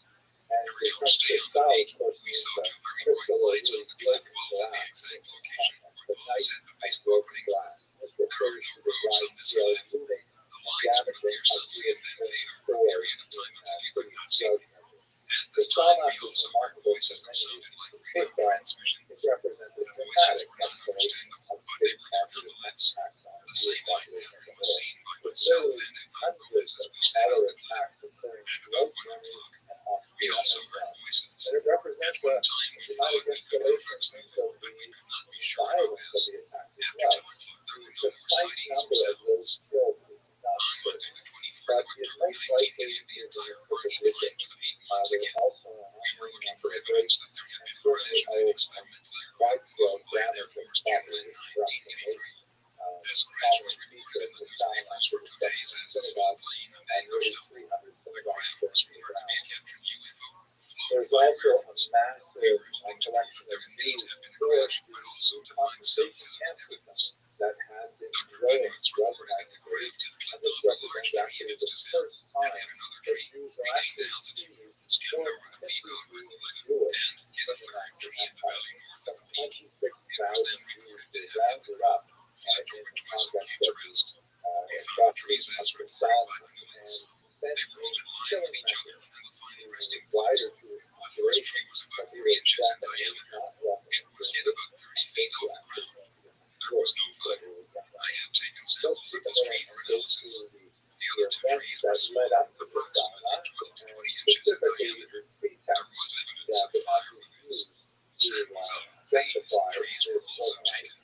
Between the second tree and the third tree, we found large pieces of what appeared to be part of the first tree. One piece was vertical, next to it was more than half over. Samples were taken. While searching for physical evidence, mistaken as use of the white pen was found. This is at the same time used by the United States government, but can also be purchased by the general public. Strange to have been found in such a remote place as this canyon. The alleged crash area showed a large semicircular area with low vegetation. The area above the semicircular area was covered with low vegetation also. Samples of the soil in this area were taken. My overall impressions of this trip are mixed. I believe that there is definitely something going on in the area. What it is, I do not know.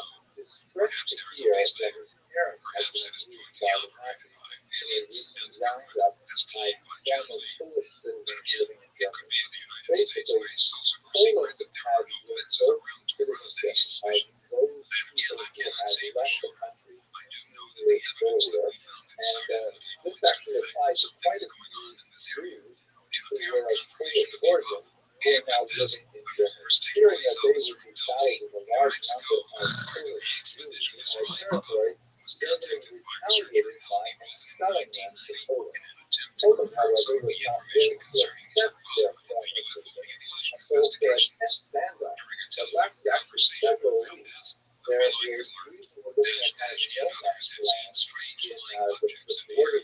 However, he himself was not sure whether these were UFOs or they all originated from some type of top-secret aircraft being tested by some secret faction of the government. As something the ID crashed near Mount Carolina several years ago. But again, he did not find any evidence conclusively proving whether it was an object of human or alien origin.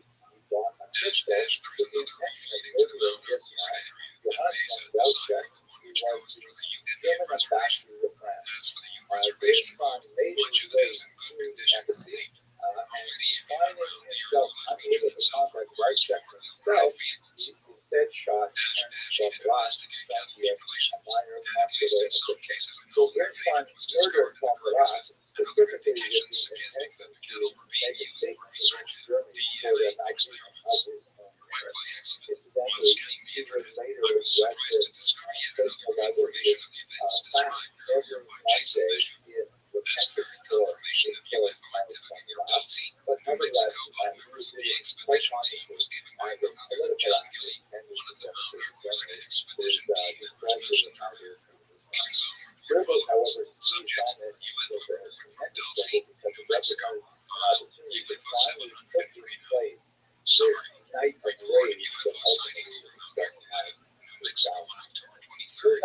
That's why the journey was massive throughout population. It was made to look as if it was spontaneous, and the principal engine of destruction was the string of Thailand. The string of Thailand, also known as the Downstream, had suffered a major blow to its status in 1934 in the Night of Grand Knives, when Israel had sought to kind of push them to the side and make his Nazi movement more palatable to the European population as a whole. But nevertheless, the string of Thailand continues to exist. They're known in English as the Downstream. Kristallnacht was really something that was almost perfectly suited to the makeup of this particular group. There was argued for a night of rage that spread across the entire country, clearly well organized in advance. The film took a rampage throughout the city, destroying shop windows whenever they felt ready to destroy like triumphs by Jews, burning synagogues, looting them, destroying and desecrating forest growth, and even engaging in poison race where again, the number of Jews killed in the matter of some debate has to be a very few amount of Jews fled. The final number is not known, but estimates show reasonable estimates number from 600 to 100 to almost 800. 26,000 Jews, however, were arrested in widespread roundups of Jews and sent to the concentration camps. We'll have a lot more to say about those concentration camps later on in this series. But this is the first time, as I mentioned, that Jews were rounded up simply for this class of racial freedom. And this set a major precedent for future Nazi activity. Jews were also subject to a tremendous degree of collective punishment. The Nazis argued that the Jews collectively in Germany were responsible for Kristallnacht action, and they held the entire Jewish population accountable, demanding they pay some $500 million to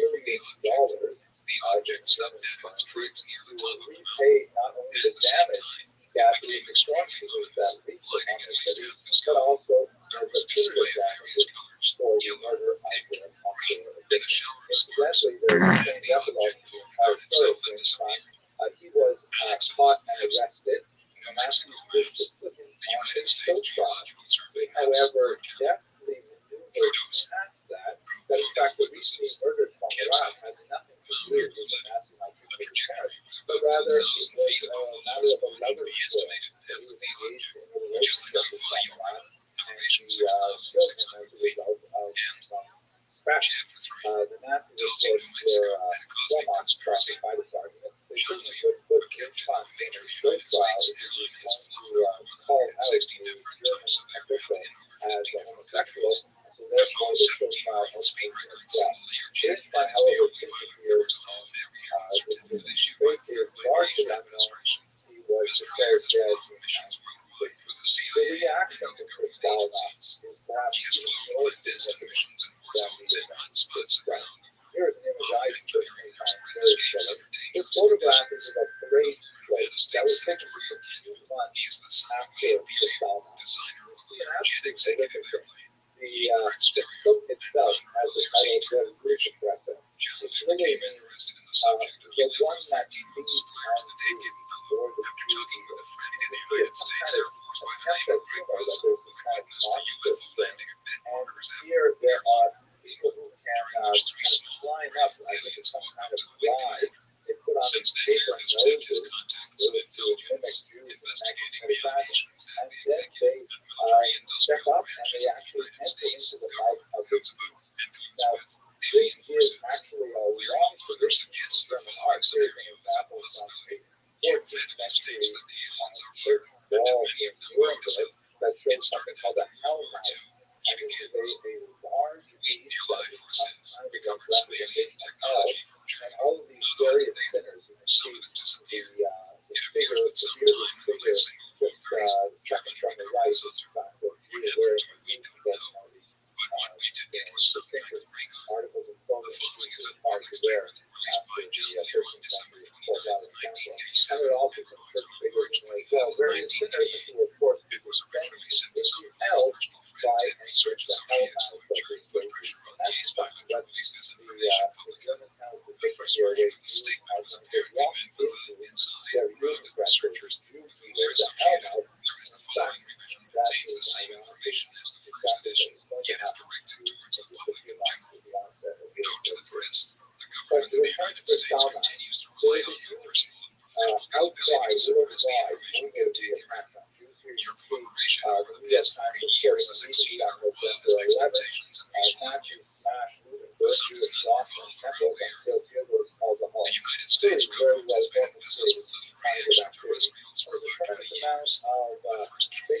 anything and simply lagging like Hitler, but ultimately not much was done. And in fact, not too many Jews were allowed to be into various countries either. And so it was simply kind of like an outward show of displeasure without really much enforcement going on.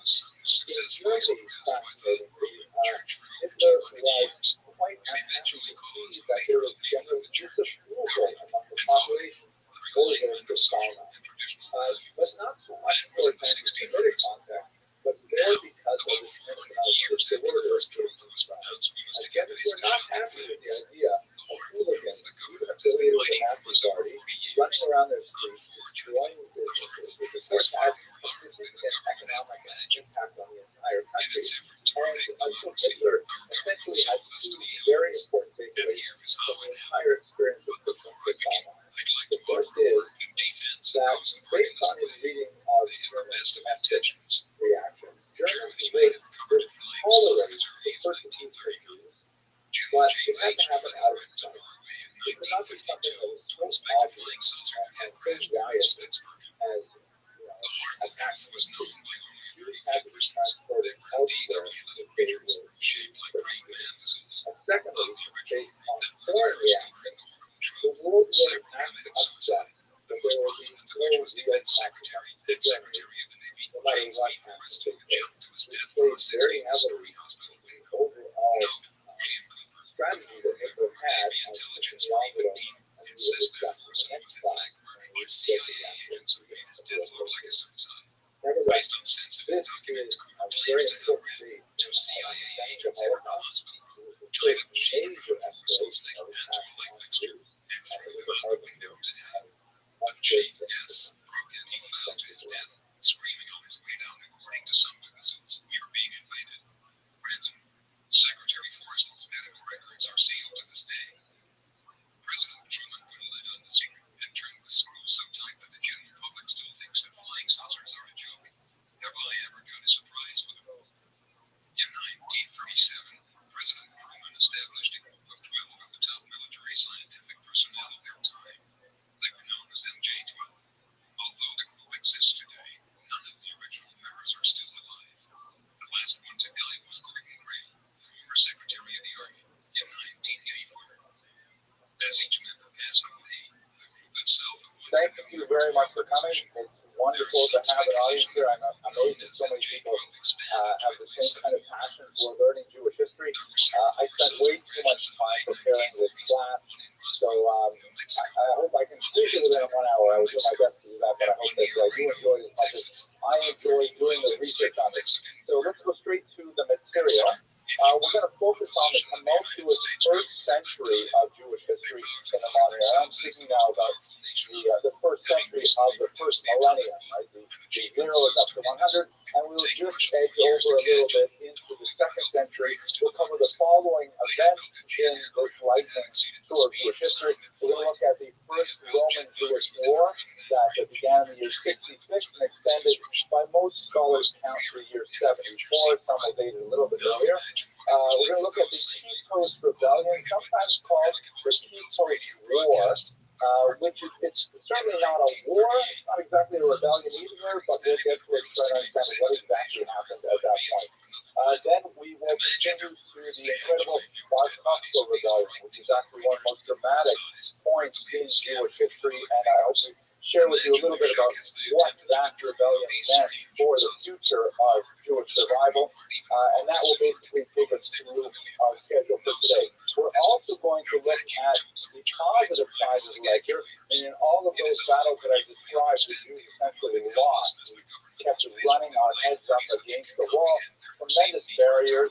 The Romans were able to defeat us at every turn. We inflicted tremendous losses on the Roman occupying powers, but nevertheless, we were defeated in each one of those battles. But the one battle, the war in reality that we won, was won in the battle of the mind, which is expressed in the codification of the Mishnah.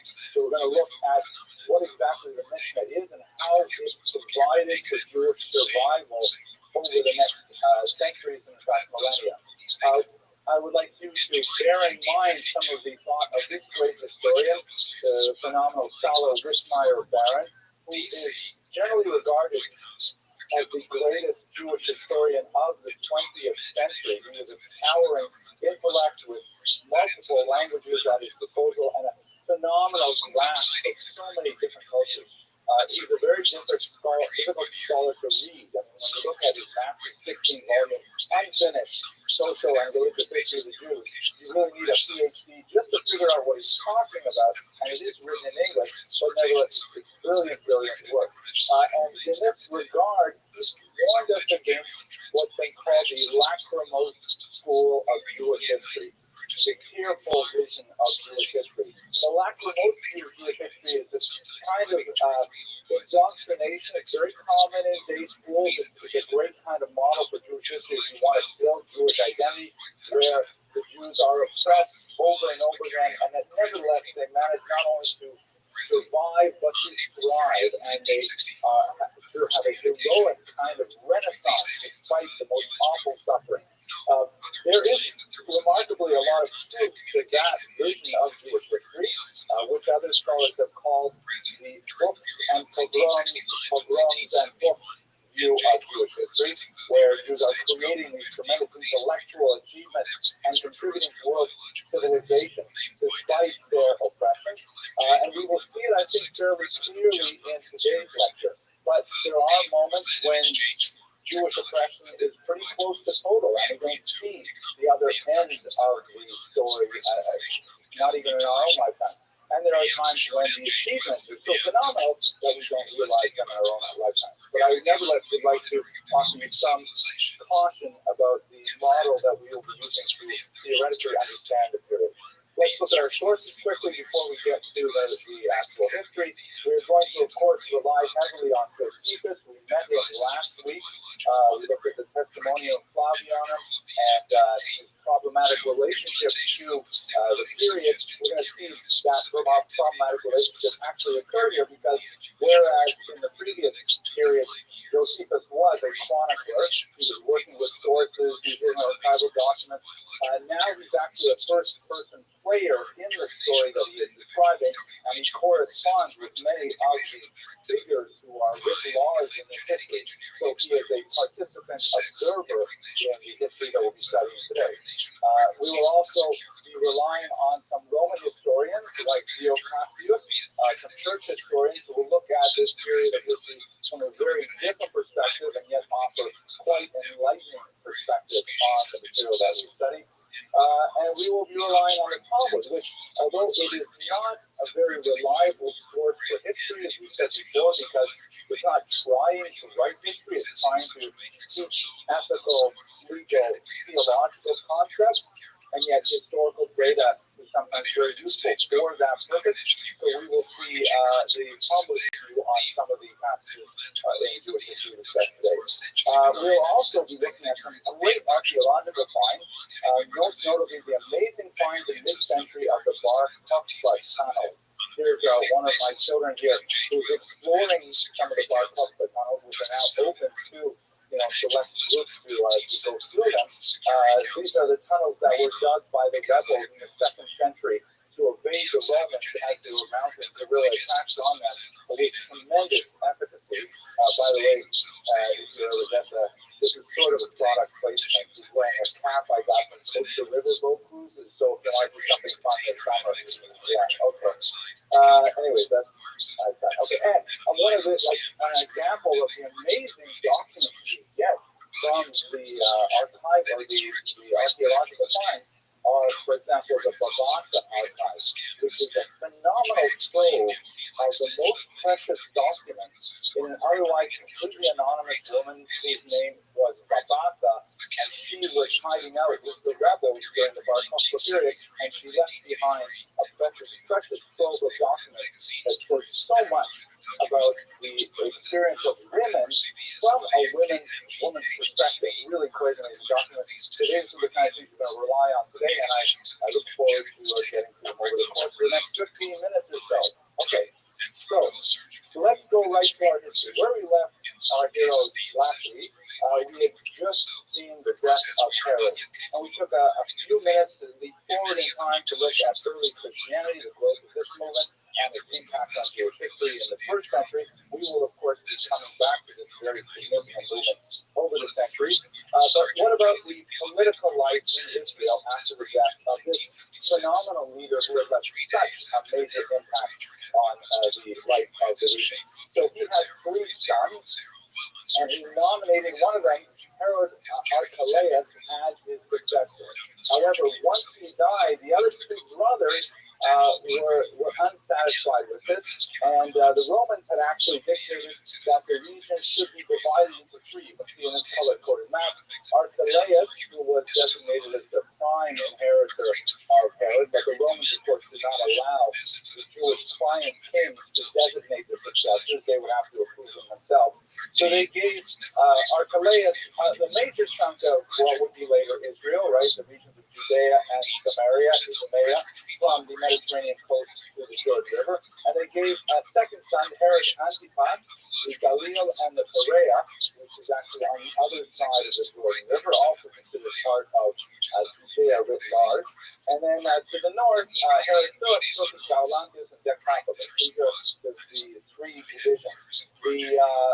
The brothers were unsatisfied with his division, and so all 3 of them went to Rome to complain to get a better deal for themselves. While they left Israel behind, of course, it fell into disarray.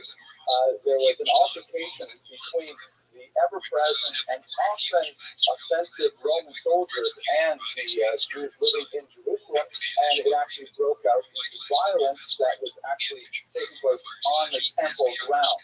The Roman soldiers under the procurator Sabinus, we'll speak about what a procurator is in just a moment, actually took advantage of the violence to loot the temple. This is one of many times the temple would be looted over the next 100-odd years. Before it was completely destroyed, it was considered a major source of funding for various officials within the Roman government. Let's not forget that the Jews have been dutifully submitting the Matzah shekel, the half shekel tax that they've been mandated in the Torah, that they should give a half shekel every year towards the upkeep of the temple. And these funds keep coming in, even through the Roman period, and even after the temple is destroyed, Jews will still be contributing this Matzah shekel, which is quite a significant amount of money. After the temple is destroyed, of course, one of the punitive measures that the Romans would take is they say that you still have to contribute this Matzah shekel, this fiscal Judea, but it is not going to be applied to the upkeep of the temple, which we have destroyed. It is going to be applied to a temple dedicated to Jews in Rome, which added insult to the taxation burden, but nevertheless was a constant flow of cash for the Romans. So the Roman soldiers under the procurator looted the temple, which was a precedent that we would see would have dire consequences for the Jews afterwards. And what else is going on? So while the 3 would-be kings are in Rome, there are 2 other Jewish people who are standing up saying, we're actually the real kings, and they're claiming the right to the throne. So you have to imagine that the entire region is descending into political chaos at this time. Varus, who is the governor of Syria, Israel is technically within the political bounds of a region that was led from Syria, comes down to put an end to this political infighting, and he captures as many rebels as he can, and he crucifies 2,000 of them. Crucifixion, of course, was the favorite method of execution for the Romans. Very, very painful method of death. People would be left out on the street for days as a deterrent to future would-be rebels. So you get a sense of the kind of savagery of the period. And as for Archelaus, the leader of the 3 brothers, he is ultimately exiled because the Roman emperor has enough of all this, and he sends him off to the south of France to this town called Vienne, which is actually one of the places that we visit on the river cruises. Okay. So, now let's think a little bit about the political organization of the Jews at this time. They're living under someone called a procurator, which is not exactly a provincial leader, but nevertheless someone with a tremendous amount of power. We will get back to the Jewish client kings who are present throughout the first century. The procurators were based in Caesarea. You'll recall this is the city that Herod built to specifically for the Romans, with all kinds of amphitheaters and gymnasia and a beautiful deep water port and things like that. And Caesarea was really known as a Roman center, even though there would be some important Talmudic rabbis who would establish a foothold there, like Rabbi Rabbi, for example. But it's distinct from Jerusalem. This is a very, very Roman city with lots of Roman architecture, lots of Roman gods, lots of Roman idolatry, and so on. The term procurator replaced a term that had been used up until the middle of the century, which was prefect, sometimes spelled with A-E for the English spelling, or which is with the E as you spell in America. And it seems to indicate a decline in status of the prefect. The prefect had more authority. The procurator was primarily a financial figure, collecting funds. The most important prefect, of course, in the history of the time is Pontius Pilate, and in 1961, this stone was discovered in Jerusalem that actually names Pontius Pilate. You recall, he was the prefect who put Jesus to trial, and he wanted to substitute him for Barabbas, and when the huddled masses decided they wanted Barabbas to go free, something which has no precedent in any example of Roman law we have in the period, then Pontius Pilate famously washed his hands of the affair. This is how we get the expression in English. Here you can see the inserted letters, which are kind of wiped out, are from Augustus, which is from the Caesar, Tiberius, to Pontius Pilate, the prefect of the Jews or Judea. This is dedicated. This is kind of like the first jewel plaque in history. I thought that was funny, but I didn't know that now. Okay, so it's interesting, though, it really it clearly is an archaeological point of data to prove the existence of someone named Pontius Pilate, and one can, by extension, argue that many of the other stories have some history as well. The relationship of these prefects to Syria is not clear, and quite a bit of ink is spilled among the Roman historians trying to figure out exactly who reported to whom. But in general, it seems that the Syrian governor was where the real military political power would come, and that's very significant, as we shall see during the First Roman-Jewish War. So what's not as well known is that for most of the first century, the Romans were actually remarkably tolerant of the bizarre people they ruled in Judea. We were so different from every other culture that they had encountered. We worshipped an invisible God. We were extremely insistent that we would not worship any other God. We would not bow down to idols, which in the civic religion of the time, you have to realize it's the moral equivalent of standing up while they play the national anthem at a ball game. Refusing to stand, which of course is in today's politics the principal, very demonstrable act of defiance. And if today we're upset about it, you can imagine in the Roman Empire how much more so they would have been upset about it. Nobody took, except for Caligula, we'll see him in a second, nobody took the religion really that seriously. Nobody thought that the emperor was absolutely a god. Nobody thought that the statues really had power. But this was just what you did. This is just normal Roman behavior. And we Jews refused to do these things. We refused to work one day out of 7, which is considered incredibly lazy. We practiced circumcision, which is considered barbaric, which is considered mutilation of the human form. All kinds of, and of course we refrained from very basic dietary elements of the Roman diet, like pork. So there are all these kinds of things that the Romans didn't understand about the Jews, but nevertheless, they basically gave us space to do what we wanted to do. As long as we came up with the money in our taxes and tributes, as long as we were not rebelling openly, the Romans were perfectly fine with the Jews. We see a couple of examples of this. For example, here's one exception though. The big exception is Caligula, who was really one of the most bizarre and awful of the Roman emperors. He ruled between the year 37 and 41 when he was assassinated about 4 years too late.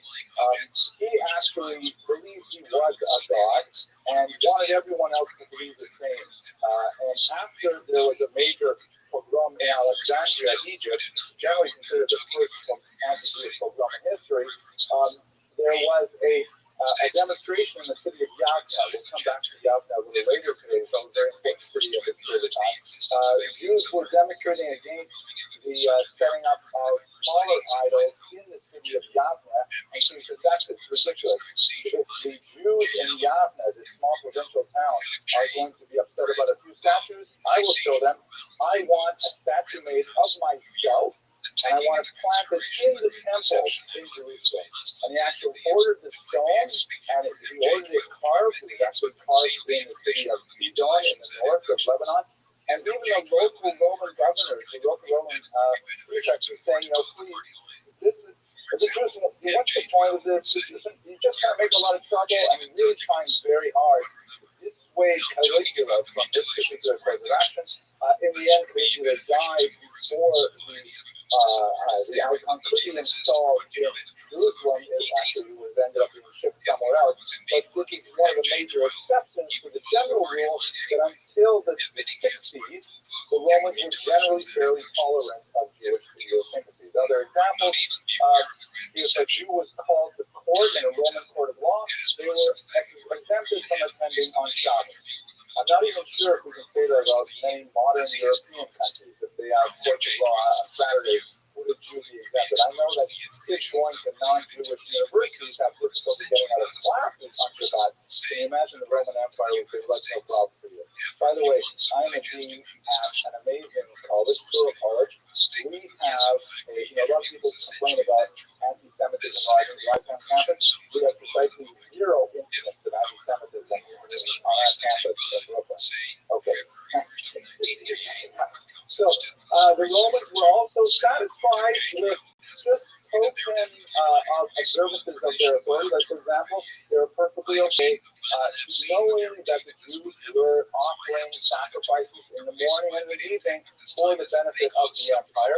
We'll come back to the controversy around the sacrifices later. But they said, okay, that's fine. You don't want to bow down to our statues. You don't want to celebrate our feasts. That's fine.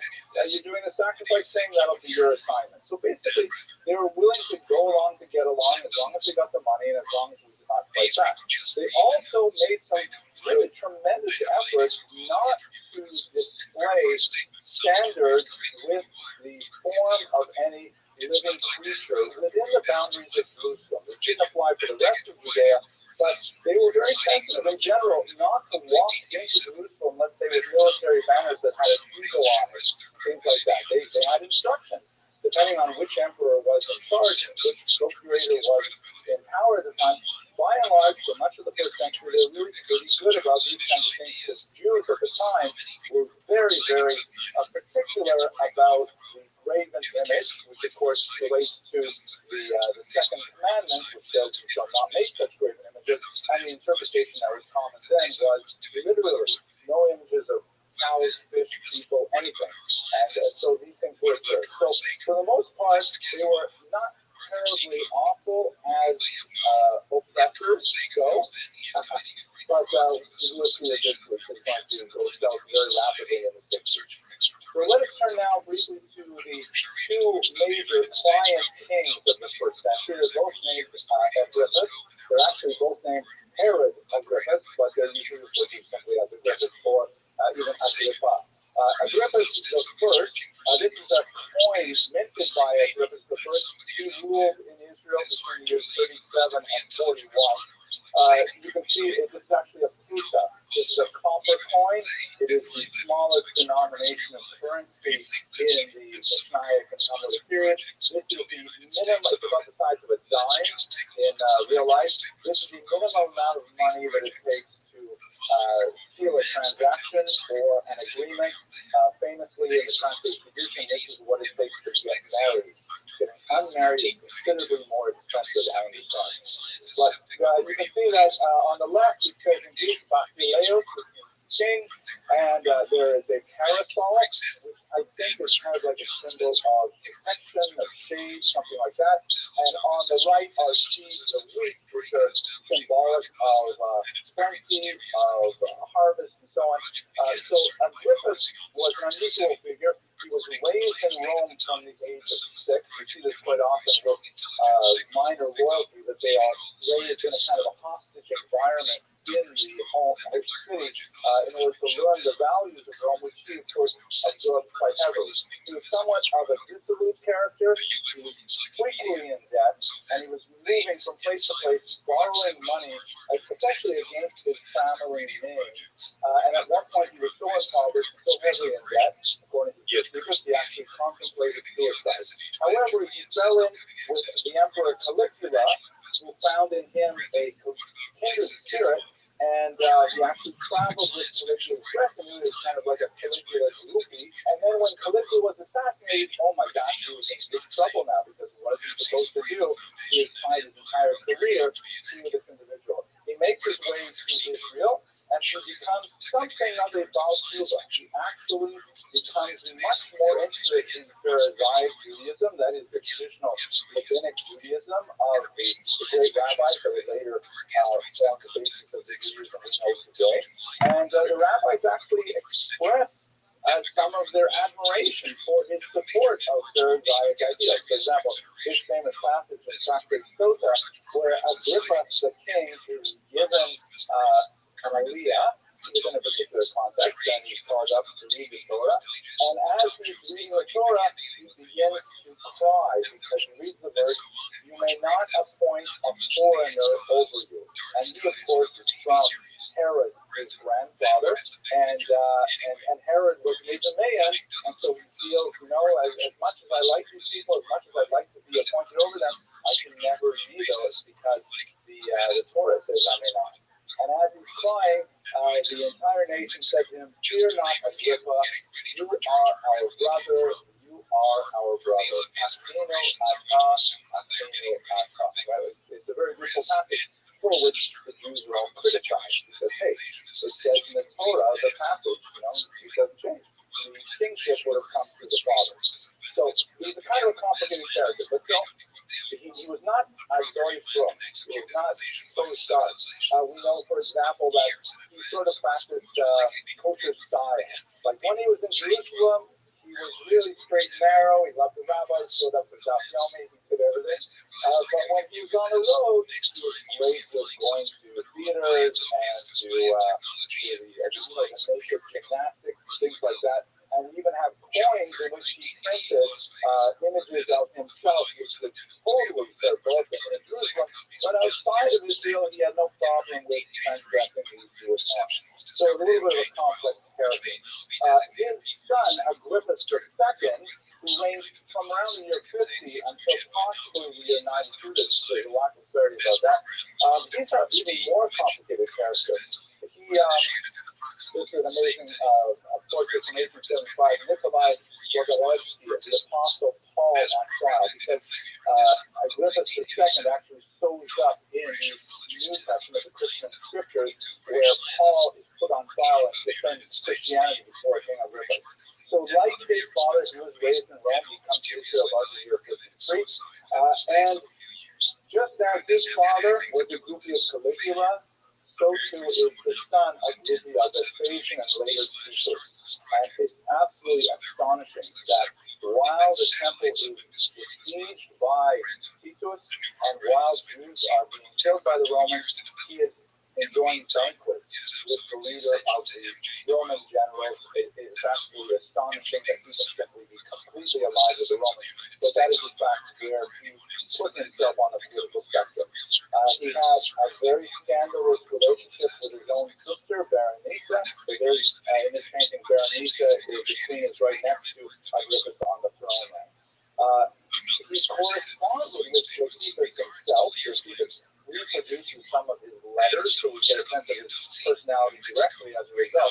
And he had some interesting curiosity about Christianity, as we see from this particular famous passage that occurs in the book of Acts, where Paul defends the charges against Christianity to Agrippa, not successfully, but nevertheless a fascinating correspondence about the period. So those are the client things that are active at this time. Let us now turn to the war itself and try to understand the roots of the First Roman Jewish War that ended in such disaster, so much so that we commemorate it every year with the fast on the 9th of Av. the war lasts from about 56 to about the year 74. And what's going on is it begins in the north, where there are many people who are upset with Roman rule. They are upset with the procurators. They're very upset with the heavy taxation. They're upset with the impositions on their Jewish culture. And as we discussed last week, they coalesce into a group which is known in general as the Zealots, the Kanoim. Josephus, he tends to call them not zealots, but bandits, because again, remember, he's writing for a Roman audience, and they see these people as kind of like, hoodlums who are wandering around the north and attacking Roman caravans, things like that. And many of them have put together significant followings. There's Judas al-Jamala, there's John of Giscala, Simon ben Joria. Many of them will be very important figures in the actual fight against Rome later, especially concentrated in Islam. Just to give you a sense of the kind of atmosphere that was developing, Josephus described as typical. He actually gives us half a dozen kinds of examples like this. Some Jew from Egypt, who is known simply as the Egyptian, he claims to be the Messiah. He claims to be the new political savior of the Jews. This is happening a lot in the first century, and he wants all the Jews to meet him in a particular place on the other side of the Jordan. They'll gather together and they'll go back to Jerusalem, and they will proclaim his Messiahhood. The Romans hear about this, and they simply take a group of troops over there, and they massacre them all in the field. They don't even arrest them. They don't even give them a chance to explain. They just take care of it in one fell swoop. And although the Egyptian may have been, to use the technical term, an Ashubiner, to kill them all was seen as a very brutal and excessively harsh response. And so it just accelerated the dissatisfaction with Roman rule. You also have the rise of a group called the Sicarii, from these short knives called Sicarii that they carried. And these were essentially political assassins who murdered Jews who opposed their radical views. Their modus operandi, as reported by Josephus, is they would, the Sicarii would dress like, regular Jews. They'd go to some marketplace where there were a lot of people knowing about, and then they would pull the knife out from their robes, and they would stab the person they wanted to kill, a moderate in particular, and when the body fell, they would quickly put away the knife, and they would feign like horror and shock and say, "Who did this? How is that possible?" And then they would blend away into the crowd. The Romans would come in, they would arrest them from time to time, but then they were very happy to give them back for ransom. And so the Romans were, as it were, complicit in putting the Sicarii back out on the streets all the time, and this was just causing a tremendous amount of ferment within the Jewish community. Let us recall that their prime targets were not the Romans, but were moderate Jews. We also see this kind of thing happening in the Middle East with lots of cultures, right, where moderates cannot speak out because the radicals are simply too violent. So society is rapidly evolving in the North in particular. So in order to deal with this, the Syrian legions are going to have to come down. And the spark of the flame is associated with a local procurator, particularly harsh individual named Gestius Florus. He, at one point, decides to raid the temple for a remarkably small amount of money, 17 talents of gold. Not exactly sure how much a talent is. That was not the term that was used, and I read it in a 19th century source, but it's definitely a small amount of money. He goes in, he takes the money from the temple, and the Jews of Jerusalem are upset, of course, because the temple has been raided, but even worse, they mock the procurator by passing around baskets, asking for collections for the poor procurator that he's so broke that he has to actually sack the temple for 17 pounds. Gestius Florus is so insulted, he comes back and he attacks the Jews who are making fun of him and crucifies even those who would have Roman citizenship, not simply the rabble, but even prominent individuals. This is in the summer of 56. Jerusalem is very upset. They fight back, and Florida, because they don't have quite enough troops there to mandate his will, they actually retreat to Caesarea, and they call in the big guns. They call in the Syrian generals. It is at this point, by the way, where we have the intersection of the account provided in Josephus and Roman historians with the account provided in the Talmud. The Talmud has, and I won't go into it in great detail here because I'm looking at the clock and I want to be able to cover it to the end of our period, but I'm sure you're all familiar with the story that we read about on Tisha B'Av of the botched wedding invitation of Kamsa and Bar Kamsa, right, where there's two people with very similar names, and they're mortal enemies, and one of them is making a wedding, and so he sends his servant out to invite his relatives, I forget whether it was Kamsa or Bar Kamsa, but by accident, the servant invites his mortal enemy. The mortal enemy says, wow, I can't believe it. Let's say Kamsa is invited by Bar Kamsa. Bar Kamsa invited me to his wedding. I'm so amazing. He wants to make it up. I'm going to go. I'm going to bury the hatchet. We're going to make plans again. He shows up at the wedding, and Bar Kamsa says, what are you doing here? He sent me an invitation. And Bar Kamsa says, you can't be there. This is my wedding. I hate you. You're my mortal enemy. Get out. Kamsa says, don't kick me out. Wow. All these other dignitaries are here. I'm going to have a big wedding present for your children. I don't care. So listen, I'll pay for half the wedding. Let me stay. Don't embarrass me. Bar Kamsa says, I don't care. You've got to go. Because I'll pay for the whole wedding. I would have taken him up on that. But at that point, he says no, and he sends them away. And the rabbis, the Talmud story is the rabbis for being there and not intervening, and not saying at this point you should have got there, you should compromise, let them stay already. Anyways, he goes off, and at that point he cooks up a plot that in the Talmudic version he submits a intentionally defiled animal to be sacrificed. And the rabbis are discussing what should we do about this animal, which is to be sacrificed on behalf of the Roman Empire. If we don't sacrifice it, then the Roman Empire is going to be more upset with us than the local procurator was. If we do sacrifice it, then of course we're compromising Jewish law and we're offering an illegal sacrifice. And even the possibility of killing the person who offered this blemish sacrifice was discussed and discarded because they said, we're not going to do this over a sacrifice. And at this point, the sacrifices were stopped. And by not offering that sacrifice, the reverberations are felt throughout the Roman Empire as well, because this was like a tremendous chutzpah, a tremendous slap in the face of the Romans, that the Jews will no longer even, actually do even upstairs in the synagogue on Saturday morning. You always read a prayer for the government, right? It's actually mandated in there. So we have to pray for the welfare of the government. It's just making a point of saying, you know what? This government we're not going to pray for. And so this is where the story in the Talmud, the story in Josephus intersects. Sextus Gallus, he brings down a legion and some associated troops, perhaps 6,000 battle-hardened soldiers. He brings them down to teach the Jews a lesson. He marches straight through the south. He goes to Jerusalem, and he burns a few of the suburbs of Jerusalem, but for reasons which are not entirely clear, when he can't get into Jerusalem on the first attempt, he mysteriously retreats. Josephus cannot explain exactly why he retreated, but on the way back, he is attacked at the Bet Horon Pass.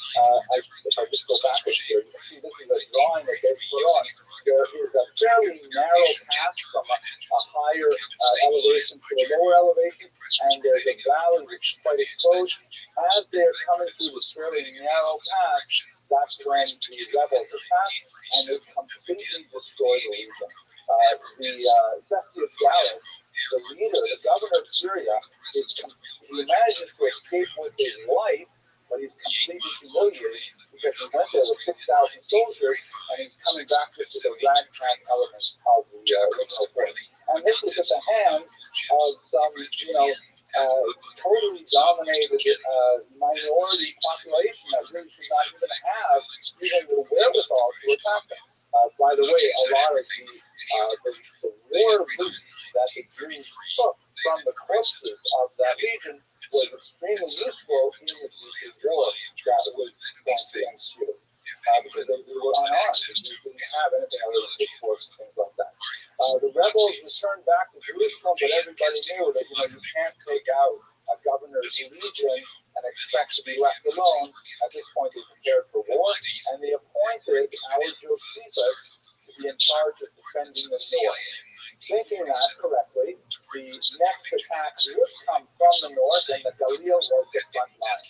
So Josephus marches up there to be, although he has, as he describes, a lot of hesitations about the cause, because he really likes the Romans. Don't forget, he's writing this for the Romans, but he decides to take up the cause, and he happens to be an extremely brilliant general, the most effective general of his time, and we know this because Josephus tells us just how great he was. At any rate, what happens is the Emperor Nero says, I can't believe those Jews destroyed an entire legion. That's incredible. We have to send, we're not sending Sestius Gallus back there, because obviously he doesn't know what he's doing. We're going to send a much more well-trained general, Vespasian, shown here in this picture. Vespasian is tasked with the charge of going back to Israel and destroying the rebel movement. He will invite his son, Titus, to assist him in this task. And unlike Sestius Gallus, he takes a very methodical approach. He's not in a rush. He realizes that the siege of Jerusalem is going to be long and hard. It's circled by 3 walls. There's a sharp valley in the most important area of attack. And he's going to wear them down. He's not in a rush to attack Jerusalem, but he mops up the rest of Israel fairly quickly. In particular, the Battle of Yotapata, or Yotzat, which is in the north, where Josephus was active, they besieged the Jews there. Josephus describes his, he really does sound like a pretty brilliant general. Like, for example, to try to make the Romans think that they have no problems, they have lots of supplies inside the fortress of Yotzat, they have plenty of water, and they don't. They're dying of thirst. He had the soldiers soak some of their laundry in the precious water they have left and hang dripping red laundry on the outside wall. As if to say, we've got so much water here, we're wasting it by washing our clothes like this. And in order to convince Vespasian that we will stand this for a long, long time. And many other such devices that Josephus, in his very fertile imagination, provides to his readers. But ultimately, Yotzat is forced to fall under Vespasian's might, and Josephus finds himself alone with about 40 other soldiers, and they all agree to enter into a suicide pact. They are not going to surrender to the Romans. Josephus does not really want to participate in the suicide pact, so he comes up with this idea. I have a better idea. How about we all draw straws, and the person who draws the shortest straw will kill everyone else. It's a hard thing to kill yourself. Let's put one person in charge of it. And then after they're all dead, then he'll kill himself. And of course, he draws shortest straw. Isn't it amazing? Right? His idea, he's holding the straw. He managed to draw the shortest straw, kills all the others, and then does not kill himself. He surrenders to Vespasian. And that Vespasian puts him in chains, but again, with his tremendous ability to think on his feet, Josephus greets Vespasian as Emperor Vespasian, which he is not. He's merely a general. And he says, why do you call me Emperor? He says, because I have seen, I'm Jewish, we're connected with prophecy, I have seen that you will one day be Emperor. And basically, as they're talking, they get a messenger that Emperor Nero, not Nero at this point, I guess it would be Nero, has died. I got my timing right. And Vespasian, you're called back to Rome to choose a new emperor, and ultimately Vespasian will be the new emperor. So he leaves Josephus alone with Titus, his son, who takes over charge of the attack on Jerusalem. This is, by the way, the monument at the city of Yotzat to Josephus and to the fighters there in this first battle 2,000 years ago. Now, the attack turns to Jerusalem, and it is really awful. It is something that deserves a lot more meditation than we have time for today, but it's really something to explore on this front.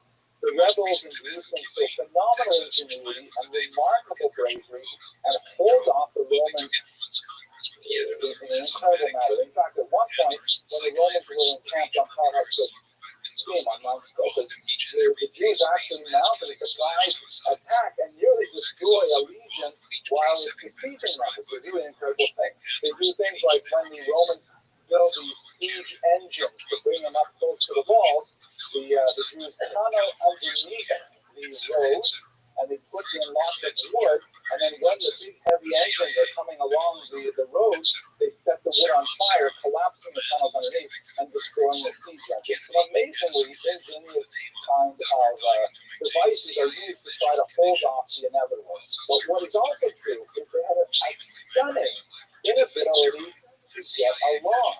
You have in Jerusalem several different zealots, Simon Bar Joria, John Ben Giscala, who are fighting with each other in an incredible way. I mean, thank God we don't do that anymore. But now, when we have an election, we can decide, right? We don't have to do it over and over again. But they even descend to such terrible depths in an attempt to try and weaken their rivals, Jewish zealot group, they actually burn their own grain stores to try and weaken the reserve of their rivals. And of course, this weakens the entire population living in Jerusalem. And we've always spoken about the moderates in Jerusalem who want to have none of this, but they are frightened of silence. So to say, although the Jews are really amazing warriors with tremendous strategy and tactics, without leadership, they turn on each other in such horrible ways and really are responsible for the devastation that would follow. Titus' siege, eventually they're able to break through, and the walls of the temple are destroyed in the summer of the year 70, resulting in some absolute horrific massacres that, of course, are commemorated on the date of the 9th of the month of Av. So that represents the end of the main part of the First War. The last holdout, of course, is at Masada, which the Jews actually took in the 60s. The rebels took that fortress, which was originally one of the palaces of Herod, and they managed to hold out on this mountaintop for another 2 years, and it's rather an amazing, dramatic story. And then, like the story that I described in Yonkat, the rebels of Masada also commit suicide when it is clear to them that they will not be able to hold off the Romans anymore. The aftermath is also quite significant, and with a longer time to present it, we talk about how the Romans really made a tremendous amount of political hay out of their defeat.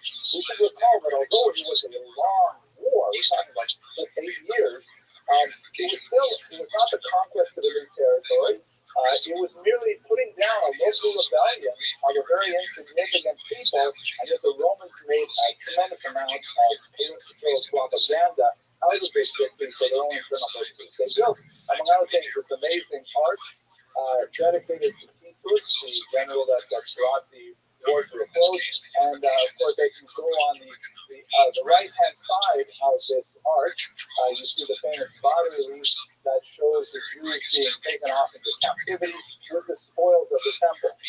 My colleague Stephen Fine, who's a great historian at Yeshiva University, the other great university that has a very low anti-Semitism rate in this city, he did some phenomenal work with the remains of pigmentation that's buried deep in the stone, and he was able to actually recreate the way it would have looked to Romans in the first century, because the Romans actually painted their statues. This is what it would have looked like to Romans. It's rather garish. I think I like it better with the monochrome. On the left, you can see in the standard it says, Leges Judeorum, the law of the Jews, which may have been Torah scroll, or maybe even the Lucas, the tablet.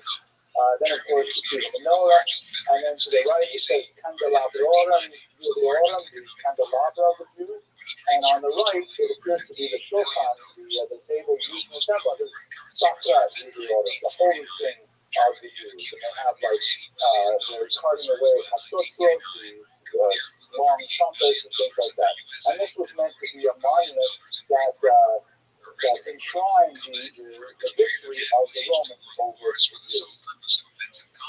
They also minted about 2 dozen varieties of this coin, Judea Capta, which means Judea is captured, that invariably has on the left Vespasian, who was the emperor at the time, while his son was, of course, the general, and on the right you see Judea captured, Judea is captured, and usually there is a balsam tree, which was one of the principal exports of the region.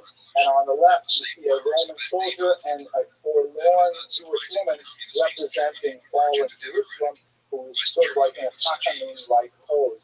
That's very, very sad. Some of them are quite a bit more brutal, like, for example, this version here, where she is down. She actually has her hands tied behind her back, and quite a bit more submissive state, and Vespasian looks even more ominous in this particular example. But these coins were incredibly popular, and they really seemed to harp on it. It was so important to them to demonstrate to the wider Mediterranean basin that they had really put an end to Judea. Okay, so that's the quick lightning tour through the First Roman-Jewish War. I've only got about 5 or 7 minutes left, but I will take you briefly through the Bar Kokhba revolt, which is incredibly important. So we'll do it very quickly, though, so easily covered. There's a lot of repercussions for the Jews. The Jews are banned from the city of Jerusalem at the time. Jews are forced to pay that extra tax. There's hundreds of thousands of Jews killed. The numbers are hard to really comprehend. Josephus, I believe, cites 600,000 Jews murdered, which is a phenomenal number. Even if it's a fraction of it, it's still a huge portion of the population. And the Jews are still restless. The Jews are still angry about this. There is a flare-up in the so-called Titus Rebellion, sometimes called the Titus War, which is about 60 years later. And it occurs in the context of the Emperor Trajan or Trajan in his attack on the Parthian Empire, particularly in the region of Mesopotamia down here, where the Euphrates and the Tigris rivers come close to each other, specifically the city of Ctesiphon, which many of you may know better by its Hamitic term, Mephosa, which is just across, it's a suburb of Ctesiphon. And this is essentially the heartland of the Jewish civilization is in this region here, not the heartland, but the Babylonian heartland, where the Talmud is written. And when Trajan comes into the region, the Jewish minorities are actually quite loyal to the Persians, and they fight back against the Romans, and there is a backlash from the Romans, not only against the Babylonian Jewish minority, they are, of course, pushed back, and the Persians are able to maintain their independence, later they become Sasanians. But all across the Roman Empire, there are attacks on Jews, including in Israel, by Lucius Quietus, which is where you get the term Titos, and it's essentially these widespread little small rebellions that are put down with tremendous savagery by this individual. It occurs quite a significant amount of discussion in the Talmud about this, but we don't know a lot of the details about how it unfolded overall. But at any rate, it certainly did not constitute a war in the larger sense. It's more like a police action, using American terms. The Bar Kokhba revolt, however, is quite a bit more significant. This is a coin minted by Bar Kokhba, the Jewish rebel of the 130s. It's actually, you might wonder, that's pretty amazing that this rebel, they're essentially living in caves in Judea. How did they get the wherewithal to actually set up a mint? Well, the truth is, they took Roman tetradrachms, like the coins made out of silver, they heated them up, and then they just stamped Jewish things on top of them. So you can see on the left, there's an evocation of the temple, reconstructed, as it were, because they argued that the Jerusalem would rise again. And on the right, you see a lulav, and this is kind of like their way of taking over the Roman coin system as best they could, and forcing it to be Jewish. Basically, Bar Kokhba, we didn't know a lot about him. He didn't even know exactly how to spell his name. Sometimes it's here, for example, as Kosiba, which means the son of a lie, an untruth, or Bar Kokhba, the son of a star. And it was only when some of the caves were discovered in the Judean desert that we know a lot more about exactly who he was. Passover. And in fact, the archaeologists recovered actual letters written by Bar Kokhba to his commanding officers, so we learn a lot more about what his personality was like. His revolt occurs in the context of some decrees passed by the Emperor Hadrian. And again, the record is a little fuzzy here. We're not exactly sure whether Bar Kokhba was reacting to Hadrian's decrees or whether Hadrian's decrees were a reaction to Bar Kokhba's rebellion. But most historians argue that, in fact, the rebellion came about as a result of a misunderstanding over Hadrian's ban on castration. He had placed an empire-wide ban that no society should be allowed to castrate young boys. But the Jews understood this to mean, as many other people did actually, that circumcision was now banned. And they rose up, this is like the straw that broke the camel's back, and began to fight back against Hadrian. Other possible interpretations of the chronology point to Hadrian's disastrous bans on the observance of Shabbat, the study of Torah, any other public exercise of Jewish identity, and it could very well be that these were in place to cause the revolt, but it certainly makes sense after the revolt as well. And a tremendous battle ensued. It took about 3 years, from about 132 to 135, where leading a band of rebels who were literally living in caves in the same desert would attack guerrilla style the Roman legions, and they were incredibly effective. Dio Cassius speaks about 95 villages razed by the Romans in an attempt to extirpate the Bar Kokhba movement, and they were unable to do so for several years. Here's an example of one of the caves that they lived in. The archaeologists found one cave they called the Cave of Horrors because it was filled with the skeletons of rebels. This is the entrance to the Cave of Rabbi. You can see how remote and inaccessible it is. There's a climber at the bottom who's coming up into it. But among the things found in the cave litters that I mentioned earlier, not only things about the development of the war, but also the phenomenal Zabaka archive. I got to take a minute to tell you about this because it blows me away. So apparently, judging from the Cave of Horrors, for example, there were men, women, and children living with the Bar Kokhba rebels. They were not just soldiers. These were entire communities of Jews who were living together, taking refuge from the Romans and engaging in these rapid strike attacks. And there was this woman whose name was Babasa, who had kept with her a cache of her most precious documents. Now you can imagine that if God forbid you have to run out of your home and go live in a cave somewhere with rebels, which documents did you take with you? Probably your passport, maybe your deed to your house, maybe your marriage certificate. And that's exactly what the Babasa took with her. She grabbed all the most important documents she had, including her deeds to several date farms. She had orchards of date farms that she inherited from her father.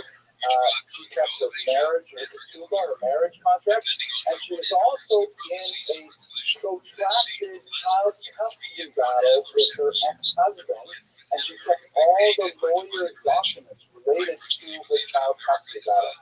And so reading these documents gives you such a picture of what it was like to be a woman, just on the surface, on what I showed you so far. You see that she could own property, that she did engage in legal disputes, she was a legal agent. We're not sure if she was literate, because many of these documents are written in other languages, but many say that they're like legal letters, right? I can barely read what my lawyer writes anyways, right? Because it's all in boilerplate legal text. But these are phenomenal things, and scholars are still pouring over the Babasa archive to learn more about what it was like to be a woman at that time. The rebellion ended at a horrible massacre at Beitar, which is actually remembered every time Jews take place over meals. These Rothschild'S proclamation was proposed in memory of the Haggai Beitar. The Jews were killed in one last great battle shown here. But that's beyond our scope. Let us bring ourselves to the conclusion of the lecture more or less on time. Now, I've described a lot of political political history, a certain amount of military history, but I have skipped over a lot of the intellectual and religious history, which is incredibly important at the time. If we go back to the time that Jerusalem was taken under siege, there was one of the moderate rabbis, Rabbi Yochanan ben Zakkai, who actually had family who were moderate zealots, and he felt that, you know what, their enterprise is clearly doomed. It's just a matter of time before Jerusalem falls and we are all killed. So he concocted a plan to have himself appear dead and smuggled out of the city to be buried. The zealots, including I believe it was his nephew, were suspicious and wanted to confirm that in fact he was dead. And they proposed even stabbing the coffin with iron rods, but he managed to nevertheless cover it. Was taken out of the city in a coffin.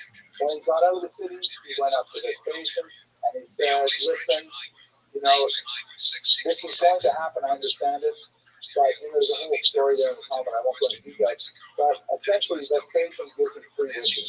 Says, okay, listen, I appreciate what you're doing, what do you want from me? And the first thing that he asked for is, Kainli Yavna V'Chachameha. Let me have the city of Yamnia, the Hebrew is Yavna, and its sages. Let me have a little suburb close to the ocean where those religious scholars can gather and just study the Torah.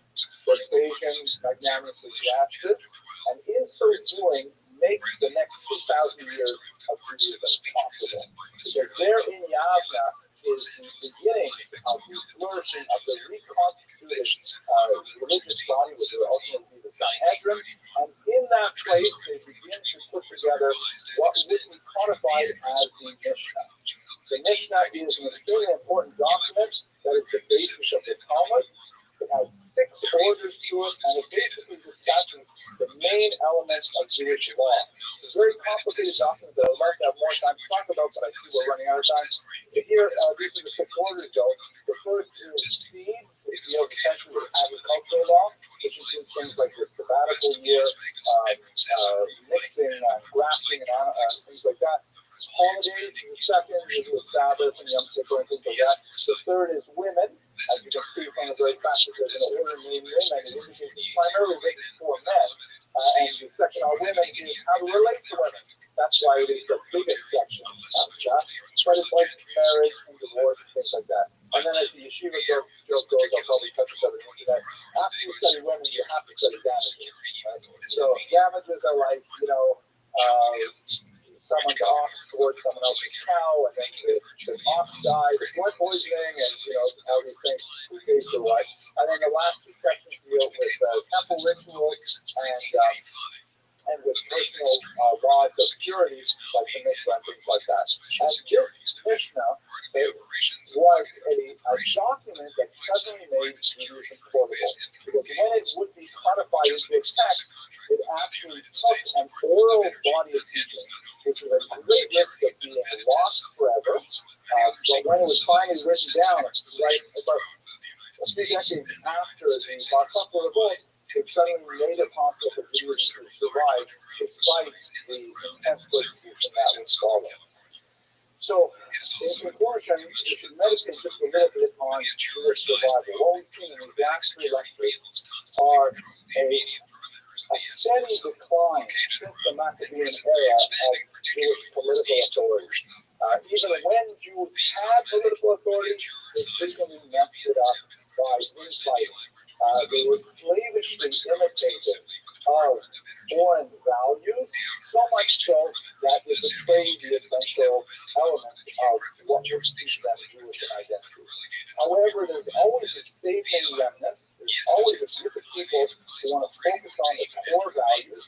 In the case of what we're seeing today, is essentially those rabbis in Yavna, later who moved to Tiberias and other cities, who wanted to really focus on what was essential about Judaism, and they laid the foundation for the future growth of the people and their religion.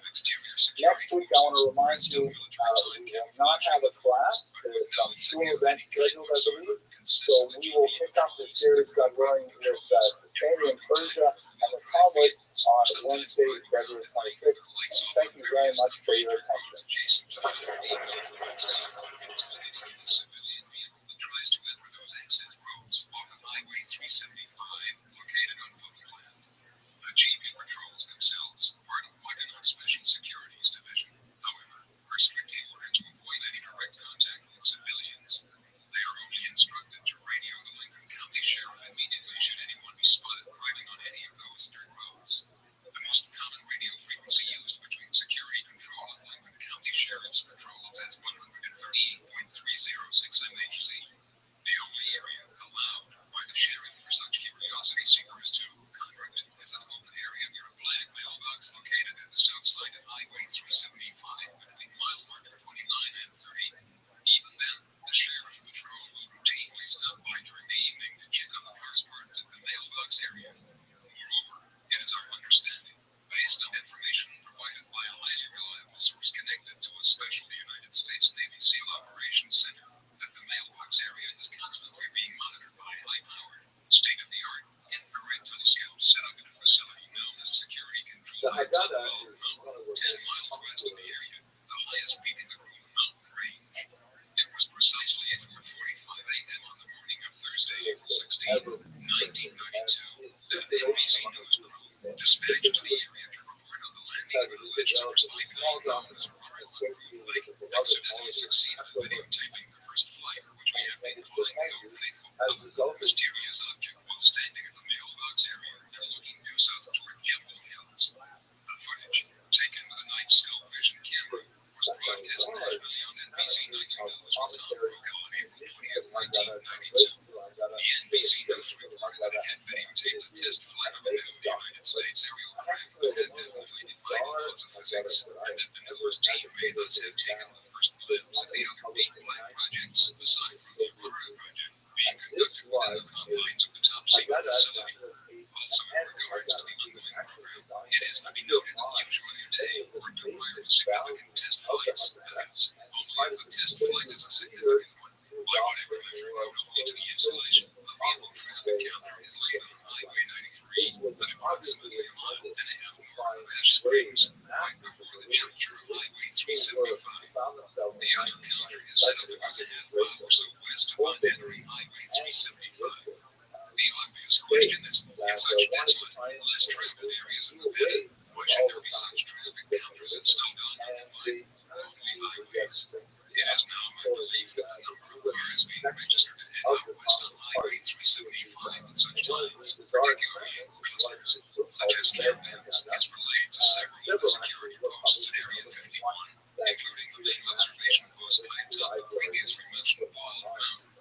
However, it is very possible that they may now have more sophisticated devices for registering the number of vehicles going through the area. The February 21st, 1990 expedition was instrumental in the subsequent production of a 2-hour documentary program entitled Saturday Super Special, televised throughout Japan on March 24th, 1990, which was seen by more than 28 million viewers on prime time. The entire program dealt with Area 51 and also the crew's pursuit of an alleged biogenetics laboratory thought to be located just outside of Dulce, a tiny town in northwestern New Mexico, about 95 miles northwest of Los Alamos.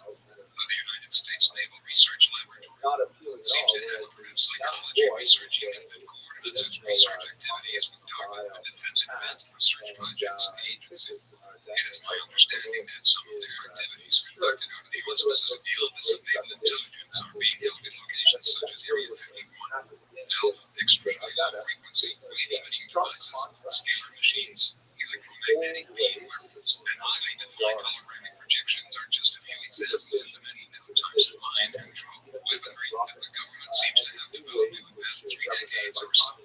Newest researches on special types of hallucinatory and memory tampering drugs are part of a growing arsenal that the United States Naval Intelligence boasts to have developed in its own parapsychology mind control unit. According to recent information provided to me by a highly reliable informant that a special operations wing of the Department of the Navy done 2 of the most widely used devices for the RHIC, radiohypnotic intracerebral control, and EDO, electronic dissolution of memory. The first of the 2, radiohypnotic intracerebral control, calls for the implantation of a very small electronic, like radio receiver. It acts as a stimulant, which will stimulate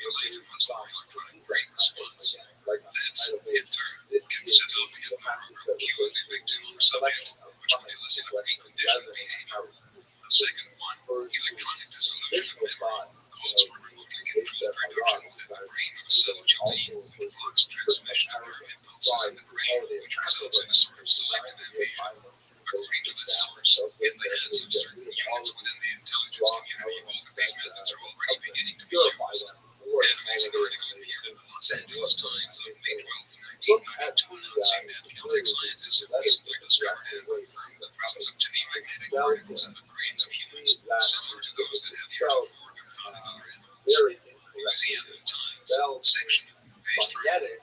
According to the Caltech researchers, it is now an undeniable fact that every human brain contains a tiny natural magnetite particle, even from the time of conception. Could the government, particularly the United States Naval Research Laboratory, have known this fact for a long time? The answer definitely seems to be in the affirmative.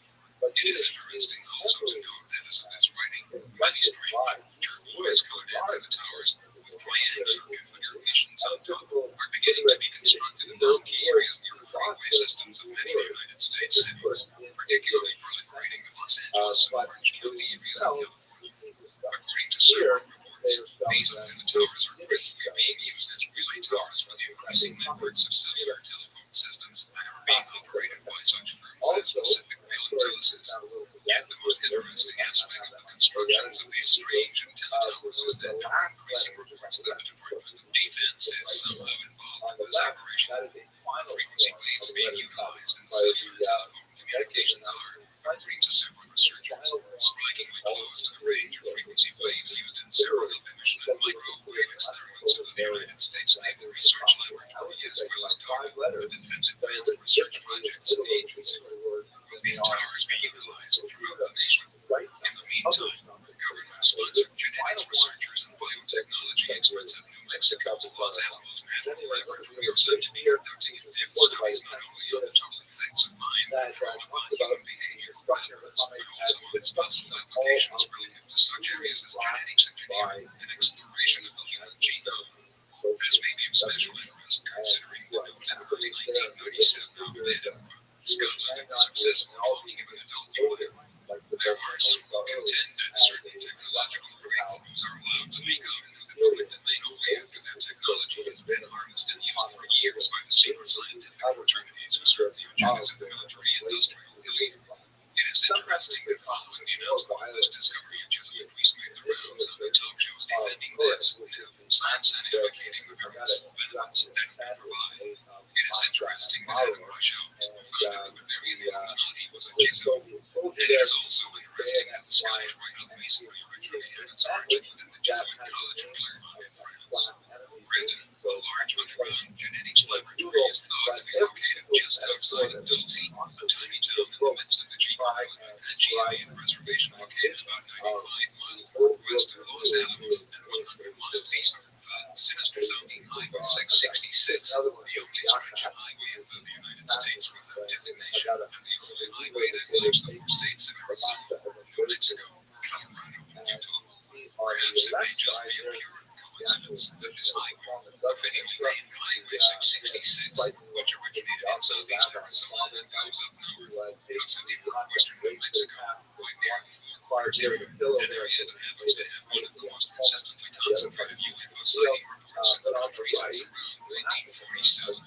This entire Four Corners area, especially northwestern New Mexico and southwestern Colorado, even extending, for that matter, to the entire southern tip of the state, also has had some of the most concentrated reports of unexplained cattle mutilations in the nation during the late 70s and early 80s.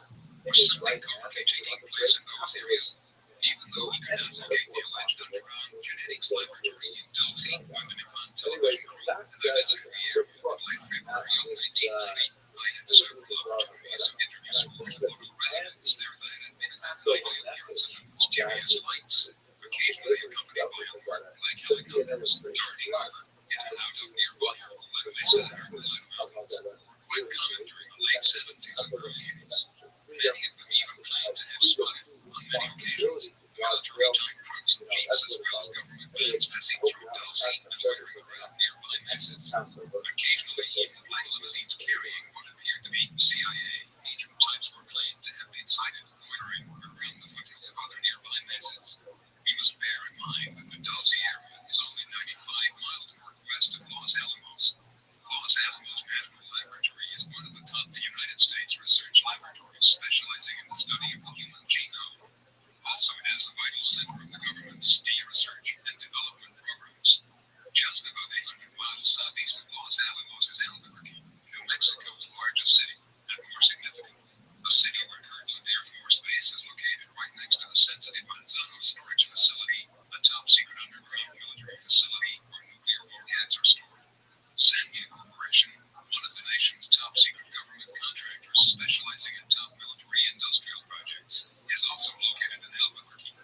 As far as advanced biotechnology is concerned, I have no doubt that microchip implantation technology is being perfected in which tiny microchips could be implanted in our circulatory systems, vital organs and tissues if need be for whatever purpose the future may require. It is my conclusion that a large-scale research has been completed by the government with possible assistance from outside sources within the last 20 years or so, utilizing tens of thousands of cattle in the Southwest to conduct this covert experiment. Only recently has science proven that county gluten could be substituted by utilizing a special purification system with human blood in situations of unforeseen medical emergencies.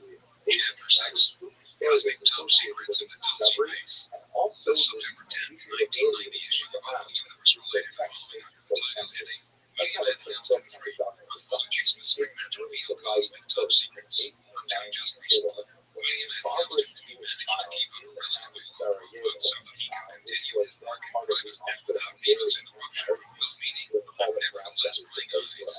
Admittedly, his name is not known in every household, but the fact of the matter is that Bill is highly respected among his peers. Indeed, what he has to say is as important and vital as the words of 5 years John Lee and 4 Navy intelligence officer William Cooper, a gallant record regarding the alien conspiracy. In fact, much of what Hamilton maintains is consistent with the theory that there is a massive government cover of unenforced alien visitations that reaches right up to the president's private office door, and that the United States military has made a secret pact with aliens known as the They are mutilating cattle and abducting humans for experimental purposes. Supposedly, the Greys have taken over several top-secret underground military facilities and certain branches of the government. We're working hand in hand with these entities to bring about total domination of the world. While a second group of extraterrestrials is here trying to protect us. Of a highly controversial nature, many of Hamilton's statements may seem regrettable to even his closest associates, not to mention other investigators who refuse to even seriously consider the documentation he is able to present to bolster his case. About 10 years ago, a few scientists and engineers who worked for NASA and shared an interest in UFO abductions came together to form a group they called Project Real Internal Systems Investigative Team. They studied about 130 cases of UFO abductions with the goal of constructing a model of their liberation and the enemies of approval. They found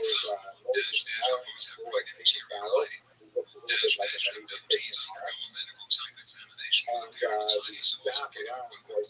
Burns are suffered by many abductees. Time lost from 20 minutes to 3 hours is common.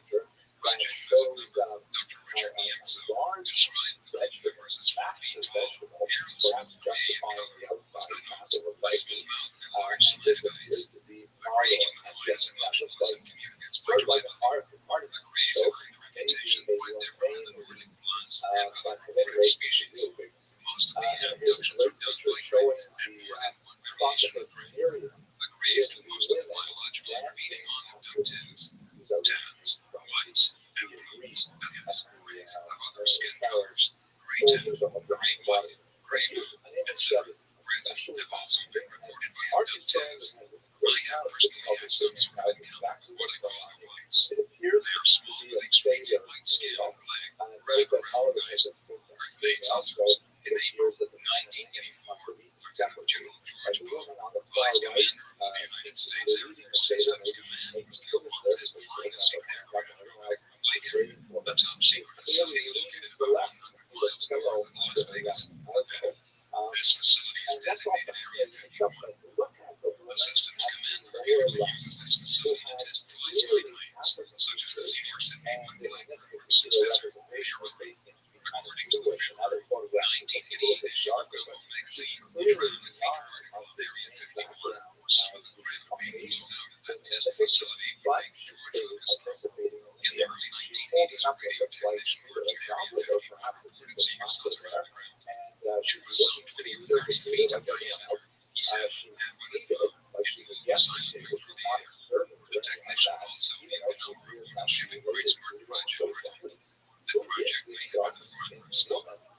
Presently, the Air Force is trying to acquire 89.000 acres adjacent to the Green Lake facility and to place place the nearby mountains off limits to the public. To that question yet, but I want to TV leave you with the question. documentary off of cover uploaded. But anyway, what happened Talking is an Agrada, underground alien base most located in the likely vicinity of is the left flight to test this site known Jews as of the the Green. Iberian Peninsula with the This adds a whole new dimension to the idea of the secret space program and hence a fantastic secret we programs know that that it take made us its more than way one to step Haiti beyond because we a have friend that might once a have wandered to Wyoming to escape from terrifying mysteries he encountered in New Mexico. He said that in locals the on the river year asked him, "Are you here to work on the secret space project out of the jet airport?" Saucers were seen close to the ground and ruddered. One day my friend's truck broke down and he had to hitchhike to town. A black light had come out of an address to blood Gatorade. The dashboard looked like a computer console. The man knew exactly where he wanted to be left off in front of closed outlets, but my friend had never told. Alien implants in my 1980 when I lived in I received a call from my friend Walter Lundgren, who published a magazine of limited circulation called Energy 11. Walter was a natural technologist. He said that he had started working for a physicist by the name of Paul who heads up other scientific labs in Albuquerque, New Mexico. He then proceeded to tell me the fantastic story of how his robots have succeeded in communicating with aliens in an underground base situated near Mount Arvada hometown Dulce, was close to the Colorado River and situated on the geographical Apache Indian reservation. Note, we know exactly where stated that he interrogated the alien collective via a computer radio like alien computer term. By tapping into the alien ship to base communications frequency using a time extensive mathematical code to bring the alien encryption. He first discovered the signals using specialized equipment handy and later concluded that these signals were also being used to influence abductees living in the electronic mind or control implants. Random. He told me that these local aliens were abducting and implanting people with a device inserted through the base of the skull for the purpose of monitoring and controlling humans. He said that the government knew about this and was involved with alien activities. He also stated that the aliens feared our nuclear weapons and nuclear radiation. He told me that Paul was working on a weapon that would be effective against these aliens. Interjection by Brandon regarding mind control implants. I know of a person who claimed to have some implants removed by doctors. The implants were removed while the nasal cavity. Other centers of the brain, some neurons being damaged in the process. This nerve damage resulted in a near-death experience following which he had no way. He felt like an impersonator had some other identity that had been operating and was now gone. Some mystics may refer to alien intelligences that possess human minds as aliens, but many refer to as ligands or often artificial intelligence matrix implants, which are attached to the nerve centers of the human brain. These serve as nodes for the alien collective and the parasite host capacity, allowing the aliens to physically utilize the human subject to an altered state of consciousness has been induced, and the human subject's individual consciousness is incapacitated.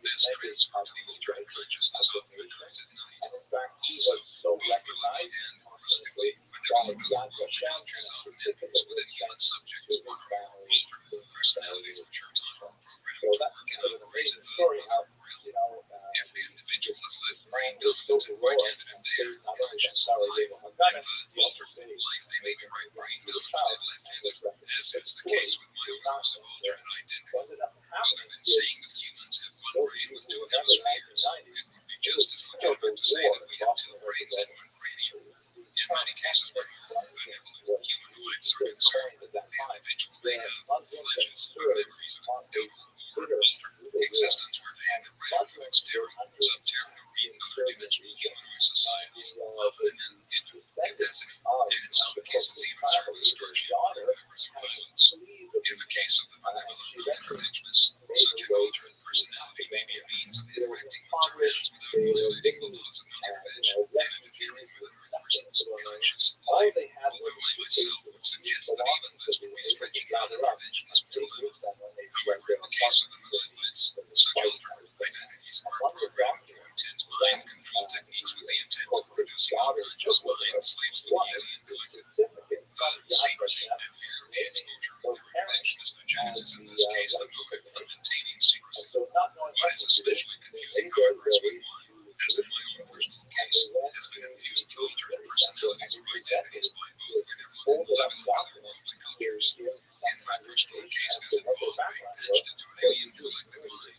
etched out by implants and quite a dark side of that collective. For the interventionist elements within the Ashton collective, such as the Orionic and filters, and some contactees have spoken of a desire to use their positions to establish ancillary control, only to later have this or another alternate personality matrix programmed by a more benevolent faction of the alliance.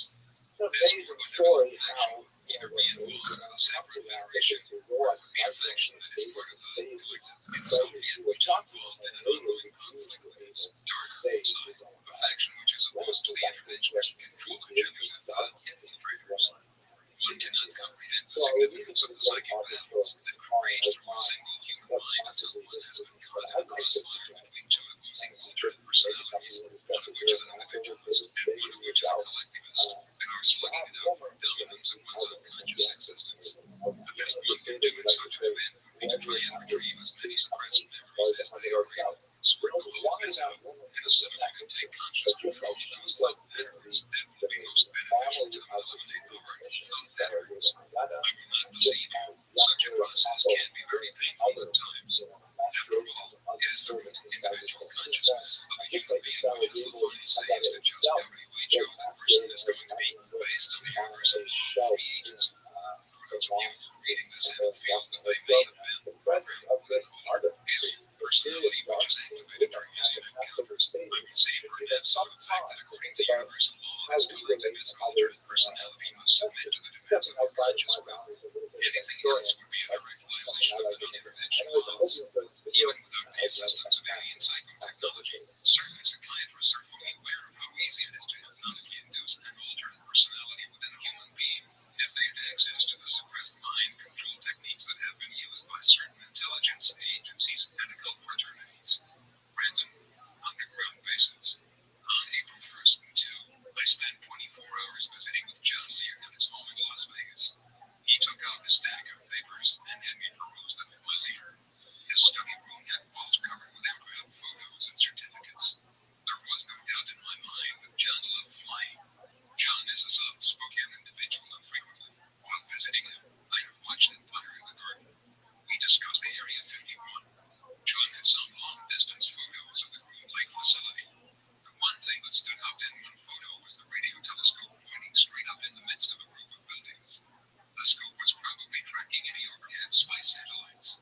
He showed me the reference in the February 1988 issue of Gummo magazine that insisted that spacecraft were being test flown from this facility. John remembers that the Greys had a base under the Groom Mountains. This is the one we believe is called Dreamland. One of my sources, the leak, says DREAM is an acronym that stands for Data Repository Establishment and Maintenance.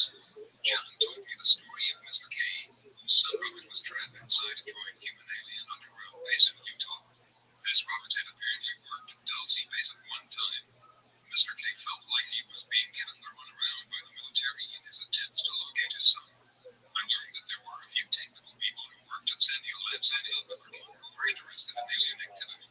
One man I talked to, CR, now a mysterious Colonel Ronnie Blackburn, who was reputed to have said that there were 600 aliens at the Groom Lake facility in Nevada. CR had investigated a UFO crash near Galveston, New Mexico in 1983. This one was also investigated by Tommy Roydland. I heard of Colonel Edwards at Albuquerque, who knew the FOC agent Richard Doty, both of whom worked with Paul Winuitz in his investigations of the alien activity taking place at the Dulcie base. Brandon, Doty had talked to some investigators about the government cover-up. Why? I don't know. Weird happenings at Dulcie. On April 19, 1988, my wife and I arrived at Dulcie, New Mexico at about 4:30 p.m. Dulcie was a beautiful little mountain town sitting at an elevation exceeding 7,500 feet. There was still snow on the ground by the Best Western Motel. I checked into the motel and called Gabe Valdez. He came over to see me about 9:30 p.m. We talked about UFOs and mechanical mutilations. He said that he had not seen any news since 1981 to 82. I had him read a letter written by Richard Doty in which Doty denies all involvement with UFO secrecy. He said Doty wasn't telling the truth. This proved true because Doty started talking again. He told me that Doty wrote a report that stated that Paul Winuitz was being investigated. Later, Gabe offered us a ride around Dulcie. He took us in his patrol car and showed us some of the routes. He said he saw glowing orange-lighted airships flying silently around the area 3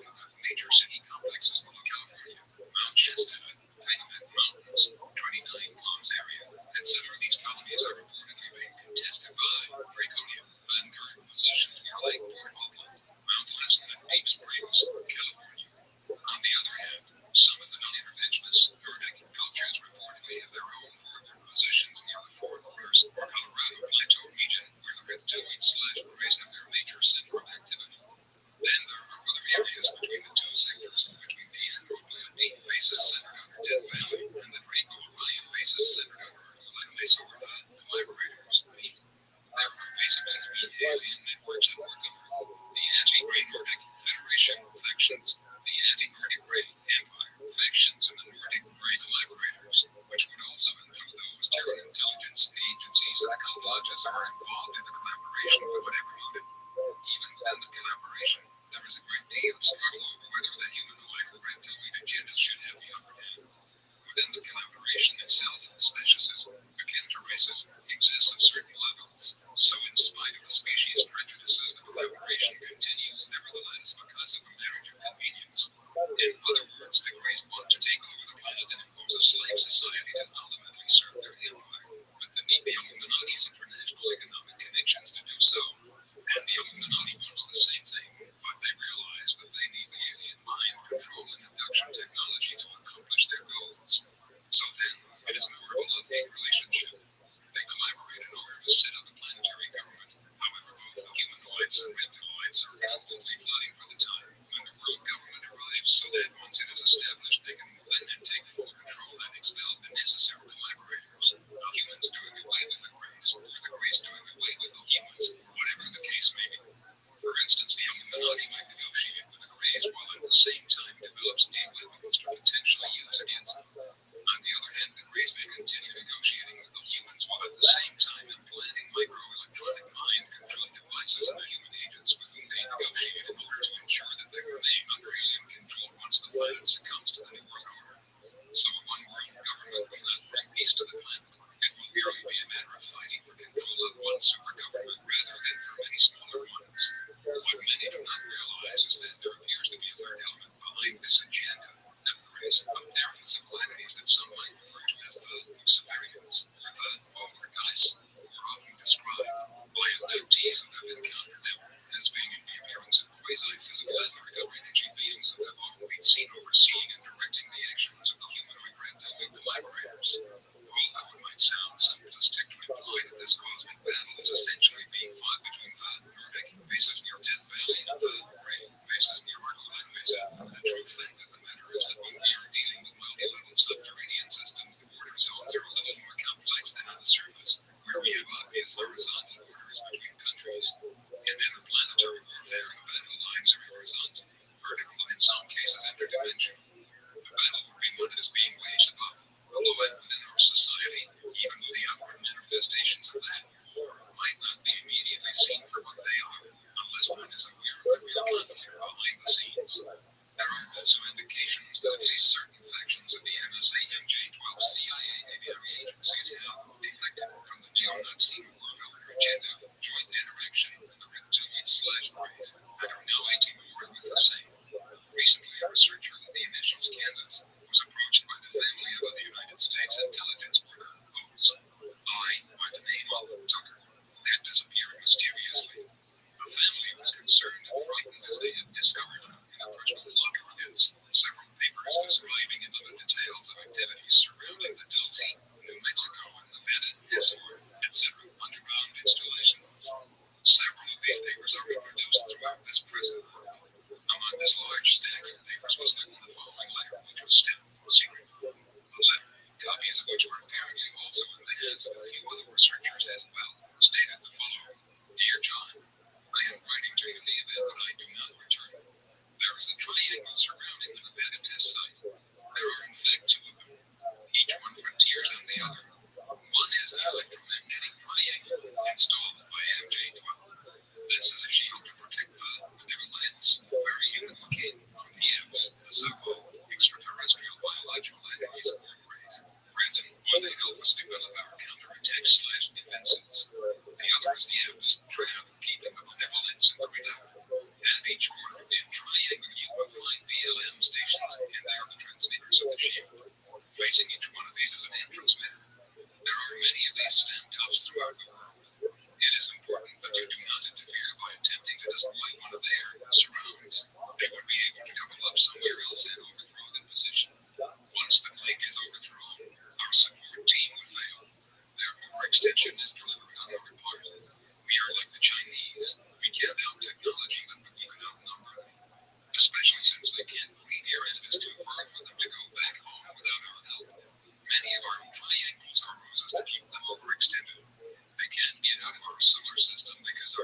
electromagnetic field at this time. Random is the wrong frequency for their propulsion system to work efficiently. This explains why the Earth cannot commit more vehicles to our solar system. There have been comments among some contactees to the effect that occasionally the solar system passes through areas of differing electromagnetic variations as it moves in and out of cosmic energy streams that flow through the universe like a vast universal electromagnetic circulatory system. Certain energy fields are conducive to certain types of propulsion systems, whereas others are not. And in these cases, alternate or more conventional forms of propulsion must be resorted to. Some even suggest that large ships disguised as asteroids, planetoids, or even comets are being used by the Great Reptiloids in order to get around this propulsion problem and also to conceal their presence. These engineered planetoids are accompanied with conventional drives to serve as platforms for various operations, abductions, implantations, mutilations, and also mind control and infiltration activities taking place on or under planet Earth. All of this would seem logical, so as not to attract a great deal of attention and in return resistance from the masses. Some of these converted planetoids have been identified as geographos, phobos, and even Hale-Bopp comet, which is accompanied by many unusual anomalies not observed in most comets. For instance, Hale-Bopp comet was 1,000 brighter than Halley's comet was at the distance from the sun where it was discovered. This is because the halo is not caused by ice gas being blown from the surface of the object by solar winds as in the case of most comets. For some unexplained reason, this comet is ejecting seven large streamers or jets of dust gas from its interior. Many of these jets activate and deactivate at regular intervals. This is what creates the halo, and because of this, the halo might have a distinct appearance when compared to past comets. Some contactees state that Hale-Bopp is being used by reptiloid entities from Dracons and rays from Orion who have joined with the renegade faction from Sirius B, resident with Hale-Bopp's companion. They are determined to back world dictatorship by bringing the comet close to Earth in order to trigger the implants within abductees and simultaneously activate their unconscious subliminal programs via powerful transmitting devices. This is not to mention the potential of destabilizing shock value that this comet might pose to planetary economic and religious systems. It would seem that a federation of worlds, based in the Andromeda and Pleiades constellations, are attempting to blockade the interventionist factions of the Draco Orion Empire in the Sol system. According to contactees, these Federation forces will soon be joined by a massive fleet from Sirius B, where apparently Federation allies who have, let us hope, severed themselves from a large segment of the Ishtar collective, which has since been infiltrated and taken over by Orion-based reptiloids and rays. These Andromeda de-facto Syrians have reportedly waged and won the civil war in Syria's people the dark side, the cultic renegade Asterian collaborators. They are now reportedly en route to the Sol system to do battle with the Draconian Orion forces and to convince the renegade Syrian collaborators who are working with them that they are being misled into an interventionist agenda. Like fanatical cultists, the rebel Syrians have blindly succumbed to the deceptions of the reptilians. The rays and the rebel angels of Hale-Bopp are controlling the infiltrative segment of the Ishtar collective and are masquerading as ascended masters of the Ishtar command. At least this is what some contactees have implied. Are these contactees revealing the truth? I would guess that time will tell. As for the humans who've been abandoned test site, these may, in fact, if we are to believe the collective revelations within this volume, victims of subtle rebellion, propaganda, and intimidation. For instance, this source quoted the letter about its single quote apparently believes that all of the Syrian rays perhaps come from extraterrestrial realms. However, as we have indicated, there is much evidence suggesting that reptiloid Momosaurian activity exists deep within the subterranean cavernous levels throughout planet Earth, an extraterrestrial presence that has existed for many centuries, if not for thousands of years. This is one fact that the reptiloids have tried to hide from humankind, both terrestrial and extraterrestrial. Also, there are accounts suggesting that the reptiloids rays are in fact feeding profusely and reproducing themselves via deep subterranean polyamorite, long in incubation facilities on the Dead Sea and elsewhere and are not as overextended as they manifest to believe. Some estimate that, at the very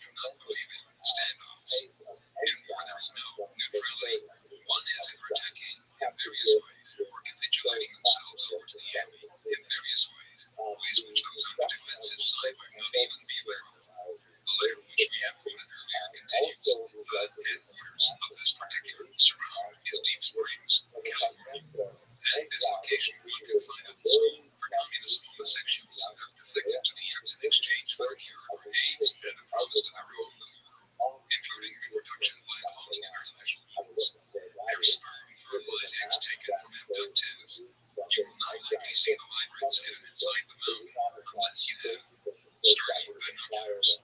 Some holes within appearing bloodlines, mercenaries, are also there. 9 Soviets were there at the same time Soviets were at the MTS.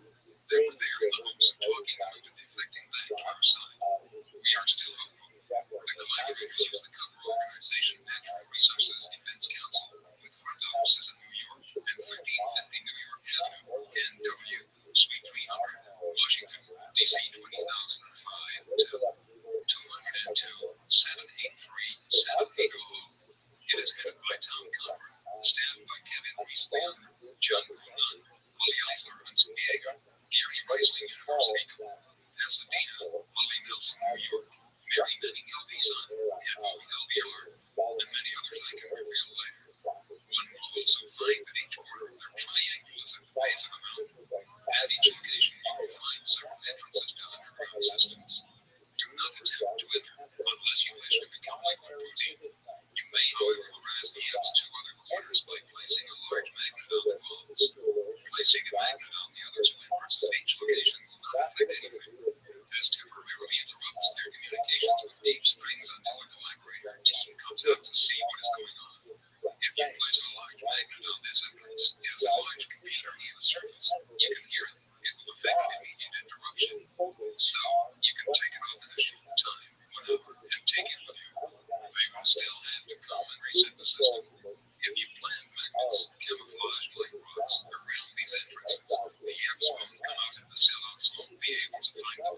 The M's are also allergic to high concentrations of sugar and apparently other substances with a left-hand atomic spin. It has been claimed.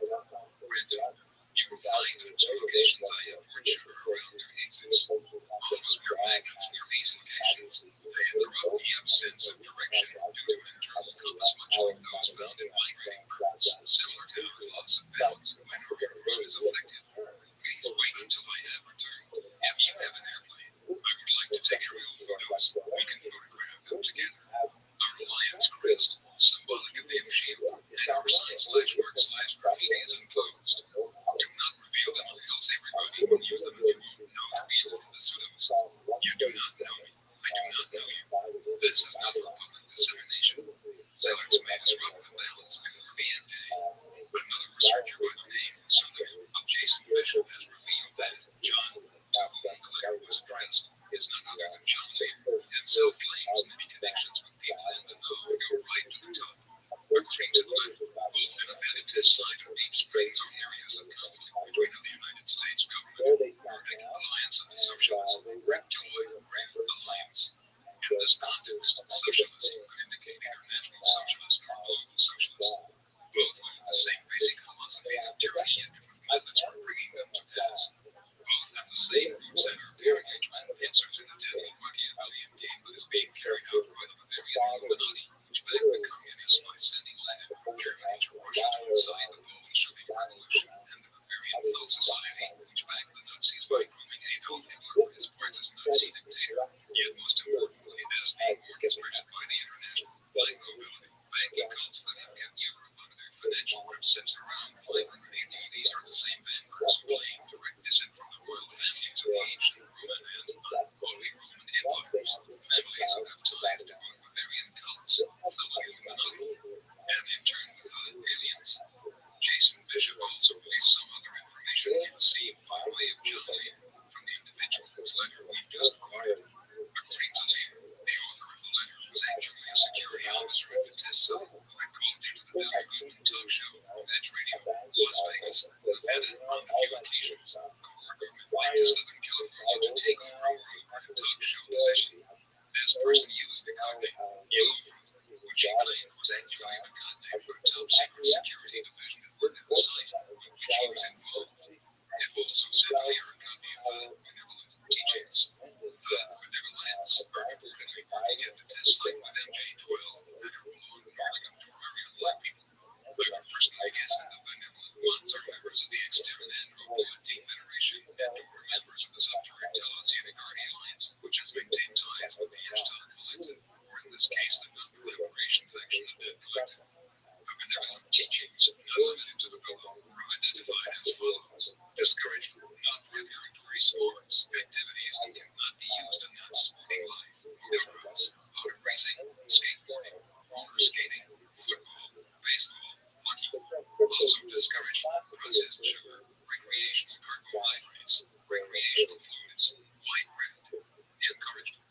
ceremonial lessons with the major religions, and preparatory sports, activities that could be used in non-sporting life, swimming, running, hiking, martial arts, survival arts, teach your children, forbidden alcohol, illegal drugs, nicotine, recreational drugs, unjustifiable homicide, Muslim, avoid weakness, evil grows in weakness, execute evil prisoners in order to help other prisoners. Editors note, another possibility that might be interjected here is to establish a completely secured underground prison cave and place all of the worst offenders there and leave them to themselves to either work out their problems or destroy each other, whichever they choose.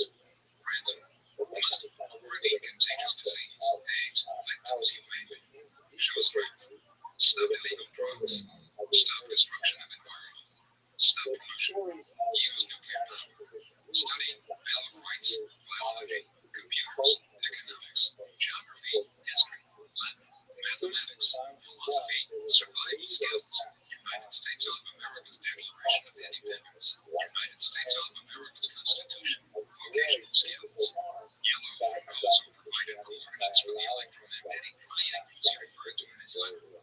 These include small bullet 8-37, 22, 30, 117, 58, small bullet B-38, 21-0, 115, 35-0, small bullet C-35, 39-0, 114, 51-0, small bullet C-Matthew, small bullet also Yokomak, N-37-0, 30, 116, 70. The following information from William F. Hamilton III describes further details of the yellow fruit account, including claims which the beta test site agent made over here during the few interviews which occurred on Mediterranean's Billy Goodman talk show. It is also interesting that how 12-member Michael Younger, who was given lectures on the Nazi presence within the Rockefeller-backed oil companies, Nazi war criminals, and their families who were smuggled into America following World War II and given refuge within the Rockefellers' corporate empire. The plans the Nazis / Bavarians had for selling out the planet to aliens in exchange for 1/4 of the New World Order, with a massive Nazi child abduction and satanic ritual sexual abuse and murdering operating within Arco, etc. His work list was at one time also a worker at the beta test site. This suggests that COM12 is intimately involved in the counter-offensive against the Greys. Yellow fruit revealed that a conflict was going on between the benevolent ones, and he accepted now the benevolent ones had gained the upper hand at Greenland, where you said a contingent of 37 benevolent ones were stationed and where 3 ends were held in captivity. Bizarre. Science fiction. Yellow fruit knew a lot about the test site area. I resolved to go to the location he gave of the installation in Deep Springs, California, and then on to his event at the Range Park in the world to make contact with Yellow Fruit, the name for the first level of security force at Area 51, and also the name of an old Army CIA unit. The second level of security he called Sea Spray, and intimated that you would have an encounter of the unpleasant kind if you ever met with them. Colors to the Billy Goodman radio happening had already organized trips to mile marker 29 and 1/2 on Highway 375, where a dirt road left the highway to intersect the road to Greenland. There was a heavy black mailbox on this road, which identified it. I got to Rachel early one October morning and left my car equipped at Rachel's apartment grill to pass on to Yellow Fruit. She knew him by sight. I then inspected the dirt roads, where people stood to observe the test flights. I had already interviewed 4 witnesses by phone who testified that they had seen UFOs over the Green Mountains on certain nights in the same area they were seen by John Lee. I made a second trip to the area the late October, where a public group visited Rachel, and that was when I saw the mysterious yellow fruit in the cafe. He later called me on the phone. I left him with a copy of my book, Alien Magic, and he remarked on the research I had done concerning the search for underground bases. According to Yellow Fruit and others, there are underground bases and tunnels that conceal the activities of aliens and secret government projects. One more note on the Nevada test site, Area 51. Like Greenland, underground facilities, aside from reports that downright Utah serves as an underground link between Greenland and Delsey, there is the added claim that another underground link exists further south at Page, Arizona. Anyone who has been to the Glen Canyon Dam Lake now would easily observe how the dam might be used as an entrance to such a base, and how a large hydroelectric facility might power the base operations. The Glen Canyon Dam connection was not specifically mentioned by former Delsey Security Officer Thomas E. Costello from Navy Page, Arizona, as a connecting base. However, if there is a base on your page, then it would be logical to utilize this hydroelectric facility in one form or another. Jet Freedom, an alien fifth column on Earth, a mysterious government insider whose books have been published by Tim Becky's Ambulance Press in New York. Commander X related a very interesting incident which involved the subterranean megacomplex beneath Dulce, New Mexico. In another case, an old illustrator, John D., does very painstaking work, but during his being on active duty at Dulce, he began to act very weirdly. He would write letters to the president informing him of planning a way to undermine the government and to sabotage the base. He began to draw pictures of American flags, beautifully executed. He drew strange designs of mechanical devices, began to visit the library, and bring back books on physics and advanced electronics. He hardly knew how to spell words. He would patiently explain something of a very technical nature, which he shouldn't have understood. When asked what he was raving about and why he was causing trouble by writing the president, John D. would say that he had been sensitized. Last year, when I was sick, John D. explained, the doctor on the base gave me something to eliminate. There is a fifth column in this country that is tied up with aliens. Selenium is being sucked into sulfur drugs, and this selenium lodges in the bones and makes the body receptive to extremely short waves, those in the gray band of the brain, similar to the waves that can be detected by the encephalograph. About 300,000 people in this country have been sensitized, and at least 7 secret radio stations have been set up in this country, and they are broadcasting to these sensitized persons, instructing them in the best way for acts of sabotage against our planet. These claims, as given by the Dulce worker, John D., are incredible indeed, and would easily be dismissed as the ravings of a madman, if not for the fact that many others are saying basically the same thing, that there is a movement underway to bring the minds of the masses under the subjection of an alien force, whether through electronic implantation and control, subliminal programming, or through other means. Why the controllers use the United States as the major target of their activity? We believe that this is due to the fact that the United States is a place that was originally intended by its founding fathers to be a refuge for peoples from all the nations that come and work out their collective destinies free from the restrictions of prejudice and the oppressiveness of tyrannical rule, a land where all people could express their creativity, culture, and individual destinies without interference. This was their intention. However, it is obvious that the dream has not been fully realized because of collective and governmental compromise of principle that all men are created equal.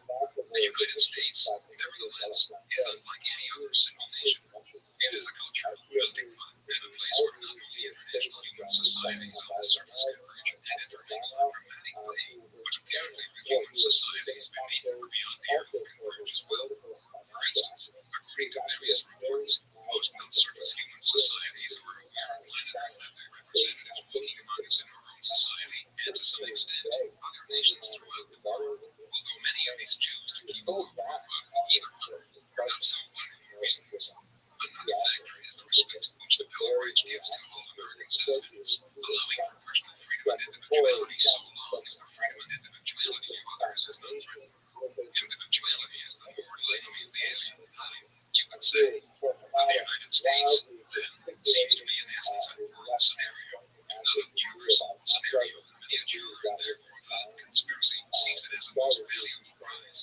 Therefore, it would probably not be too far to suggest that the war between the human and certain races from all three realms, extraterrestrial, ultra-terrestrial, and interterrestrial, converge within the United States, and to be more exact, within the vicinities of the Argo-Lago Plateau near Dulce, New Mexico, the major birthplace of the reptilian interventionist empire forces.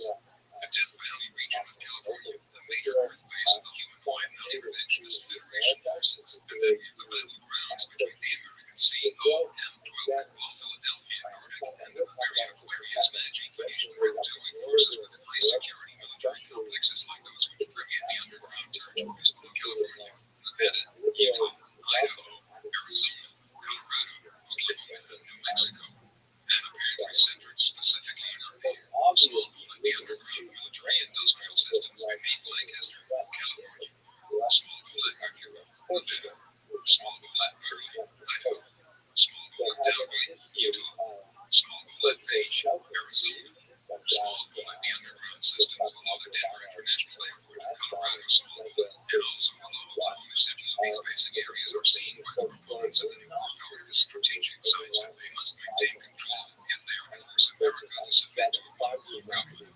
Chapter 9, Technological Terrorism at the Dulce base. The Lucid Commander X has, through his reported connections within the intelligence community, released still further revelations regarding the dark secrets of Dulce. The commander claims to be a member of the Committee of 12, COM 12, an obscure intelligence group which is working to educate the public about the joint fascist alien threat to America and preserve our constitutional-based republic as it was established by the original founders of the United States. There were over 650 attendees to the 1950 Migrant Symposium. Most were representatives of a corporate industrial state like a General Electric Company, AT&T, Hughes Aircraft, Northrop Corporation, Symbian Corporation, Colorado School of Mines, etc. Bechtel, pronounced Bechtel, a San Francisco-based organization. Brandon is a super-secret international corporate activist founded in 1898. Some say the firm is really a shadow government, a working arm of the CIA. It is the largest construction and engineering outfit in the USA and the world, and some say beyond. The most important posts in the USA government are held by former Bechtel officers. They are part of the WIB, an interconnected control system which links the trilateralist plans, the CFR, the Orwell, communism, called the OCEI, and other interlocking groups. Mind manipulating experiments. The Dulce base has studied mind control implants, YOC units, health devices capable of movement, sleep and heartbeat control, etc. DARPA, Defense Advanced Research Projects Agency, is using these technologies to manipulate people.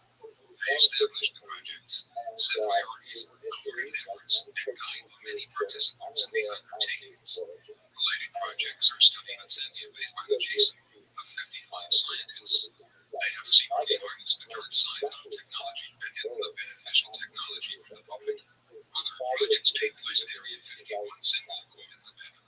Small Bullet Greenland, a repository establishment in Mason's Land. Small Bullet Electromagnetic Intelligence. Small Bullet Code Network. Small Bullet Code Name. Small Bullet Program is Hybrid Intelligence System. Small Bullet BW/CW. Small Bullet Irons. Infrared Intruder Systems. Small Bullet Bypass. Small Bullet Red Tunnels, etc. The studies on level 4 at Dulce include small bullet human research, small bullet as well as all aspects of dream, small bullet hypnosis, small bullet telepathy, etc. Research, small bullet they know how to manipulate the brain, plasmic body, small bullet they can lower your heartbeat with deep sway abdominal waves, induce a static shock, and reprogram via a brain computer link, small bullet they can introduce data and program reactions into your mind, information impregnatation, the dream library. You're entering in your own technologicalization of psychic powers. Small bullet the development of techniques to enhance man/machine communications. Small bullet nanotech. Small bullet biotech micromachines. Small bullet SQL. Small bullet DOM electronic dissolution of memory. Small bullet RHIC radio hypnotic intracerebral control. Small bullet in various forms of behavior control, biochemical agents, ultrasonics, optical and other radiations. Small bullet the physics of consciousness. Surviving the future. The Dulce facility consists of a central hub, the security section, also some photo labs. The deeper you go, the stronger the security.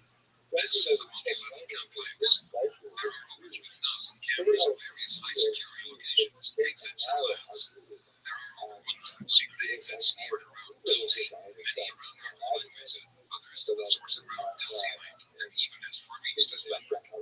Deep sections of the complex connected to extensive natural cabin systems.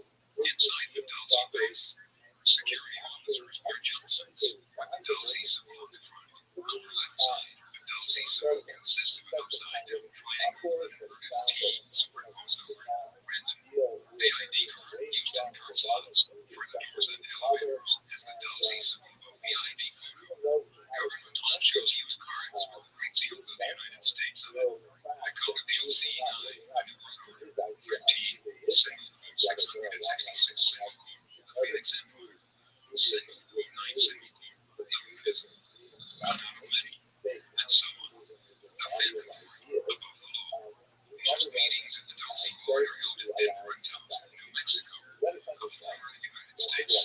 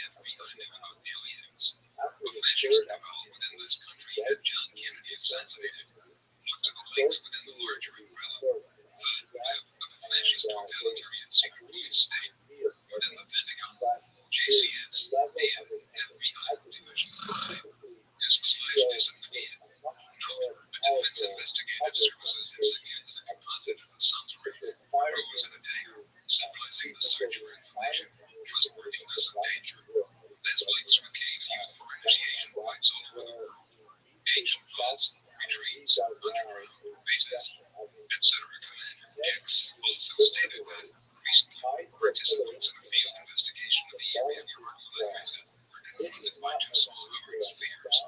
My hole became suddenly ill and had to leave the area. We have passed the point of no return in our interaction with fellow alien, that is red billion ray beings. We are guaranteed a crisis which will persist until the final resolution of the conflict. The crisis is here, all but real. We must make or transform the nature of the disasters to come, and come they will. Knowing is half the battle. Read the book, The Cosmic Conspiracy, by Stan Pugh. Chapter 10, The Deep Dark Secret of Dulce. VFV. March 1991 issue of Buffalo Universe carried an article entitled The Deep Dark Secret of Dulce, written by Bill Hamilton and Phil Lopez. If planet Earth is to be the central battleground, or staging ground for a final cosmic battle between galactic superpowers, and if the United States is one of the major areas on Earth where the final outcome will be decided, and since the Dulce, New Mexico area is considered to be a major rising site where human alien collaboration and war conflict is taking place, then we should focus our attention on what has been going on deep beneath this small southwestern town. More than any other area of the United States, if not the world, this small town has been the epicenter for nearly every form of paranormal activity one can imagine, including UFO sightings, UFO landings, abductions, implantations, human and animal mutilations, sea warfare studies, secret government alien interaction, the United States constitutional government versus alien agenda conflicts, reptilian sightings, cryptozoological or bioengineering phenomena. This was the general area where the famous Kevin, an half-cat slash half-rabbit, was captured. Underground bases, conspiracy scenarios, alien infiltration, deep cavern phenomena, super high-tech activity, new encounters. In fact, a higher concentration of such activities has been evident in the vicinity of Dulce than any other area in the world, to the point that the inhabitants of this town have for the most part resigned themselves into acknowledging, although not necessarily accepting, the reality of such activity, whether they like it or not. Bill Hamilton and Tom Lopez take us inside the deep labyrinths deep within this underground mega complex, through the eyes of those who have actually been there. So brace yourselves. Dulce is a sleepy little town in northern New Mexico. Its population is about 900, and it is located above 7,000 feet on the G-Berlin Apache Indian Reservation. There is one major motel and just a few stores. It is not a resort town, and it is not bustling with activity. Yet, according to a few outsiders, Dulce harbors a deep, dark secret. That secret is said to be harbored deep below the tangled brush of Bermuda Mesa. That secret involves a joint government alien biogenetic laboratory designed to carry out bizarre experiments on humans and animals. New Mexico State Police Officer Gabe Valdez was thrown into the mysteries of Dulce when called out to investigate a mutilated cow on Will Gomez Ranch in the pasture 13 miles east of Dulce. Gomez had lost 4 cattle to mutilations between 1976 and June 1978, and several more in ensuing years. Brandon and a team of investigators, which included Tom Adams and Ryan from Paris, Texas, to examine the site of the carcass. Curious as to how cattle were being selected by the mysterious mutilators, an interesting experiment was conducted on July 5, 1978 by Valdez, Gomez, and retired scientist Howard Burgess. A three penned up about 120 of the Gomez beef cattle and moved them through a squeeze chute under an ultraviolet light. They found a glittery substance on the right side of the neck, the right ear, and the right leg. Samples of the affected hides were removed, as well as controlled samples from the same animals. Some investigators attribute the mutilations to aliens from UFOs. Sightings of strange lights and other aerial phenomena have been reported in many areas where the cows have been found at the time of the reported mutilation. UFOs have been seen frequently around Dulce. I arrived in Dulce on April 19, 1988, to visit Gabe Valdez and to inquire about the sightings, the mutes, and the rumors of an underground alien base in the area. There was still snow on the ground by the Best Western Motel when I checked in and called Valdez. He made an appointment to see me at 9:30 p.m. I found Gabe to be a very congenial host as he offered to show us around the roads of Dulce that night and point out the various locations where he had found mutilated cows or had seen strange alien lights. He made the astounding statement that he was still seeing unidentified aircraft at the rate of 1 every 2 minutes. We took a look at the Gomez Ranch, the road by the Navajo River, and the imposing Argo Lake. Gabe had found lightning tracks and crawler marks near the site of the mutes. Gabe was convinced that scientist Paul Inuit's Thunder Scientific Labs in Albuquerque was definitely on the right track in his attempts to locate an underground alien facility in the vicinity of Dulce. I had first heard of Paul Inuit in 1980 when my friend Walter called me from Albuquerque and told me he had been working with Paul on electronic instruments. Walter said Paul had not only photographed UFOs, but had established a communication link with their underground base of Dulce. Inuits had first come to prominence during the August 1980 sightings of UFOs over the Manzano weapons storage area in Kurt-Landef. A Kurt-Landef incident report dated October 28, 1980 mentions that Inuits had taken film of UFOs over Kurt. Paul, who was president of Thunder Scientific Labs adjacent to Kirtland, Inuits gave a briefing in Albuquerque detailing how he had seen the aliens on a video screen via a computer radio video link he had developed using a website decimal code after tapping into their shift-to-base communications frequency. Paul himself, being a brilliant scientist, has developed equipment for the space shuttles and several Fortean flight mining companies. Granted, the aliens were transmitting signals from a base underneath our colonies. Researcher William Moore claims that government agents became interested in Inuit's activities and were trying to defuse him by pumping as much disinformation through him as he could absorb. Whether Paul's communication with supposed aliens of the Dulce base was part of this disinformation campaign is unclear. If one were to believe that Paul is the single source of reports of the Dulce facility, then it would also be a tactical maneuver to discount and discredit Paul's allegation of an underground base if such reports were meant to remain secret.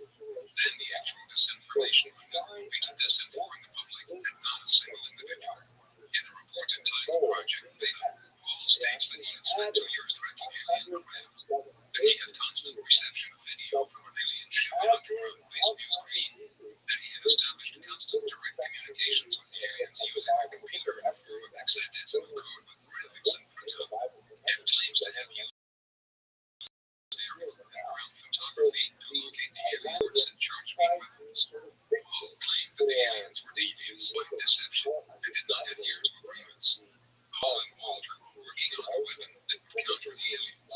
Some might think at this point that we have crossed over from the land of clear thinking concerning anomalous phenomena to the land of science fiction. But let us remember that bizarre phenomena such as the UFOs represent may have its roots in the bizarre reality. It is expected to be bizarre at first, but as we continue our studies, we will evolve to understand it. Paul Inuits had investigated the case of abductee Marley Hanson of New Mexico, who reported having been taken to an underground facility in May 1980.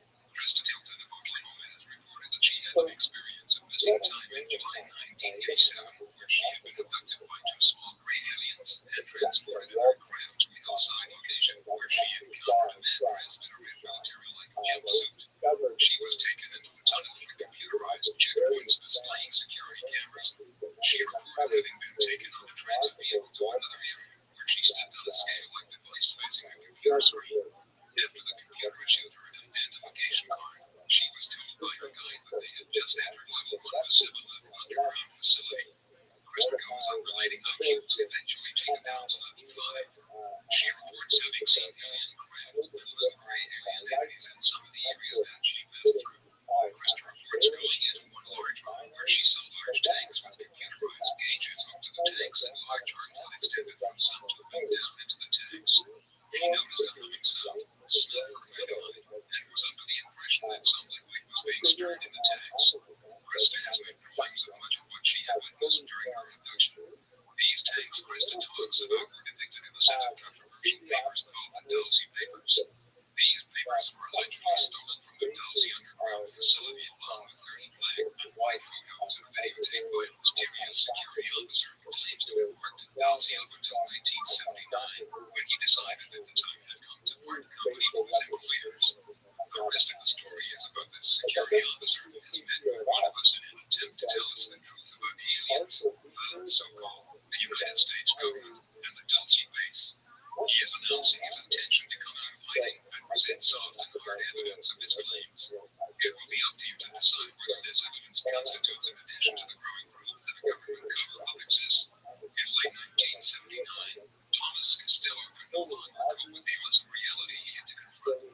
As a high-level security officer and enjoyed alien dash intelligence, government underground base near Dulce he had learned that he had seen disturbing things. After much inner conflict, he decided to desert the facility and take various items with him.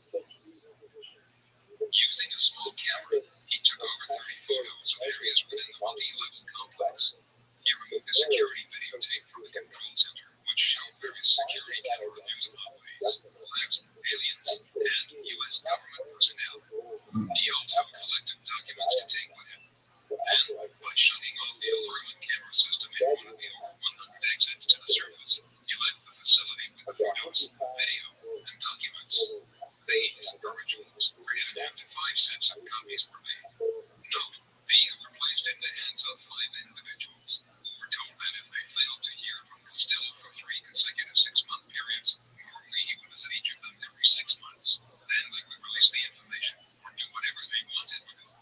No one except Costello and the recipients themselves know who these people are. However, with rumors of Costello's death or disappearance in Costa Rica in recent years, the recipients can release the information if they choose to do so, although they may decide to wait until the subject reaches critical mass among the public and then come forward with little fear of repercussions.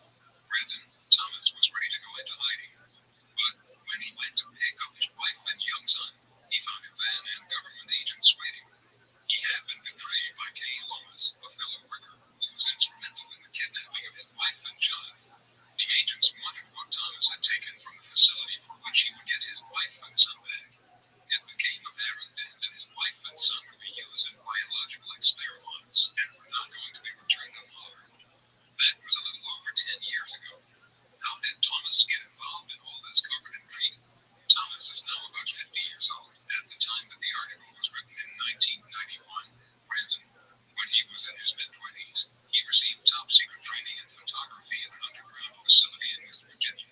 For 7 years, he worked for the Rand Corporation in Santa Monica, California, when in 1977 he was transferred to the Dulce facility, known in a similar manner as scientist Robert Lazar, who worked for Los Alamos Labs, was transferred to Area 51 in Nevada, which is an alternate base similar to Dulce. Lazar claims that he replaced a scientist who had died during an altercation. Grateful to Rabbi Trump and his staff and the youngest residents who were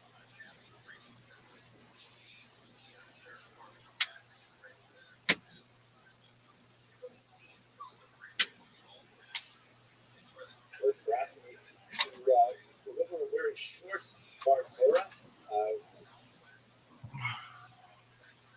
part of the 10 short delivered Torah on the 10 plagues. So I got the third plague, lice. Let's have a quick look at it.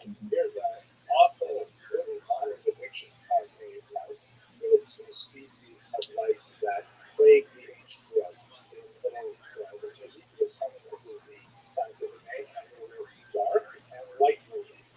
The dark ones are also called head lice, and the light ones were apparently clothing. How did people deal with the problem? Pretty much the same as we do today. There are like lots of pesticide-based remedies, such as this picture here from the 15th century. This is from the medieval period. We know a little bit about how people dealt with it. This woodcut depicts a medieval woman using a mixture of oil and mercury to heal louse her child. Yikes, that's pretty scary, but a lot of the materials they use today are pretty scary too. And the technology we see used in this golden agada from Spain around the same period, a little bit earlier, we see that women are using lice combs that look pretty much like lice combs do today. The other type of lice, the one that affects clothing, is a lot of interesting. A lot of us tomorrow about how to deal with those lice on Shabbos and things like that. But one of the preferred methods of trying to kill them was to fumigate them with a kind of gauze-based incense burner. This is an example of an ancient incense burner that would have had holes placed in the bottom, and you would put incense on the top, and then you would put it in your closet to fumigate the clothes and hopefully kill the lice that were living there and be able to touch the land. Here's a beautiful representation of the third plague by James Tissot, who was especially adept at giving kind of romantic view of the passage that is most striking is here in the books of Shabbos, where God tells Moses to tell Aaron to strike the dust. So Aaron hits the dust, and life comes up out of it. So then, because this is the third plague, and there's a back and forth where every plague that Moses is able to engineer, somehow the Egyptians have to also engineer. They look at what just happened and They jump ship. look at the last here, but Yoma comes to me, Etzfile Kiki. Now, we must have teamwork disguises, or how do they not, or do they just not know it's human who's hiring away all their employees? Persona non grata. Okay. Yeah, it's hard. Yeah, I wear a lot of like Scooby-Doo type stuff. I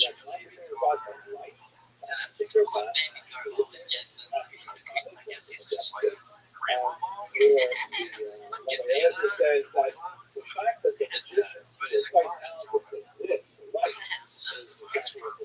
right, shows you that their power is to create things that are bigger than themselves. So, manipulate the universe, but there is a downside limit. They can never do anything that is smaller than the garbage. While Papa disagrees with are you kidding? They could create a camel, and they can't do any of these things.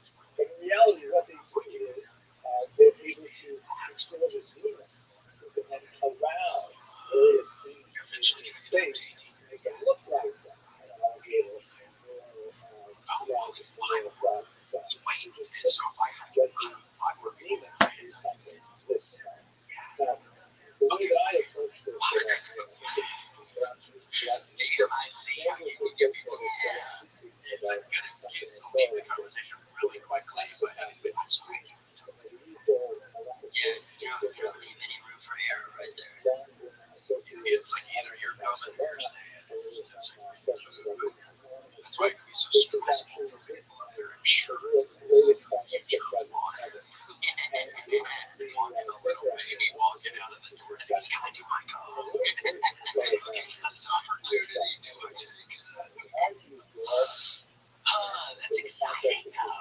This is sweet.